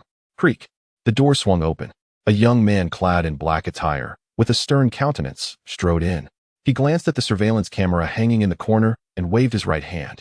Subsequently, the flashing red light on the camera extinguished. It is evident that the individual outside the room has disabled the surveillance. The young man seated himself behind the interrogation table, placing the folder before him, and cast a cold gaze towards Lin Chen. Lin Chen lifted his head to meet his eyes, immediately feeling an icy pressure envelop him. Unfortunately, this pressure was rather feeble and had no effect on Lin Chen whatsoever. Are you Lin Chen? The young man in black inquired, his voice frigid, imbued with an aloofness that was almost repellent, accompanied by a hint of superiority. Yes, I am Lin Chen, he replied, somewhat perplexed by the odd demeanor of the man before him, who appeared far from a typical officer of the law. The young man nodded, opened the folder on the table, and began to read. Lin Chen, 18 years old, mobile number 138, a freshman in the financial department of the College of Economics. Originally from Huaiyang County, Lusher Province. Father, Lin Igua. Mother, Bai Zhao. As Lin Chen listened to the young man's recitation, he was astonished by the power of the state machinery. He had barely been in the police station for 20 minutes, and yet his identity and background were scrutinized so thoroughly. However, as he continued to listen, he sensed something amiss. Officer, wait a moment. You seem to have mispronounced my mother's name. She is Wang Yin, not Bai Zhao. The young man in black paused, raising his gaze to meet Lin Chen's, his expression revealing a complexity of emotions. Lin Chen detected a trace of pity within those eyes. Your biological mother is indeed by Xiao. Wang Yin is not your biological mother, but rather your adoptive mother. A thunderous shockwave reverberated in Lin Chen's mind at the young man's words. He sprang to his feet, eyes wide in disbelief, exclaiming, "Impossible. My mother is not by Xiao. It is Wang Yin. You must be mistaken." The young man remained seated, unfazed by Lin Chen's outburst, calmly stating, "The facts uncovered by our department are indisputable. 16 years ago, your mother, by Xiao, abandoned both you and your father, remarrying thereafter. Your current mother was subsequently married to your father, having come from a rural area. You're lying. This cannot be true. Absolutely impossible," Lin Chen shouted, his hands pounding on the table, engulfed in turmoil. Chapter 55. The intentions of the man in black. For 18 years, since Lin Chen could remember, Wang Yin had been his mother, caring for him lovingly, nurturing him through life, no different from any other mother. If there was a flaw, it was only her somewhat frugal nature and her inclination to tend to her own family. However, such traits were not significant. It was normal for a married daughter to lend support to her family of origin. Now, suddenly confronted with the revelation that Wang Yin was not his biological mother and that another woman held that title, how could he possibly accept such a notion? Lin Chen's complexion shifted between shades of blue and red, reflecting his inner turmoil. Countless thoughts converged in his mind, akin to a tempestuous storm. Deception, shock, and fury surged within him, creating a maelstrom of emotions that left him in a state of chaotic unrest. At this moment, the vital energy within him was influenced by his thoughts, spiraling into uncontrollable chaos, rampaging through his meridians. In the blink of an eye, a formidable pressure erupted from his body, akin to a volcanic explosion, sending the surrounding air violently outward. The walls trembled, and the windows hummed with resonance. The release of internal energy. Such a formidable level of cultivation. The young man in black suddenly stood up, sensing the aura inadvertently released by Lin Chen. He gazed at the swirling waves of energy in the room, astonished by Lin Chen, his eyes filled with disbelief. Moments later, the astonishment in his eyes faded, replaced by envy and jealousy. Your internal energy cultivation must possess at least 50 years of mastery. How did you cultivate it? Or have you consumed some rare treasures? The young man's words jolted Lin Chen back to reality. He then realized that his vital energy had spiraled out of control, chaotic and rampant, causing a dull ache in his meridians. Lin Chen dared not delay further. He hurriedly sat back down, silently reciting the dual-cultivation technique to rein in the rampaging energy. After several minutes, he opened his eyes, revealing a hint of fatigue. Narrowing his eyes, Lin Chen coldly regarded the young man in black. "Speak. What is your purpose? Suddenly revealing such information has disturbed my tranquility. What are your intentions?" Now composed, Lin Chen recognized he had fallen into the other's trap. The abrupt appearance and perplexing behavior of the young man in black heightened his vigilance. "Heh, did you see through me?" The young man in black chuckled awkwardly, the sternness on his face dissipating, replaced by a smile. He continued, "I was merely curious about the extent of your internal energy cultivation, to see if you qualify for our organization. By the way, which sect do you belong to?" "Internal energy cultivation? Your organization?" Lin Chen looked at him with confusion, digesting his words. Soon, he grasped the implications. It was evident that the young man had surmised the presence of vital energy within him, interpreting it as internal martial arts. Lin Chen chose not to clarify, but instead inquired, "Oh, which sect do you think I resemble? And from which sect do you hail?" "I am Du Fuzhong from the Diaocang sect. I assume you are from the Huashan sect?" "Diaocang sect, Huashan sect?" Lin Chen murmured softly, his gaze unfocused, suddenly feeling as though he had stepped into a world of martial arts. He glanced around at the walls and then at the cameras mounted in the corners of the ceiling, affirming that he was still in the realm of reality. The young man in black, noticing Lin Chen's silence, began to doubt his earlier assumptions. Blinking, he muttered, "Could it be that I guessed wrong? Are you a lay disciple from the Shaolin sect?" "No. With your cultivation level, you stand out among the new generation of martial artists. Undoubtedly a key candidate nurtured by some sect." Lin Chen, having heard clearly, interrupted him. "No need to guess. I belong to no sect." "No sect? Then how did you cultivate this internal energy?" "In my childhood, I encountered a wandering Taoist who imparted knowledge to me." "A wandering Taoist? Could he possibly be a distinguished elder from the Wudong sect?" The young man in black's eyes sparkled with intrigue. After all, Esteemed figures from Wudong are known for their penchant for traveling and accepting disciples. What is the name of the Taoist who taught you martial arts? Lin Chen shook his head, realizing that the young man was merely indulging in fanciful speculation. There was no Taoist. It was merely a pretext. The Taoist had not disclosed his name nor his origins. He taught me for a month before departing, leaving me to muddle through my training on my own. What? You trained by yourself? How could this be? The young man in black exclaimed, leaping from his chair and approaching Lin Chen, scrutinizing him with wide eyes. How is martial prowess categorized? Lin Chen, having never encountered martial artists, was curious about their cultivation levels. Martial cultivation is divided into various stages, including Mingjin, Onjin, and Huajin. The ability to project internal energy marks one as a master of Onjin. You haphazardly practiced, and somehow became an Onjin master? Truly outrageous. My master has urged me to train for 15 years, yet I remain at the Mingjin level, with the path to Onjin still distant.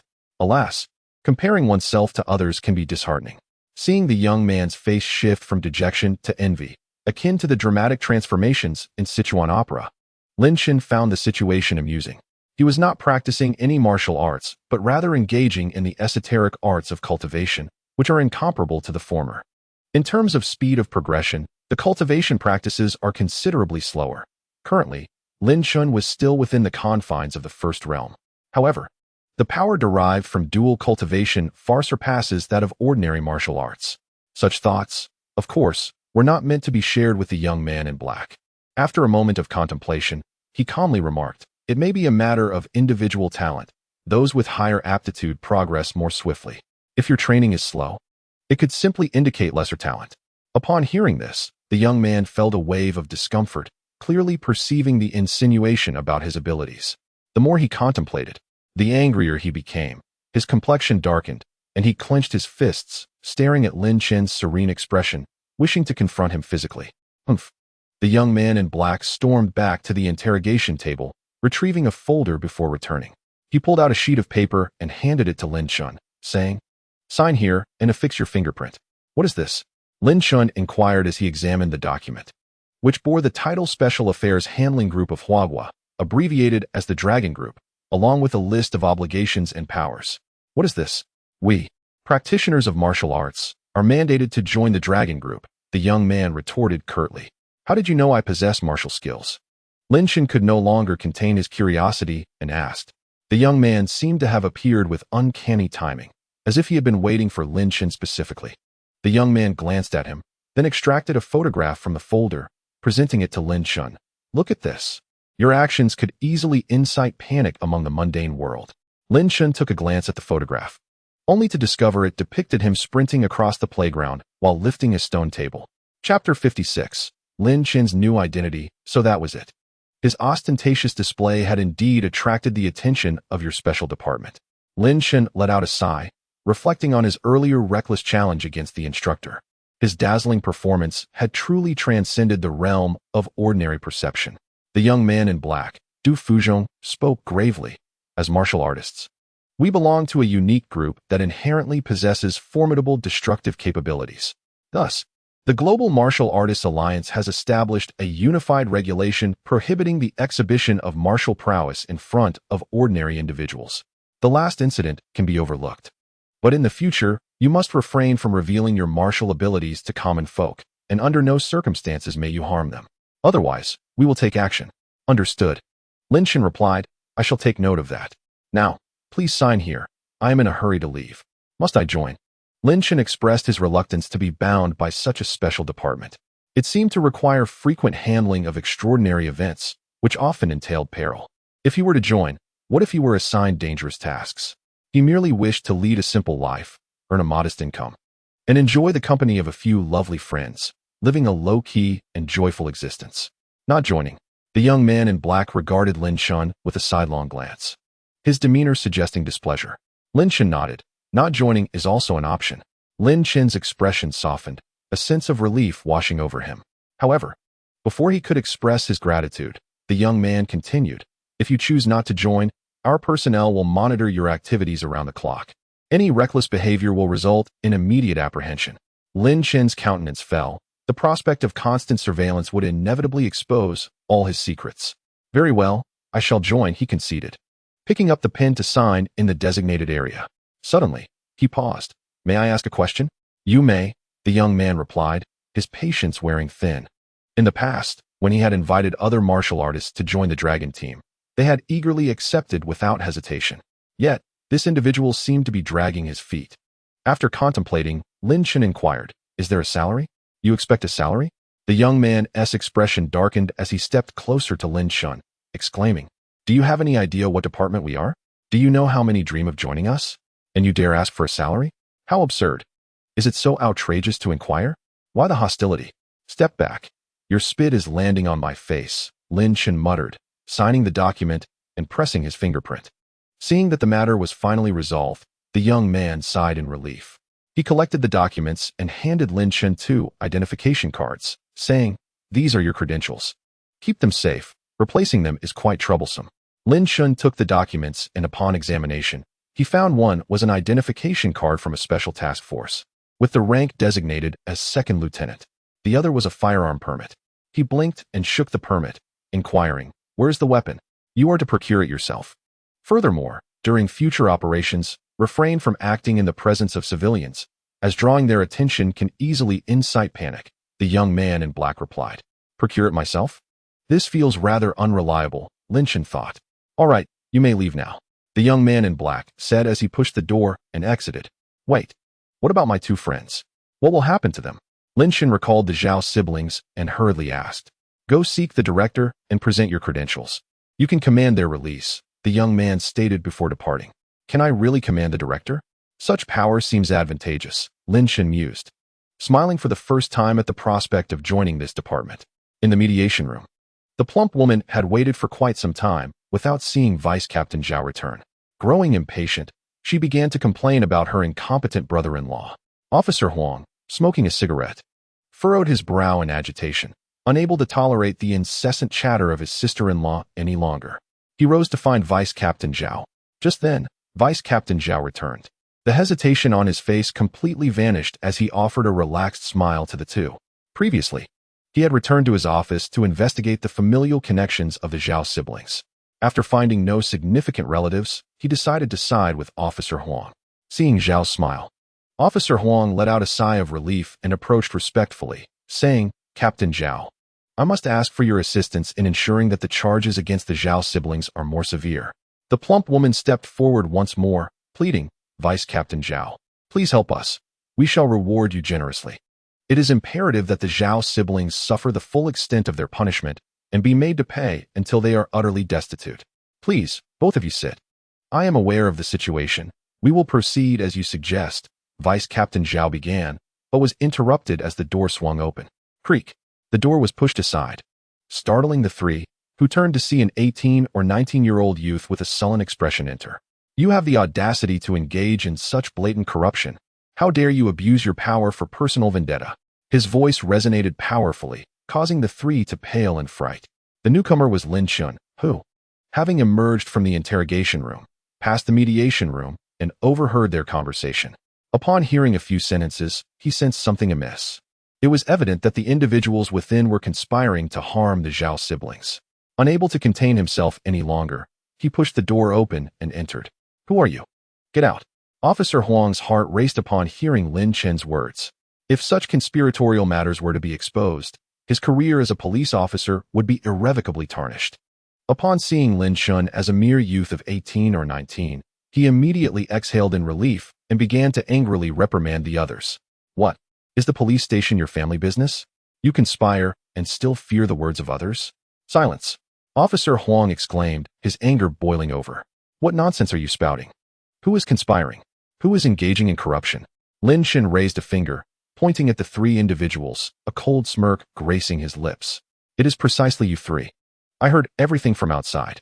Vice Captain Zhao felt a sting of humiliation at being singled out by Lin Chen, accompanied by a flicker of fear. Fortunately, he had not yet consented to their plans. The stout woman, displeased, leaped up to curse, You little brat. Who do you think you are? Even if we were conspiring, what could you do about it? Hearing the foolish woman's words, Vice Captain Zhao was struck with dread. To admit to such matters was utterly foolish. He felt as though he had encountered a comically incompetent ally, and his expression darkened.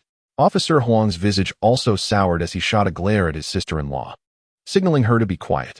Yet the stout woman remained undeterred, her arrogance unabated. She glanced at the officer and declared, "Since this kid has overheard us, just arrest him for a few days.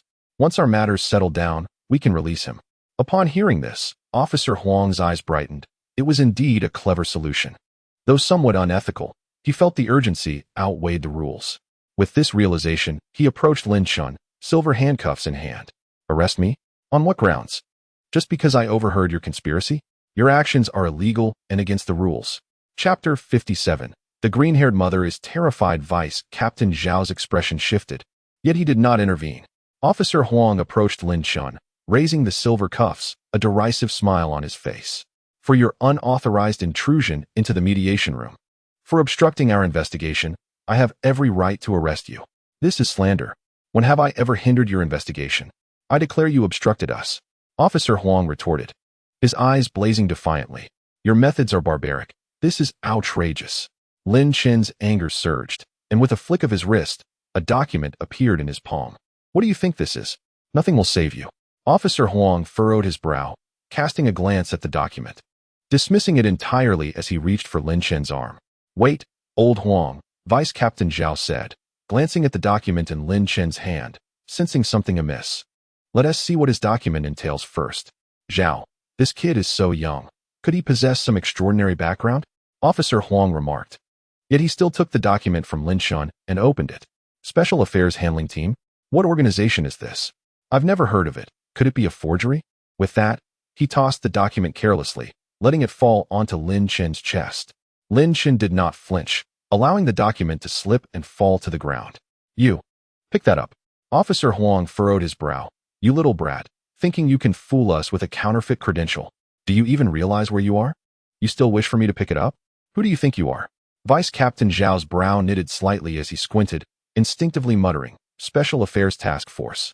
Suddenly, his eyes brightened, pupils dilating in shock as he exclaimed, "The Dragon Team. This is a Dragon Team credential." The term Special Affairs Task Force is rather cumbersome and not easily remembered. People are more accustomed to referring to it as the Dragon Team.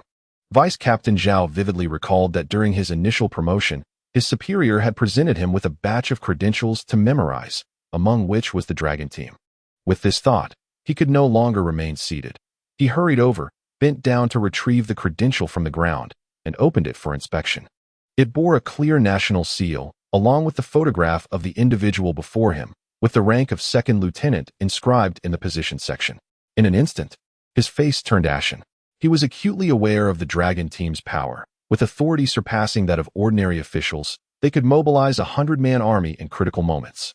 "Oh, Second Lieutenant Lin, I apologize for not recognizing you," Vice Captain Zhao exclaimed, delivering a respectful salute to Lin Chen. Officer Huang, upon hearing Zhao refer to the Dragon Team, was immediately struck with shock, trembling and paling visibly. As the lowest-ranking officer, he had never encountered a Dragon Team member's credentials, but had privately heard colleagues speak of their existence, aware that it was a department wielding formidable power. The mere thought sent tremors through his lips, and beads of cold sweat formed on his forehead. "Second Lieutenant Lin, I have failed to recognize your stature." "I am deeply sorry," he stammered. Lin Chen cast a glance at him, scoffed coldly, and tucked away the Dragon Team credential. The plump woman was bewildered by the turn of events, but sensed the shift in Vice Captain Zhao's demeanor, leading her to feel a sense of foreboding. Her flesh quivered as she shouted, "Old Third, what are you afraid of? So what if he is your superior? I refuse to believe he would cover for the Zhao siblings." "Sister-in-law, please stop," Officer Huang urged softly, shooting her warning glances. However, the plump woman feigned ignorance. Raising her voice defiantly, "Old Third, don't be afraid. We are in the right. I refuse to believe he would act dishonestly. If he dares to, I will expose him. I will unleash a storm of online outrage against him." Officer Huang grew increasingly alarmed, fearing she might utter something insubordinate. He quickly pulled her aside, whispering about Lin Chen's identity. Initially dismissive, the plump woman felt a growing chill as she listened, her face eventually paling to a ghostly white. The internet is not a lawless realm. Lin Chen regarded her with a cold smile. "Vice Captain Zhao, that Huang Zhongfa has been gathering idle members of society, engaging in loan sharking and petty theft. Can we not classify him as part of organized crime?" Upon hearing this, Vice Captain Zhao felt a chill run down his spine. The accusation was severe. Stealing a furtive glance at Officer Huang, he hesitated for a moment before nodding in agreement. Second Lieutenant Lin is correct. He has indeed met the criteria for organized crime. Do not, Lieutenant Lin, please do not make such a determination, Officer Huang implored. His anxiety evident as he hurriedly approached Lin Chen, bowing repeatedly in supplication. I beseech you, he is still young. Grant him mercy this once. The charge of organized crime is a grave accusation, and once levied, it warrants severe repercussions. The most serious cases may lead to dire consequences. Should Huang Zhongfa be classified as part of a criminal organization, the incident involving Zhao Mengdai severing his finger could be mitigated, potentially even classified as an act of heroism. In that case, the Zhao siblings would bear no culpability. Nearby, a stout woman, upon hearing Lin Chen's pronouncement, was rendered utterly petrified. She was well aware of the severity of organized crime charges, having heard tales of brutal crackdowns in her youth.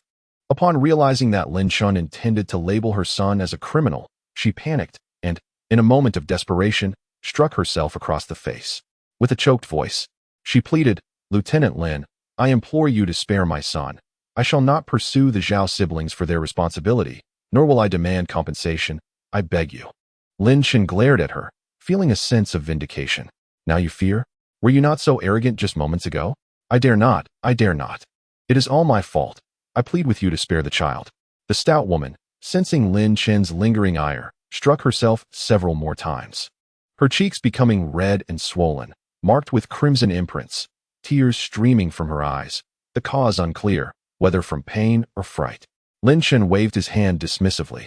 Very well. I shall grant him leniency this time. Let him mend his ways and refrain from associating with unsavory elements in the future. Thank you, Lieutenant Lin. She responded gratefully. Regarding his severed finger, let the Zhao siblings compensate him with 100,000 as medical expenses. No need for compensation. The stout woman, now thoroughly frightened, dared not pursue the matter further. We shall proceed as I have stated. Regarding the usury borrowed by Zhao Mengdai, only the principal shall be repaid. Let the interest be calculated at the bank rate. Lin Chen shot her another piercing glance, asserting his authority. Indeed, I shall heed your words, Lieutenant, the stout woman replied, transforming into an echo of compliance, acquiescing to whatever Lin Chen commanded. It was not that Lin Chen sought to absolve Zhao Mengdai from liability, rather, the act of severing another's finger necessitated some form of compensation for medical costs. That will suffice, Deputy Zhao, if convenient. Please release the Zhao siblings so they may resolve the matter privately.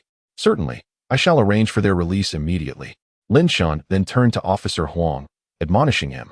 As a member of the police force, you ought to uphold justice for the people. Should I catch you engaging in favoritism again, I shall strip away your very skin. Yes, I shall never dare again. Officer Huang nodded vigorously, feeling as though he had narrowly escaped a dire fate. Initially, he believed Lin Chen would not let him off so lightly, but he was taken aback by the latter's generosity, merely chastising him before granting him reprieve. This realization brought forth a profound sigh of relief, leaving him in a state of lingering trepidation. After the tea break, Zhao Feng and Zhao Mengdai were escorted into the mediation room. Chapter 58, The Fate of the Zhao Siblings. The siblings appeared exhausted, their faces pale, clearly shaken by the events.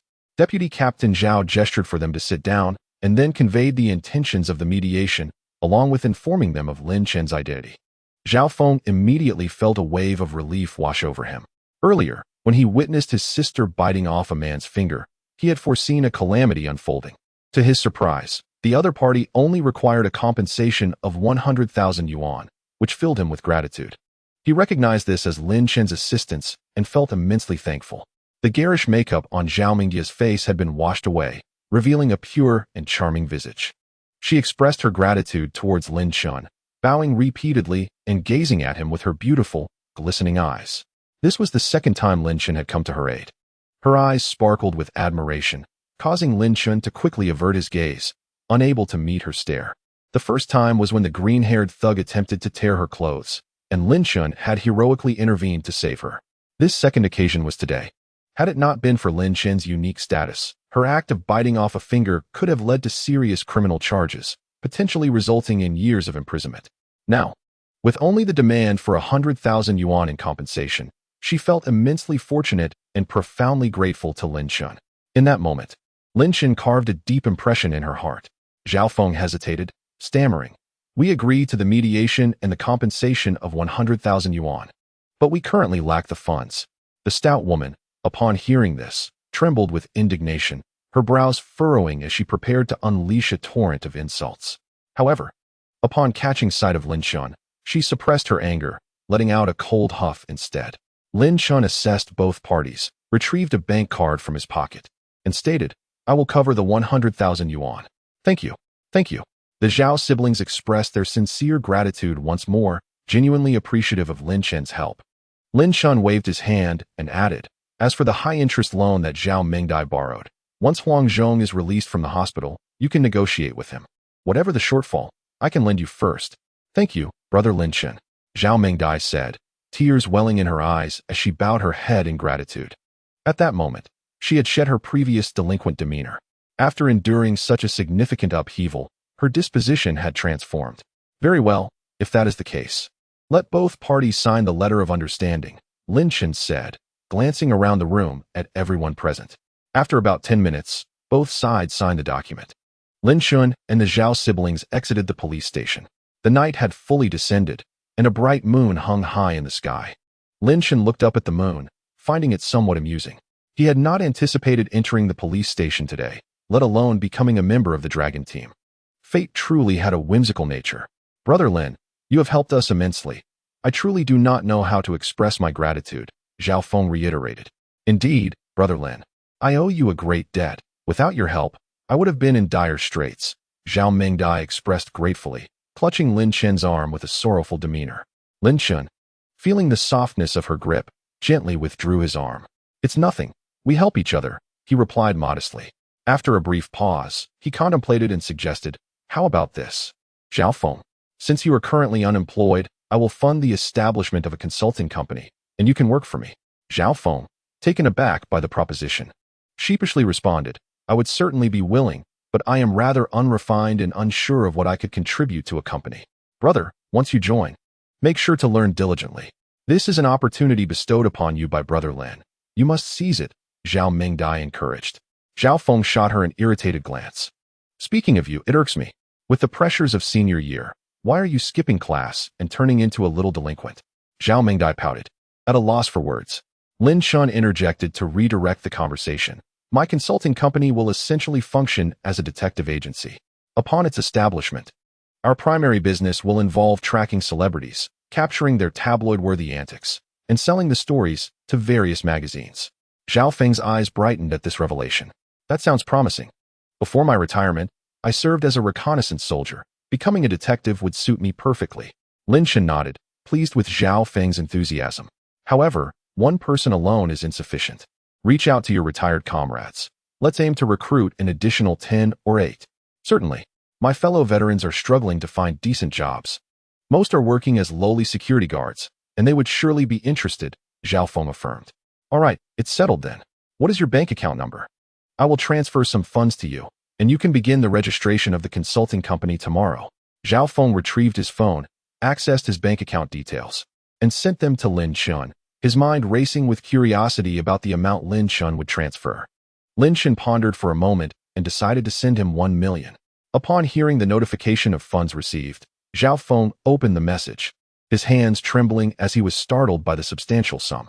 "Boss, 1 million? Why are you sending me so much?" he exclaimed in disbelief. "This 1 million serves as startup capital. Tomorrow, you should secure an office space, pay a deposit, and purchase some office supplies," Lin Chen explained. Zhao Mingdai, upon hearing the figure, was equally astonished. Her eyes darted mischievously as she remarked, "Brother Lin, aren't you concerned we might abscond with the money? If you truly attempted to flee with the funds, it would reflect poorly on my judgment," Lin Chen replied nonchalantly, though inwardly he was calculating, using this 1 million to gauge Zhao Feng's character. Should Zhao Feng indeed abscond, it would be a regrettable oversight on Lin Chen's part.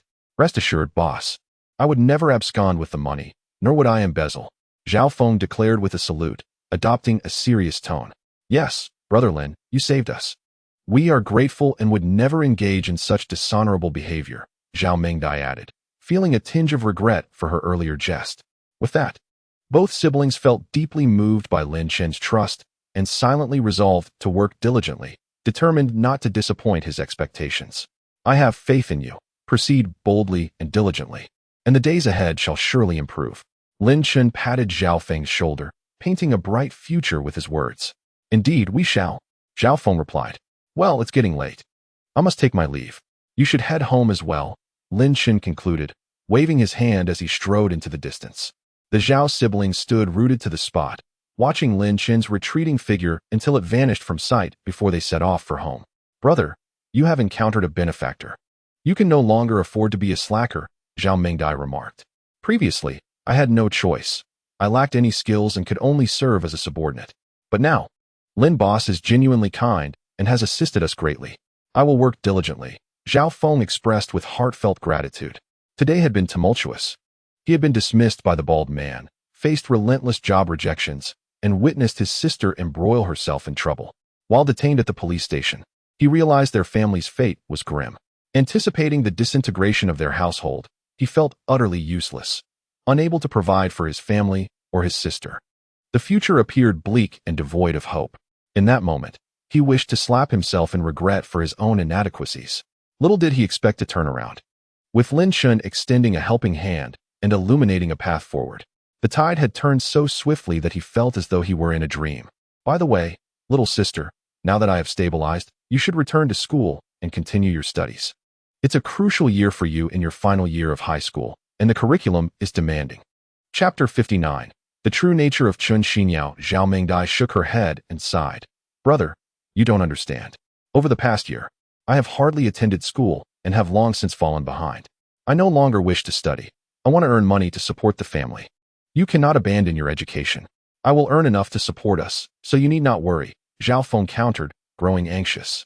Brother, you are aware of my situation over the past year. I truly cannot keep up. I am simply not suited for academic pursuits, and forcing myself would only waste money. Zhao Mengdai looked at him earnestly, stating with gravity, Please speak to Brother Lin Chen and ask him to let me work at your company, even in a menial position if necessary. Alas, it is my fault for being inept. Zhao Feng lamented, frustrated as he tugged at his hair. Feeling inadequate as an elder brother. Things are better now. We will work hard alongside Brother Lin Chen, and life will surely improve, she reassured him. It must be this way. Let us hurry home and check on Mother. The siblings hastened homeward. After bidding farewell to Zhao Feng and his sister, Lin Chen took out his phone and dialed his father's number. Eager to uncover the truth about whether Wang Yan was indeed not his mother and to learn the real story behind his mother's departure. After a moment's hesitation, he connected the call. Hello, Xiao Chen, why are you calling at this hour? Is money tight? His father's familiar, earnest voice greeted him. No, Dad, I have enough funds. Lin Chen replied. As soon as Lin Chen finished speaking, the incessant chatter of his mother, Wang Yan, reached his ears. He has 600,000. That's more than I have. How could he possibly be short on money? You worry too much. The child has called for a reason. Don't interrupt. The voice of his father soon followed, slightly muffled as if he were covering the receiver. Xiao Chen, is there something you need? Did your uncle say something to you? No, it has nothing to do with my uncle. I haven't even visited him yet. Lin Chen began, hesitating, unsure of how to articulate his thoughts. What do you wish to ask? Stop stammering and just ask directly. Lin Chen bit his lip, gathering his courage. Today someone told me that my mother is not my biological mother, that my real mother is someone else. This secret had been a torment to him, and he finally decided to voice it. There was a moment of silence on the other end of the line before his father's furious voice erupted. Nonsense. Who said that? I'll go find him. Wang Yan's voice then chimed in. Lin Chen, don't listen to what others say. You are my biological child. Yes, you are your mother's biological child. Which scoundrel spread such lies? I want to let him off easily. The fury in his father's voice was palpable. Lin Chen, sensing the truth in his father's reaction, forced a smile. Dad, it was just someone speaking carelessly. I didn't take it seriously. It's nothing. You two should get some rest. Without waiting for a response, he hung up the phone. In Huaiyang County, at the Lin family residence, Lin's father stared blankly at the disconnected call. His mother, Wang Yan, paced angrily. Who leaked this information? How could Lin Chen know? After taking a few puffs from a cigarette, Lin's father exhaled a cloud of smoke and, after a moment of silence, said, "It's likely your second sister who let it slip." Upon hearing this, Lin's mother's expression changed dramatically, and she retorted fiercely, "I'll confront her tomorrow." Lin Chen sighed, knowing that this matter could not be rushed. He resolved to wait until after the National Day holiday to discuss it further with his father. Shaking off his frustration, he pondered as he walked, only to realize that his funds were running low. Although he had earned over 10 million from selling ginseng today, purchasing a home had consumed a significant portion of that. He had also transferred 1 million to Zhao Feng that evening, leaving him with very little.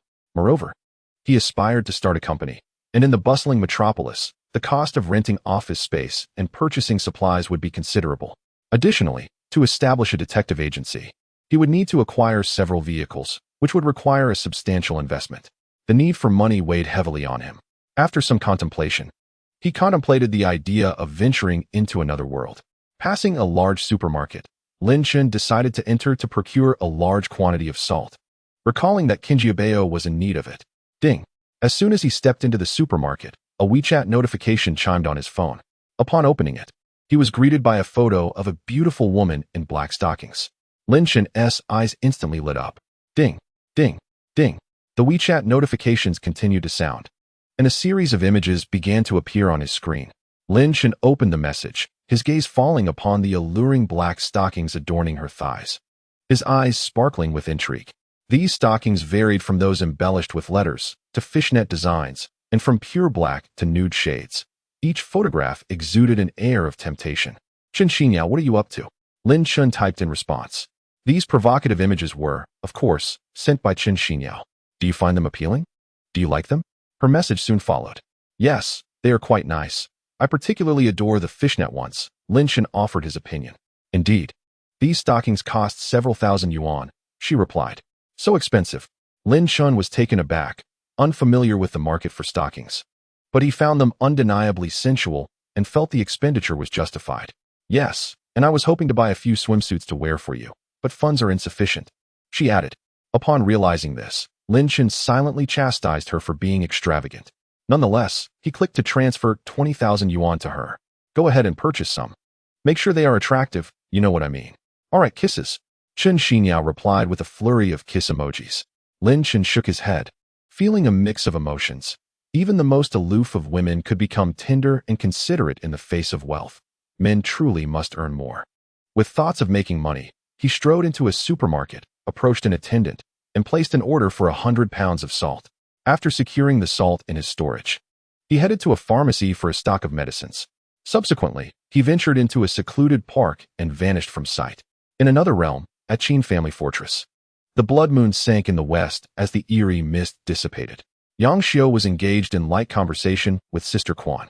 Following the recent lifting of the mist, the people of Qin family fortress had commenced a new round of labor, and Sister Quan, grateful for Lin Chen's intervention in saving her son, brought some food to express her thanks. "Xiu'er, has your master not emerged yet?" Sister Quan inquired, glancing towards the inner cave with curiosity. Yang Xiu perceived her unspoken desire and handed her a cup of tea, smiling. "Sister Quan, do not rush. My master's cultivation must not be interrupted. He shall emerge shortly." "Very well, I trust your word," Sister Quan replied with a smile, settling comfortably as she took Yang Xiu's hand. "Xiu'er, your skin is truly fair. Far more so than ours. It is quite beautiful." Yang Xiu lowered her head shyly. "Sister, where I come from, women possess such fair skin. Perhaps it is the difference in this harsh environment." "You may be right. Here, the sun is fierce, and conflicts are frequent. It cannot compare to your idyllic life of agriculture," Sister Quan reflected. "Life outside is not peaceful either. Wars have been frequent lately." Yang Xiu reminisced about her former home, recalling the past. Chapter 60. The value of salt in the wasteland. The former master's family treated her fairly well, but alas, the northern bandits invaded the city, committing unspeakable atrocities. The family had no choice but to flee, eventually becoming scattered during their escape. A few individuals found themselves in dire poverty, devoid of even a morsel to eat. In desperation, the head of the household entrusted her to the young master in exchange for some food. At that moment, she felt an overwhelming sense of trepidation and fear, worried that the young master might harbor ill intentions. However, as she spent time with him, she discovered that he was, in fact, a remarkably kind soul, treating her with the affection of a family member. This realization filled her with immense relief, and she offered her gratitude to the heavens for not forsaking her. Eventually, she surrendered herself to the young master. That night, he was both tender and fierce, plunging her into a state of bliss. In that instant, she wholly embraced him as her man and her world. The mere recollection of those passionate days sent her heart racing, and a rosy hue crept across her fair cheeks. Xiao, why is your face flushed? Are you perhaps reminiscing about the delightful encounters with your young master? Sister Quan observed as Yang Xiao's eyes grew dreamy and her cheeks turned crimson, immediately associating it with matters of intimacy. No, sister, you're overthinking it, Yang Xiao replied, her face deepening in color. Don't deceive me. Just look at your demeanor. You must be recalling those experiences. Tell me, how skilled is your young master? Does he satisfy you? Sister Quan's curiosity ignited fervently. Really, there's nothing to discuss, Yang Xiao insisted, resolutely refusing to acknowledge such an embarrassing subject. We've all been through it. There's no need to be shy, Sister Quan remarked, her gaze shifting as she sighed. I had intended to introduce Yu Ling to your young master, but considering his slender build, I fear he might not suffice. If Yu Ling were to marry him, it would be akin to living as a widow. Absolutely not, Yang Xiao retorted, displeased by Sister Quan's disparagement of her young master. That cannot be true. Just look at Lin Yaoshi's prowess. He is truly remarkable. As she spoke, Yang Xiao noticed the smile tugging at Sister Quan's lips, and she suddenly realized she had been ensnared in a playful trap, falling silent in shyness. Sister Quan, regaining her composure, asked earnestly, is what you say genuinely true? Yes, indeed, he is extraordinary, Yang Xiao replied, lowering her gaze, the blush on her cheeks extending to the nape of her neck. Ah, then I am relieved, Sister Quan said. Do you truly wish for Yuling to marry my young master? In recent days, Qin Yuling had been frequently visiting, and Yang Xiao had grown familiar with her character. Despite appearing willful, Qin Yuling possessed a heart of genuine kindness. Just as Sister Quan was about to continue, the sound of the door creaking open interrupted them. Both turned to see Lin Chen emerging from the room. Young master, you have emerged from your seclusion, Yang Xiao exclaimed joyfully. Lin Yaoshi, you've finally come out. We were about to enter. Lin Chen's heart raced, realizing how narrowly he had avoided an awkward situation. He quickly responded, apologies, Sister Quan. Time loses meaning during seclusion, and its duration is beyond my control. There's no need for concern. I have come simply to express my gratitude for saving my dear Bower. This is a gift for you, said Sister Quan, producing an obsidian box. The box, crafted from a low-grade jade, bore a humble appearance. Despite its simplicity, the contents within the box were surely extraordinary. Lin Chen shook his head, declining. I appreciate your kind intentions, Sister Quan, but I have already expressed my gratitude to clan leader Qin for the several mallets he gifted me. Mallets are abundant in the mountains. They hardly warrant gratitude. Your father-in-law seems to have taken advantage of your unfamiliarity with the customs. This is a first-tier spiritual herb, one from our collection, presented to you, Master Lin, as a token of our appreciation. A first-tier spiritual herb? What does that entail? And why are there different tiers? Spiritual herbs are classified into 9 tiers, from the lowest to the highest. Master Lin, as a pharmacist, you must be aware of this, Sister Quan said, her eyes wide with surprise at Lin Chen's seemingly elementary question. Clearing his throat awkwardly, Lin Chen changed the subject. I have just emerged from seclusion, and my mind is somewhat muddled. What kind of first-tier spiritual herb is contained within this box? Oh, I see. It is said that practitioners can easily fall into obsession. Master Lin must exercise caution. Sister Quan seemed to understand, for her people primarily focused on physical training and knew little of cultivation techniques. This is the spirit-infused herb, which possesses a strong aura of spiritual energy, allowing one to refine its essence for personal use. As she spoke, she opened the box. Inside lay a delicate lavender herb, no taller than 10 centimeters, with 5 diamond-shaped leaves. Strangely, the leaves shimmered with faint starlight. Such a treasure. Lin Chen felt the spiritual energy emanating from the herb, causing his own internal energy to stir with an insatiable desire to consume it. With a swift motion, Sister Quan closed the box and pushed it towards Lin Chen, smiling. Once harvested, the spiritual herb must be stored in a jade box. Otherwise, its energy will gradually dissipate. Lin Chen nodded, his eyes sparkling with excitement, unable to resist reaching for it again. However, he quickly sensed the impropriety of his action, placing it back and laughing awkwardly. Forgive my eagerness. A nearby maid, Yang Xiao, could not contain her laughter at Lin Chen's behavior. He shot her a sideways glance, but she merely giggled softly in response. Sister Quan chuckled as well, waving her hand dismissively. It is of no matter. Master Lin should feel free to accept it. It is indeed a gift for you. How embarrassing, he said. Yet his hands moved unconsciously, reaching for the jade box once more and tucking it into his embrace, storing it away. Only then did he feel a sense of relief. After contemplating for a moment, he retrieved a small pouch containing a pound of salt from his robes and offered it to Sister Quan. Sister, I hear there is a shortage of salt in your area. What do you think of this? Salt. Sister Quan's eyes brightened as she accepted the pouch. Examining the pure white salt, she tore open the bag and pinched a few grains to taste. Suddenly, a briny flavor surged into the mouth. What exquisite salt! Truly a remarkable substance. Sister Quan exclaimed, placing the salt back onto the table. This is premium salt, quite costly. I cannot accept it from you. Do not be so courteous, sister-in-law. You have already gifted me spirit herbs.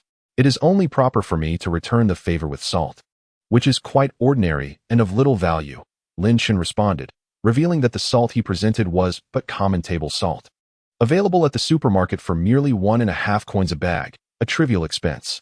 How can it be insignificant? This bag of salt likely weighs a pound, nearly equivalent in worth to half a spirit herb, Sister Quan countered. Is it truly so valuable? Lin Chen mused, realizing that the great wilderness suffered from a scarcity of salt and that it commanded a high price here, yet he had not anticipated it to be this exorbitant. Chapter 61. The Spirit Peach That Prolongs Life. Meanwhile, Yang Xiao observed the snow-white salt and concurred. Sister Quan is correct. Such pristine salt is a luxury reserved for the nobility and royalty. Our Daku kingdom is deficient in salt. It is a controlled commodity and thus quite expensive. But cannot one purchase more? Lin Chen inquired, perplexed, thinking that even if it were a controlled commodity, acquiring additional quantities should not be insurmountable. Absolutely not. Yang Xiao replied assertively. The government meticulously records how much salt each household may purchase monthly. Only noble lords are permitted to acquire larger quantities, and even they cannot procure much. Sister Quan sighed in agreement. Indeed, Daku is lacking in salt, and the great wilderness is even more so. It is akin to how every time Yushan ventures to Huangsha City for supplies, no matter the means employed, they can only secure 3 to 5 pounds, which is utterly insufficient for our large Qin family fortress. Then how do you manage day to day? Lin Chen asked. Alas, we must resort to trading with the 3 major traveling merchants, Sister Quan replied, her frustration palpable. You cannot fathom how unscrupulous those merchants are. For a pound of salt, they demand dozens of sticks of ginseng. Lin Chen was genuinely astonished. To think that centuries-old ginseng would be exchanged at such a disproportionate rate for mere table salt was nothing short of outrageous. What if you wish to acquire more salt? Do you trade exclusively with ginseng? Sister Quan shook her head. Though there is an abundance of ginseng in the great wilderness, it holds little value, and harvesting it is quite troublesome. Each time the merchants arrive, we barter with longevity peaches, spirit herbs, or vital components from ferocious beasts. What are longevity peaches? Lin Chen inquired, aware of the value of spirit herbs and the formidable nature of the ferocious beasts. Their skins, teeth, and horns were indeed crucial materials for crafting divine weapons, making them quite valuable. However, hunting these beasts was perilous, with even the bravest warriors often suffering casualties. Longevity peaches are the spirit peaches produced by our peach deity, classified as a type of high-grade spirit herb, Sister Quan explained, gesturing towards the peach tree outside the window. The peach deity is still in bloom. In just over a month, it will bear fruit. Lin Chen turned to gaze outside, where the ancient peach tree stood serenely, swaying gently in the breeze, its leaves rustling and the fragrance of blossoms wafting through the air. What level does this peach deity belong to? Lin Chen asked, intrigued. Sister Quan shook her head, saying, I do not know the exact number of tiers, but every spirit peach produced belongs to the 3rd tier of spiritual herbs. Upon hearing this, Lin Chen was taken aback. This magnificent peach tree bore at least hundreds of peach blossoms, and any single blossom could yield a longevity peach. With each harvest, there would be hundreds of 3rd-tier spirit peaches. Thus, the intrinsic value of this towering peach tree was truly immeasurable. Sister Quan, what is the efficacy of the spirit peach?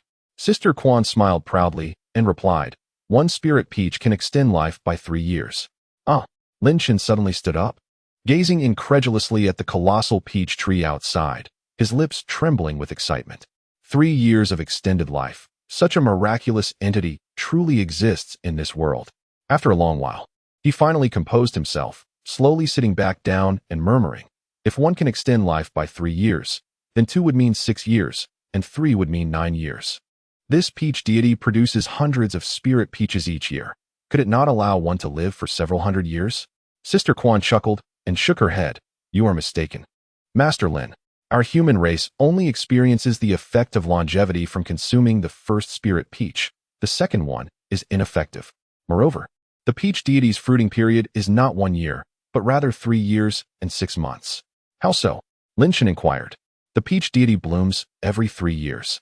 Flowers for 3 months, and the spirit peaches mature in another 3 months, totaling 3 years and 6 months. What a wondrous treasure. Lin Chen sighed inwardly, thinking how this was reminiscent of the peaches of immortality from Journey to the West, though not as exaggerated.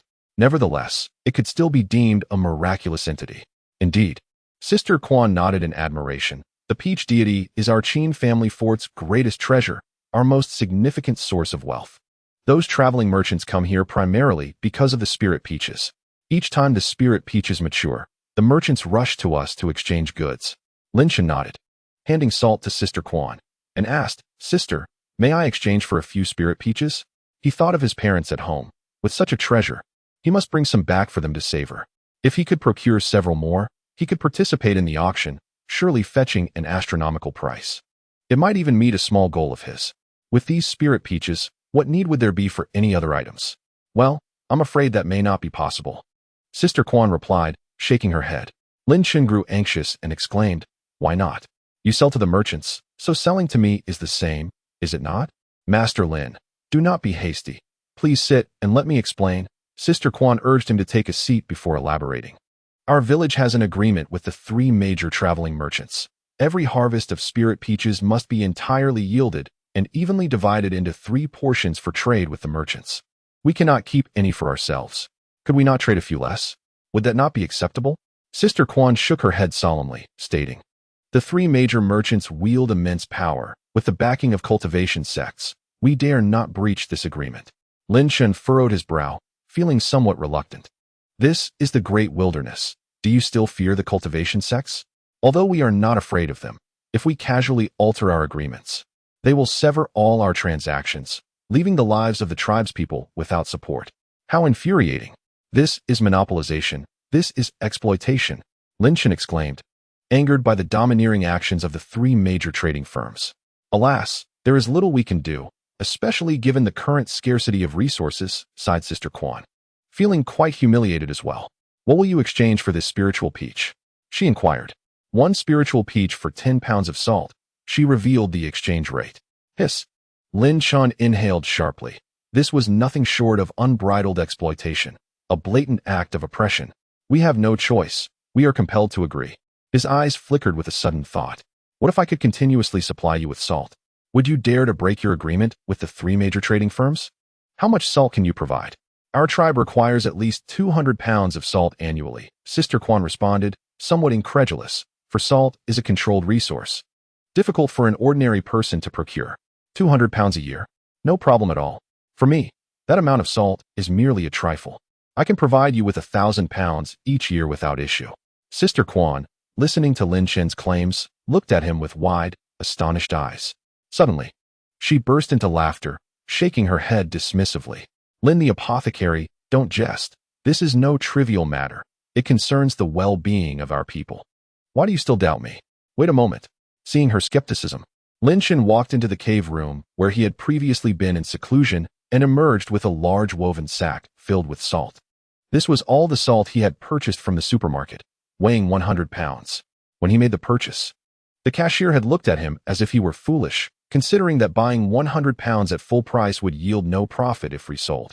Lin Chen effortlessly carried the 100 pounds of salt and placed it before Sister Quan. Sister, take a look. Is this truly salt? Sister Quan still found it hard to believe, casually taking out a few small bags of salt and tearing them open. Upon seeing the pristine white grains, each as pure as snow, she finally believed him. Her face then lit up with sheer joy, her voice trembling with excitement. Lin the apothecary, wait here. I will fetch my father-in-law to discuss this with you. Very well, I will speak with the clan leader, Lin Chen replied, smiling as he settled onto the calm. Sister Quan hurriedly left the room, slipping on her shoes as she rushed outside. Young master, Sister Quan is rather hasty. Please enjoy your tea while you wait, Yang Xiu said, setting a teacup beside Lin Chen. Lin Chen, however, did not touch the teacup. Instead, he grasped Yang Xiu and gently pulled her into his embrace. Young master, please, don't do this. Sister Quan will return shortly. Yang Xiu shyly lowered her head in refusal, attempting to push Lin Chen away. Yet, her strength was insufficient to move him. Xiu'er, have you missed the young master?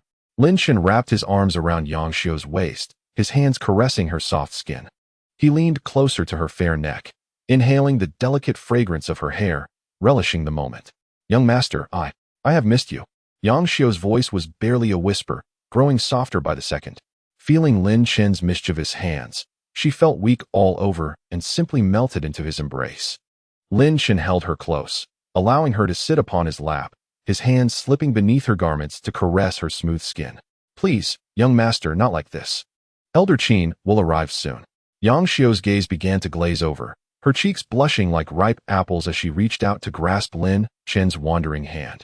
Just as Lin Chen was about to reassure her, the hurried sound of footsteps echoed from outside the room. He quickly withdrew his hands, prompting Yang Xiu to stand. At that moment, she felt her cheeks burning and hurriedly buried her face into her collar.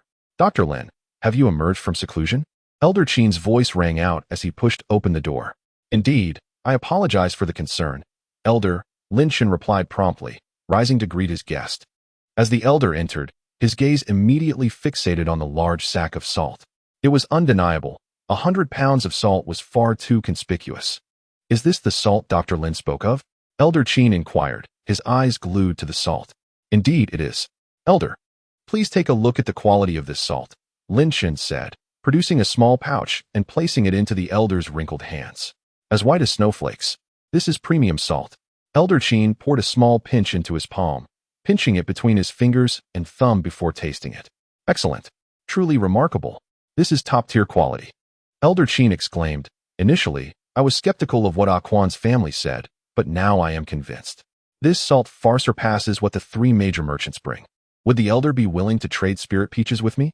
10 pounds of salt for 1 spirit peach will suffice, Lin Chen proposed, his eyes glistening with anticipation. The other 2 present also regarded him, awaiting the elder's decision. After a moment's contemplation, Elder Qin shook his head. Why not? Lin Chen asked, puzzled. The allure of the spirit peaches was immense, and he was eager. Alas, Dr. Lin, your timing is unfortunate, Elder Qin sighed, displaying a mix of helplessness and regret. What is going on? Lin Chen inquired, his curiosity piqued. Seeing his eager expression, clan leader Qin hesitated no longer and replied, it is like this. After each transaction, we agree upon the items for the next exchange. In other words, this batch of spirit peaches was already designated during our last trade. Lin Chen felt a wave of disappointment wash over him. The value of the spirit peaches was exorbitant, and once this batch was sold, he would have to wait at least 3 years and 6 months for the next. Such a wait seemed excessively long. He, however, was not ready to give up and asked, Clan leader Qin, is it not possible to trade a few? Even 1 or 2 would suffice. Clan leader Qin shook his head. No transactions can be made. Our clan has a covenant with the 3 traders, forbidding any trade with outsiders. What if we secretly traded a few without the knowledge of the 3 traders? I could offer more salt. Lin Chen pleaded, trying to raise the stakes. That is impossible. We are bound by the heavenly covenant. Though it is the most basic form, it is not to be trifled with, as doing so could invite great calamity. Lin Chen felt a sense of disappointment and frustration. The treasures were tantalizingly close yet utterly out of reach, which was unbearable. Clan leader Qin, sensing Lin Chen's disheartenment, also appeared forlorn. Lin Chen sat down on the couch, lifting the now cold tea and drinking it in one gulp. Yang Xiu, sitting nearby, frowned, sharing in her master's disappointment. Noticing this, clan leader Qin smiled faintly and glanced at his daughter-in-law. Sister Quan, he said, do you have a suggestion, perhaps? What method do you propose? Lin Chen sprang to his feet, stepping forward to grasp Sister Quan's substantial arm, his eyes filled with hope. Oh dear, Lin Apothecary, please release me. Sister Quan's face flushed as she wriggled free from Lin Chen's grip. My apologies, I was too forward, Lin Chen said, sheepishly letting go of her arm. Sister Quan smiled, glancing between Lin Chen and her father-in-law. Under their watchful gazes, she spoke. The covenant states that we cannot trade with outsiders.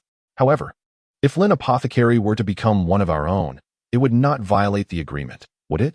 Indeed, my daughter-in-law is right. How could I have overlooked such a detail? Clan leader Qin exclaimed, slapping his thigh in excitement. Turning to Lin Chen, he asked, would you be willing to join our clan? Absolutely, Lin Chen replied without hesitation. But what must I do to become a part of your esteemed clan?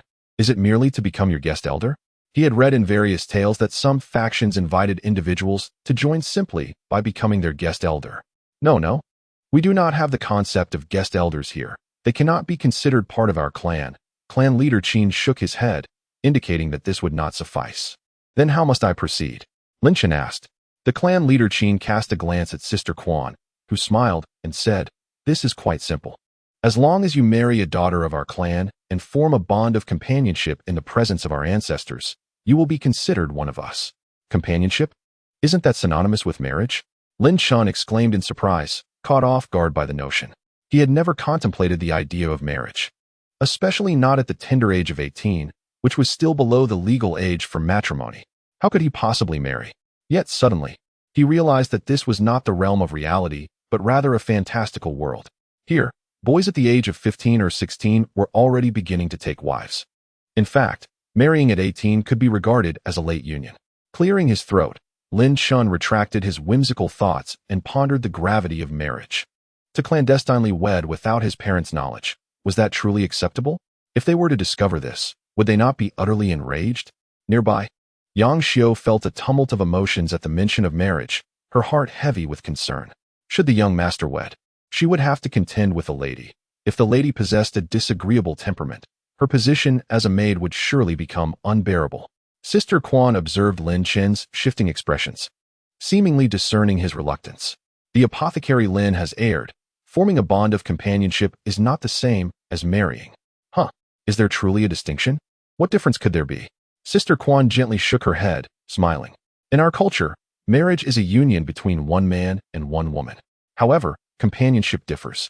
A powerful man may have multiple female companions, and a formidable woman may have several male companions. Is it truly so? Lin Chen was taken aback. But soon a sense of unease washed over him as he queried, if the woman who would marry me has multiple male companions, might she seek additional partners in the future? Should she harbor such intentions, he would prefer to forego the spirit peach entirely rather than enter into a bond with her. Fear not, the customs of our tribe dictate that a man may have multiple female companions, yet a woman may only have one male companion. Thank goodness for that. Although this tradition seems unjust to women, I find it agreeable. Lin Chen sighed in relief, then curiously inquired, are there tribes where a woman can have multiple male companions? Indeed, you are correct. In the southern regions of the Great Wilderness, certain tribes uphold customs that allow a woman to have several male companions. Lin Chen gasped in shock, a chill running through him as he silently thanked his fortune for not being born in the southern territories. Had he found himself in such a tribe, would he not have become just another of a woman's many male companions? The mere thought sent shivers down his spine. To whom does the noble family wish for me to wed?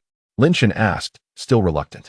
The women of Qin Fortress were robust, each towering over him at more than 6 feet tall, matching his own stature. While their height was acceptable, the coarse, dark skin of these women left little room for romantic aspirations. Yang Xiu perked up her ears, her heart filled with speculation, hoping it was that woman. Sister Quan wore a matchmaking smile, saying, as for that woman, she is truly exceptional. She possesses beauty that rivals the moon, stands tall and robust, and is skilled in martial arts. She can hunt when she goes out and cook when she returns home. She is indeed a rare gem. The more Lin Chen listened, the darker his expression became as he noted the descriptors, tall and robust, able to hunt. From these words, one could deduce that the woman was undoubtedly a formidable and strong figure. Sensing Lin Chen's discomfort, Sister Quan quickly added, she is Qin Yuling, the one you've met. Qin Yuling? Lin Chen exhaled in relief. Standing at 1.80 meters, her long legs, though somewhat dark and coarse, were not displeasing, especially since her face was rather delicate, aligning with Lin Chen's aesthetic. Eager to obtain the spiritual peach, Lin Chen nodded in agreement. Upon hearing Qin Yuling's name, Yang Xiu also sighed with relief, a faint smile gracing her lovely face. When she first met Qin Yuling, she had appeared somewhat willful and domineering, but after spending some days together, she realized that the girl possessed a kind heart. Seeing Lin Chen's assent, Sister Quan felt relieved and remarked, though Yuling may seem a bit short, that's merely because she hasn't fully matured. She will grow taller in time. Short? Lin Chen's eyes widened in astonishment. At 1.80 meters, how could she be considered short? Such a notion was truly unconventional. However, upon observing Sister Quan's towering height, which exceeded 1.90 meters, he began to understand. In comparison to her, Qin Yuling could indeed be deemed somewhat diminutive. Clearing his throat, clan leader Qin stood and announced, Lin Medic, once you and Yuling become partners, our clan will present you with a grand cave dwelling. Lin Chen was indifferent to the dwelling. His desire lay with the spiritual peach. As he saw clan leader Qin preparing to leave, he quickly inquired, Clan leader, what about the spiritual peach?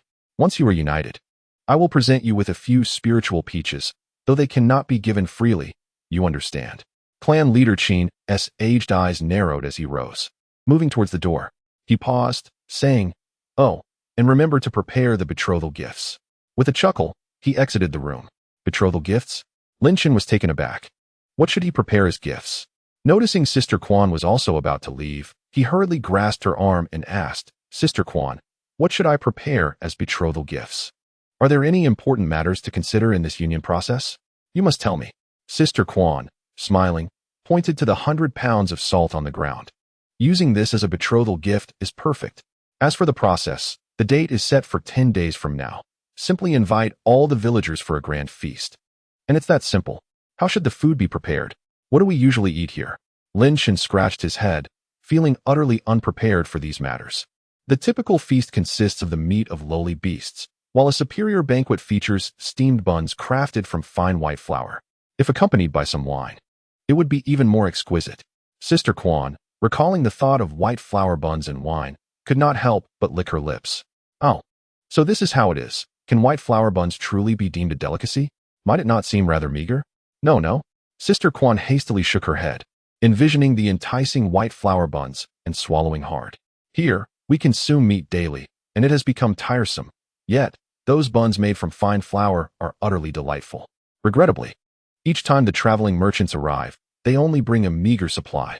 Yang Xiu nodded in agreement. In her previous days at Huangsha City, she feasted daily on coarse grain buns, yearning for a savory meat dish. Now that her desire has been fulfilled, indulging in dried meat daily has made her somewhat queasy. What she craves most now are the coarse grain buns from Huangsha City.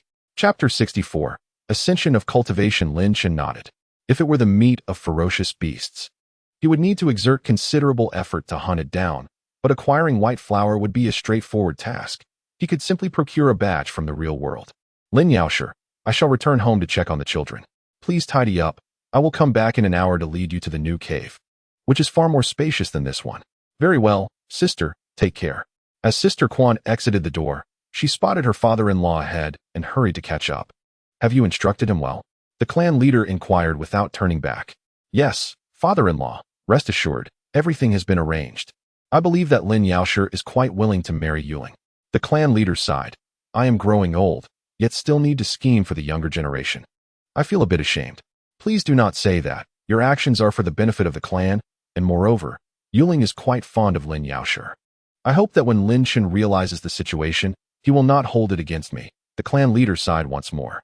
It turned out that the two had orchestrated a scheme for Lin Chen, performing a play before him. Upon hearing that Lin Chen possessed salt, the clan leader could no longer remain seated.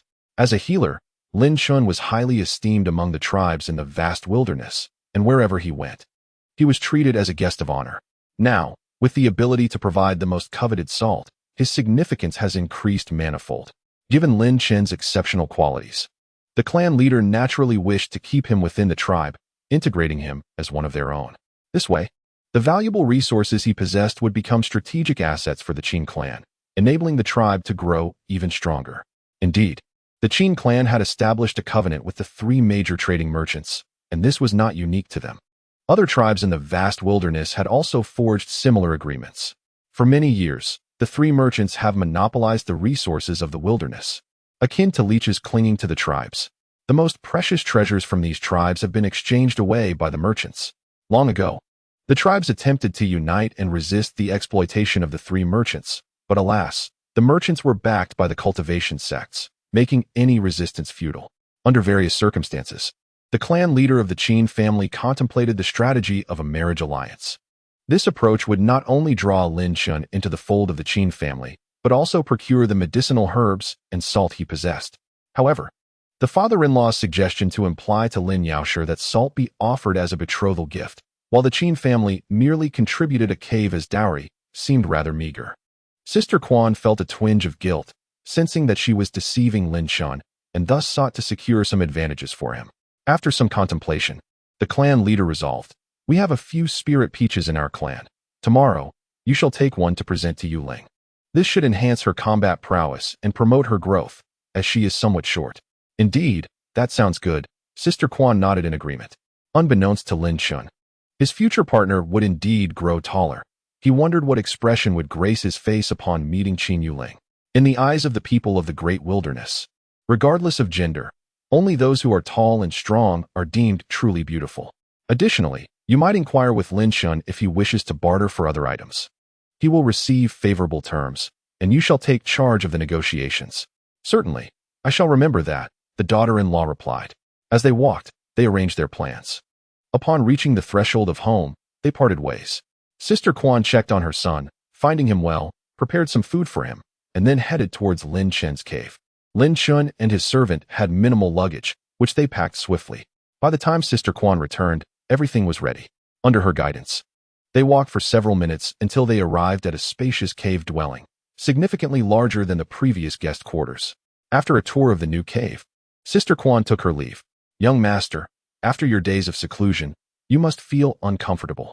I shall fetch hot water for you to bathe," Yang Xiu said, stepping lightly into the kitchen to heat water. Lin Chen opened his mouth to decline, but, seeing her cheerful demeanor, decided against it. After some reflection, he closed the door and returned to the earthen bed. He took out the spirit-nurturing herb and swallowed it. As soon as the herb entered his mouth, it transformed into streams of spiritual energy that spread throughout his body. Lin Chen, aware of the importance of the moment, hurriedly sat cross-legged and activated the yin-yang harmonization technique, channeling his true energy to refine the spiritual energy. His true energy flowed, swirling away layers of spiritual essence, assimilating and transforming it into his own true energy. Gradually, the true energy within Lin Chen became increasingly robust, expanding from the size of a fingertip to that of a thumb. Just as the spiritual energy from the herb was about to be fully absorbed, a muffled sound resonated from within him. His cultivation had ascended to the second level. The first major realm of cultivation is known as the meridian opening realm, consisting of a total of 9 levels. As the name suggests, this realm involves opening up the meridians throughout the body, solidifying the foundation of the physical form, and amplifying the true energy within. Previously, Lin Chen had reached the pinnacle of the first level of the meridian opening realm. Without external assistance, even with the peculiar dual cultivation method, his advancement speed was rapid. Yet, relying solely on his own efforts, it would take him at least 3 months to ascend to the second level. In contrast, if he were to employ orthodox cultivation methods, each elevation would demand a minimum of 6 months to a year. This exemplifies the superiority of demonic cultivation techniques, which emphasize swift and bizarre progress, albeit at the risk of losing oneself to madness. On the other hand, orthodox methods are characterized by their tranquility and stability, albeit with a slower pace of advancement. The 10,000 Demons sect is a faction of demonic cultivation, and the yin-yang harmonization technique is a method within this realm.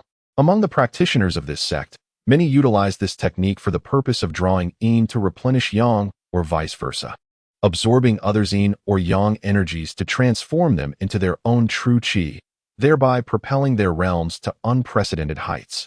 Lin Chen, however, chose not to engage in these selfish practices that harm others for personal gain. Instead, he opted for a path of mutual benefit in his cultivation.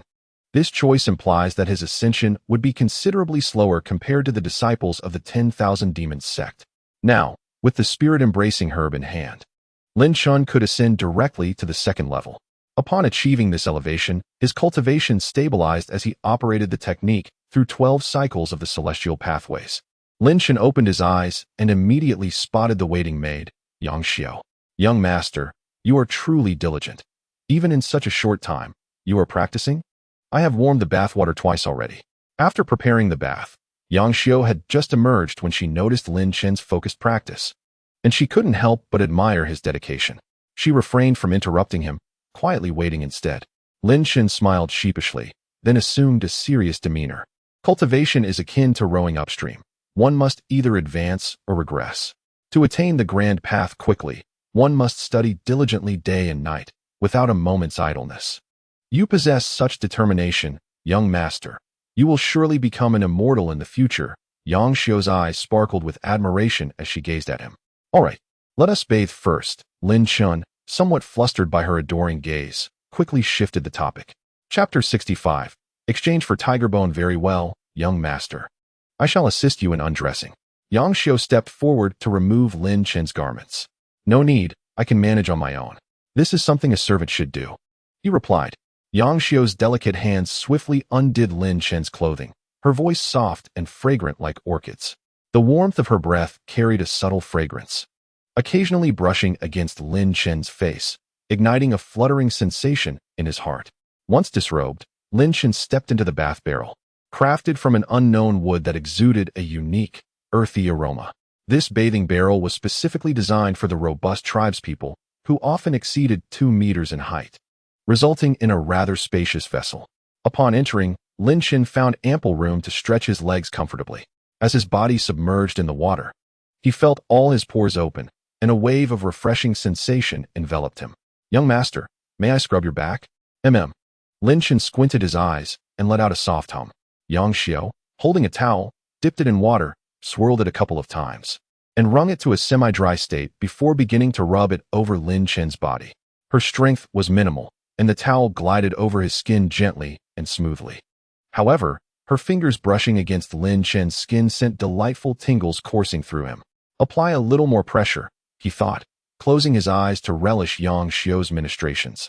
He couldn't help but marvel at the gentle and considerate nature of women from this otherworldly realm.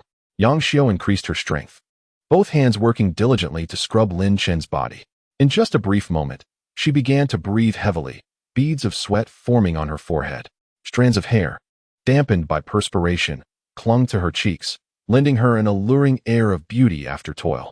Hearing her heavy breaths, Lin Chen opened his eyes to find Yang Xiao's flushed face glistening with sweat. Her cheeks, resembling ripe cherries, were utterly tempting. He was momentarily entranced. Noticing Lin Chen's gaze fixed upon her, Yang Xiao felt a pang of panic. My lord, it is my inadequacy. I lack strength, she stammered. Lin Chen smiled broadly, lifting his moist palm to gently brush aside her hair from her forehead. No need to exert yourself so much.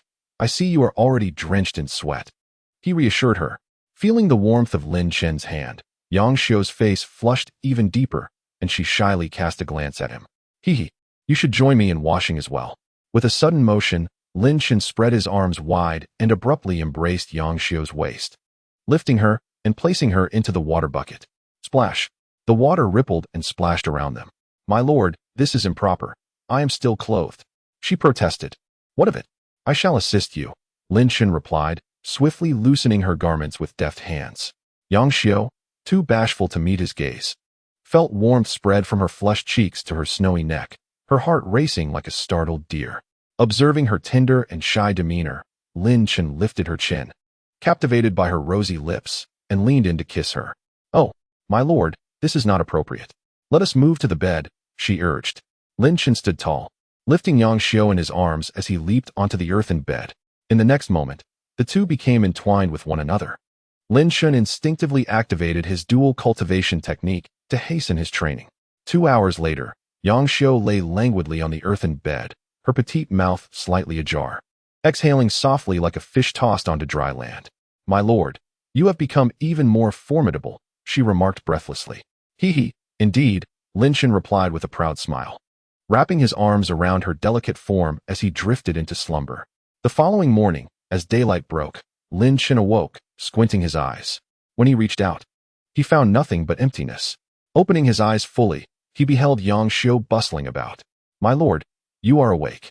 Please wash your face. It's time for breakfast," she said, bringing a basin before him to assist with his morning routine. "I can manage on my own," he insisted. In a matter of moments, Lin Chen completed his morning ablutions and proceeded to prepare breakfast, marveling inwardly at the remarkable diligence of his maid. After the two had shared their meal and engaged in light conversation, Sister Quan paid a visit. "Lin Yaosher, yesterday I visited Yuling's home, and she has consented to the matter of becoming a couple." Upon returning home, Sister Quan had informed the Qin siblings of this joyous news regarding the union. Qin Yushan, recognizing Lin Chen as a formidable apothecary, nodded in agreement. Initially, Qin Yuling regarded Lin Chen merely as a servant. However, upon discovering his esteemed identity as an apothecary, her attitude underwent a transformation. Through their interactions, she developed a fondness for him. Now, having heard Sister Quan's matchmaking proposal, she graciously consented. In the eyes of the barbarian tribes, marriage is less about romance and more about strength and status. Although Qin Yuling perceived Lin Chen as frail and lacking in martial prowess, his noble status as an apothecary rendered him a suitable match. "Thank you, Sister Quan," Lin Chen expressed, clasping his hands in gratitude. "By the way, do you wish to exchange for any other items? My father-in-law mentioned that should you wish to trade, discounts could be offered." Sister Quan spoke cheerfully, her tone significantly warmer. "Indeed, I was contemplating an exchange. The last time I saw a tiger bone." Lin Chen recalled the price of tiger bones in the real world, his eyes gleaming with interest. Though he could not acquire spirit peaches at the moment, obtaining some tiger bones and other items would suffice. After all, one cannot leave empty-handed. What is that saying? A thief does not depart empty-handed. Alas, what a misnomer. This is a legitimate transaction. "Very well, follow me," Sister Quan declared, leading the way out of the room. As they walked side by side, they encountered various members of the tribe, who greeted Sister Quan with familiarity. Along the way, Lin Chen also observed several hard-working individuals clad in tattered garments, their faces smeared with dirt as they engaged in various tasks. Sister Quan guided Lin Chen through the tribe and into the storeroom. Upon re-entering the storeroom, Lin Chen's gaze was immediately drawn to the skeleton of a great wilderness tiger. He approached it and examined it closely. The robust skeleton exuded a faint scent of blood, clearly indicating that the beast had recently perished. Standing over 4 meters tall and more than 10 meters long, it was indeed a magnificent sight. Lin Chen could not help but marvel. When this great wilderness tiger was alive, its size must have been truly colossal, exceeding that of any tiger on Earth by more than double. "Sister Quan, how shall we proceed with the exchange for this skeleton?" he inquired. "What would you like to trade, medicinal herbs or salt?" "Perhaps salt," Lin Chen replied. "Shouldn't you reserve some of that salt as a betrothal gift for Yuling? Do not deplete it all." Sister Quan expressed her concern that Lin Chen might exhaust his supply of salt before the union, rendering him unable to present a proper dowry. "Rest assured, Sister Quan, I have plenty of salt at my disposal." "Very well then." Sister Quan felt relieved, and with a quick glint in her eyes, she smiled and asked, "Is 10 caddies of salt sufficient?" "10 caddies?" Lin Chen looked at her with a knowing smile. "Sister Quan, do you truly believe that 10 caddies of salt can equate to the value of a spirit peach? If I am not mistaken, this tiger skeleton merely serves a symbolic purpose here, does it not?" Sister Quan's face flushed. She lacked the audacity of her father-in-law. "Well, how much do you think is appropriate?" 10 caddies of salt. Sister Quan responded with confusion, her gaze fixed on Lin Chen, feeling as though she had misheard. Just moments ago, when she had suggested 10 caddies of salt, Lin Chen had declined, yet now he himself proposed the very same amount. Chapter 66. An Unexpected Delight. "Sister Quan, you heard me correctly. I indeed said 10 caddies of salt." Lin Chen discerned her bewilderment and explained. "Though I did not vocalize it earlier, I am aware of the implications of what clan leader Qin mentioned. In terms of the market in the great wilderness, I am at a disadvantage. However, since we share a bond and are now to become family, let us not dwell on the minutiae." In truth, Lin Chen had obtained these medicinal herbs and salt at a remarkably low cost, rendering any fussing over details unnecessary. Thus, although he recognized clan leader Qin's underlying intentions, he chose not to expose them. Unaware of these nuances, Sister Quan felt moved by Lin Chen's words, perceiving him as a magnanimous individual. This reflection deepened her blush, as she felt ashamed of her father-in-law's previous actions. "Very well, let it be as you say, Apothecary Lin. Please wait a moment," I have something to show you. With that, Sister Quan instructed Lin Chen to hold on as she ventured into the depths of the storeroom. Before long, she returned, cradling a golden-hued stone the size of a basketball. She extended the stone towards Lin Chen, saying, "Apothecary Lin, take a look at this." As Lin Chen received it, he was immediately struck by its weight, surprised to find it felt as though it weighed around 100 pounds. Supporting the stone in both hands, he examined it closely. The stone, resembling a basketball in size, was an irregular oval, pockmarked with numerous holes. When he placed his palm upon it, a metallic smoothness greeted him. Could this be gold? Yet, its luster was not as dazzling as that of pure gold. "This is gold, or not gold itself," Sister Quan clarified. "My father-in-law intended to smelt it into liquid gold to procure goods from the 3 major trading merchants." Lin Chen nodded in understanding. Such a notion was quite reasonable. Though the 3 major merchants were backed by cultivation sects, they were nevertheless a powerful force within the secular realm of the Great Kun Kingdom. The currency of trade in the Great Kun Kingdom consisted of gold and silver, while transactions between the 3 merchants and the Great Wilderness tribes were primarily conducted with salt. Gold was occasionally used, albeit infrequently. The crux of the matter was that the Great Wilderness lacked gold mines, and, thus, gold itself. As for silver, its value was too meager. Even if the Great Wilderness tribes possessed it, the 3 merchants would not accept it. "Lin Yaoshe, you are about to take a partner in the Tao. I shall take it upon myself to return this gold nugget to you, allowing you to craft several pieces of jewelry for Yuling. Indeed, it is time to create some adornments." As Lin Chen examined the gold nugget, he nodded in agreement. Qin Yuling was to become his woman, and preparing some jewelry for her was only fitting. It would not only bring her joy but also earn her the envious gazes of their kin. As Lin Chen pondered how much gold this nugget could yield, he found himself visualizing the gold piece resembling the head of an animal. Which animal could it be? After some contemplation, he realized the nugget bore a striking resemblance to an enlarged dog's head. The moment this thought crossed his mind, a sudden flash of insight illuminated his consciousness. Could this be doghead gold? At the mere thought, he felt a tremor course through his body. He scrutinized the nugget more closely, and the resemblance to natural doghead gold became increasingly apparent. Doghead gold is an exceedingly rare treasure, with only a few pieces known to exist globally.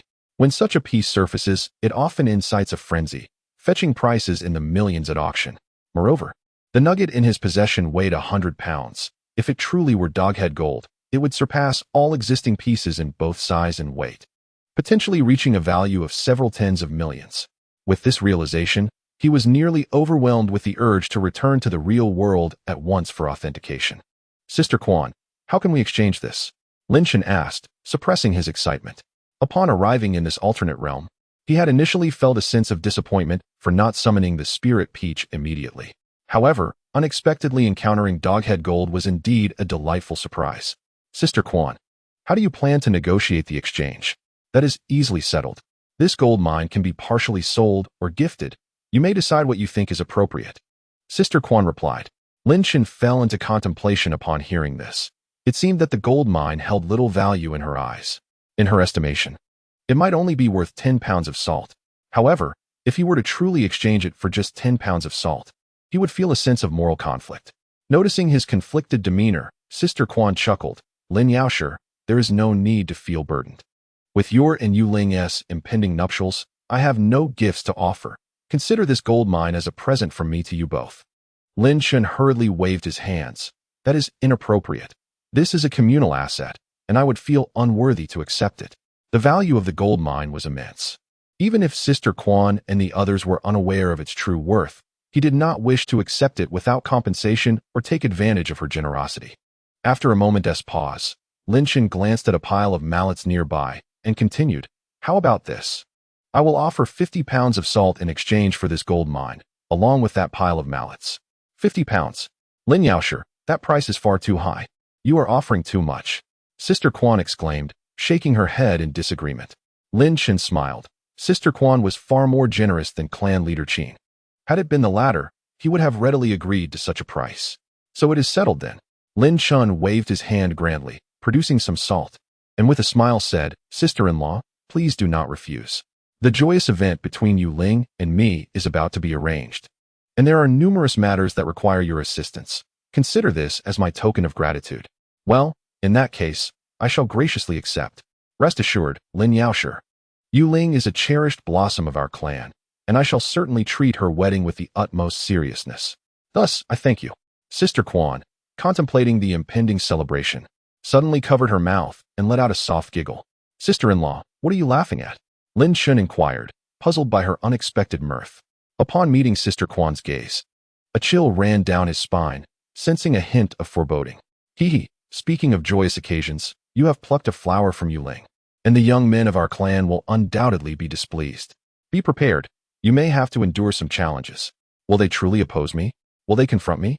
Lin Chen shuddered, his mind involuntarily conjuring images of being besieged by a group of towering, burly men, causing his heart to race with unease. It's not that severe. They wouldn't dare to oppose you outright, but rest assured, they will not make it easy for you to win the fair maiden's heart. Upon hearing this, Lin Chen let out a sigh of relief, though a lingering worry remained. Yet, worrying now would be futile. He could only adapt to whatever circumstances arose. After concluding their transaction, Lin Chen stored the dog-headed gold and tiger bones in his space, and collected the pile of stick mushrooms before exiting the storeroom. The two had engaged in lengthy discussions, and by the time they emerged, the sun was already high in the sky. Lin Chen bid farewell to Sister Quan and returned to his cave. Inside, Yang Xiu sat on a wooden chair, engrossed in a book. Upon noticing Lin Chen's return, she promptly set her book aside and asked, "Young master, have you completed the exchange?" "Yes, it's all done," Lin Chen replied, his face aglow with joy. This recent exchange had yielded bountiful rewards, lifting his spirits immensely. "You seem quite pleased. Did you acquire many treasures?" Lin Chen spread his hands, revealing 2 stick mushrooms in his palms, which he offered to Yang Xiu. "Xiu'er, you are slender and in need of nourishment. Add some of these stick mushrooms when cooking." He too was eager to sample the flavor of the mushrooms, intending to indulge in a lavish meal. Yang Xiu was taken aback at the sight of the 2 mushrooms, but soon smiled and accepted them. "Please wait a moment. I am currently simmering meat broth. I will chop a piece to add in." "Very well, go ahead." Delighted, Yang Xiu meticulously cleaned 1 mushroom and cut off a piece the size of her thumb to place into the broth. Observing the steaming soup, she felt it was insufficient and, after a moment's thought, she cut another piece to add. Lin Chen sat on the earthen kong, idly picking up a nearby book to peruse. It was a novel depicting fantastical tales of the supernatural. The narrative held a certain charm. Unbeknownst to him, he became wholly absorbed in the story. Time flowed by slowly as he immersed himself in reading and the bustle around him. "Young master, the meal is ready, and the meat soup is prepared. Come and taste it," Yang Xiu called to Lin Chen while setting the table. "All right, I'm on my way," Lin Chen replied, rising from his seat and approaching the humble wooden table. He picked up a bowl and savored the meat soup. It must be said, the addition of ginseng had transformed the flavor into something truly exquisite. "Xiu'er, you should eat as well." All right." Yang Xiu lifted her bowl and sipped delicately. As the warm broth filled her, Lin Chen felt a wave of warmth radiate throughout his body, enveloping him like a soothing embrace from a hot spring. Feeling quite satisfied, he quickly finished the soup and returned for more. Upon his return, he noticed that Yang Xiu's cheeks were flushed, rendering her remarkably adorable. "Indeed, ginseng nourishes the body. You should indulge a bit more, Xiu'er." "Of course." Yang Xiu eagerly drank from her bowl. With each sip, her complexion grew even rosier, steam rising from her head. "Young master, it's so hot," Yang Xiu exclaimed, perspiration appearing all over her body, making her feel quite uncomfortable as she began to loosen her garments. "Xiu'er, wait." Lin Chen, noticing her clothes slipping and revealing her fair skin, hurried to the door and locked it, determined to shield his precious companion from prying eyes. When he turned back, he found Yang Xiu panting heavily, her attire nearly shed, leaving only a small garment to conceal her modesty. "Young master, I'm so hot." At that moment, her previously smooth, pale skin had turned a bright crimson, with wisps of steam emanating from her pores. Lin Chen was taken aback. "Xiu'er, why have you turned so red? How much did you add?" "Young master, I added this much," she gestured with her fingers. "Goodness, that's at least 10 centimeters. Lin Chen gasped, realizing that what she had used was ginseng over 200 years old, renowned for its remarkable nourishing properties. A wild ginseng of that length contained extraordinary nutrients. A pot of soup with 10 kilograms of ginseng is truly excessive. Most ordinary people would be overwhelmed. "Young master, I'm so hot. Water, water," Yang Xiu cried, her breath visible in the chilly air. "Wait a moment." Lin Chen, feeling urgency, dashed to the kitchen and retrieved the wooden tub used for bathing the previous day. He scooped water rapidly from the basin with a ladle. The dwelling he had recently acquired was a fine cave dwelling with a stream of fresh water flowing from the mountains, coursing through the cave and feeding into an underground water tank for daily use. With swift, fluid motions, he filled the tub with ladle after ladle of water, his arms moving like lightning, leaving trails in the air. In the span of just a few breaths, the wooden barrel was filled to half its capacity with water. Lin Chen embraced the barrel with both arms, exerted a slight force, and lifted it, hastening to Yang Xiu's side. With a splash, Yang Xiu, akin to a parched fish discovering water, leapt into the barrel clad in her garment. In the next instant, her body sank, her hair enveloped by the water. This was excessive, Lin Chen thought, observing Yang Xiu's actions with a mix of bemusement and exasperation. Simultaneously, he felt an escalating warmth within him, as if a furnace had ignited inside, causing beads of sweat to emerge profusely. This is dire, Lin Chen mentally exclaimed, shedding his garments and settling into a cross-legged position on the ground. He formed a series of hand seals, activating his dual-cultivation technique. The vital energy within him surged and circulated, striving to absorb the internal heat. After several cycles of circulation, the heat within him showed no signs of abating. Rather, it appeared to intensify. The warmth generated by the ginseng meat soup was distinctly different from the spiritual energy produced by the devoured spirit-nourishing herb. Once consumed, the herb released its essence from within, which could be assimilated by the circulating vital energy. Conversely, the heat from the ginseng meat soup emanated from his very flesh and bones, a nurturing force that fortified his physical form, yet his vital energy could not absorb it. Lin Chen opened his eyes, wiped the sweat from his brow, and rushed to the barrel, preparing to leap in. Splash! At that moment, Yang Xiu's head emerged from beneath the water. Her fair visage remained flushed, showing no sign of diminishment. "Young master, this water is ineffective," she exclaimed. Lin Chen was taken aback, his brows furrowing in contemplation. Suddenly, a spark of insight illuminated his eyes. He reached into the barrel, lifting Yang Xiu out. "What are you planning to do, young master?" Yang Xiu inquired, a hint of panic in her voice. "We can only attempt the harmony of yin and yang. It may prove beneficial," Lin Chen replied, tearing away her garment and carrying her to the bed. Yang Xiu quickly grasped his intent. To his surprise, she took the initiative, transforming into a fierce tigress and pouncing upon him, pinning Lin Chen beneath her. The clash of thunder ignited the earth's fire as fierce flames met oil. The two became enmeshed in a fervent struggle. This time, Lin Chen refrained from employing the dual cultivation technique, relying solely on his own strength. Unlike her usual demeanor, Yang Xiu transformed into a formidable opponent, engaging Lin Chen in a relentless battle. Time drifted slowly as the two warriors clashed, the daylight waning into evening. At last, the struggle concluded, leaving them sprawled on the earthen bed like exhausted fish, the heat within them dissipating. "Young master, I am utterly spent," Yang Xiu gasped, sweat glistening on her brow, strands of hair clinging to her forehead.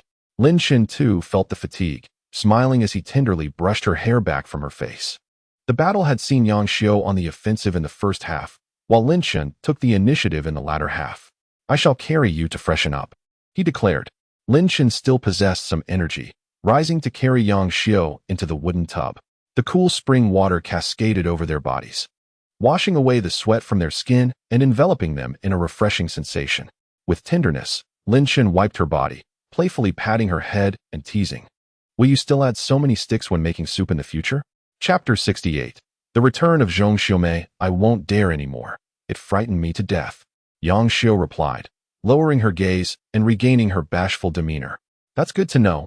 Overindulgence can be perilous," Lin Chen remarked, continuing to dab away the perspiration from her skin. My lord, I can manage myself." Yang Xiu was taken aback by his attentiveness, feeling a mix of gratitude and trepidation. "Enough, you've turned into a puddle of mud. Where is your strength to wash yourself?" "Allow me to assist you," he insisted. "Thank you, my lord. It's all my inadequacy," she responded gratefully. "There's no need for formality. You are my woman, and caring for you is my duty." Yang Xiu felt increasingly touched by his words and resolved to serve him well in the future. After Lin Chen finished tending to Yang Xiu, he attended to himself. And finally, they nestled together on the earthen bed. After a vigorous night, Both felt fatigued and drifted into slumber. The following day, as dawn broke, Lin Chen opened his eyes and beheld the beauty in his arms. She slumbered peacefully, her skin as fair as milk, her lashes delicately fluttering. Her aquiline nose and fiery red lips captivated him further, compelling him to lean in and gently kiss her lips. Yang Xiu felt the warmth on her lips and, licking them, slowly awakened. Upon opening her eyes, she met Lin Chen's affectionate gaze, which made her smile brightly in response. After a fervent kiss, she gently pushed Lin Chen away, saying, "My lord, it's getting late. I must prepare breakfast." Oh no. Lin Chen suddenly recalled that today was the day of the auction in the secular world. "I shall skip breakfast," he declared. "Why, my lord?" Lin Chen paused slightly as he donned his clothes. "I sense that the barriers of my cultivation are loosening. Now is an opportune moment for seclusion and breakthrough." "Very well, my lord. I shall await your return," Yang Xiu replied, understanding the significance of his cultivation breakthrough. "Do not let anyone disturb me," Lin Chen instructed before hastily retreating into a bedroom, locking the door behind him, and swiftly transcending back to the real world. When he re-emerged, it was morning in the park. Lin Chen dashed out, hailed a cab, and headed straight for the auction house. At Guangyao Auction House, the atmosphere buzzed with excitement. Well-dressed guests entered through the doors, presenting their invitations before being guided deeper into the venue by the attendants. At that moment, a woman in a tailored suit descended from a luxury vehicle, hesitating briefly before approaching the entrance. Her figure was enchanting, her bobbed hair exuded professionalism, and her exquisitely delicate face was as pale as snow. In the depths of her captivating eyes, there lingered a hint of conflict and hesitation. She gently bit her ruby lips as she approached the grand entrance, lowering her gaze as she stepped inside. "Excuse me, miss, please present your invitation." The short-haired woman paused at the sound of the guard's voice, a flicker of embarrassment crossing her enchanting eyes. "I apologize, I seem to have forgotten it." She raised her delicate hand to sweep back a stray lock of hair, casting a flirtatious glance at the security officer. "That won't do. Entry requires an invitation." The guard replied sternly, utterly unmoved by her beauty. "Come on, can't you show a little leniency?" Her voice was melodic, sweet, and alluring. "I'm afraid not. An invitation is mandatory." The guard remained resolute. Frustrated, the short-haired beauty stamped her foot, but the guard, seemingly oblivious, gestured aside. "Miss, you are blocking the way. Please step aside." Fuming, she gritted her teeth, her chest rising and falling with each agitated breath, yet she had no choice but to retreat to the side, watching as elegantly dressed guests entered the venue. "Haha, Miss Chen, have you been stopped?" A man's voice suddenly echoed from a distance, laced with a tone of schadenfreude. Upon hearing the familiar voice, a sense of foreboding flashed through the short-haired woman. Turning to look, she indeed found herself confronted by the very person she detested. Dressed in a sharply tailored navy blue suit, his meticulously styled hair complemented his dark, brooding eyes that fixed uncomfortably upon her. "Wanjie, you are mistaken. I merely forgot my invitation," she replied, suppressing her irritation. "Oh really?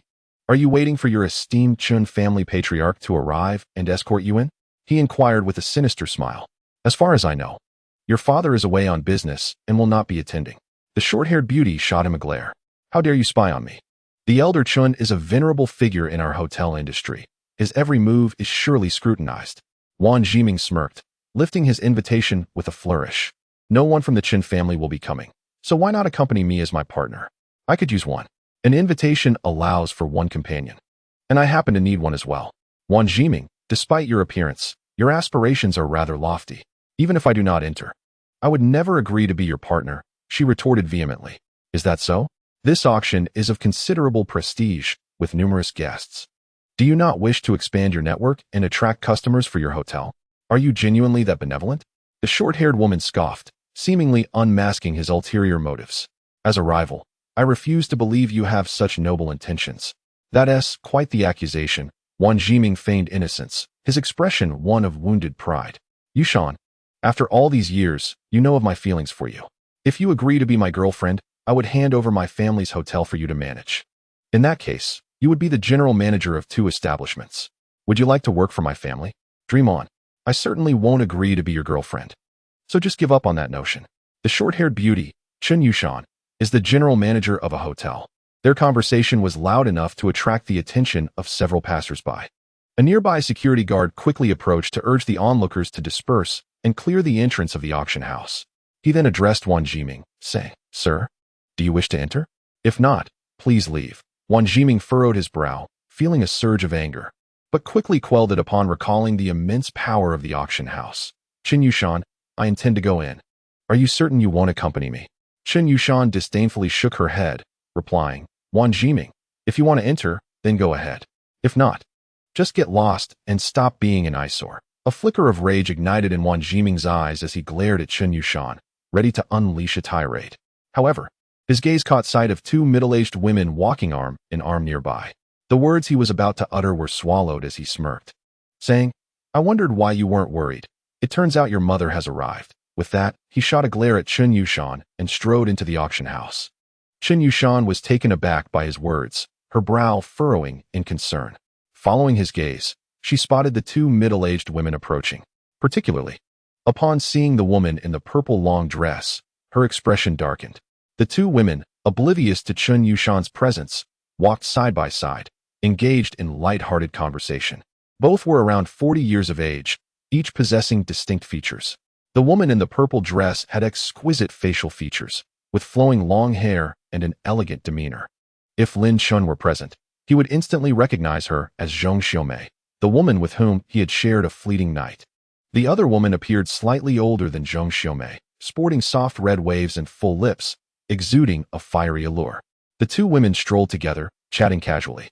The woman in the red dress smiled and remarked, "Sister May, I've noticed your skin has improved. You look much younger, especially around your eyes. Your crow's feet are nearly gone. What is your secret to such maintenance?" Zhong Xiaomei smiled softly, gently touching the corner of her eye, feeling quite pleased. It's all about taking care of oneself. As long as one is happy, youthfulness will naturally follow. However, she secretly chuckled to herself, instinctively placing a hand on her abdomen. She was well aware of the true reason for her diminished wrinkles. It was all due to that wild night, all because of that handsome young man. Yet, she sometimes found it strange. She often heard that men were a nourishing remedy for women, and with a man's touch, a woman would become more youthful and beautiful. But her transformation was indeed rather exaggerated. "I cannot believe it." The woman in the red dress let out a light laugh, the crow's feet at the corners of her eyes becoming apparent, making her appear 7 or 8 years older compared to her companion, Zhong Xiaomei. "Sister May, I've heard rumors that your husband is keeping a mistress outside. Aren't you upset?" Upon hearing this, Zhong Xiaomei's beautiful eyes widened in surprise, and she instinctively released her grip on her friend. Moments later, she suddenly burst into laughter. "Xiangling, don't point fingers at me. Isn't your man also gallivanting with other women?" Luo Xiangling bit her crimson lips, her eyes widening in disbelief. Men are all untrustworthy. Once they acquire wealth, they turn vile. Not a single one is worth anything. She glared at the men on the street, flames of indignation igniting in her eyes, as if all the men around were engaged in infidelity. Suddenly, her eyes brightened, and much of her anger dissipated. She raised a finger towards the direction of Qin Yushan and said with a smile, "Sister May, your stepdaughter has arrived." Zhong Xiaomei followed her finger and spotted Qin Yushan in the distance, her expression immediately darkening as she marched towards her. Hey, Sister May, let us not quarrel here. Fighting will provoke the auction house, and we are not in a position to handle that," Luo Xiangling cautioned, closely trailing Zhong Xiaomei. Zhong Xiaomei paused, nodded slightly, and continued forward. "Qin Yushan, are you here waiting for me? Trying to use an invitation to get in?" Zhong Xiaomei's face was grim as she glared at her stepdaughter with disdain. "However, I will not take you inside unless you humble yourself. You wish. Even if you invite me, I will not go in with you," Qin Yushan retorted, turning her nose up in disdain and taking 2 steps back. "How rude. You truly lack upbringing. You are the one who lacks manners, you upstart mistress. What right do you have to speak so arrogantly?" The two exchanged sharp words, clearly harboring deep-seated grievances, and it was evident that a quarrel was brewing. Sister May, calm down. Let us not argue here," Luo Xiangling hurriedly intervened, grasping Zhong Xiaomei's arm in an attempt to mediate. Then she turned to Qin Yushan. "Miss Qin, regardless of the circumstances, Sister May is your nominal mother. You should show her the respect she deserves." Qin Yushan furrowed her brow but remained silent, snorting dismissively and turning her head away. Zhong Xiaomei, seeing this, grew even angrier and was about to chastise her further.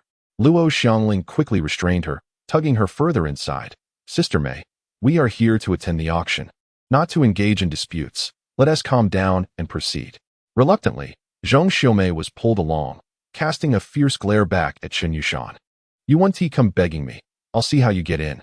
When we return home, I will deal with you. Chen Yushan shot back fiercely.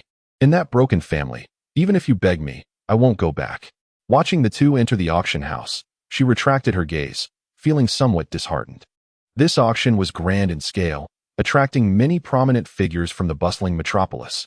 Among the attendees, the most prominent figures belonged to various sectors of the business world, alongside some leaders from official circles. Chen Yushan was particularly eager to forge connections with these business elites, each of whom managed their own companies. Establishing contact with them could potentially secure business receptions at her hotel, significantly enhancing both its reputation and performance. Unfortunately, the security at the entrance was exceedingly stringent, rendering her unable to gain entry. Ironically, it was her rival, Wan Jiming, who managed to get in. This individual was not to be underestimated. He consistently emulated her management techniques. His presence today undoubtedly aimed at courting these high-end clients. Should he succeed, his hotel's prestige and success would likely surpass hers. A thought that filled her with frustration. This realization left her feeling suffocated, with a pang of resentment towards her father for giving the invitation to that shameless woman instead of her, intensifying her irritation. Chen Yushan stood in a corner at the entrance, scrutinizing the guests as they arrived, hoping to spot someone who had come alone. Regrettably, all the attendees seemed to be arriving in pairs. As the auction was about to commence and the deadline for entry approached, despair began to creep in as no solitary guests appeared. Suddenly, a harsh screeching noise pierced the air, the sound of tires skidding against the pavement. A taxi careened to a stop in front of the auction house. The security guard, witnessing the taxi's audacity to halt at the entrance of such a prestigious establishment as the Guangya auction house, was taken aback. Hadn't he noticed the luxury vehicles parked appropriately in designated spots? The nerve of a taxi to come to a sudden stop at the entrance was simply outrageous. The guard advanced towards the vehicle, intent on reprimanding the oblivious driver. At that moment, a young figure sprang from the taxi, casually tossing several bills onto the passenger seat. "Thank you, driver," he said. The taxi driver, upon seeing the bright notes, couldn't help but beam with delight. However, noticing the grim-faced security guard approaching, he sensed trouble brewing. Without a second thought, he pressed the accelerator and the taxi sped away. The young man who had just disembarked was Lin Chen. The auction house was quite distant from the park, and Lin had paid a handsome fare for the taxi to rush him there, ultimately arriving just before the auction began. Upon exiting the vehicle, he hurried towards the entrance, while the security guard, his expression darkening, quickened his pace. Before he could reach the taxi, it had already fled, leaving him to glare furiously at its retreating form. "Wait, what are you doing?" As Lin Chen approached, the security guard extended his arm to block the way, admonishing him. "This is not a place for you to be. Isn't this an auction house? Didn't they say there would be an auction?" Lin Chen retorted. "Indeed, it is an auction house, and an auction is to be held, but what business do you have here? I am here to attend the auction." "You? To attend the auction?" The guard scrutinized Lin Chen, taking in his ordinary casual attire, which appeared to be nothing more than cheap streetwear, and couldn't help but scoff. Respect the attire before the person. The seasoned security guard had developed a keen eye and could discern the value of the garments worn by patrons at a glance. Today's guests were resplendent in exquisite clothing, each adorned in designer labels, with some donning bespoke suits. None were dressed as casually or inexpensively as Lin Chen. Shaking his head, the guard impatiently reprimanded, "Be off. You have no right to enter. Go play elsewhere. This is not a place for your disruption." Chapter 70. A beauty seeks assistance. Open your eyes and see what this is. With a sharp sound, Lin Chen produced an invitation and slapped it onto the guard's head. He was not inclined to engage in a futile argument and presented the invitation directly. "You actually possess an invitation?" The guard's eyes widened as he realized that the object striking his head was indeed the invitation issued by the auction house. His gaze sharpened as he reassessed Lin Chen, thinking to himself, "This fellow is dressed in rags and appears to be no older than 20. He lacks the demeanor of a wealthy heir. Perhaps this invitation is of dubious origin." As this thought crossed his mind, a frown deepened on his face. He then drew a rubber baton from his waist and sternly demanded, "Young man, truthfully confess, is this invitation stolen or found? Your narrow-mindedness is astounding." This invitation was personally bestowed upon me by the apothecary of Xuanhuan. Lin Chen, unwilling to stoop to the level of a mere security guard, rebuked him fiercely, unleashing an aura of strength that pressed down on the guard. Feeling an involuntary shiver run through him, the guard recognized that this young man was no ordinary individual. He was undoubtedly a genuine guest. My apologies for my oversight. Please, do enter. Lin Chen shot him a glare, pocketed the invitation, and strode inside. Upon witnessing Lin Chen's lack of retaliation, the guard exhaled in relief and wiped the sweat from his brow. His salary as a security guard was more than double that of his counterparts, comparable to the earnings of white-collar workers in the bustling metropolis. He had worked tirelessly to secure this position through personal connections and was always cautious in his duties, fearing for his livelihood. Having nearly offended a guest today filled him with dread. A complaint from the individual could cost him his job. Grateful that the guest was magnanimous and chose not to pursue the matter, the guard cast a glance at Lin Chen's retreating figure, feeling a sense of gratitude. Please wait a moment. A melodious female voice suddenly called from behind. Lin Chen turned to see a graceful woman approaching briskly. His heart skipped a beat as he silently regarded her. Excuse me, sir, could you do me a favor?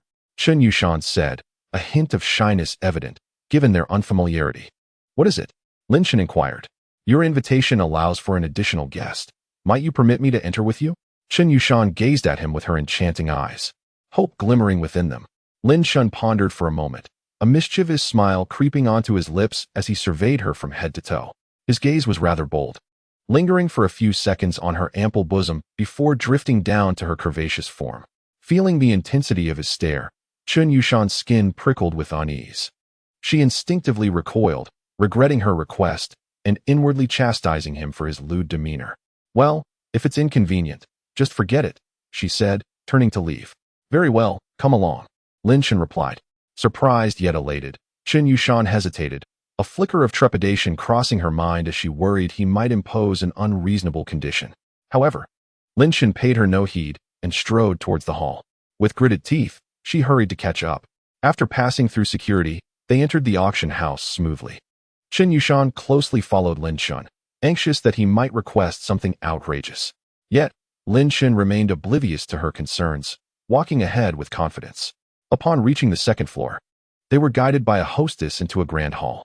As Chen Yushan prepared to step into the auction venue, relieved that Lin Chen had not spoken, curiosity piqued her interest. She stole glances at his handsome profile, her heart fluttering with intrigue. This is the auction hall. You may enter alone, Lin Chen stated calmly. Halting at the entrance, aren't you coming in? She asked, curious about his sudden detachment. I have other matters to attend to. Farewell, he replied, dismissing her with a wave as he turned towards a nearby private room. What a conceited fellow, Chen Xiao muttered under her breath as she entered the hall. Lin Chen stepped into the adjacent room, observing the sign at the door that read, Temporary Appraisal.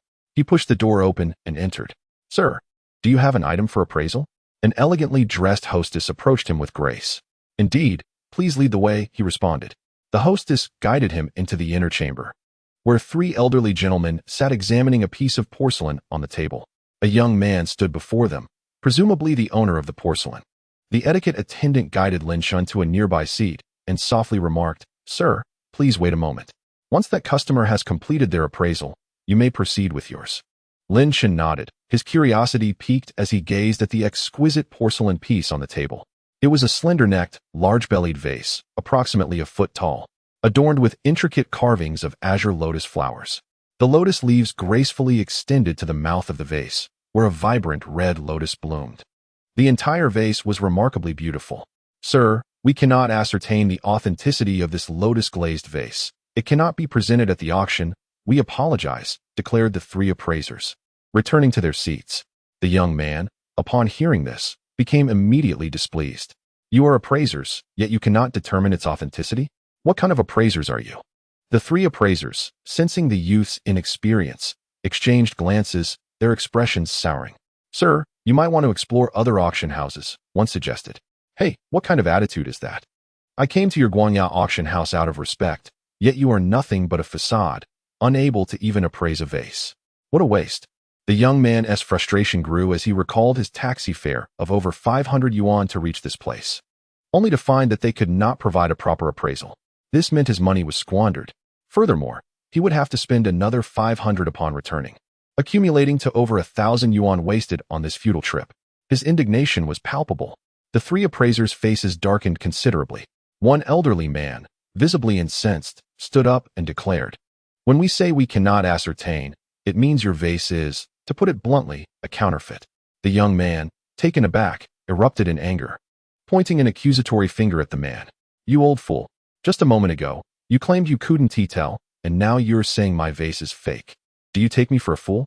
I'll have you know, this vase was part of my grandmother's dowry. Claimed to be a relic from the Ming dynasty. This is an antique." The three appraisers, infuriated by the youth's insults, trembled with rage. As the young man continued his tirade, he suddenly paused, a realization dawning upon him. "Ah, I understand now. What do you understand?" Lin Chen, sitting nearby, interjected curiously.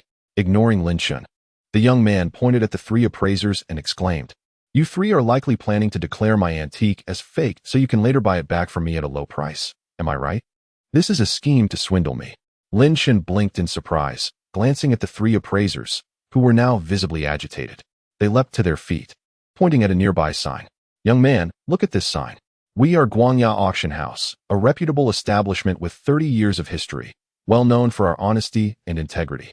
Such underhanded dealings are only perpetrated by a few unscrupulous small auction houses." "Really?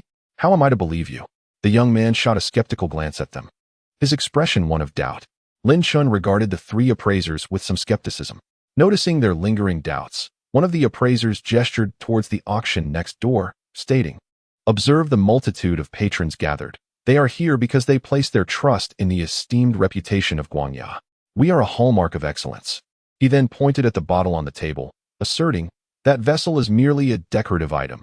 You must remove it post-haste. Even if you are not attempting to deceive, it cannot possibly be a piece of craftsmanship. This is my grandmother's dowry, an antique passed down from the Ming dynasty." The young man exclaimed in indignation, "Enough, enough. Do not squander our time here.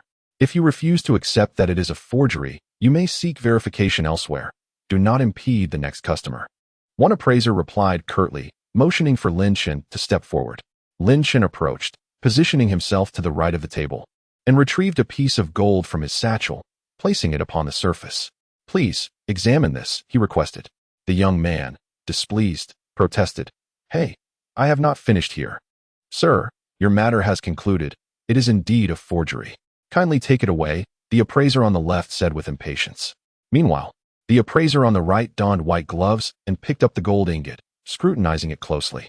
He turned it over several times, observing the intricate patterns, and murmured to himself, "Could this possibly be doghead gold?" The middle appraiser joined in, examining it intently. "The shape suggests it is doghead gold, and the texture and patterns seem genuine." "Doghead gold!" The right side appraiser exclaimed in surprise, disregarding the young man entirely as he leaned in for a closer look. This only fueled the young man's fury further, and he scoffed at the three, saying, "What doghead gold? This is clearly a piece of brass. You are all utterly ignorant." The trio cast him a fleeting glance, choosing not to engage with the foolish outsider. As the young man continued unabated, believing his assertions to be correct, he grew even more animated. "What is there to observe? This is a counterfeit, synthetic in nature." Lin Chen, irritated, turned to him and said, "Sir, on what basis do you claim it is counterfeit? If you lack understanding, it is best not to speak carelessly." The young man raised an eyebrow. "This is simple. Just melt the brass into liquid copper and pour it onto a sand mold, and you can create as many as you desire. You are spouting nonsense. Hurry along and do not disrupt our proceedings." Lin Chen discerned the young man to be a simpleton and chose not to argue further. "Are you incapable of speaking sensibly? Are you seeking a fight?" The young man clenched his fist and barked, "They may not see through it, but I can. This is a counterfeit. Hey, if you lack understanding, refrain from making baseless claims. Such reckless assertions merely reveal your lack of intellect. Mine is authentic," Lin Chen countered. "It is fake. I declare it fake. A friend of mine mentioned a place that specializes in creating such forgeries. Do not think you can deceive me." Lin Chen was left utterly speechless, disinclined to engage with him further. "See, you have no retort," the young man crowed triumphantly. "What if it is genuine?" Lin Chen inquired. "That is impossible. If it were genuine, I would eat it," the young man proclaimed, puffing out his chest with confidence.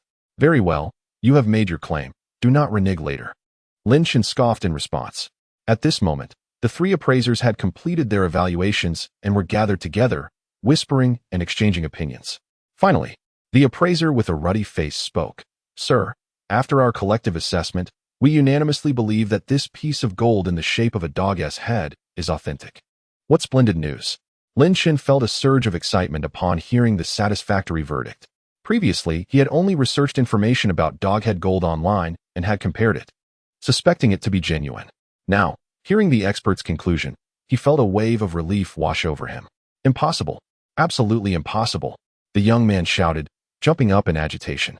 Lin Chen cast a sidelong glance at him and smiled maliciously. This is what the experts have declared. You've lost. It's time to fulfill your promise. Go ahead and have a taste. The three experts are fools. Their words cannot be trusted. I maintain that this is a fake.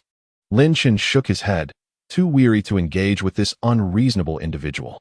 At that moment, one of the experts stood up and smiled at Lin Chen. Sir, you cannot let him have a bite. If he were to take a nibble, you would suffer a great loss. This treasure is worth millions. Bah, I wouldn't eat that. The young man, irked by the appraiser's mockery, retorted angrily, security.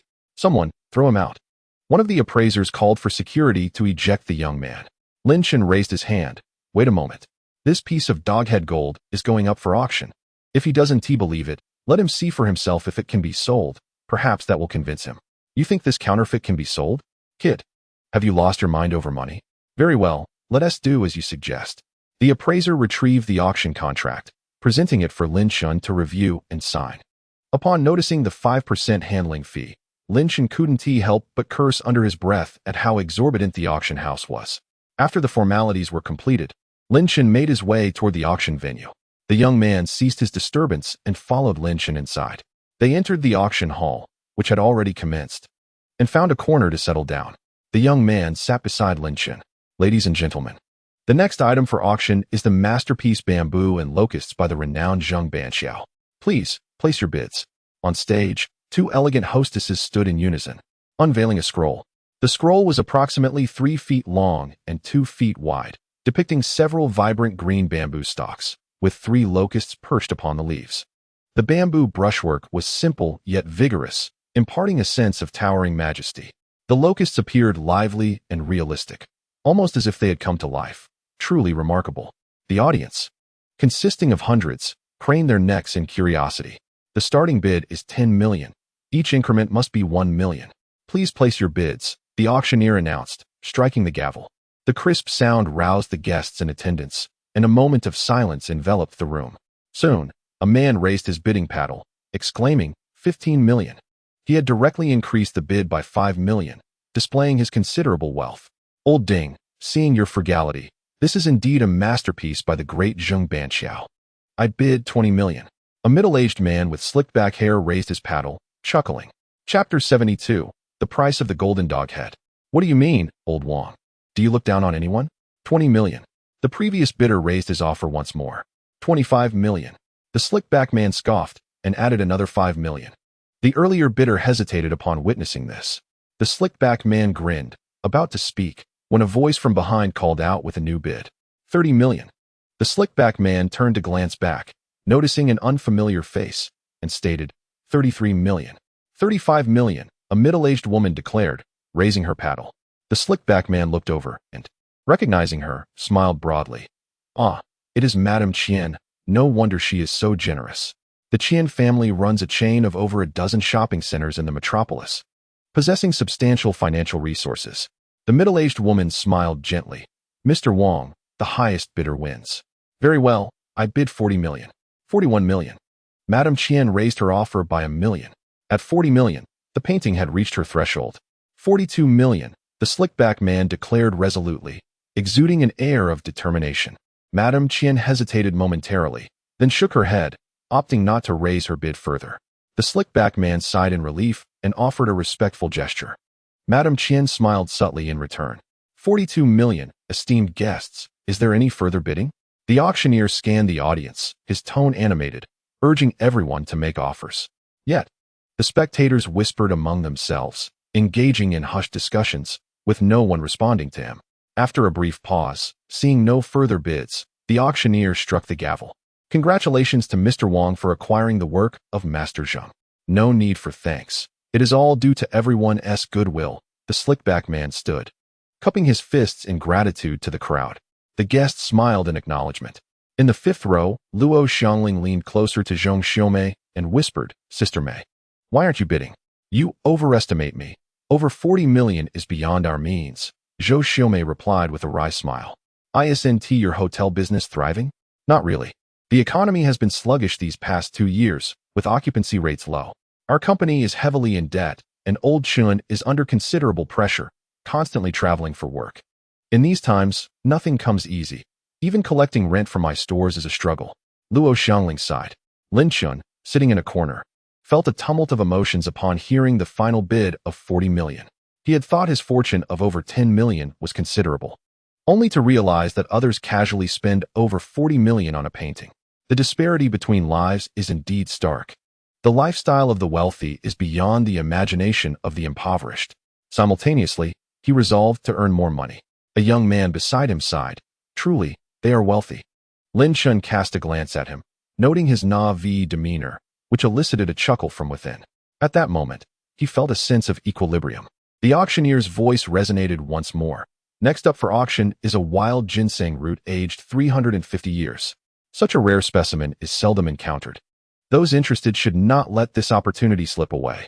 The auctioneer elaborated further, stirring the emotions of the attendees. Several elder guests in the audience straightened in their seats. Having reached the age of reckoning, they held a profound fear of mortality. Acquiring a wild ginseng root could prove vital in critical times. On stage, a hostess emerged, carrying a crimson tray adorned with a magnificent ginseng root. Positioned at a distance and obstructed by the guests in front of him, Lin Chen could not discern the ginseng's appearance clearly. Nevertheless, he surmised that this root was the very one he had sold to Wan Tang. As one of the stakeholders in the Guangyao auction house, Wan Tang's acquisition of such a rare, 300-year-old wild ginseng was unlikely to see a similar offering in the near future. The starting bid was set at 1 million. The auctioneer announced the opening price, and immediately, an elderly gentleman eagerly shouted, 1.5 million. 2 million, another elder chimed in. 3 million. 4 million. The bids ascended rapidly, each one placed by seasoned gentlemen. 5 million. Zhou Jing, bid 5 million. A middle-aged woman stood, her glasses perched upon her nose, surveying the room with an air of scholarly grace. It was none other than Director Zhou. Upon seeing her, an elder bidder hastily cupped his hands in greeting. Though his tone betrayed a twinge of regret, Director Zhou has placed a bid. We shall refrain from further bidding, another elder remarked. Indeed, with Director Zhou present, this ginseng is yours. Several others echoed in agreement. Thank you, everyone, the middle-aged woman said, bringing her hands together in gratitude and bowing slightly towards them. The auctioneer recognized her esteemed status and, seeing no further bids forthcoming, refrained from encouraging additional offers, striking the gavel instead. In a corner of the room, Qin Yushan was taken aback by Zhou Jing's commanding presence, her gaze reflecting admiration. This was the epitome of a true powerhouse. Once she spoke, no one dared to bid further. Truly, her words commanded respect. Clutching her business card, Qin Yushan resolved to make the acquaintance of this formidable woman. Yet she found herself at a loss, not knowing how to approach her. At that moment, she overheard whispers nearby discussing Zhou Jing's background. And suddenly it dawned on her. She was the deputy director of the education department in the city of Magic. More significantly, she hailed from the prominent Zhou family in the capital, a lineage of considerable renown. Meanwhile, in another corner, Lin Chen was consumed by regret. The ginseng had fetched a staggering 5 million at auction, yet he had sold it to Wan Tang for a mere 300,000. In that instant, he felt a profound loss of over 1 million. What is of paramount importance is that he sold not a single root to Wan Hall, but rather 4. That amounts to over 6 million. The mere thought of such a substantial loss sent a pang of anguish through Lin Chen. Why the grimace? Did you bite your tongue? A young man beside him inquired, observing Lin Chen's peculiar expression with surprise. That's of no concern to you, Lin Chen replied, lacking the inclination to engage. The young man scoffed. They say this woman is a deputy director. A deputy director spending 5 million on ginseng must be quite the embezzler. Lin Chen pondered this remark thoughtfully. At that moment, a middle-aged man in the front row turned around and admonished, "Young man, if you lack understanding, refrain from making reckless statements. Director Zhou's spouse is a nationally renowned businessman. A mere 5 million is trivial. Upon hearing this, the young man promptly closed his mouth in defeat. Lin Chen experienced a moment of enlightenment. The auction continued, and as each item was sold, the atmosphere in the room grew increasingly fervent. After over 20 treasures were auctioned off, the auctioneer announced, "Ladies and gentlemen, we now present the final item." At this juncture, 2 men approached, carrying a wooden table draped with a red cloth, obscuring the treasure beneath. "Please unveil the exhibit," one man instructed, lifting the cloth to reveal a resplendent golden stone. A collective gasp arose, and a number of attendees displayed expressions of disappointment, retreating from view. However, the auctioneer remained undeterred, smiling slightly as he proclaimed, "This is doghead gold, weighing in at 85 pounds. The revelation sparked an uproar among the audience. Although many had heard of doghead gold, few had actually laid eyes on it, given its rarity worldwide. Intrigued, the guests craned their necks to get a better look. Lin Chen cast a fleeting glance before averting his gaze. The young man beside him snickered. This auction house clearly lacks discernment. They brought a fake to deceive the crowd. Lin Chen shot him a sidelong glance, disinterested in his remarks.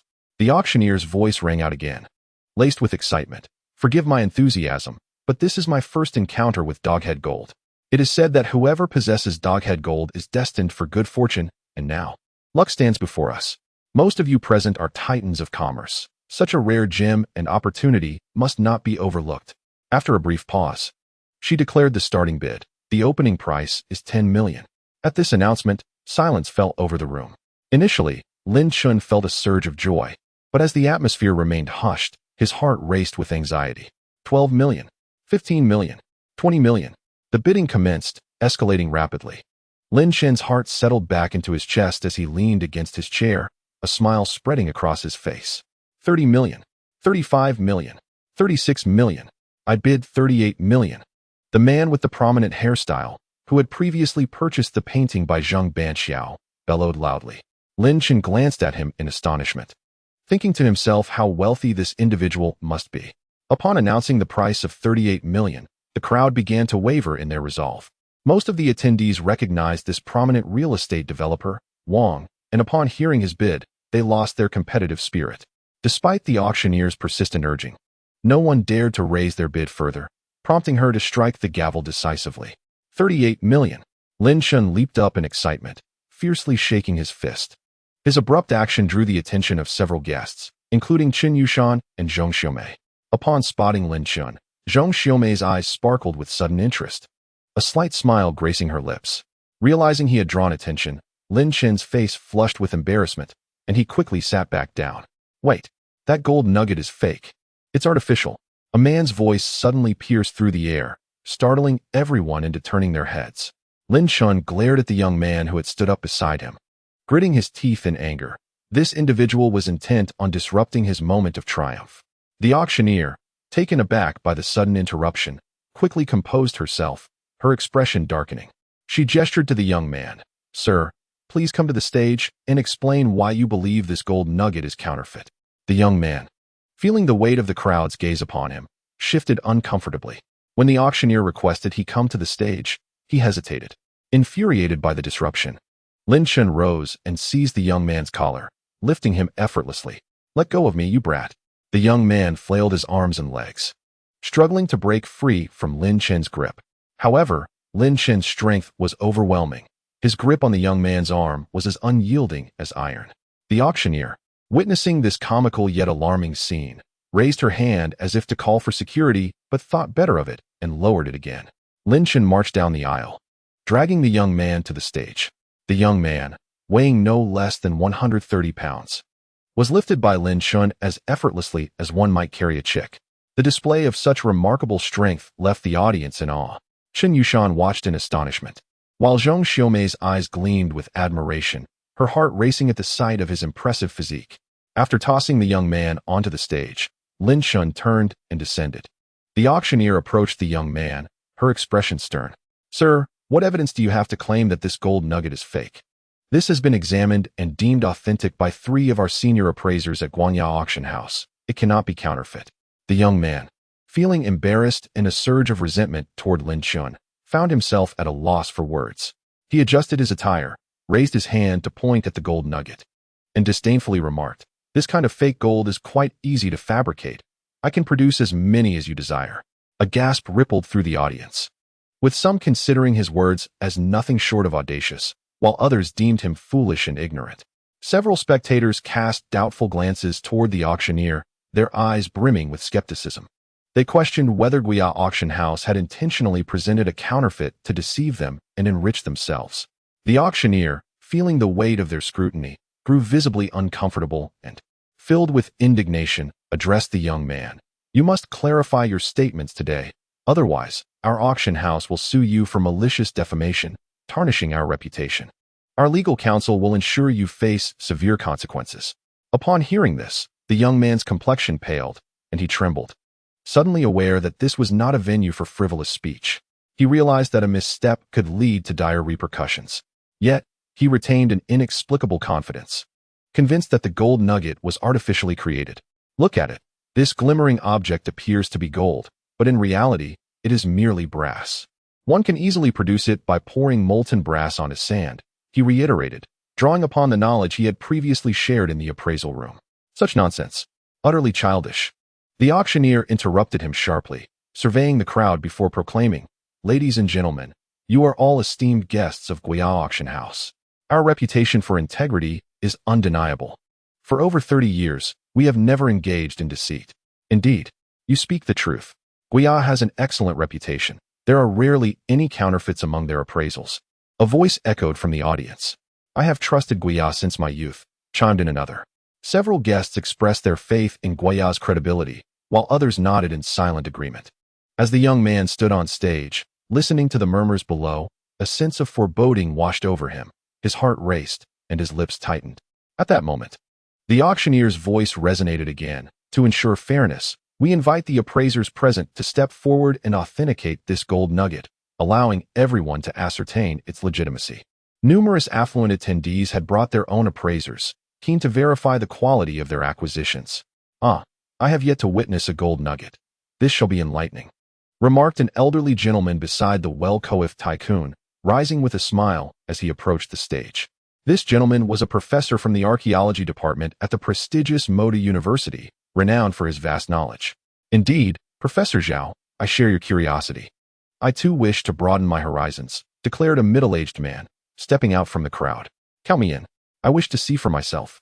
In the blink of an eye, 7 or 8 men ascended the podium, all esteemed appraisers within the antique industry, each possessing a wealth of experience in their field. They gathered around the gold in the shape of a dog's head, observing and engaging in animated discussion. Below the stage, a multitude of guests engaged in idle chatter, awaiting the verdict of the appraisal. Zhong Xiaomei turned her gaze towards Lin Chen, a flicker of concern crossing her mind.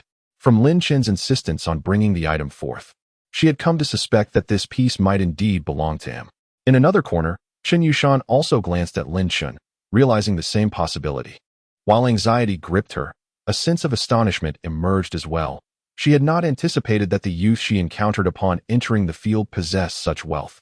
Truly, one should not judge a book by its cover. This revelation only deepened her curiosity regarding Lin Chen's background. Lin Chen squinted, observing the proceedings on stage with the composure of an old dog.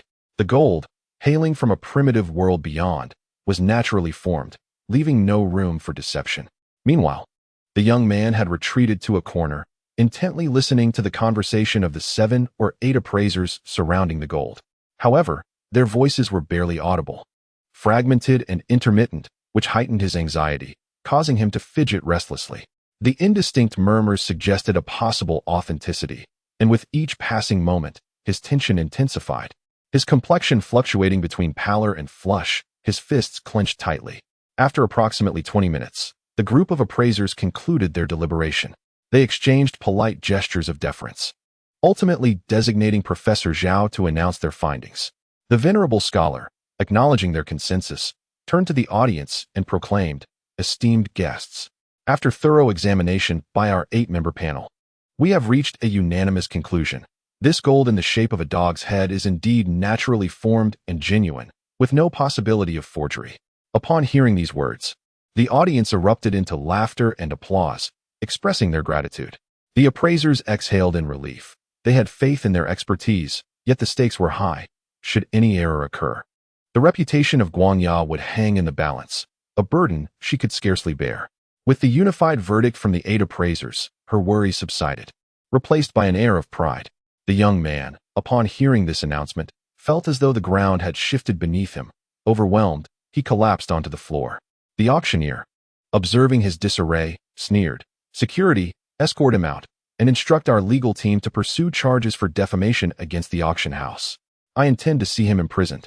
2 burly security guards approached and seized the young man, guiding him towards the exit. In a state of utter panic, he cried out, "Spare me, spare me.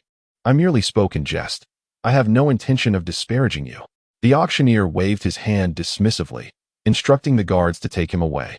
2 security guards exchanged knowing glances, swiftly silencing him and escorting him out of the venue.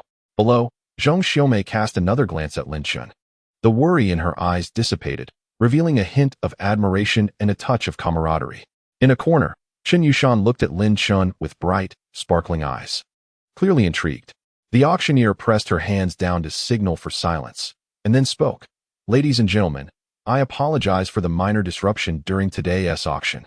Moving forward, I have prepared a sumptuous lunch for everyone. Please proceed to the dining hall."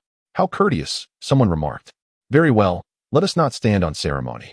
Shall we go eat?" The guests rose en masse, guided by the hostesses toward the dining hall. In the opulent dining hall, a variety of dishes were laid out, both Chinese and Western. The meal was arranged as a buffet, allowing for easy mingling among guests. However, Lin Chen did not follow. Instead, he made his way backstage to settle the payment for his auction items. After deducting fees and taxes, he received 31 million. Upon exiting backstage, he began to grumble. 7 million short. This is outrageous. Truly a heartless capitalist. As he stepped into the dining hall, his resolve hardened. He grabbed a plate and began to load it with the most expensive offerings. An imported Australian lobster. Let us start with one. French caviar. I'll take a bowl of that. After filling several plates with extravagant dishes, he retreated to a corner to indulge. On the other side of the hall, Zhang Xiaomei noticed Lin Chen in his corner, gorging himself with an air of someone who had never seen such abundance, which made her chuckle. She had intended to greet him, but upon seeing his gluttonous demeanor, she abandoned the thought.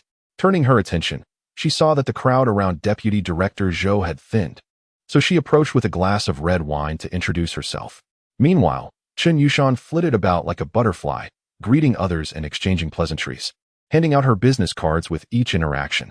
In a short while, she found herself beside Lin Chen, offering her card with both hands. "Sir, thank you for bringing me in." Lin Chen swallowed the morsel in his mouth, wiped his hands, and took a glance at the card. "Chen Yushan, General Manager of Kaihua Hotel." "Ah, so you are the esteemed Manager Chen. My apologies for not having a card." Lin Chen spread his hands, indicating his lack of business cards, and continued, "My name is Lin Chen. It is a pleasure to meet you." Chen Yushan extended her slender hand. "Mr. Lin, it is a pleasure to meet you as well. Thank you once again." Lin Chen shook her hand, raising an eyebrow. "Still, I must ask, is your gratitude merely words?" Chen Yushan withdrew her hand, smiling graciously.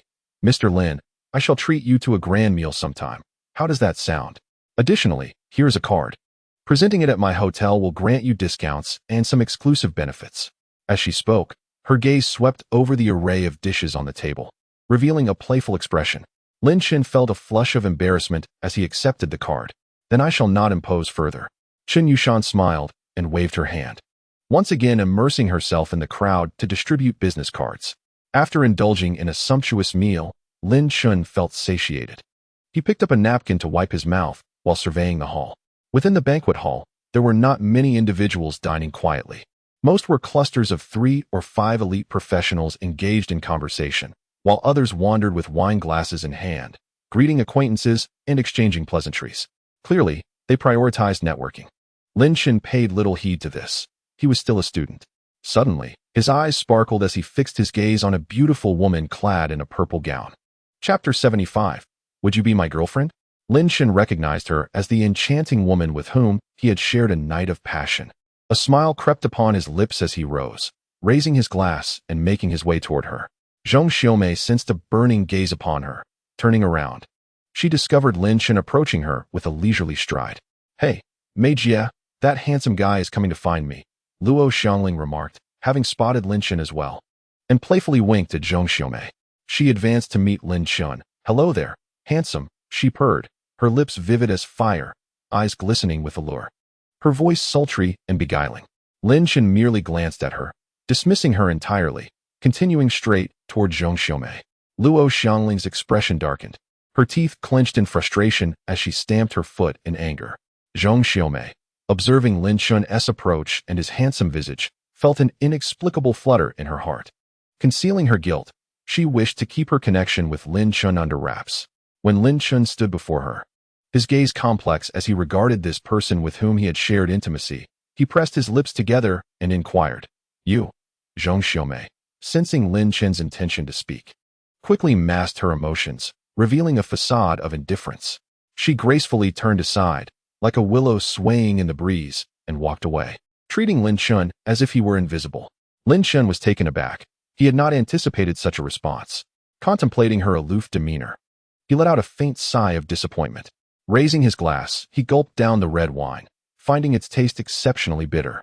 Zhong Xiaomei pivoted and paused as she passed Luo Xiangling. "Mei Jia, your charm is undeniable. Just look at that boy's forlorn expression. It's quite satisfying," Luo Xiangling remarked. Zhong Xiaomei glanced back, catching sight of Lin Chen's desolate figure as he drank, stirring faint emotions within her. "Well, I have matters to attend to, so I must take my leave," she stated. "Then I shall accompany you back," Luo Xiangling offered. "No need. Don't you wish to meet more people? Today is a rare opportunity. Make the most of it," Zhong Xiaomei replied. "All right, drive safely," Luo Xiangling acquiesced. Zhong Xiaomei set down her glass and elegantly exited the dining hall. Lin Chen, feeling discomfort, consumed 3 more glasses of red wine and 2 of white wine, his head beginning to spin. Setting down his glass, he turned to leave, reflecting on the results he had previously found online. After his last bout of drunkenness, he, undeterred by past experiences, indulged once more, only to find himself intoxicated again after consuming a mere quantity. In his quest for understanding, he researched the reasons behind such susceptibility to inebriation and discovered that some individuals possess a notably low tolerance to alcohol due to their nervous system's lack of immunity to it. Even with a robust physique, the slightest sip can lead to a state of intoxication. He realized he belonged to this category. Exiting the auction house, Lin Chen ambled to the side, searching for a taxi, his steps wavering as the wind swept by, amplifying the effects of the alcohol in his system. Suddenly, the blaring of a car horn pierced the air, and a white BMW came to a halt beside him. The window rolled down, revealing the enchanting visage of Zhong Xiaomei, who smiled at Lin Chen and beckoned him to enter the vehicle. Squinting, he caught her glance, but shook his head, continuing his unsteady march forward. Furrowing her brow, Zhong Xiaomei drove alongside him, urging him once more to get in. Lin Chen, seemingly oblivious, pressed on, his body swaying. "If you don't get in, I shall leave," she teased, her tone laced with playful charm. Stopping in his tracks, a mischievous grin crept across Lin Chen's face as he turned and opened the car door, slipping inside. The BMW sped off, vanishing from the auction house's vicinity. "Why did you ignore me earlier?" Lin Chen asked, turning to gaze at her delicate profile. His eyes slightly glazed from the alcohol. "I wish to keep it discreet," she replied. "Why?" "No particular reason." "Then what is your name?" "I am Lin Chen." "Must you insist on knowing my name? Isn't a fleeting encounter sufficient?" Lin Chen shook his head, pressing further. "Not at all." "What is your name?" After a brief silence, she noticed a hotel nearby and guided the car towards it. "You may call me Mei Jia." Lin Chen frowned. "What sort of name is that?" It was evident she preferred not to divulge her true identity. "What brings us to this hotel?" he queried, glancing at the establishment sign, reluctant to enter. Previously, he had stumbled into a liaison with her, and although he had consumed some alcohol this time, he remained relatively clear-headed and was not inclined to engage in a repeat of their prior encounter. "What do you say?" Zhong Xiaomei turned to him, her eyes shimmering like autumn waters, her face blooming like a peach flower. She regarded his handsome features, raised her delicate hand, and playfully tilted his chin. Her petite tongue emerged to caress her luscious lips, an irresistible allure. Overwhelmed by her seductive demeanor, Lin Chen felt a surge of heat rush to his head. He lunged forward, capturing her enticing lips in a fervent kiss. Their mouths met, electric and passionate. After a prolonged moment, Zhong Xiaomei gently pushed him away, exclaiming, To the hotel. Very well. They exited the vehicle and entered the hotel, securing a room with a large bed.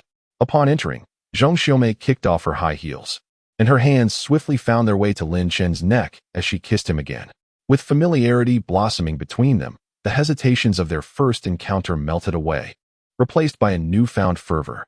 This time, she took the initiative much more than before. Today, she had not anticipated encountering Lin Chen. Upon seeing him ascend the stage with someone at the auction, her heart stirred. In the dining hall, when she noticed Lin Chen catch sight of her, anxiety gripped her, fearing that their affair might be exposed. Fortunately, Lin Chen did not pursue her relentlessly. She hurriedly departed from the auction house, eager to leave. However, as she exited the garage, she spotted Lin Chen waiting for a ride by the roadside. After a moment of hesitation, she steeled herself, concocting a rationale that the more they engaged, the higher the chances of conception. Thus, she brought Lin Chen to a hotel once more. Unbeknownst to him, she harbored conflicting thoughts as he reciprocated her enthusiasm, both shedding their garments. They collapsed onto the grand bed, embarking on a passionate encounter. The fervor of their union was palpable, echoing through the night, with their fervent battle spanning from noon until evening. Once the tempest subsided, they lay in serene stillness upon the bed. "My little adversary, you are truly formidable. I nearly lost myself," Zhou Xiaomei murmured, caressing Lin Chen's chest. "Hee. Now you can finally disclose your full name, can't you? Who exactly are you?" After their tumultuous rendezvous, Lin Chen's drunkenness had dissipated, leaving him alert. As he traced the contours of her supple form, a mixture of infatuation and remorse coursed through him. He pondered, "Alas, I have entangled myself with her once more without clarity. Why must you be so insistent on uncovering my identity? What are your intentions? What intentions could I possibly have? I simply desire a sincere and enduring relationship with you." "A relationship? How would that work? I wish for you to be my girlfriend." Giggling, Zhou Xiaomei erupted into laughter. "What are you laughing at? Is this amusing to you?" Lin Chen retorted, a hint of irritation in his voice. He was earnest. A responsible man who wished to nurture something meaningful after their encounters. Chapter 76. Heartbreak and separation. Zhou Xiaomei stifled her laughter, gazing at him with sultry eyes. "Do you know how old I am?" Lin Chen inspected her visage, noting her lustrous black hair and fair, smooth complexion. He ventured a guess. 30?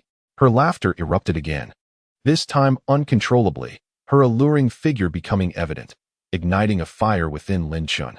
"Stop laughing," he admonished, perplexed. Ignoring him, Zhou Xiaomei chuckled again, then pointed to the corners of her eyes. "Look, I already have crow's feet. How could I possibly be only 30? Lin Chen scrutinized her and shook his head. "Where are the crow's feet?" "There are none at all." "None?" Zhou Xiaomei questioned, perplexed, as she turned to retrieve a mirror from her bag. Upon inspection, she was taken aback. The reflection revealed a woman with skin as supple as a maiden's, her eyes radiant with youthful spring. The corners of her eyes bore no signs of crow's feet whatsoever. "This cannot be. I distinctly remember seeing some earlier this morning while applying makeup." Zhang Xiaomei was astounded, gazing blankly at the beautiful visage reflected in the mirror. This face was unmistakably reminiscent of her appearance at 30. It was no wonder Lin Chen claimed she appeared only 30. A wave of immense joy surged within her. She had become younger, a decade younger. Zhang Xiaomei was utterly exhilarated. This delight surpassed even the fervor she felt during her pregnancy. She embraced Lin Chen's face and showered him with affectionate kisses. Throughout history, beautiful women have lamented the passage of time, while heroes have sought to defy the graying of their hair. What woman does not yearn for the reversal of time, to preserve her youth eternally? "See, I was not mistaken." Lin Chen's words jolted her back to reality. She fixed her gaze upon him, her enchanting eyes scrutinizing him intently. Lin Chen felt a bit uneasy under her inspection. "What is there to behold? Haven't you seen enough? Who exactly are you?" At this moment, she had begun to suspect that the reason for her newfound youth was entirely due to the man beside her. "My name is Lin Chen. I have already informed you," he replied. Zhang Xiaomei continued to stare at him, suddenly reaching out to caress his face. With delicate brows and soft tones, she inquired, "Then tell me, why is it that after our encounter, I have become youthful?" Lin Chen hesitated, momentarily taken aback, and then fell silent. Observing his demeanor, Zhang Xiaomei grew increasingly certain that it was indeed his influence. In that instant, she felt as if she had discovered a treasure, her gaze fixated on Lin Chen. Lin Chen remained silent for a protracted period, pondering deeply until he grasped the crux of the matter. After a moment's hesitation, he spoke. Perhaps it is due to my cultivation of an ancient internal martial arts technique. It is a dual cultivation method that can rejuvenate women. You possess martial arts skills? What sort of marvelous technique is this? Zhong Xiaomei was astonished, having never heard of such a wondrous practice. Lin Chen nodded in affirmation. Then you are a great treasure. No, we must do this 2 more times, Zhong Xiaomei declared, attempting to climb onto him. Unfortunately, she felt utterly weak and devoid of energy. Lin Chen shook his head, chuckling softly. Yet, he underestimated a woman's obsession with beauty. I lack the strength. You come atop, he said, shaking his head in refusal. First, will you agree to be my girlfriend? Upon hearing this, Zhong Xiaomei's expression darkened, and she sighed. I am 40 this year. I fear I am older than your mother. How could I possibly be your girlfriend? It is unthinkable. Impossible. You are far too young to be 40. Lin Chen exclaimed in shock, unable to believe her words. My mother is merely 38 and looks considerably older than you. Upon hearing that Lin Chen's mother was only 38, 2 years her junior, Zhong Xiaomei's mood soured further. A vivid image flashed in her mind. One day, Lin Chen would take her home to meet his mother, and they would exchange names and ages. Dear mother, I am 2 years your senior. You shall call me sister, and I shall address you as mother. This sudden thought startled Zhong Xiaomei. She cast aside the chaotic thoughts swirling in her mind and looked earnestly at Lin Chen. I speak the truth. I am indeed 40 years old. The reason for my youthful appearance, aside from diligent upkeep, is solely due to your nurturing presence. At that moment, Lin Chen finally grasped her meaning. However, this realization brought him distress. How could he pursue a relationship with a woman 2 years older than his own mother? Could he truly consider her as a girlfriend? Could he ever envision marrying her?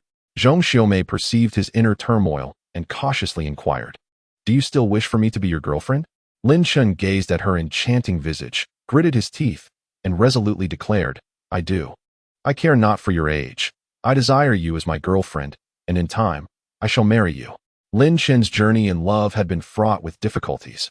Although he had encountered several women, none had truly captured his heart, rendering his experiences more akin to fleeting encounters than genuine romance. He yearned for a suitable partner with whom he could embark upon a meaningful relationship, ultimately leading to marriage and family. Upon hearing his words, Zhong Xiaomei was deeply moved, her eyes glistening with unshed tears. She embraced Lin Chen's head and kissed him fervently. He, too, was stirred by emotion, responding with equal fervor. After a long moment, their lips parted. Zhong Xiaomei gazed into his handsome face and hesitantly said, But it still cannot be. Why? What reason could there possibly be? Speak, and we shall face it together. Lin Chen, anxious, grasped her delicate shoulders. Zhong Xiaomei hesitated, fear gripping her tongue. Please, tell me, what obstacles stand in our way? I am here to resolve them. You must trust me.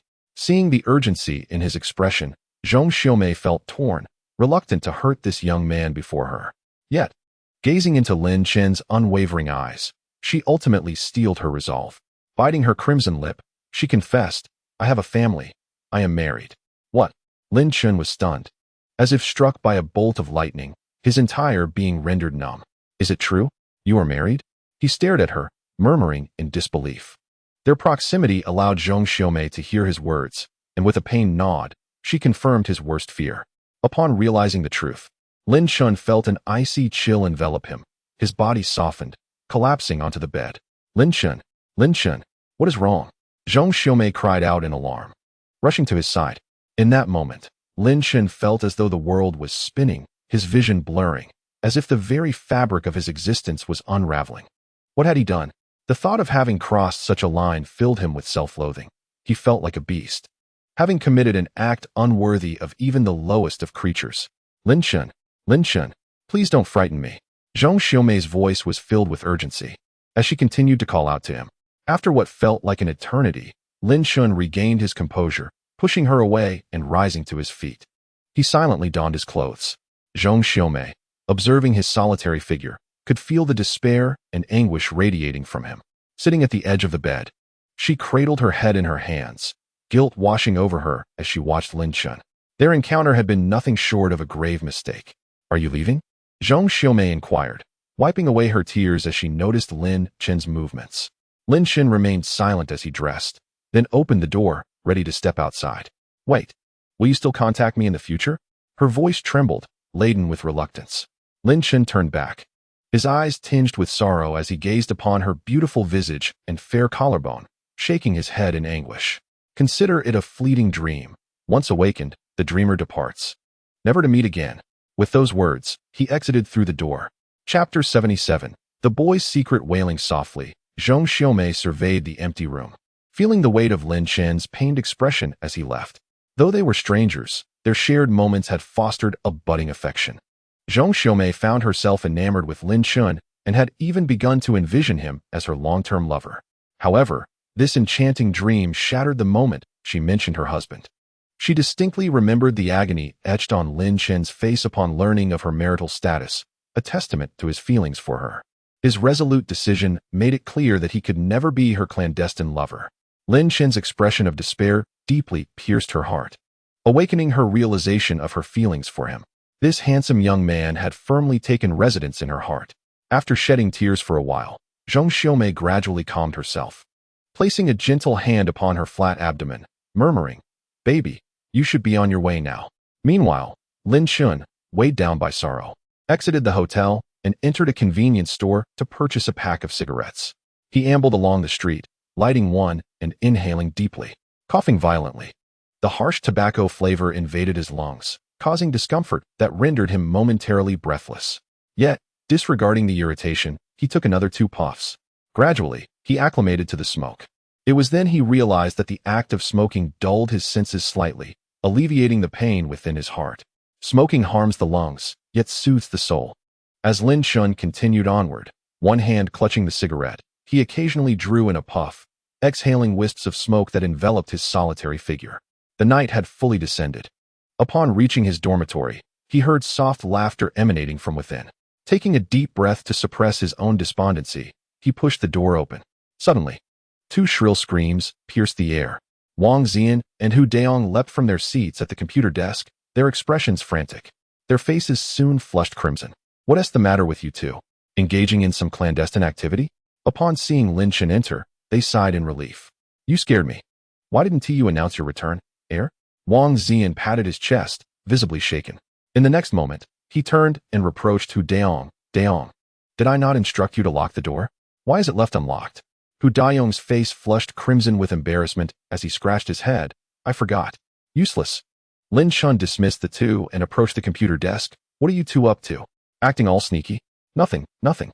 Wang Xian hurriedly dashed to the computer and switched off the monitor. Though his movements were swift, Lin Chen still caught a glimpse of the content displayed. "Oh, you two rascals are watching adult films?" Lin Chen glared at them, feigning an air of righteousness. "You've both gone astray. This is all Wang Xian's doing." Hu Daong's face burned with shame as he betrayed his accomplice. "Hu Daong!" Wang Xian, infuriated, jumped up and shouted, "You scoundrel! You were even more engrossed than I was." "But you brought it up," Hu Daong retorted defiantly. "I didn't force you to watch. You insisted on it. Yet it was you who initiated it. You could have chosen not to watch, but it was you who initiated it." Wang Xian, exasperated by Hu Daong's relentless repetition, felt an urge to strike him. "Can you not use a different phrase? I'm not articulate. I lack the words. Is this your idea of being inarticulate?" Wang Xian shot him an annoyed glance. "You appear treacherous while pretending to be loyal. You've deceived us all, and you're the cleverest in our dorm." Lin Chen regarded Hu Daong with curiosity, realizing for the first time that this seemingly simple fellow did not appear so innocent after all. "Lao San, do not slander me. I am the most honest one here." Uffed.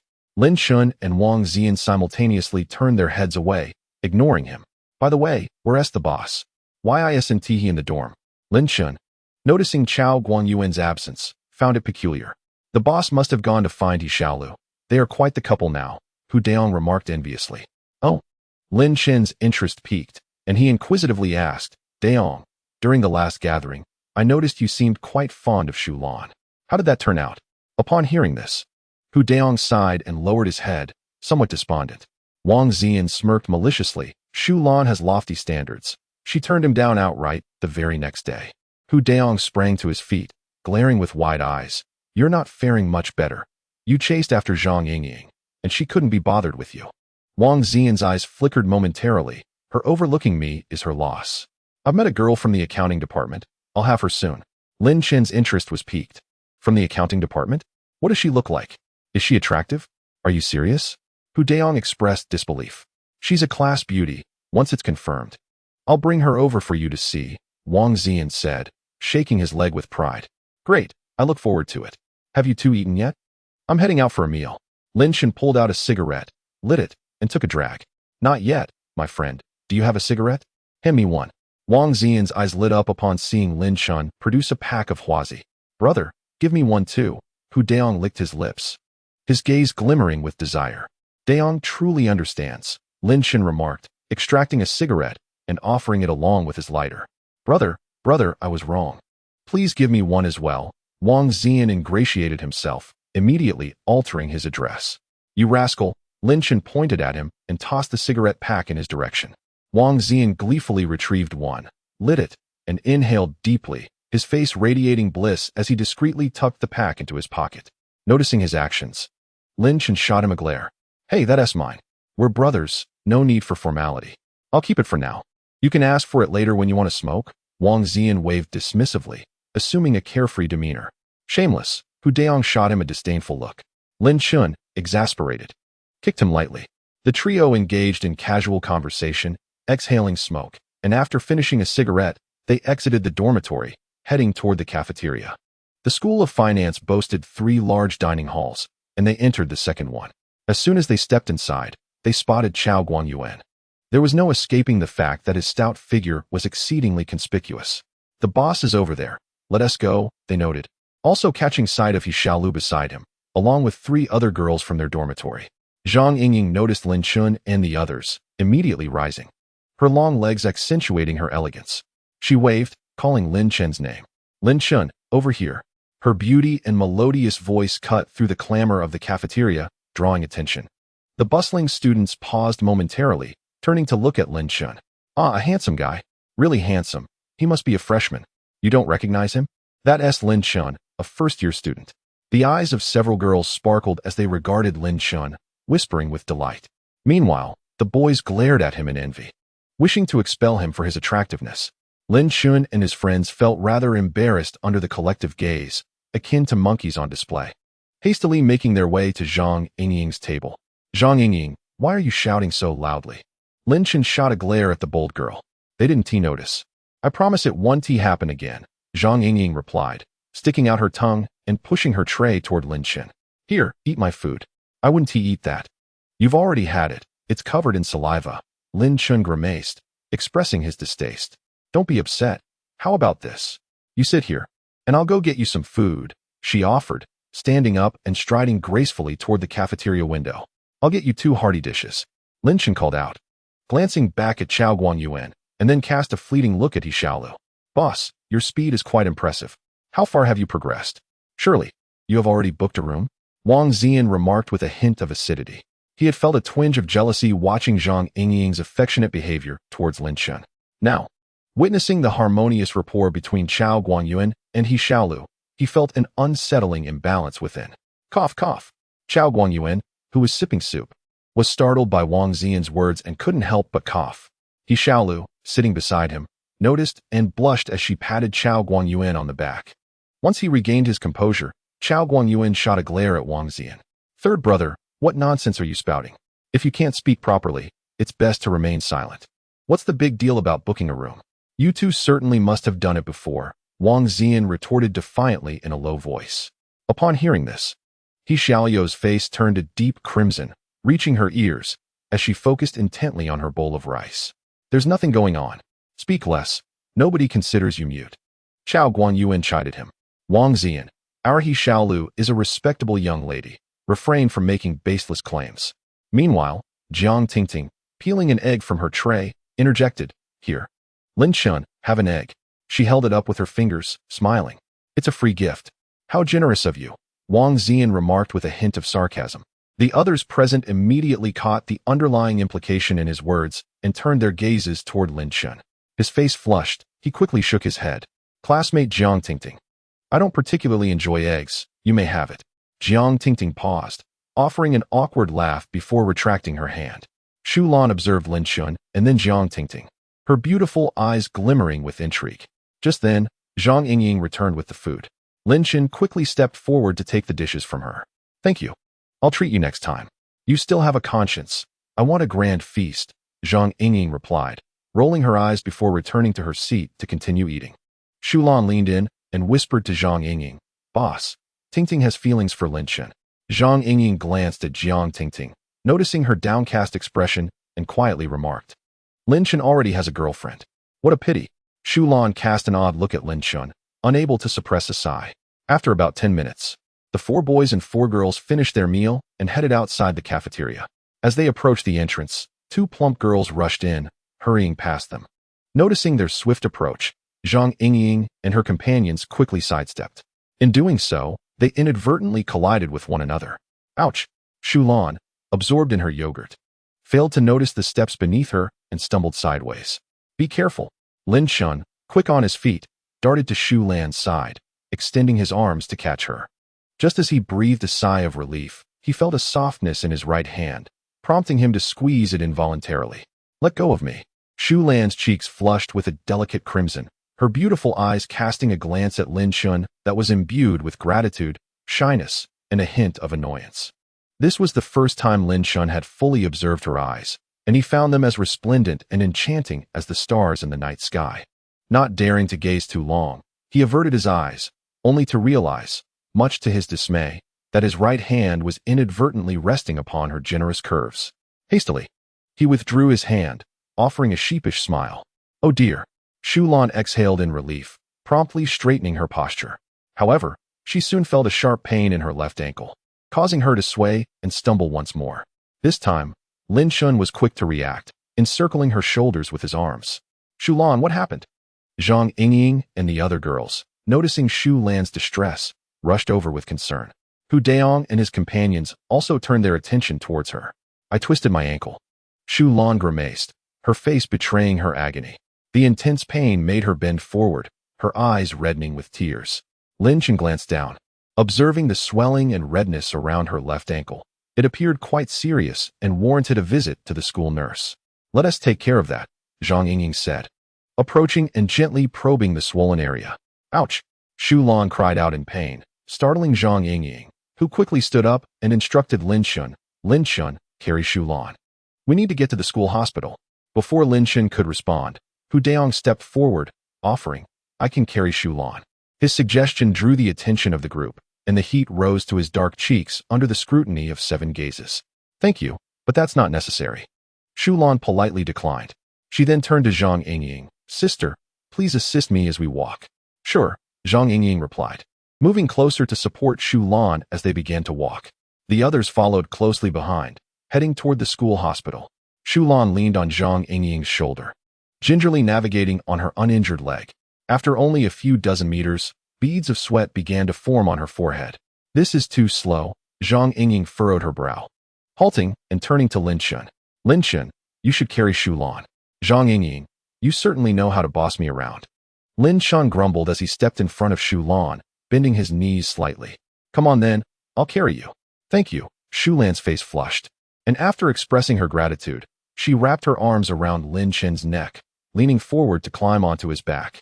You're welcome, Lin Chen replied as he straightened up, his hands reaching back to support her thighs. Just hook your legs around my waist. As Lin Chen began to stride forward, he felt Shulan's soft voice whisper in his ear, Her cheeks tinged with a shy blush. A gentle breath brushed against Lin Chen's neck, causing the fine hairs on the nape to stand on end. Simultaneously, he felt 2 soft forms pressing against his back, igniting a flicker of desire within him. He inwardly mused, surprised by Shulan's ample assets. Hey, Lin Chen, do not take advantage of Shulan, he cautioned himself. Behind him, Jiang Tingting felt a pang of discomfort upon seeing Lin Chen carrying Shulan. Regret washed over her as she pondered why it wasn't her who had been injured.